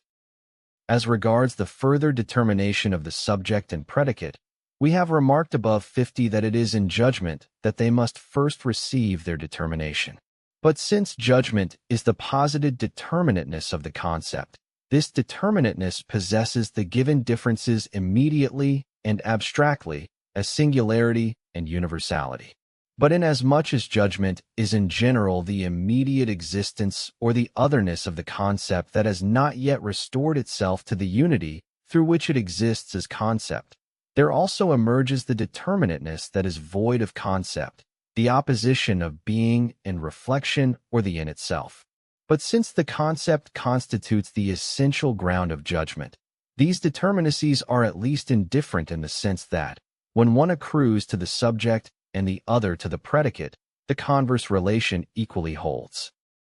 The subject, being the singular, appears at first as the existent or as the one that exists for itself with the determinate determinateness of a singular on which judgment is passed, as an actual object even when it is such in representation only, as for instance in the case of bravery, right, agreement, etc. The predicate, which is the universal, appears on the contrary as the reflection of this judgment on that object, or rather as the object's immanent reflection 12.57 that transcends the immediacy of the judgment and sublates its determinacies as mere existence, appears, that is, as the object's in itselfness. In this way, the start is made from the singular as the first, the immediate, and through the judgment this singular is raised to universality, just as, conversely, the universal that exists only in itself descends in the singular into existence, or becomes a being that exists for itself. This significance of the judgment is to be taken as its objective meaning and at the same time as the true significance of the previous forms of transition. The existent comes to be and becomes another. The finite passes over into the infinite, and in it passes away. The existent comes forth into appearance out of its ground, and to this ground it founders. The accidents manifest the wealth of substance as well as its might. In being, there is transition into an other. In essence, there is the reflective shining in an other that manifests the necessity of a connection. This transition and this reflective shining have now passed over into the originative division of the concept in judgment, and this division, in bringing the singular back to the in-itselfness of its universality, equally determines the universal as something actual. These two are one and the same. The positing of singularity in its immanent reflection and of the universal as determinate. But equally pertaining to this objective meaning is that the said differences, as they reoccur in the determinateness of the concept, are at the same time posited as only appearing, that is to say, that they are nothing fixed but accrue rather just as much to one determination of the concept as to the other. The subject is therefore equally to be taken as the in itself, and the predicate as determinate existence in contrast to it. The subject without the predicate is what the thing without properties, the thing in itself, is in the sphere of appearance, an empty, indeterminate ground. It is then the implicit concept that receives a difference and a determinateness only in the predicate. The predicate thus constitutes the side of the determinate existence of the subject. Through this determinate universality, the subject refers to the outside, is open to the influence of other things, and thereby confronts them actively. What is there comes forth from its in-itselfness into the universal element of combination and relations, into negative references, and into the interplay of actuality, which is a continuation of the singular into other singulars, and is, therefore, universality. Yet the identity just indicated, the fact that the determination of the subject accrues equally to the predicate and vice versa, is not just a matter for our consideration. It is not only in itself, but is also posited in the judgment, for the judgment is the reference connecting the two. The copula expresses that the 12.58 subject is the predicate. The subject is the determinate determinateness, and the predicate is this determinateness of the subject as posited. The subject is determined only in its predicate, or is subject only in it. In the predicate, it is turned back into itself, and is therein the universal. Now in so far as the subject is the self-subsistent term, this identity has the relation that the predicate does not possess a self-subsistence of its own, but has its subsistence only in the subject. It inheres in the subject. Accordingly, since the predicate is distinguished from the subject, it is only a singularized determinateness of the subject, only one of its properties. The subject itself is, however, the concrete, the totality of manifold determinacies, just as the predicate contains one of them. The subject is the universal. But, on the other hand, the predicate also is self-subsistent universality, and the subject conversely only one determination of it. The predicate thus subsumes the subject. The singularity and the particularity are not for themselves, but have their essence and their substance in the universal. The predicate expresses the subject in its concept. The singular and the particular are to the subject accidental determinations. The subject is their absolute possibility. When by subsumption, an external connection of subject and predicate is thought, and the subject is represented as something self-subsistent, then subsumption refers to the subjective act of judging mentioned above, namely the judging that starts off from the self-subsistence of both subject and predicate. 51 subsumption is then only the application of the universal to a particular or singular posited under it in accordance with an indeterminate representation, one of lesser quantity. When we treat the identity of subject and predicate as meaning that at one time one determination of the concept belongs to the subject and the other to the predicate, and at another time the converse equally applies, then the identity is as yet still implicit. On account of the self-subsistent diversity of the two sides of judgment, their posited connection also has the two at first as diverse. But it is the identity void of difference that in fact constitutes the true connection of the subject and predicate. The determination of the concept is itself essentially a connection, for it is a universal. The same determinations, therefore, which the subject and the predicate each have, are also had by their connection. The connection is universal, for it is the positive identity of both, of the subject and predicate, but it is also determinate, for the determinateness of the predicate is the determinateness of the subject. It is singular as well, for in it the self-subsisting extremes are sublated as in their negative unity. In judgment, however, this identity is not posited yet. The copula is as the still indeterminate connection of being in general. A is B, for the self-subsistence of the concept's determinacies, or the extremes, is in judgment the reality that the concept has within. If the is of the copula were already posited as the 12.59 determinate and fulfilled unity of subject and predicate earlier mentioned, 52 were posited as their concept, it would then already be the conclusion of syllogistic inference. 53. To restore again this identity of the concept, or rather to posit it. This is the goal of the movement of the judgment. What is already present in the judgment is, on the one hand, the self-subsistence but also reciprocal determinateness of the subject and predicate, and, on the other hand, their still abstract connection. The subject is the predicate. This is what the judgment says at first. But since the predicate is not supposed to be what the subject is, a contradiction is at hand that must resolve itself, must pass over into a result. Or rather, since the subject and predicate are in and for themselves the totality of the concept, and judgment is the reality of the concept, the judgment's forward movement is only development. What comes forth from it is already present in it, and to this extent the demonstration is a display. 54 a reflection as the positing of that which is already at hand in the extreme terms of the judgment. But even this positing is already present. It is the connection of the extremes. First, as immediate, judgment is the judgment of existence. Its subject is immediately an abstract, existence singular, and the predicate is an immediate determinateness or property of it, an abstract universal. Second, as this qualitative character of the subject and predicate is sublated, the determination of the one begins to shine reflectively in the other. The judgment is now the judgment of reflection. But this external combination passes over into the essential identity of a substantial, necessary combination, and so we have, third, the judgment of necessity. Fourth, since in this essential identity the difference of subject and predicate has become a form, the judgment becomes subjective. It entails the opposition of the concept and its reality and the comparison of the two.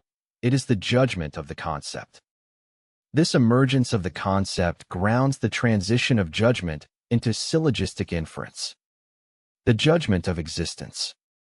In the subjective judgment we expect to see one and the same object double, once in its singular actuality, and again in its essential identity or in its concept, the singular 12.60 raised into its universality, or, what is the same thing, the universal made singular into its actuality.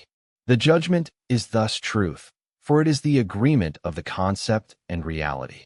But it is not at first constituted in this way, for at first the judgment is immediate, since as yet no reflection and no movement of the determinations has been found in it.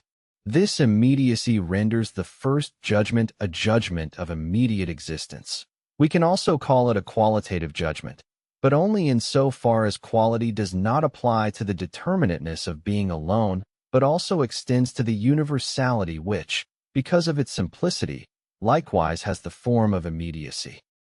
The judgment of existence is also the judgment of inherence because, though immediacy is its determination, it is the subject that in the distinction between subject and predicate is the immediate and hence the first and the essential term in the judgment, and the predicate consequently takes on the form of something that does not subsist on its own, but has its foundation in the subject.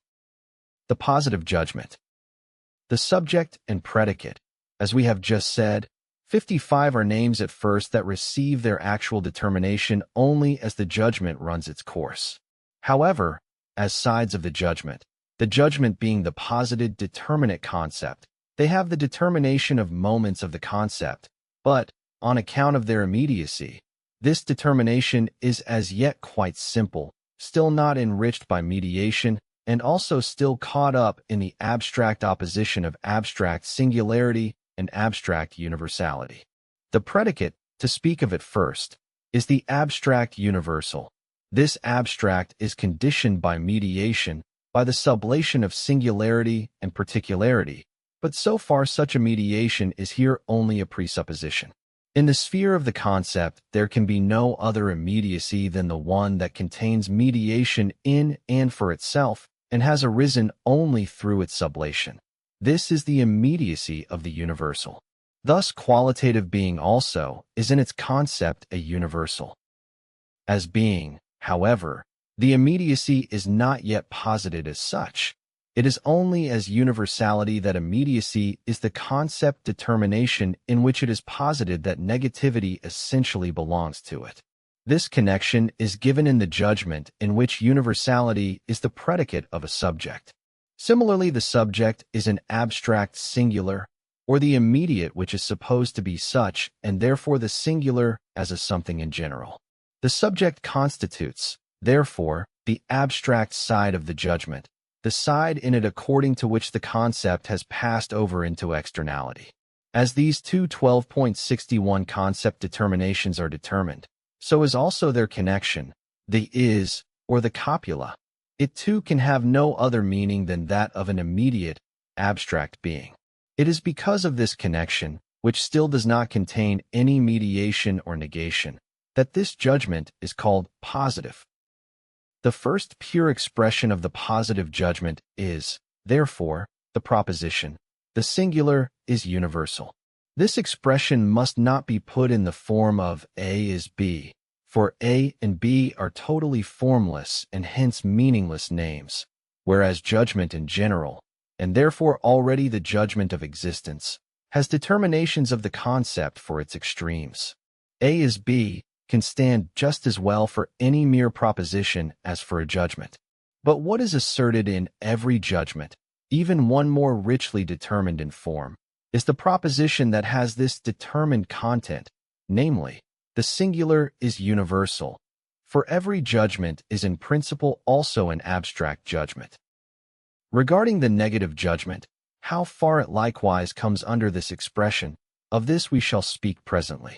56. However, if no thought is given to the fact that with every judgment, the positive at least, the assertion is made that the singular is universal, this happens either because no attention is given to the determinate form differentiating subject and object, for it is taken for granted that the judgment is nothing but the connecting of two concepts, or also likely because the further content of the judgment, Gaius is learned, or the rose is red, comes drifting in before the mind, and the latter, busy with the picture of Gaius, etc., fails to reflect on the form, even though, at least, such a content as Gaius, which is the one that usually has to be dragged in as an example, is much less interesting than the form, and is indeed chosen because it is uninteresting, not to divert attention from the form to itself. The objective meaning of the proposition stating that the singular is universal conveys, as already incidentally noted, 57, both the perishableness of singular things and their positive subsistence in the concept in general. The concept itself is imperishable, but that which emerges from it in its division is subjected to alteration and to falling back into its universal nature. But the universal, conversely, gives itself a determinate existence. Just as essence goes out into reflective shine in its determinations, or ground into concrete existence and appearance, and substance into manifestation in its accidents, so does the universal resolve itself into the singular. Judgment is this resolution of the universal, the development of the negativity which, implicitly, it already is. This last circumstance is expressed by the converse proposition, the universal is singular, which is also equally spoken in the positive judgment. The subject, the immediate singular at first, is in the judgment itself referred to its other, namely the universal. It is thereby posited as the concrete, according to the category of being, as a something 12.62 of many qualities, or as the concrete of reflection, a thing of manifold properties, an actual of manifold possibilities, a substance of precisely such accidents. Because these manifolds here belong to the subject of the judgment, the something, the thing, etc., is in its qualities, properties, or accidents, reflected into itself, or continues across them, maintaining itself in them and them in itself. Positedness or determinateness belongs to being which is in and for itself. The subject is therefore inherently the universal. The predicate, on the contrary, being this universality not as real or concrete, but as abstract, is in contrast to the subject the determinateness. It contains only one moment of the subject's totality to the exclusion of the others. On account of this negativity, which as an extreme of the judgment is at the same time self-referring, the predicate is an abstract singular. For instance, in the proposition, the rose is fragrant, the predicate expresses only one of the many properties of the rose. It isolates it, whereas in the subject the property is joined with the others.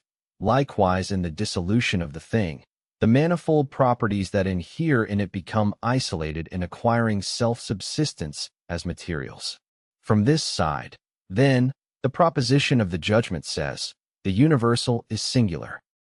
By juxtaposing this reciprocal determination of subject and predicate in the judgment, we thus obtain this twofold result.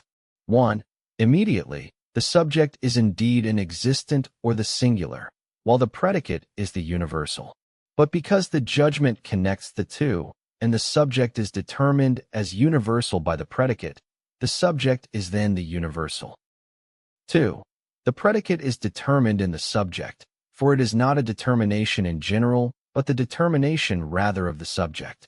The rose is fragrant. This fragrance is not some indeterminate fragrance or other, but the fragrance of the rose. The predicate is therefore a singular. Now, since the subject and predicate stand related in the judgment, they should retain the opposition of concept determinations. Likewise, in the reciprocity of causality, before the latter attains its truth, the two sides are still supposed to remain self-subsistent and mutually opposed as against the equality of their determination. Therefore, when the subject is determined as universal, the predicate should not also be taken in its determination of universality, for then we would have no judgment. It must rather be taken only in its determination of singularity. And if the subject is determined as singular, then the predicate is to be taken as universal. If we reflect on the mere identity above, then we have these two identical propositions. The singular is singular, the universal is universal, in which the sides of the judgment would have completely fallen apart. Only the self-reference of each is expressed 12.63, while the reference connecting them to each other is dissolved, and thus the judgment would be sublated. Of the two propositions we drew, the first, the universal is singular, expresses the judgment according to its content, as an isolated determination in the predicate and as the totality of determinations in the subject. The other, the singular is universal, expresses it according to form as immediately given through the judgment itself. In the immediate positive judgment, the extremes are still simple. Form and content are therefore still united. Or, in other words, it does not consist of two propositions. The twofold connection that it yielded immediately constitutes the one positive judgment. For its extremes are a. the self-subsisting abstract determinations of judgment, and b. each side of the determination is determined through the other by virtue of the copula connecting them. Implicitly, however, the difference of form and content is for this reason present in it, as we have seen, and indeed, what the first proposition contains, that the singular is universal, belongs to form, for the proposition expresses the immediate determinateness of the judgment. The relation, on the contrary, which the other proposition expresses, that the universal is singular or that the subject is determined as universal whereas the predicate is determined as particular or singular, concerns the content. For its determinations are only the result of an immanent reflection by virtue of which the immediate determinacies of the judgment are sublated, and the form is thereby converted into an identity that has withdrawn into itself and persists over against the distinction of form. It converts itself into content. If now the two propositions, the one of form and the other of content, subject, predicate, the singular is universal, the universal is singular, were to be united because they are contained in the one positive judgment, so that both, the subject as well as the predicate, were determined as the unity of singularity and universality, then both the subject and predicate would be the particular, and this must be recognized as implicitly their inner determination. However, this combination would be arrived at only through an external reflection. Moreover, the proposition that results from it, the particular is the particular, would no longer be a judgment, but an empty identical proposition as were the two propositions already found in the positive judgment. The singular is singular, and the universal is universal. Singularity and universality cannot yet be united into particularity, because in the positive judgment they are still posited as immediate. Or again, the judgment must still be distinguished according to its form and its content, because the subject and predicate are themselves still distinguished as immediacy and mediated, or because the judgment, according to its connection, is both 12.60 for the self-subsistence of the connected terms and their reciprocal determination or mediation. In first place, then, the meaning of the judgment when considered according to its form is that the singular is universal. But in fact, such an immediate singular is definitely not universal. Its predicate is of wider extension, does not correspond to it. The subject is a being existing immediately for itself, and hence the opposite of that abstraction, of that universality posited through mediation that was supposed to be predicated of it. In second place, if the judgment is considered according to its content, or as the proposition, the universal is singular, then the subject is a universe of qualities, an infinitely determined concrete universe. And since its determinacies are as yet qualities, properties, or accidents, its totality is the bad infinite plurality of them. Such a subject, therefore, is not at all the one single property that its predicate declares. Consequently, both propositions must be united, and the positive judgment must be posited as negative instead. The negative judgment. We spoke earlier of the common notion that whether the content of a judgment is true or false depends solely on the content itself, since logical truth concerns only the form, and its only requirement is that such content shall not contradict itself. 58. Nothing else is reckoned as the form of judgment except that the latter is a connection of two concepts. But we have seen that these two concepts are not just the relationless determination of a sum, but that they relate to each other as singular and universal. 59. These are the determinations that constitute the truly logical content, and also, abstracted in that way, the content of the positive judgment.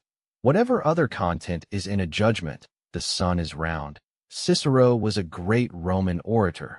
It is daytime now, etc. Does not concern the judgment as such. The judgment only says that the subject is predicate, or, since these are only names, that the singular is universal and vice versa. It is because of this purely logical content that the positive judgment is not true but has its truth in the negative judgment. In judgment, so it is required, the content simply ought not to contradict itself, but it does contradict itself in the positive judgment, as we have just seen.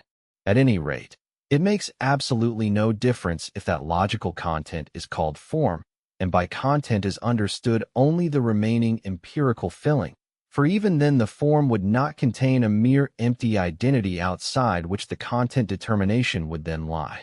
12.65 The positive judgment has in fact no truth through its form as positive judgment.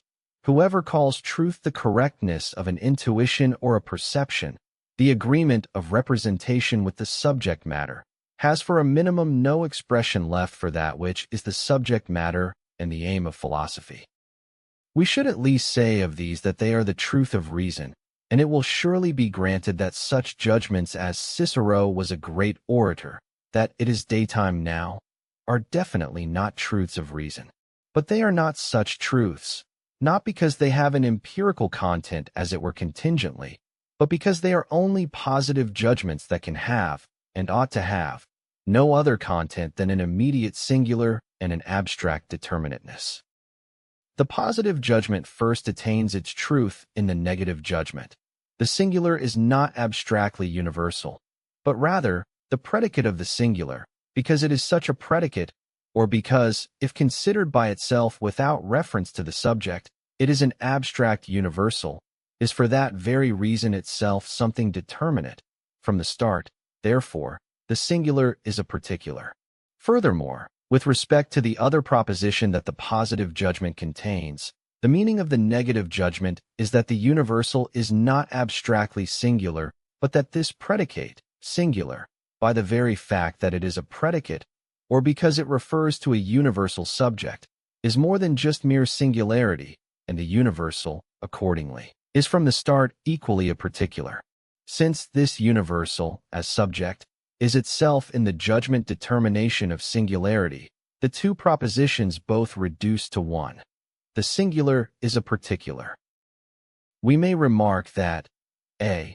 The particularity that here comes to the predicate has already come up for consideration before. 60 here, however, it is not posited by external reflection, but has arisen rather as mediated by the negative connection indicated in the judgment. b. This determination results here only for the predicate. In the immediate judgment, the judgment of existence, the subject is the underlying basis. The determination seems at first, therefore, to occur in the predicate. But in fact this first negation cannot as yet be a determination, or cannot truly be the positing of the singular, for such a positing is only a second moment, the negative of the negative.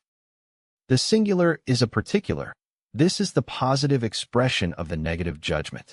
This expression, therefore, is not the positive judgment itself, for the latter, because of its immediacy, has an abstraction for its extremes, while the particular, precisely through the positing of the judgment connection, results as the first mediated determination.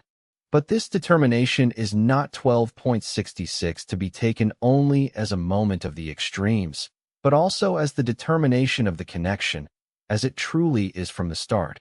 In other words, the judgment is also to be considered as negative.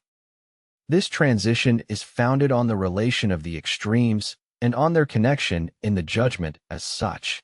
The positive judgment is the connection of the singular and the universal, which are such immediately, and each, therefore, is not at the same time what the other is. The connection is therefore just as essentially separation, or negative. For this reason the positive judgment was to be posited as negative. There was no need, therefore, for the logicians to make such a fuss about the knot of the negative judgment being attached to the copula. In the judgment, the determination of the extremes is equally a determinate connection. The judgment determination, or the extreme, is not the purely qualitative one of immediate being that only stands over against an other outside it. nor is it the determination of reflection, which, in accordance with its general form, behaves positively and negatively, posited in either case as exclusive, only implicitly identical with the other. The judgment determination, as the determination of the concept, is a universal within, posited as extending continuously in its other. Conversely, the judgment connection is the same determination as the extremes have, for it is precisely this universality and continuous extension of each into the other. In so far as these are distinguished, the connection also has negativity in it. The just stated transition from the form of the connection to the form of the determination has the immediate consequence that the not of the copula must just as equally be attached to the predicate and that the latter must be determined as the not universal. But, through a no less immediate consequence, the not universal is the particular. If the focus is on the negative according to the totally abstract determination of immediate non-being, then the predicate is the totally indeterminate not universal. This is the determination which is normally treated in logic in connection with the contradictory concepts. And the further point is made, a point considered important, that in the negative of a concept one should only focus on the negative, taking it as the mere indeterminate extent of the other of the positive concept.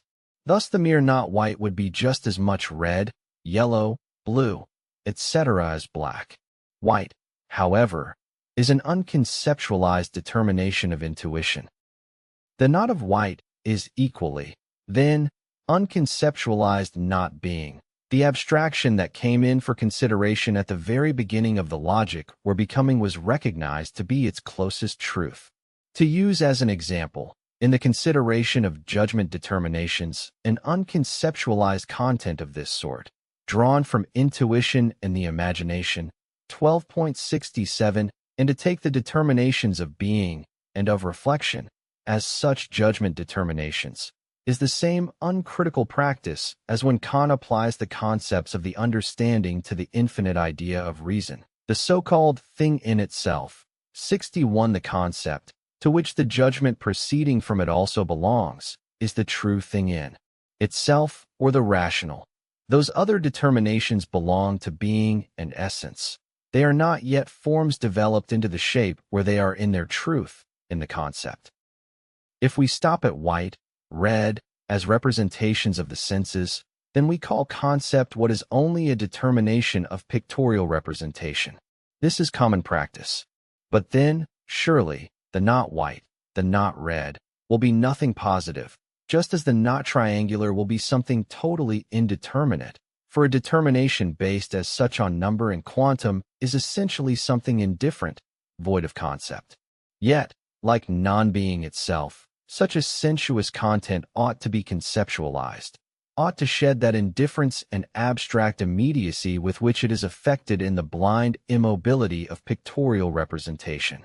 Already in the sphere of immediate existence, the non-being which is otherwise void of thought becomes limit, and by virtue of this limit the something refers to an other despite itself. In the sphere of reflection, on the other hand, it is the negative that refers essentially to a positive, and is thereby determined. A negative is no longer that indeterminate non-being, for it is posited to be only to the extent that the positive stands over against it, and as third comes their ground. The negative is thus held circumscribed in a sphere within which the non-being of one is something determinate. But it is all the more in the absolutely fluid continuity of the concept that the not is immediately a positive, and the negation is not just determinateness, but is taken up into universality and is posited as identical with it. The non-universal is therefore directly the particular. Since negation has to do with the connection of judgment, and we are considering the negative judgment still as such, the latter is in the first instance still a judgment. We thus have the relation of subject and predicate, or of singularity and universality, and their connection, the form of the judgment. The subject, as the immediate underlying basis, remains untouched by the negation. It retains, therefore, its determination of having a predicate or its reference to the universality. Consequently, What is negated in the predicate is not the universality as such, but the abstraction or the determinateness of the predicate that appeared as content in contrast to that universality. The negative judgment is not, therefore, total negation. The universal sphere which contains the predicate remains standing. The connection of subject and the predicate is therefore still essentially positive. The yet remaining determination of the 12.68 predicate is no less connection. When it is said that, for instance, the rose is not red, only the determinateness of the predicate is thereby denied and thus separated from the universality which equally attaches to it. The universal sphere, color, is retained. If the rose is not red, it is nonetheless assumed that it has a color, though another color. From the side of this universal sphere, the judgment is still positive. The singular is a particular. This positive form of the negative judgment immediately expresses that the particular contains universality. In addition, it also expresses that the predicate is not just a universal, but also one which is still determinate. The negative form contains the same, for although the rose, for instance, is not red, it is supposed, nevertheless, not only still to retain the universal sphere of color as predicate, but to have some other determinate color as well. The singularity of determinateness of the rose is therefore only sublated, and not only is the universal sphere left standing, but determinateness too is retained, although transformed into an indeterminate determinateness, a universal determinateness, that is to say, into particularity. The particularity that has resulted as the positive determination of the negative judgment is the term mediating singularity and universality. So the negative judgment is now that which provides in general the mediation for the third step, that of the reflection of the judgment of existence into itself. This judgment is according to its objective meaning only the moment of the alteration of accidents, or, in the sphere of existence, of the singularized properties of the concrete. Through this alteration, the full determinateness of the predicate, or the concrete, emerges as posited. The singular is particular is what the positive expression of the negative judgment says. But the singular is also not particular, for particularity is of wider extension than singularity. It is a predicate, therefore, that does not correspond to the subject, one in which the latter, therefore, does not as yet have its truth. The singular is only a singular.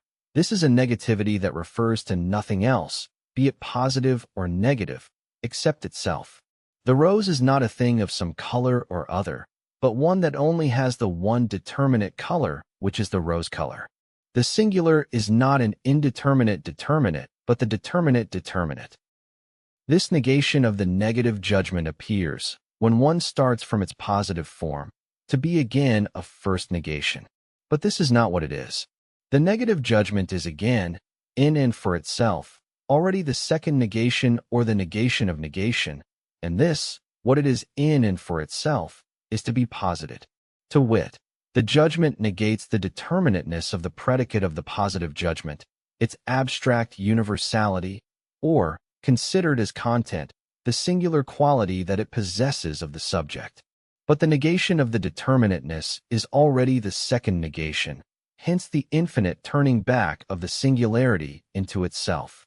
With this, therefore, the restoration. 12.69 of the concrete totality of the subject has taken place, or rather, the subject is now for the first time posited as singular, for through the negation and the sublation of that negation it is mediated with itself. The predicate, for its part, has thereby passed over from the first universality to absolute determinateness and made itself equal to the subject. Thus the judgment says, the singular is singular.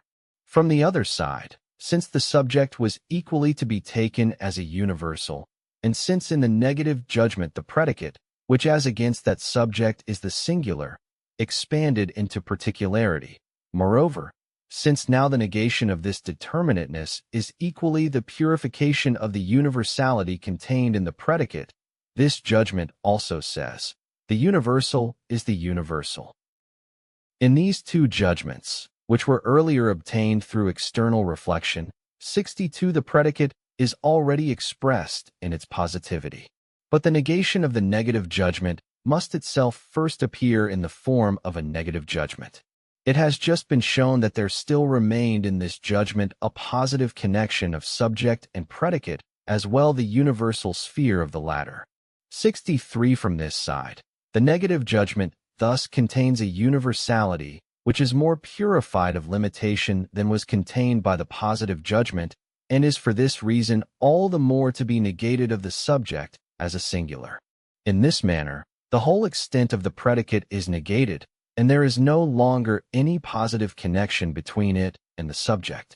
This is the infinite judgment. The infinite judgment. The negative judgment is as little of a true judgment as the positive. But the infinite judgment, which is supposed to be its truth, is, according to its negative expression, the negative infinite, a judgment in which even the form of judgment is sublated. But this is a nonsensical judgment. It ought to be a judgment, and hence contains a connection of subject and predicate, but any such connection ought not at the same time to be there. The name of the infinite judgment does indeed occur in the common textbooks of logic, but without any clarification as to its meaning. Examples of negatively infinite judgments are easy to come by.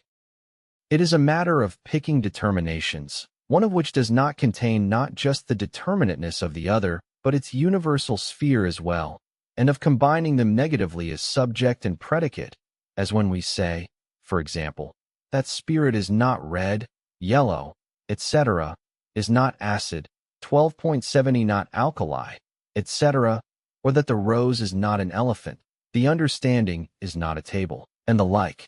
These judgments are correct or true, as it is said, and yet, any such truth notwithstanding, nonsensical and fatuous. Or, more to the point, they are not judgments at all. A more realistic example of the infinite judgment is the evil action.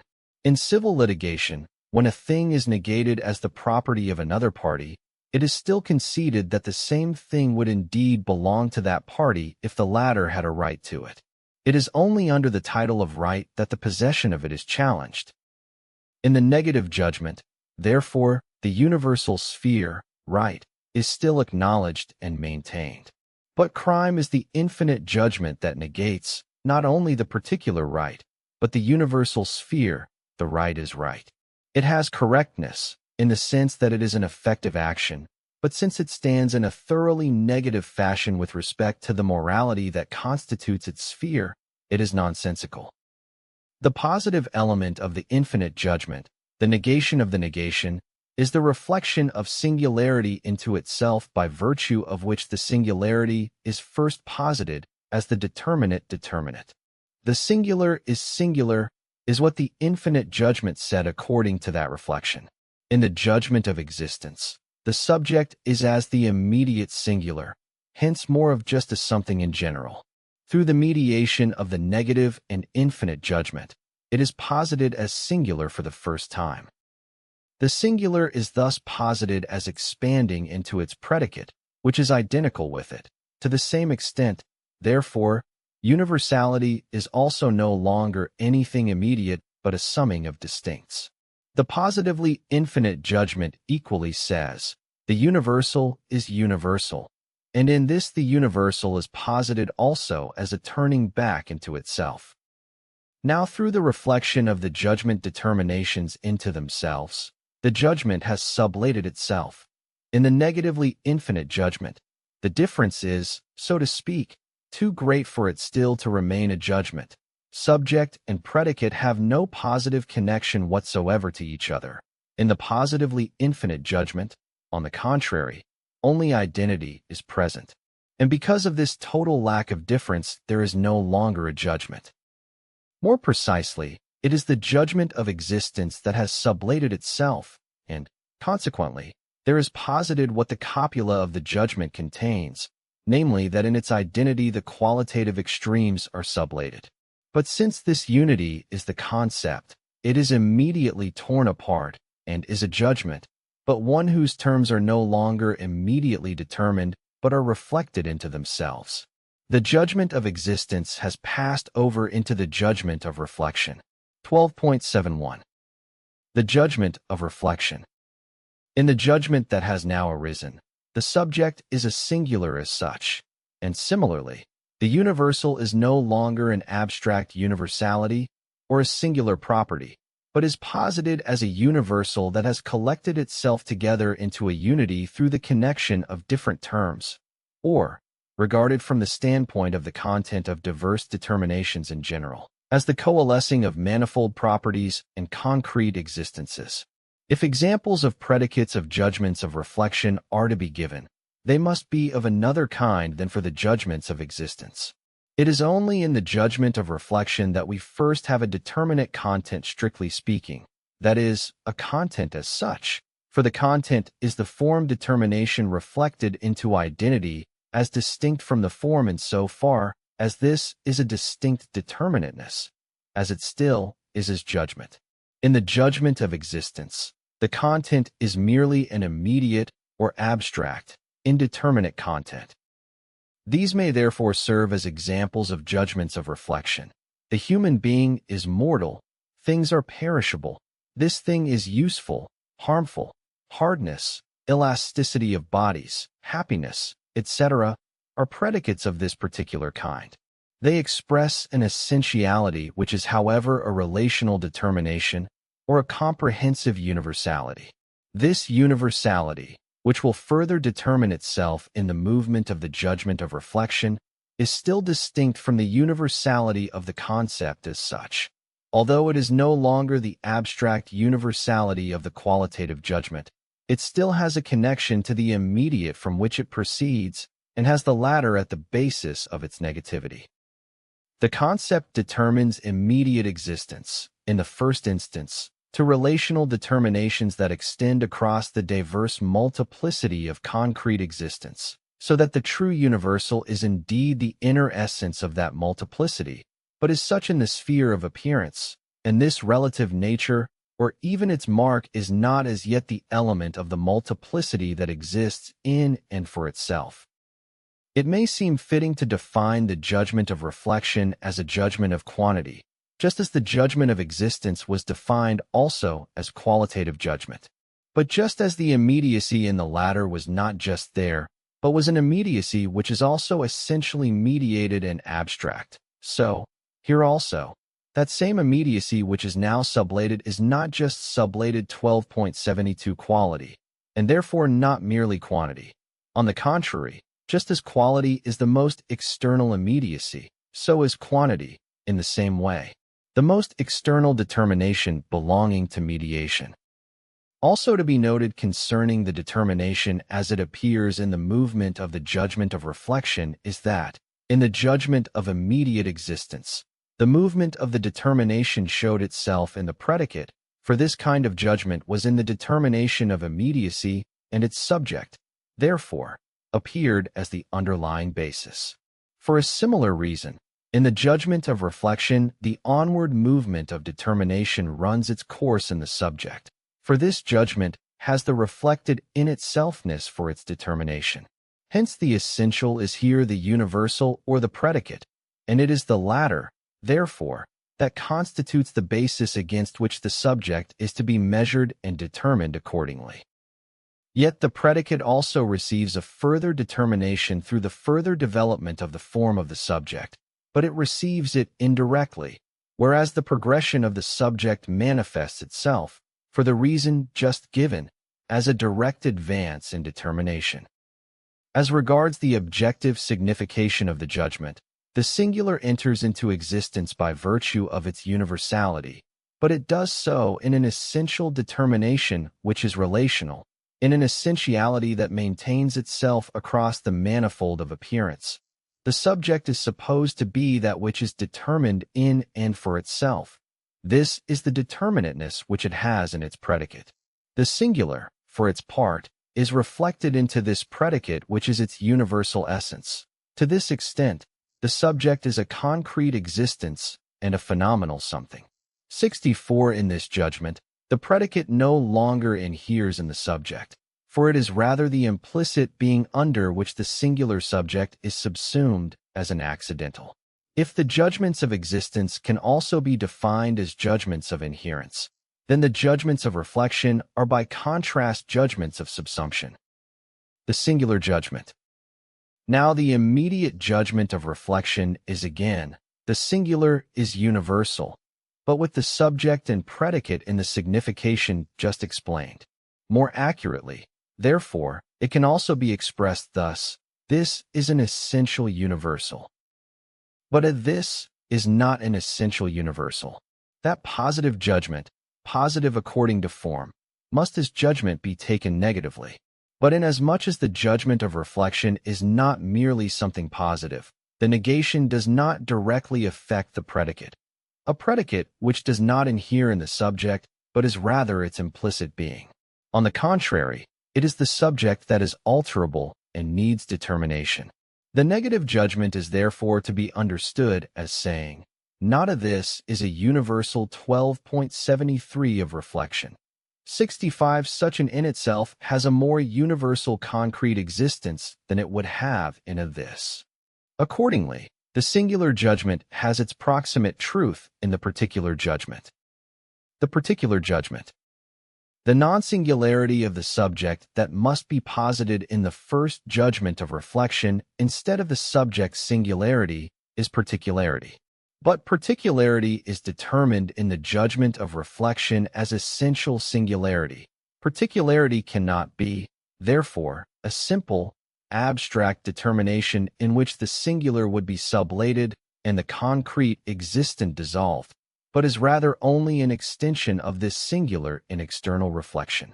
Thus the subject is these ones, or a particular number of singulars. The judgment, some singulars are a universal of reflection, appears at first to be a positive judgment, but it is just as well also negative, for some contains universality and may, accordingly, be regarded as comprehensive, but since it is particularity, it is equally disproportionate with respect to universality. The negative determination which the subject has obtained through the transition of the singular judgment also is, as we have shown above, the determination of the connection, the copula. 66. Implicated in the judgment, some humans are happy, is the immediate consequence. Some humans are not happy. When some things are useful, then, precisely for that reason, there also are some that are not useful. The positive and the negative judgment no longer fall outside one another, but the particular immediately contains both at the same time, precisely because it is a judgment of reflection. But the particular judgment is therefore indeterminate. If, in the example of such a judgment, we consider further the subject, some humans, some animals, etc., we find that it contains, besides the particular form determination of some, also the content determination of humans, etc. By the subject of the singular judgment one could mean, this human, a singularity that properly pertains to external pointing. It would best be expressed, therefore, by something like Gaius. But the subject of the particular judgment can no longer be some Gaiuses, for Gaius is supposed to be as singular as singular. To the some, therefore, there is added a more universal content, say humans, animals, etc. This is not a mere empirical content, but one which is determined by the form of the judgment. It is universal, that is, because some contains universality, and the latter must at the same time be separated from the singulars which the reflected singularity has as a basis. More precisely, this universality is also the universal nature or species human, animal. The universality which is the result 12.74 of the judgment of reflection, but anticipated, just as the positive judgment, since it has the singular for subject, also anticipates the determination which is the result of the judgment of existence. Thus the subject that contains the singulars, their connection to particularity, and the universal nature, is already posited as the totality of the determinations of the concept.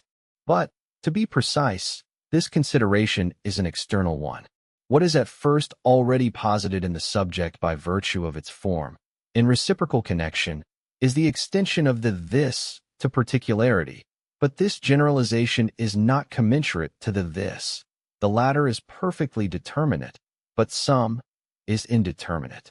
The extension ought to be appropriate to the this, and therefore, in conformity with it, it ought to be completely determined. Such an extension is totality, or, in the first instance, universality in general. This universality has the this for its basis, for the singular is here the singular reflected into itself. Its further determinations run their course, therefore, outside it.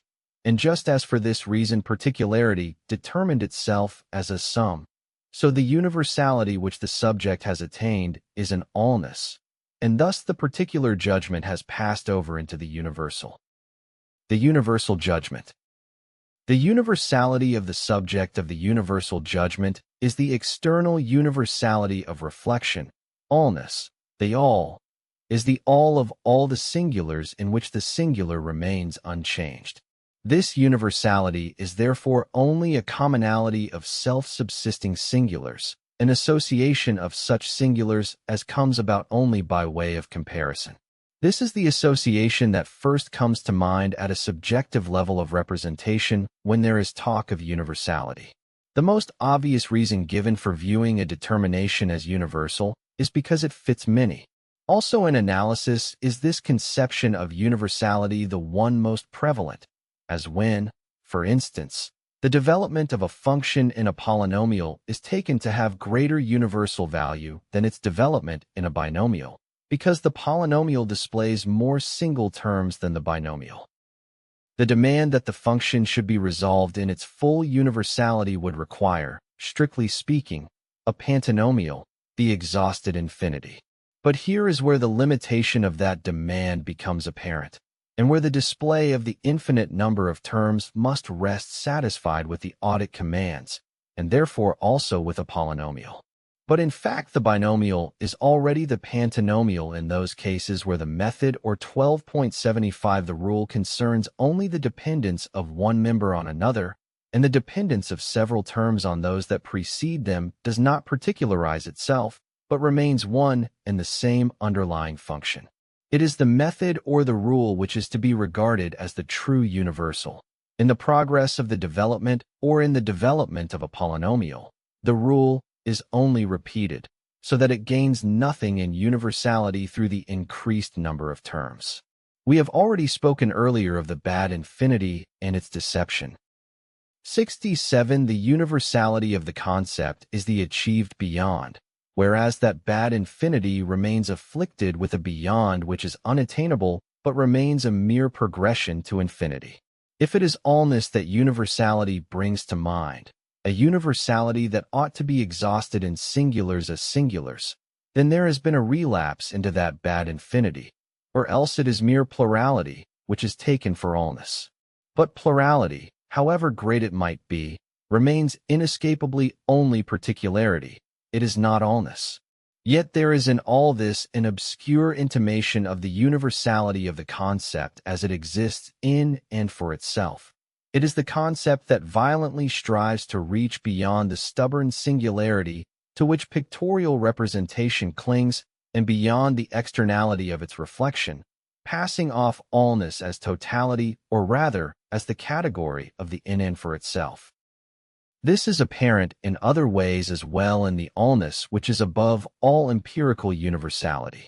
Inasmuch as the singular is presupposed as something immediate, and is therefore pre-given and externally picked, the reflection which collects it into an allness is equally external to it.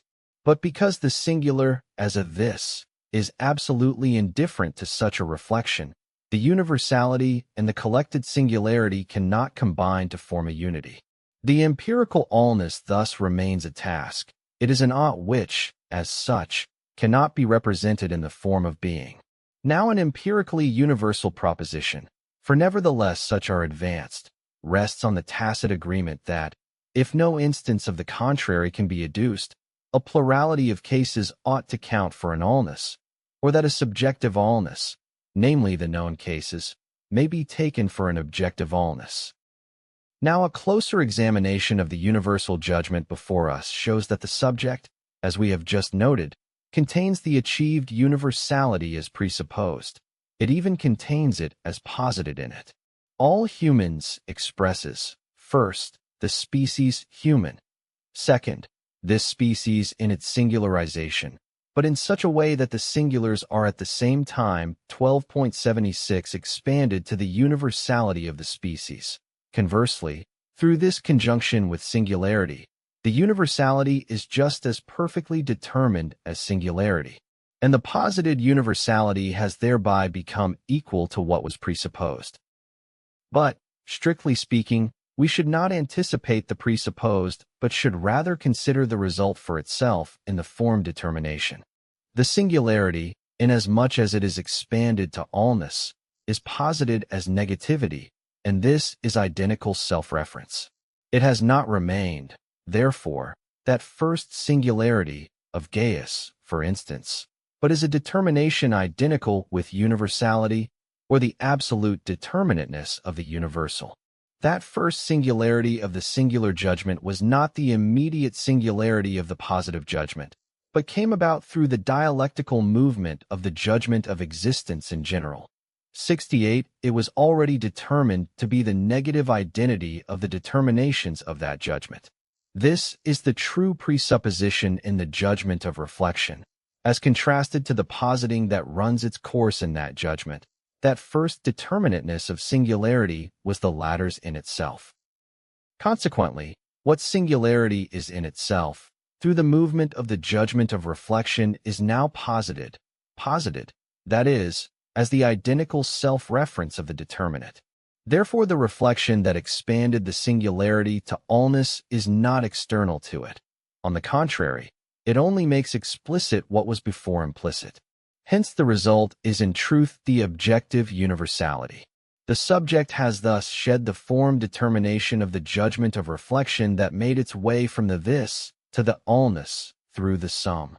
Instead of all humans, we now have to say, the human being. 69.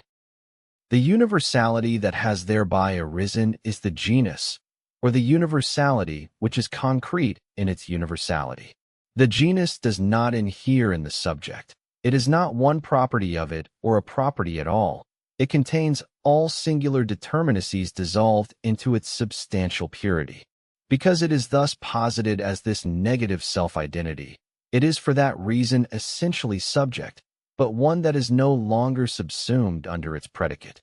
Consequently, the nature of the judgment of reflection is now altogether altered. This judgment was essentially a judgment of subsumption. The predicate was determined, in contrast to its subject, as the implicit universal. According to its content, it could be taken as an essentially relational determination or also as a mark, a determination which makes the subject essentially only an appearance. But when determined to objective universality, the subject ceases to be subsumed under such a relational determination or the collecting grasp of reflection. With respect to this objective universality, a predicate of this sort is rather a particular. The relation of subject and predicate has thus reversed itself, and to this extent the judgment has at this point sublated itself. 12.77. This sublation of the judgment coincides with what the determination of the copula becomes, as we still have to consider. 70. The sublation of the determinations of judgment and their transition into the copula are one and same. For inasmuch as the subject has raised itself to universality, it has become in this determination equal to the predicate which, as the reflected universality, also contains particularity within itself. Subject and predicate are therefore identical, that is, in the copula they have come to coincide. This identity is the genus or the nature of a thing in and for itself. And as much as this identity, therefore, again divides, it is the inner nature by virtue of which a subject and predicate are connected to each other. This is a connection of necessity wherein the two terms of the judgment are only unessential distinctions.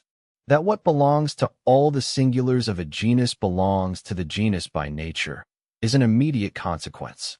It expresses what we have just seen, that the subject, e.g., all humans, sheds its form determination and the human being, is what it should say instead. This combination, implicit and explicit, constitutes the basis of a new judgment, the judgment of necessity. The judgment of necessity. The determination to which universality has advanced is, as we have seen, the universality that exists in and for itself, or the objective universality that in the sphere of essence corresponds to substantiality. It is distinguished from the latter because it belongs to the concept, and for this reason is not only the inner, but also the posited necessity of its determinations, or in other words, the distinction is immanent to it, whereas substance has its distinction only in its accidents, does not have it as a principle within it. In the judgment now, this objective universality is posited, first, posited with this determinateness as essential to it, immanent to it, second, posited with it as diverse from it, a particularity for which the said universality constitutes the substantial basis. In this way the universality is determined as genus and species. The categorical judgment. The genus essentially divides or repels itself into species. It is genus only in so far as it comprehends the species under it. The species is a species only in so far as, 12.78 on the one side, it exists in singulars, and, on the other side, it possesses in the genus a higher universality.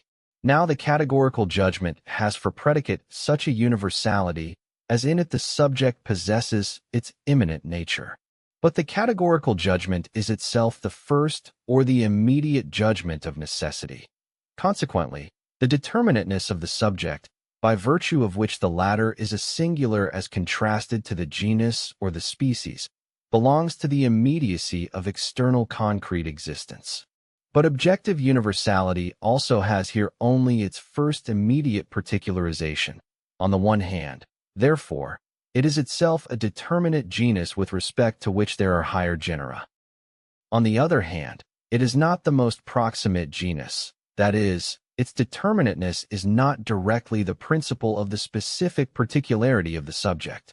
But what is necessary in it is the substantial identity of subject and predicate, in view of which the distinguishing mark of each is only an unessential positedness, or even only a name. In its predicate, the subject is reflected into its being in and for itself. Such a predicate ought not to be classed with the predicates of the preceding judgments. For example, to throw together into one class these judgments. The rose is red. The rose is a plant, or this ring is yellow, it is gold, and thus to take such an external property as the color of a flower as a predicate equal to its vegetable nature, is to overlook a difference which the dullest mind would not miss. The categorical judgment, therefore, is definitely to be distinguished from the positive and the negative judgment. In these, what is said of the subject is a singular accidental content. In the former, the content is the totality of the form reflected into itself. In this content, therefore, the copula has the meaning of necessity, whereas in that of the other two it has only the meaning of abstract, immediate being. The determinateness of the subject, which makes it a particular with respect to the predicate, is at first still something contingent. Subject and predicate are not connected with necessity by the form or the determinateness. The necessity is therefore still an inner one. The subject is subject, however, only as a particular, and to the extent that it possesses objective universality, it has to possess it essentially in accordance with that at first immediate determinateness. The objective universal, in determining itself, that is, in positing itself in a judgment, is in a connection of identity with this repelled determinateness as such, essentially. That is, this determinateness is not to be posited as merely accidental.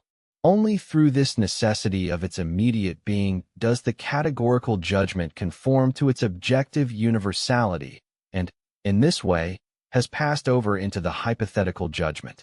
12.79. The hypothetical judgment. If A is, then B is, or the being of A is not its own being but the being of another, of B. What is posited in this judgment is the necessary connectedness of immediate determinacies, a connectedness which in the categorical judgment is not yet posited.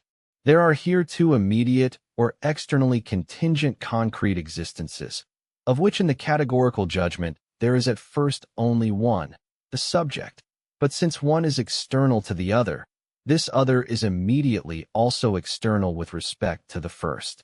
On account of this immediacy, the contents of both sides are still indifferent to each other. At first, therefore, this judgment is a proposition of empty form. Now, first, the immediacy is as such indeed self-subsistent, a concrete being. But, second, what is essential is its connection. This being is therefore just as much mere possibility. The hypothetical judgment does not say either that A is, or that B is, but only that if the one is, then the other is. Only the connectedness of the extremes is posited as existing, not the extremes themselves. Indeed, each extreme is posited in this necessity as equally the being of an other. The principle of identity asserts that A is only A, not B, and B is only B, not A. In the hypothetical judgment, on the contrary, the being of finite things is posited through the concept in accordance with their formal truth, namely that the finite is its own being, but equally is not its own being, but is the being of an other. In the sphere of being, the finite alters and comes to be an other. In the sphere of essence, it is appearance. Its being is posited to consist in the reflective shining of an other in it, and the necessity is the inner connection not yet posited as such. But the concept is this, that this identity is posited, that the existent is not abstract self-identity, but concrete self-identity, and is, immediately within it, the being of another.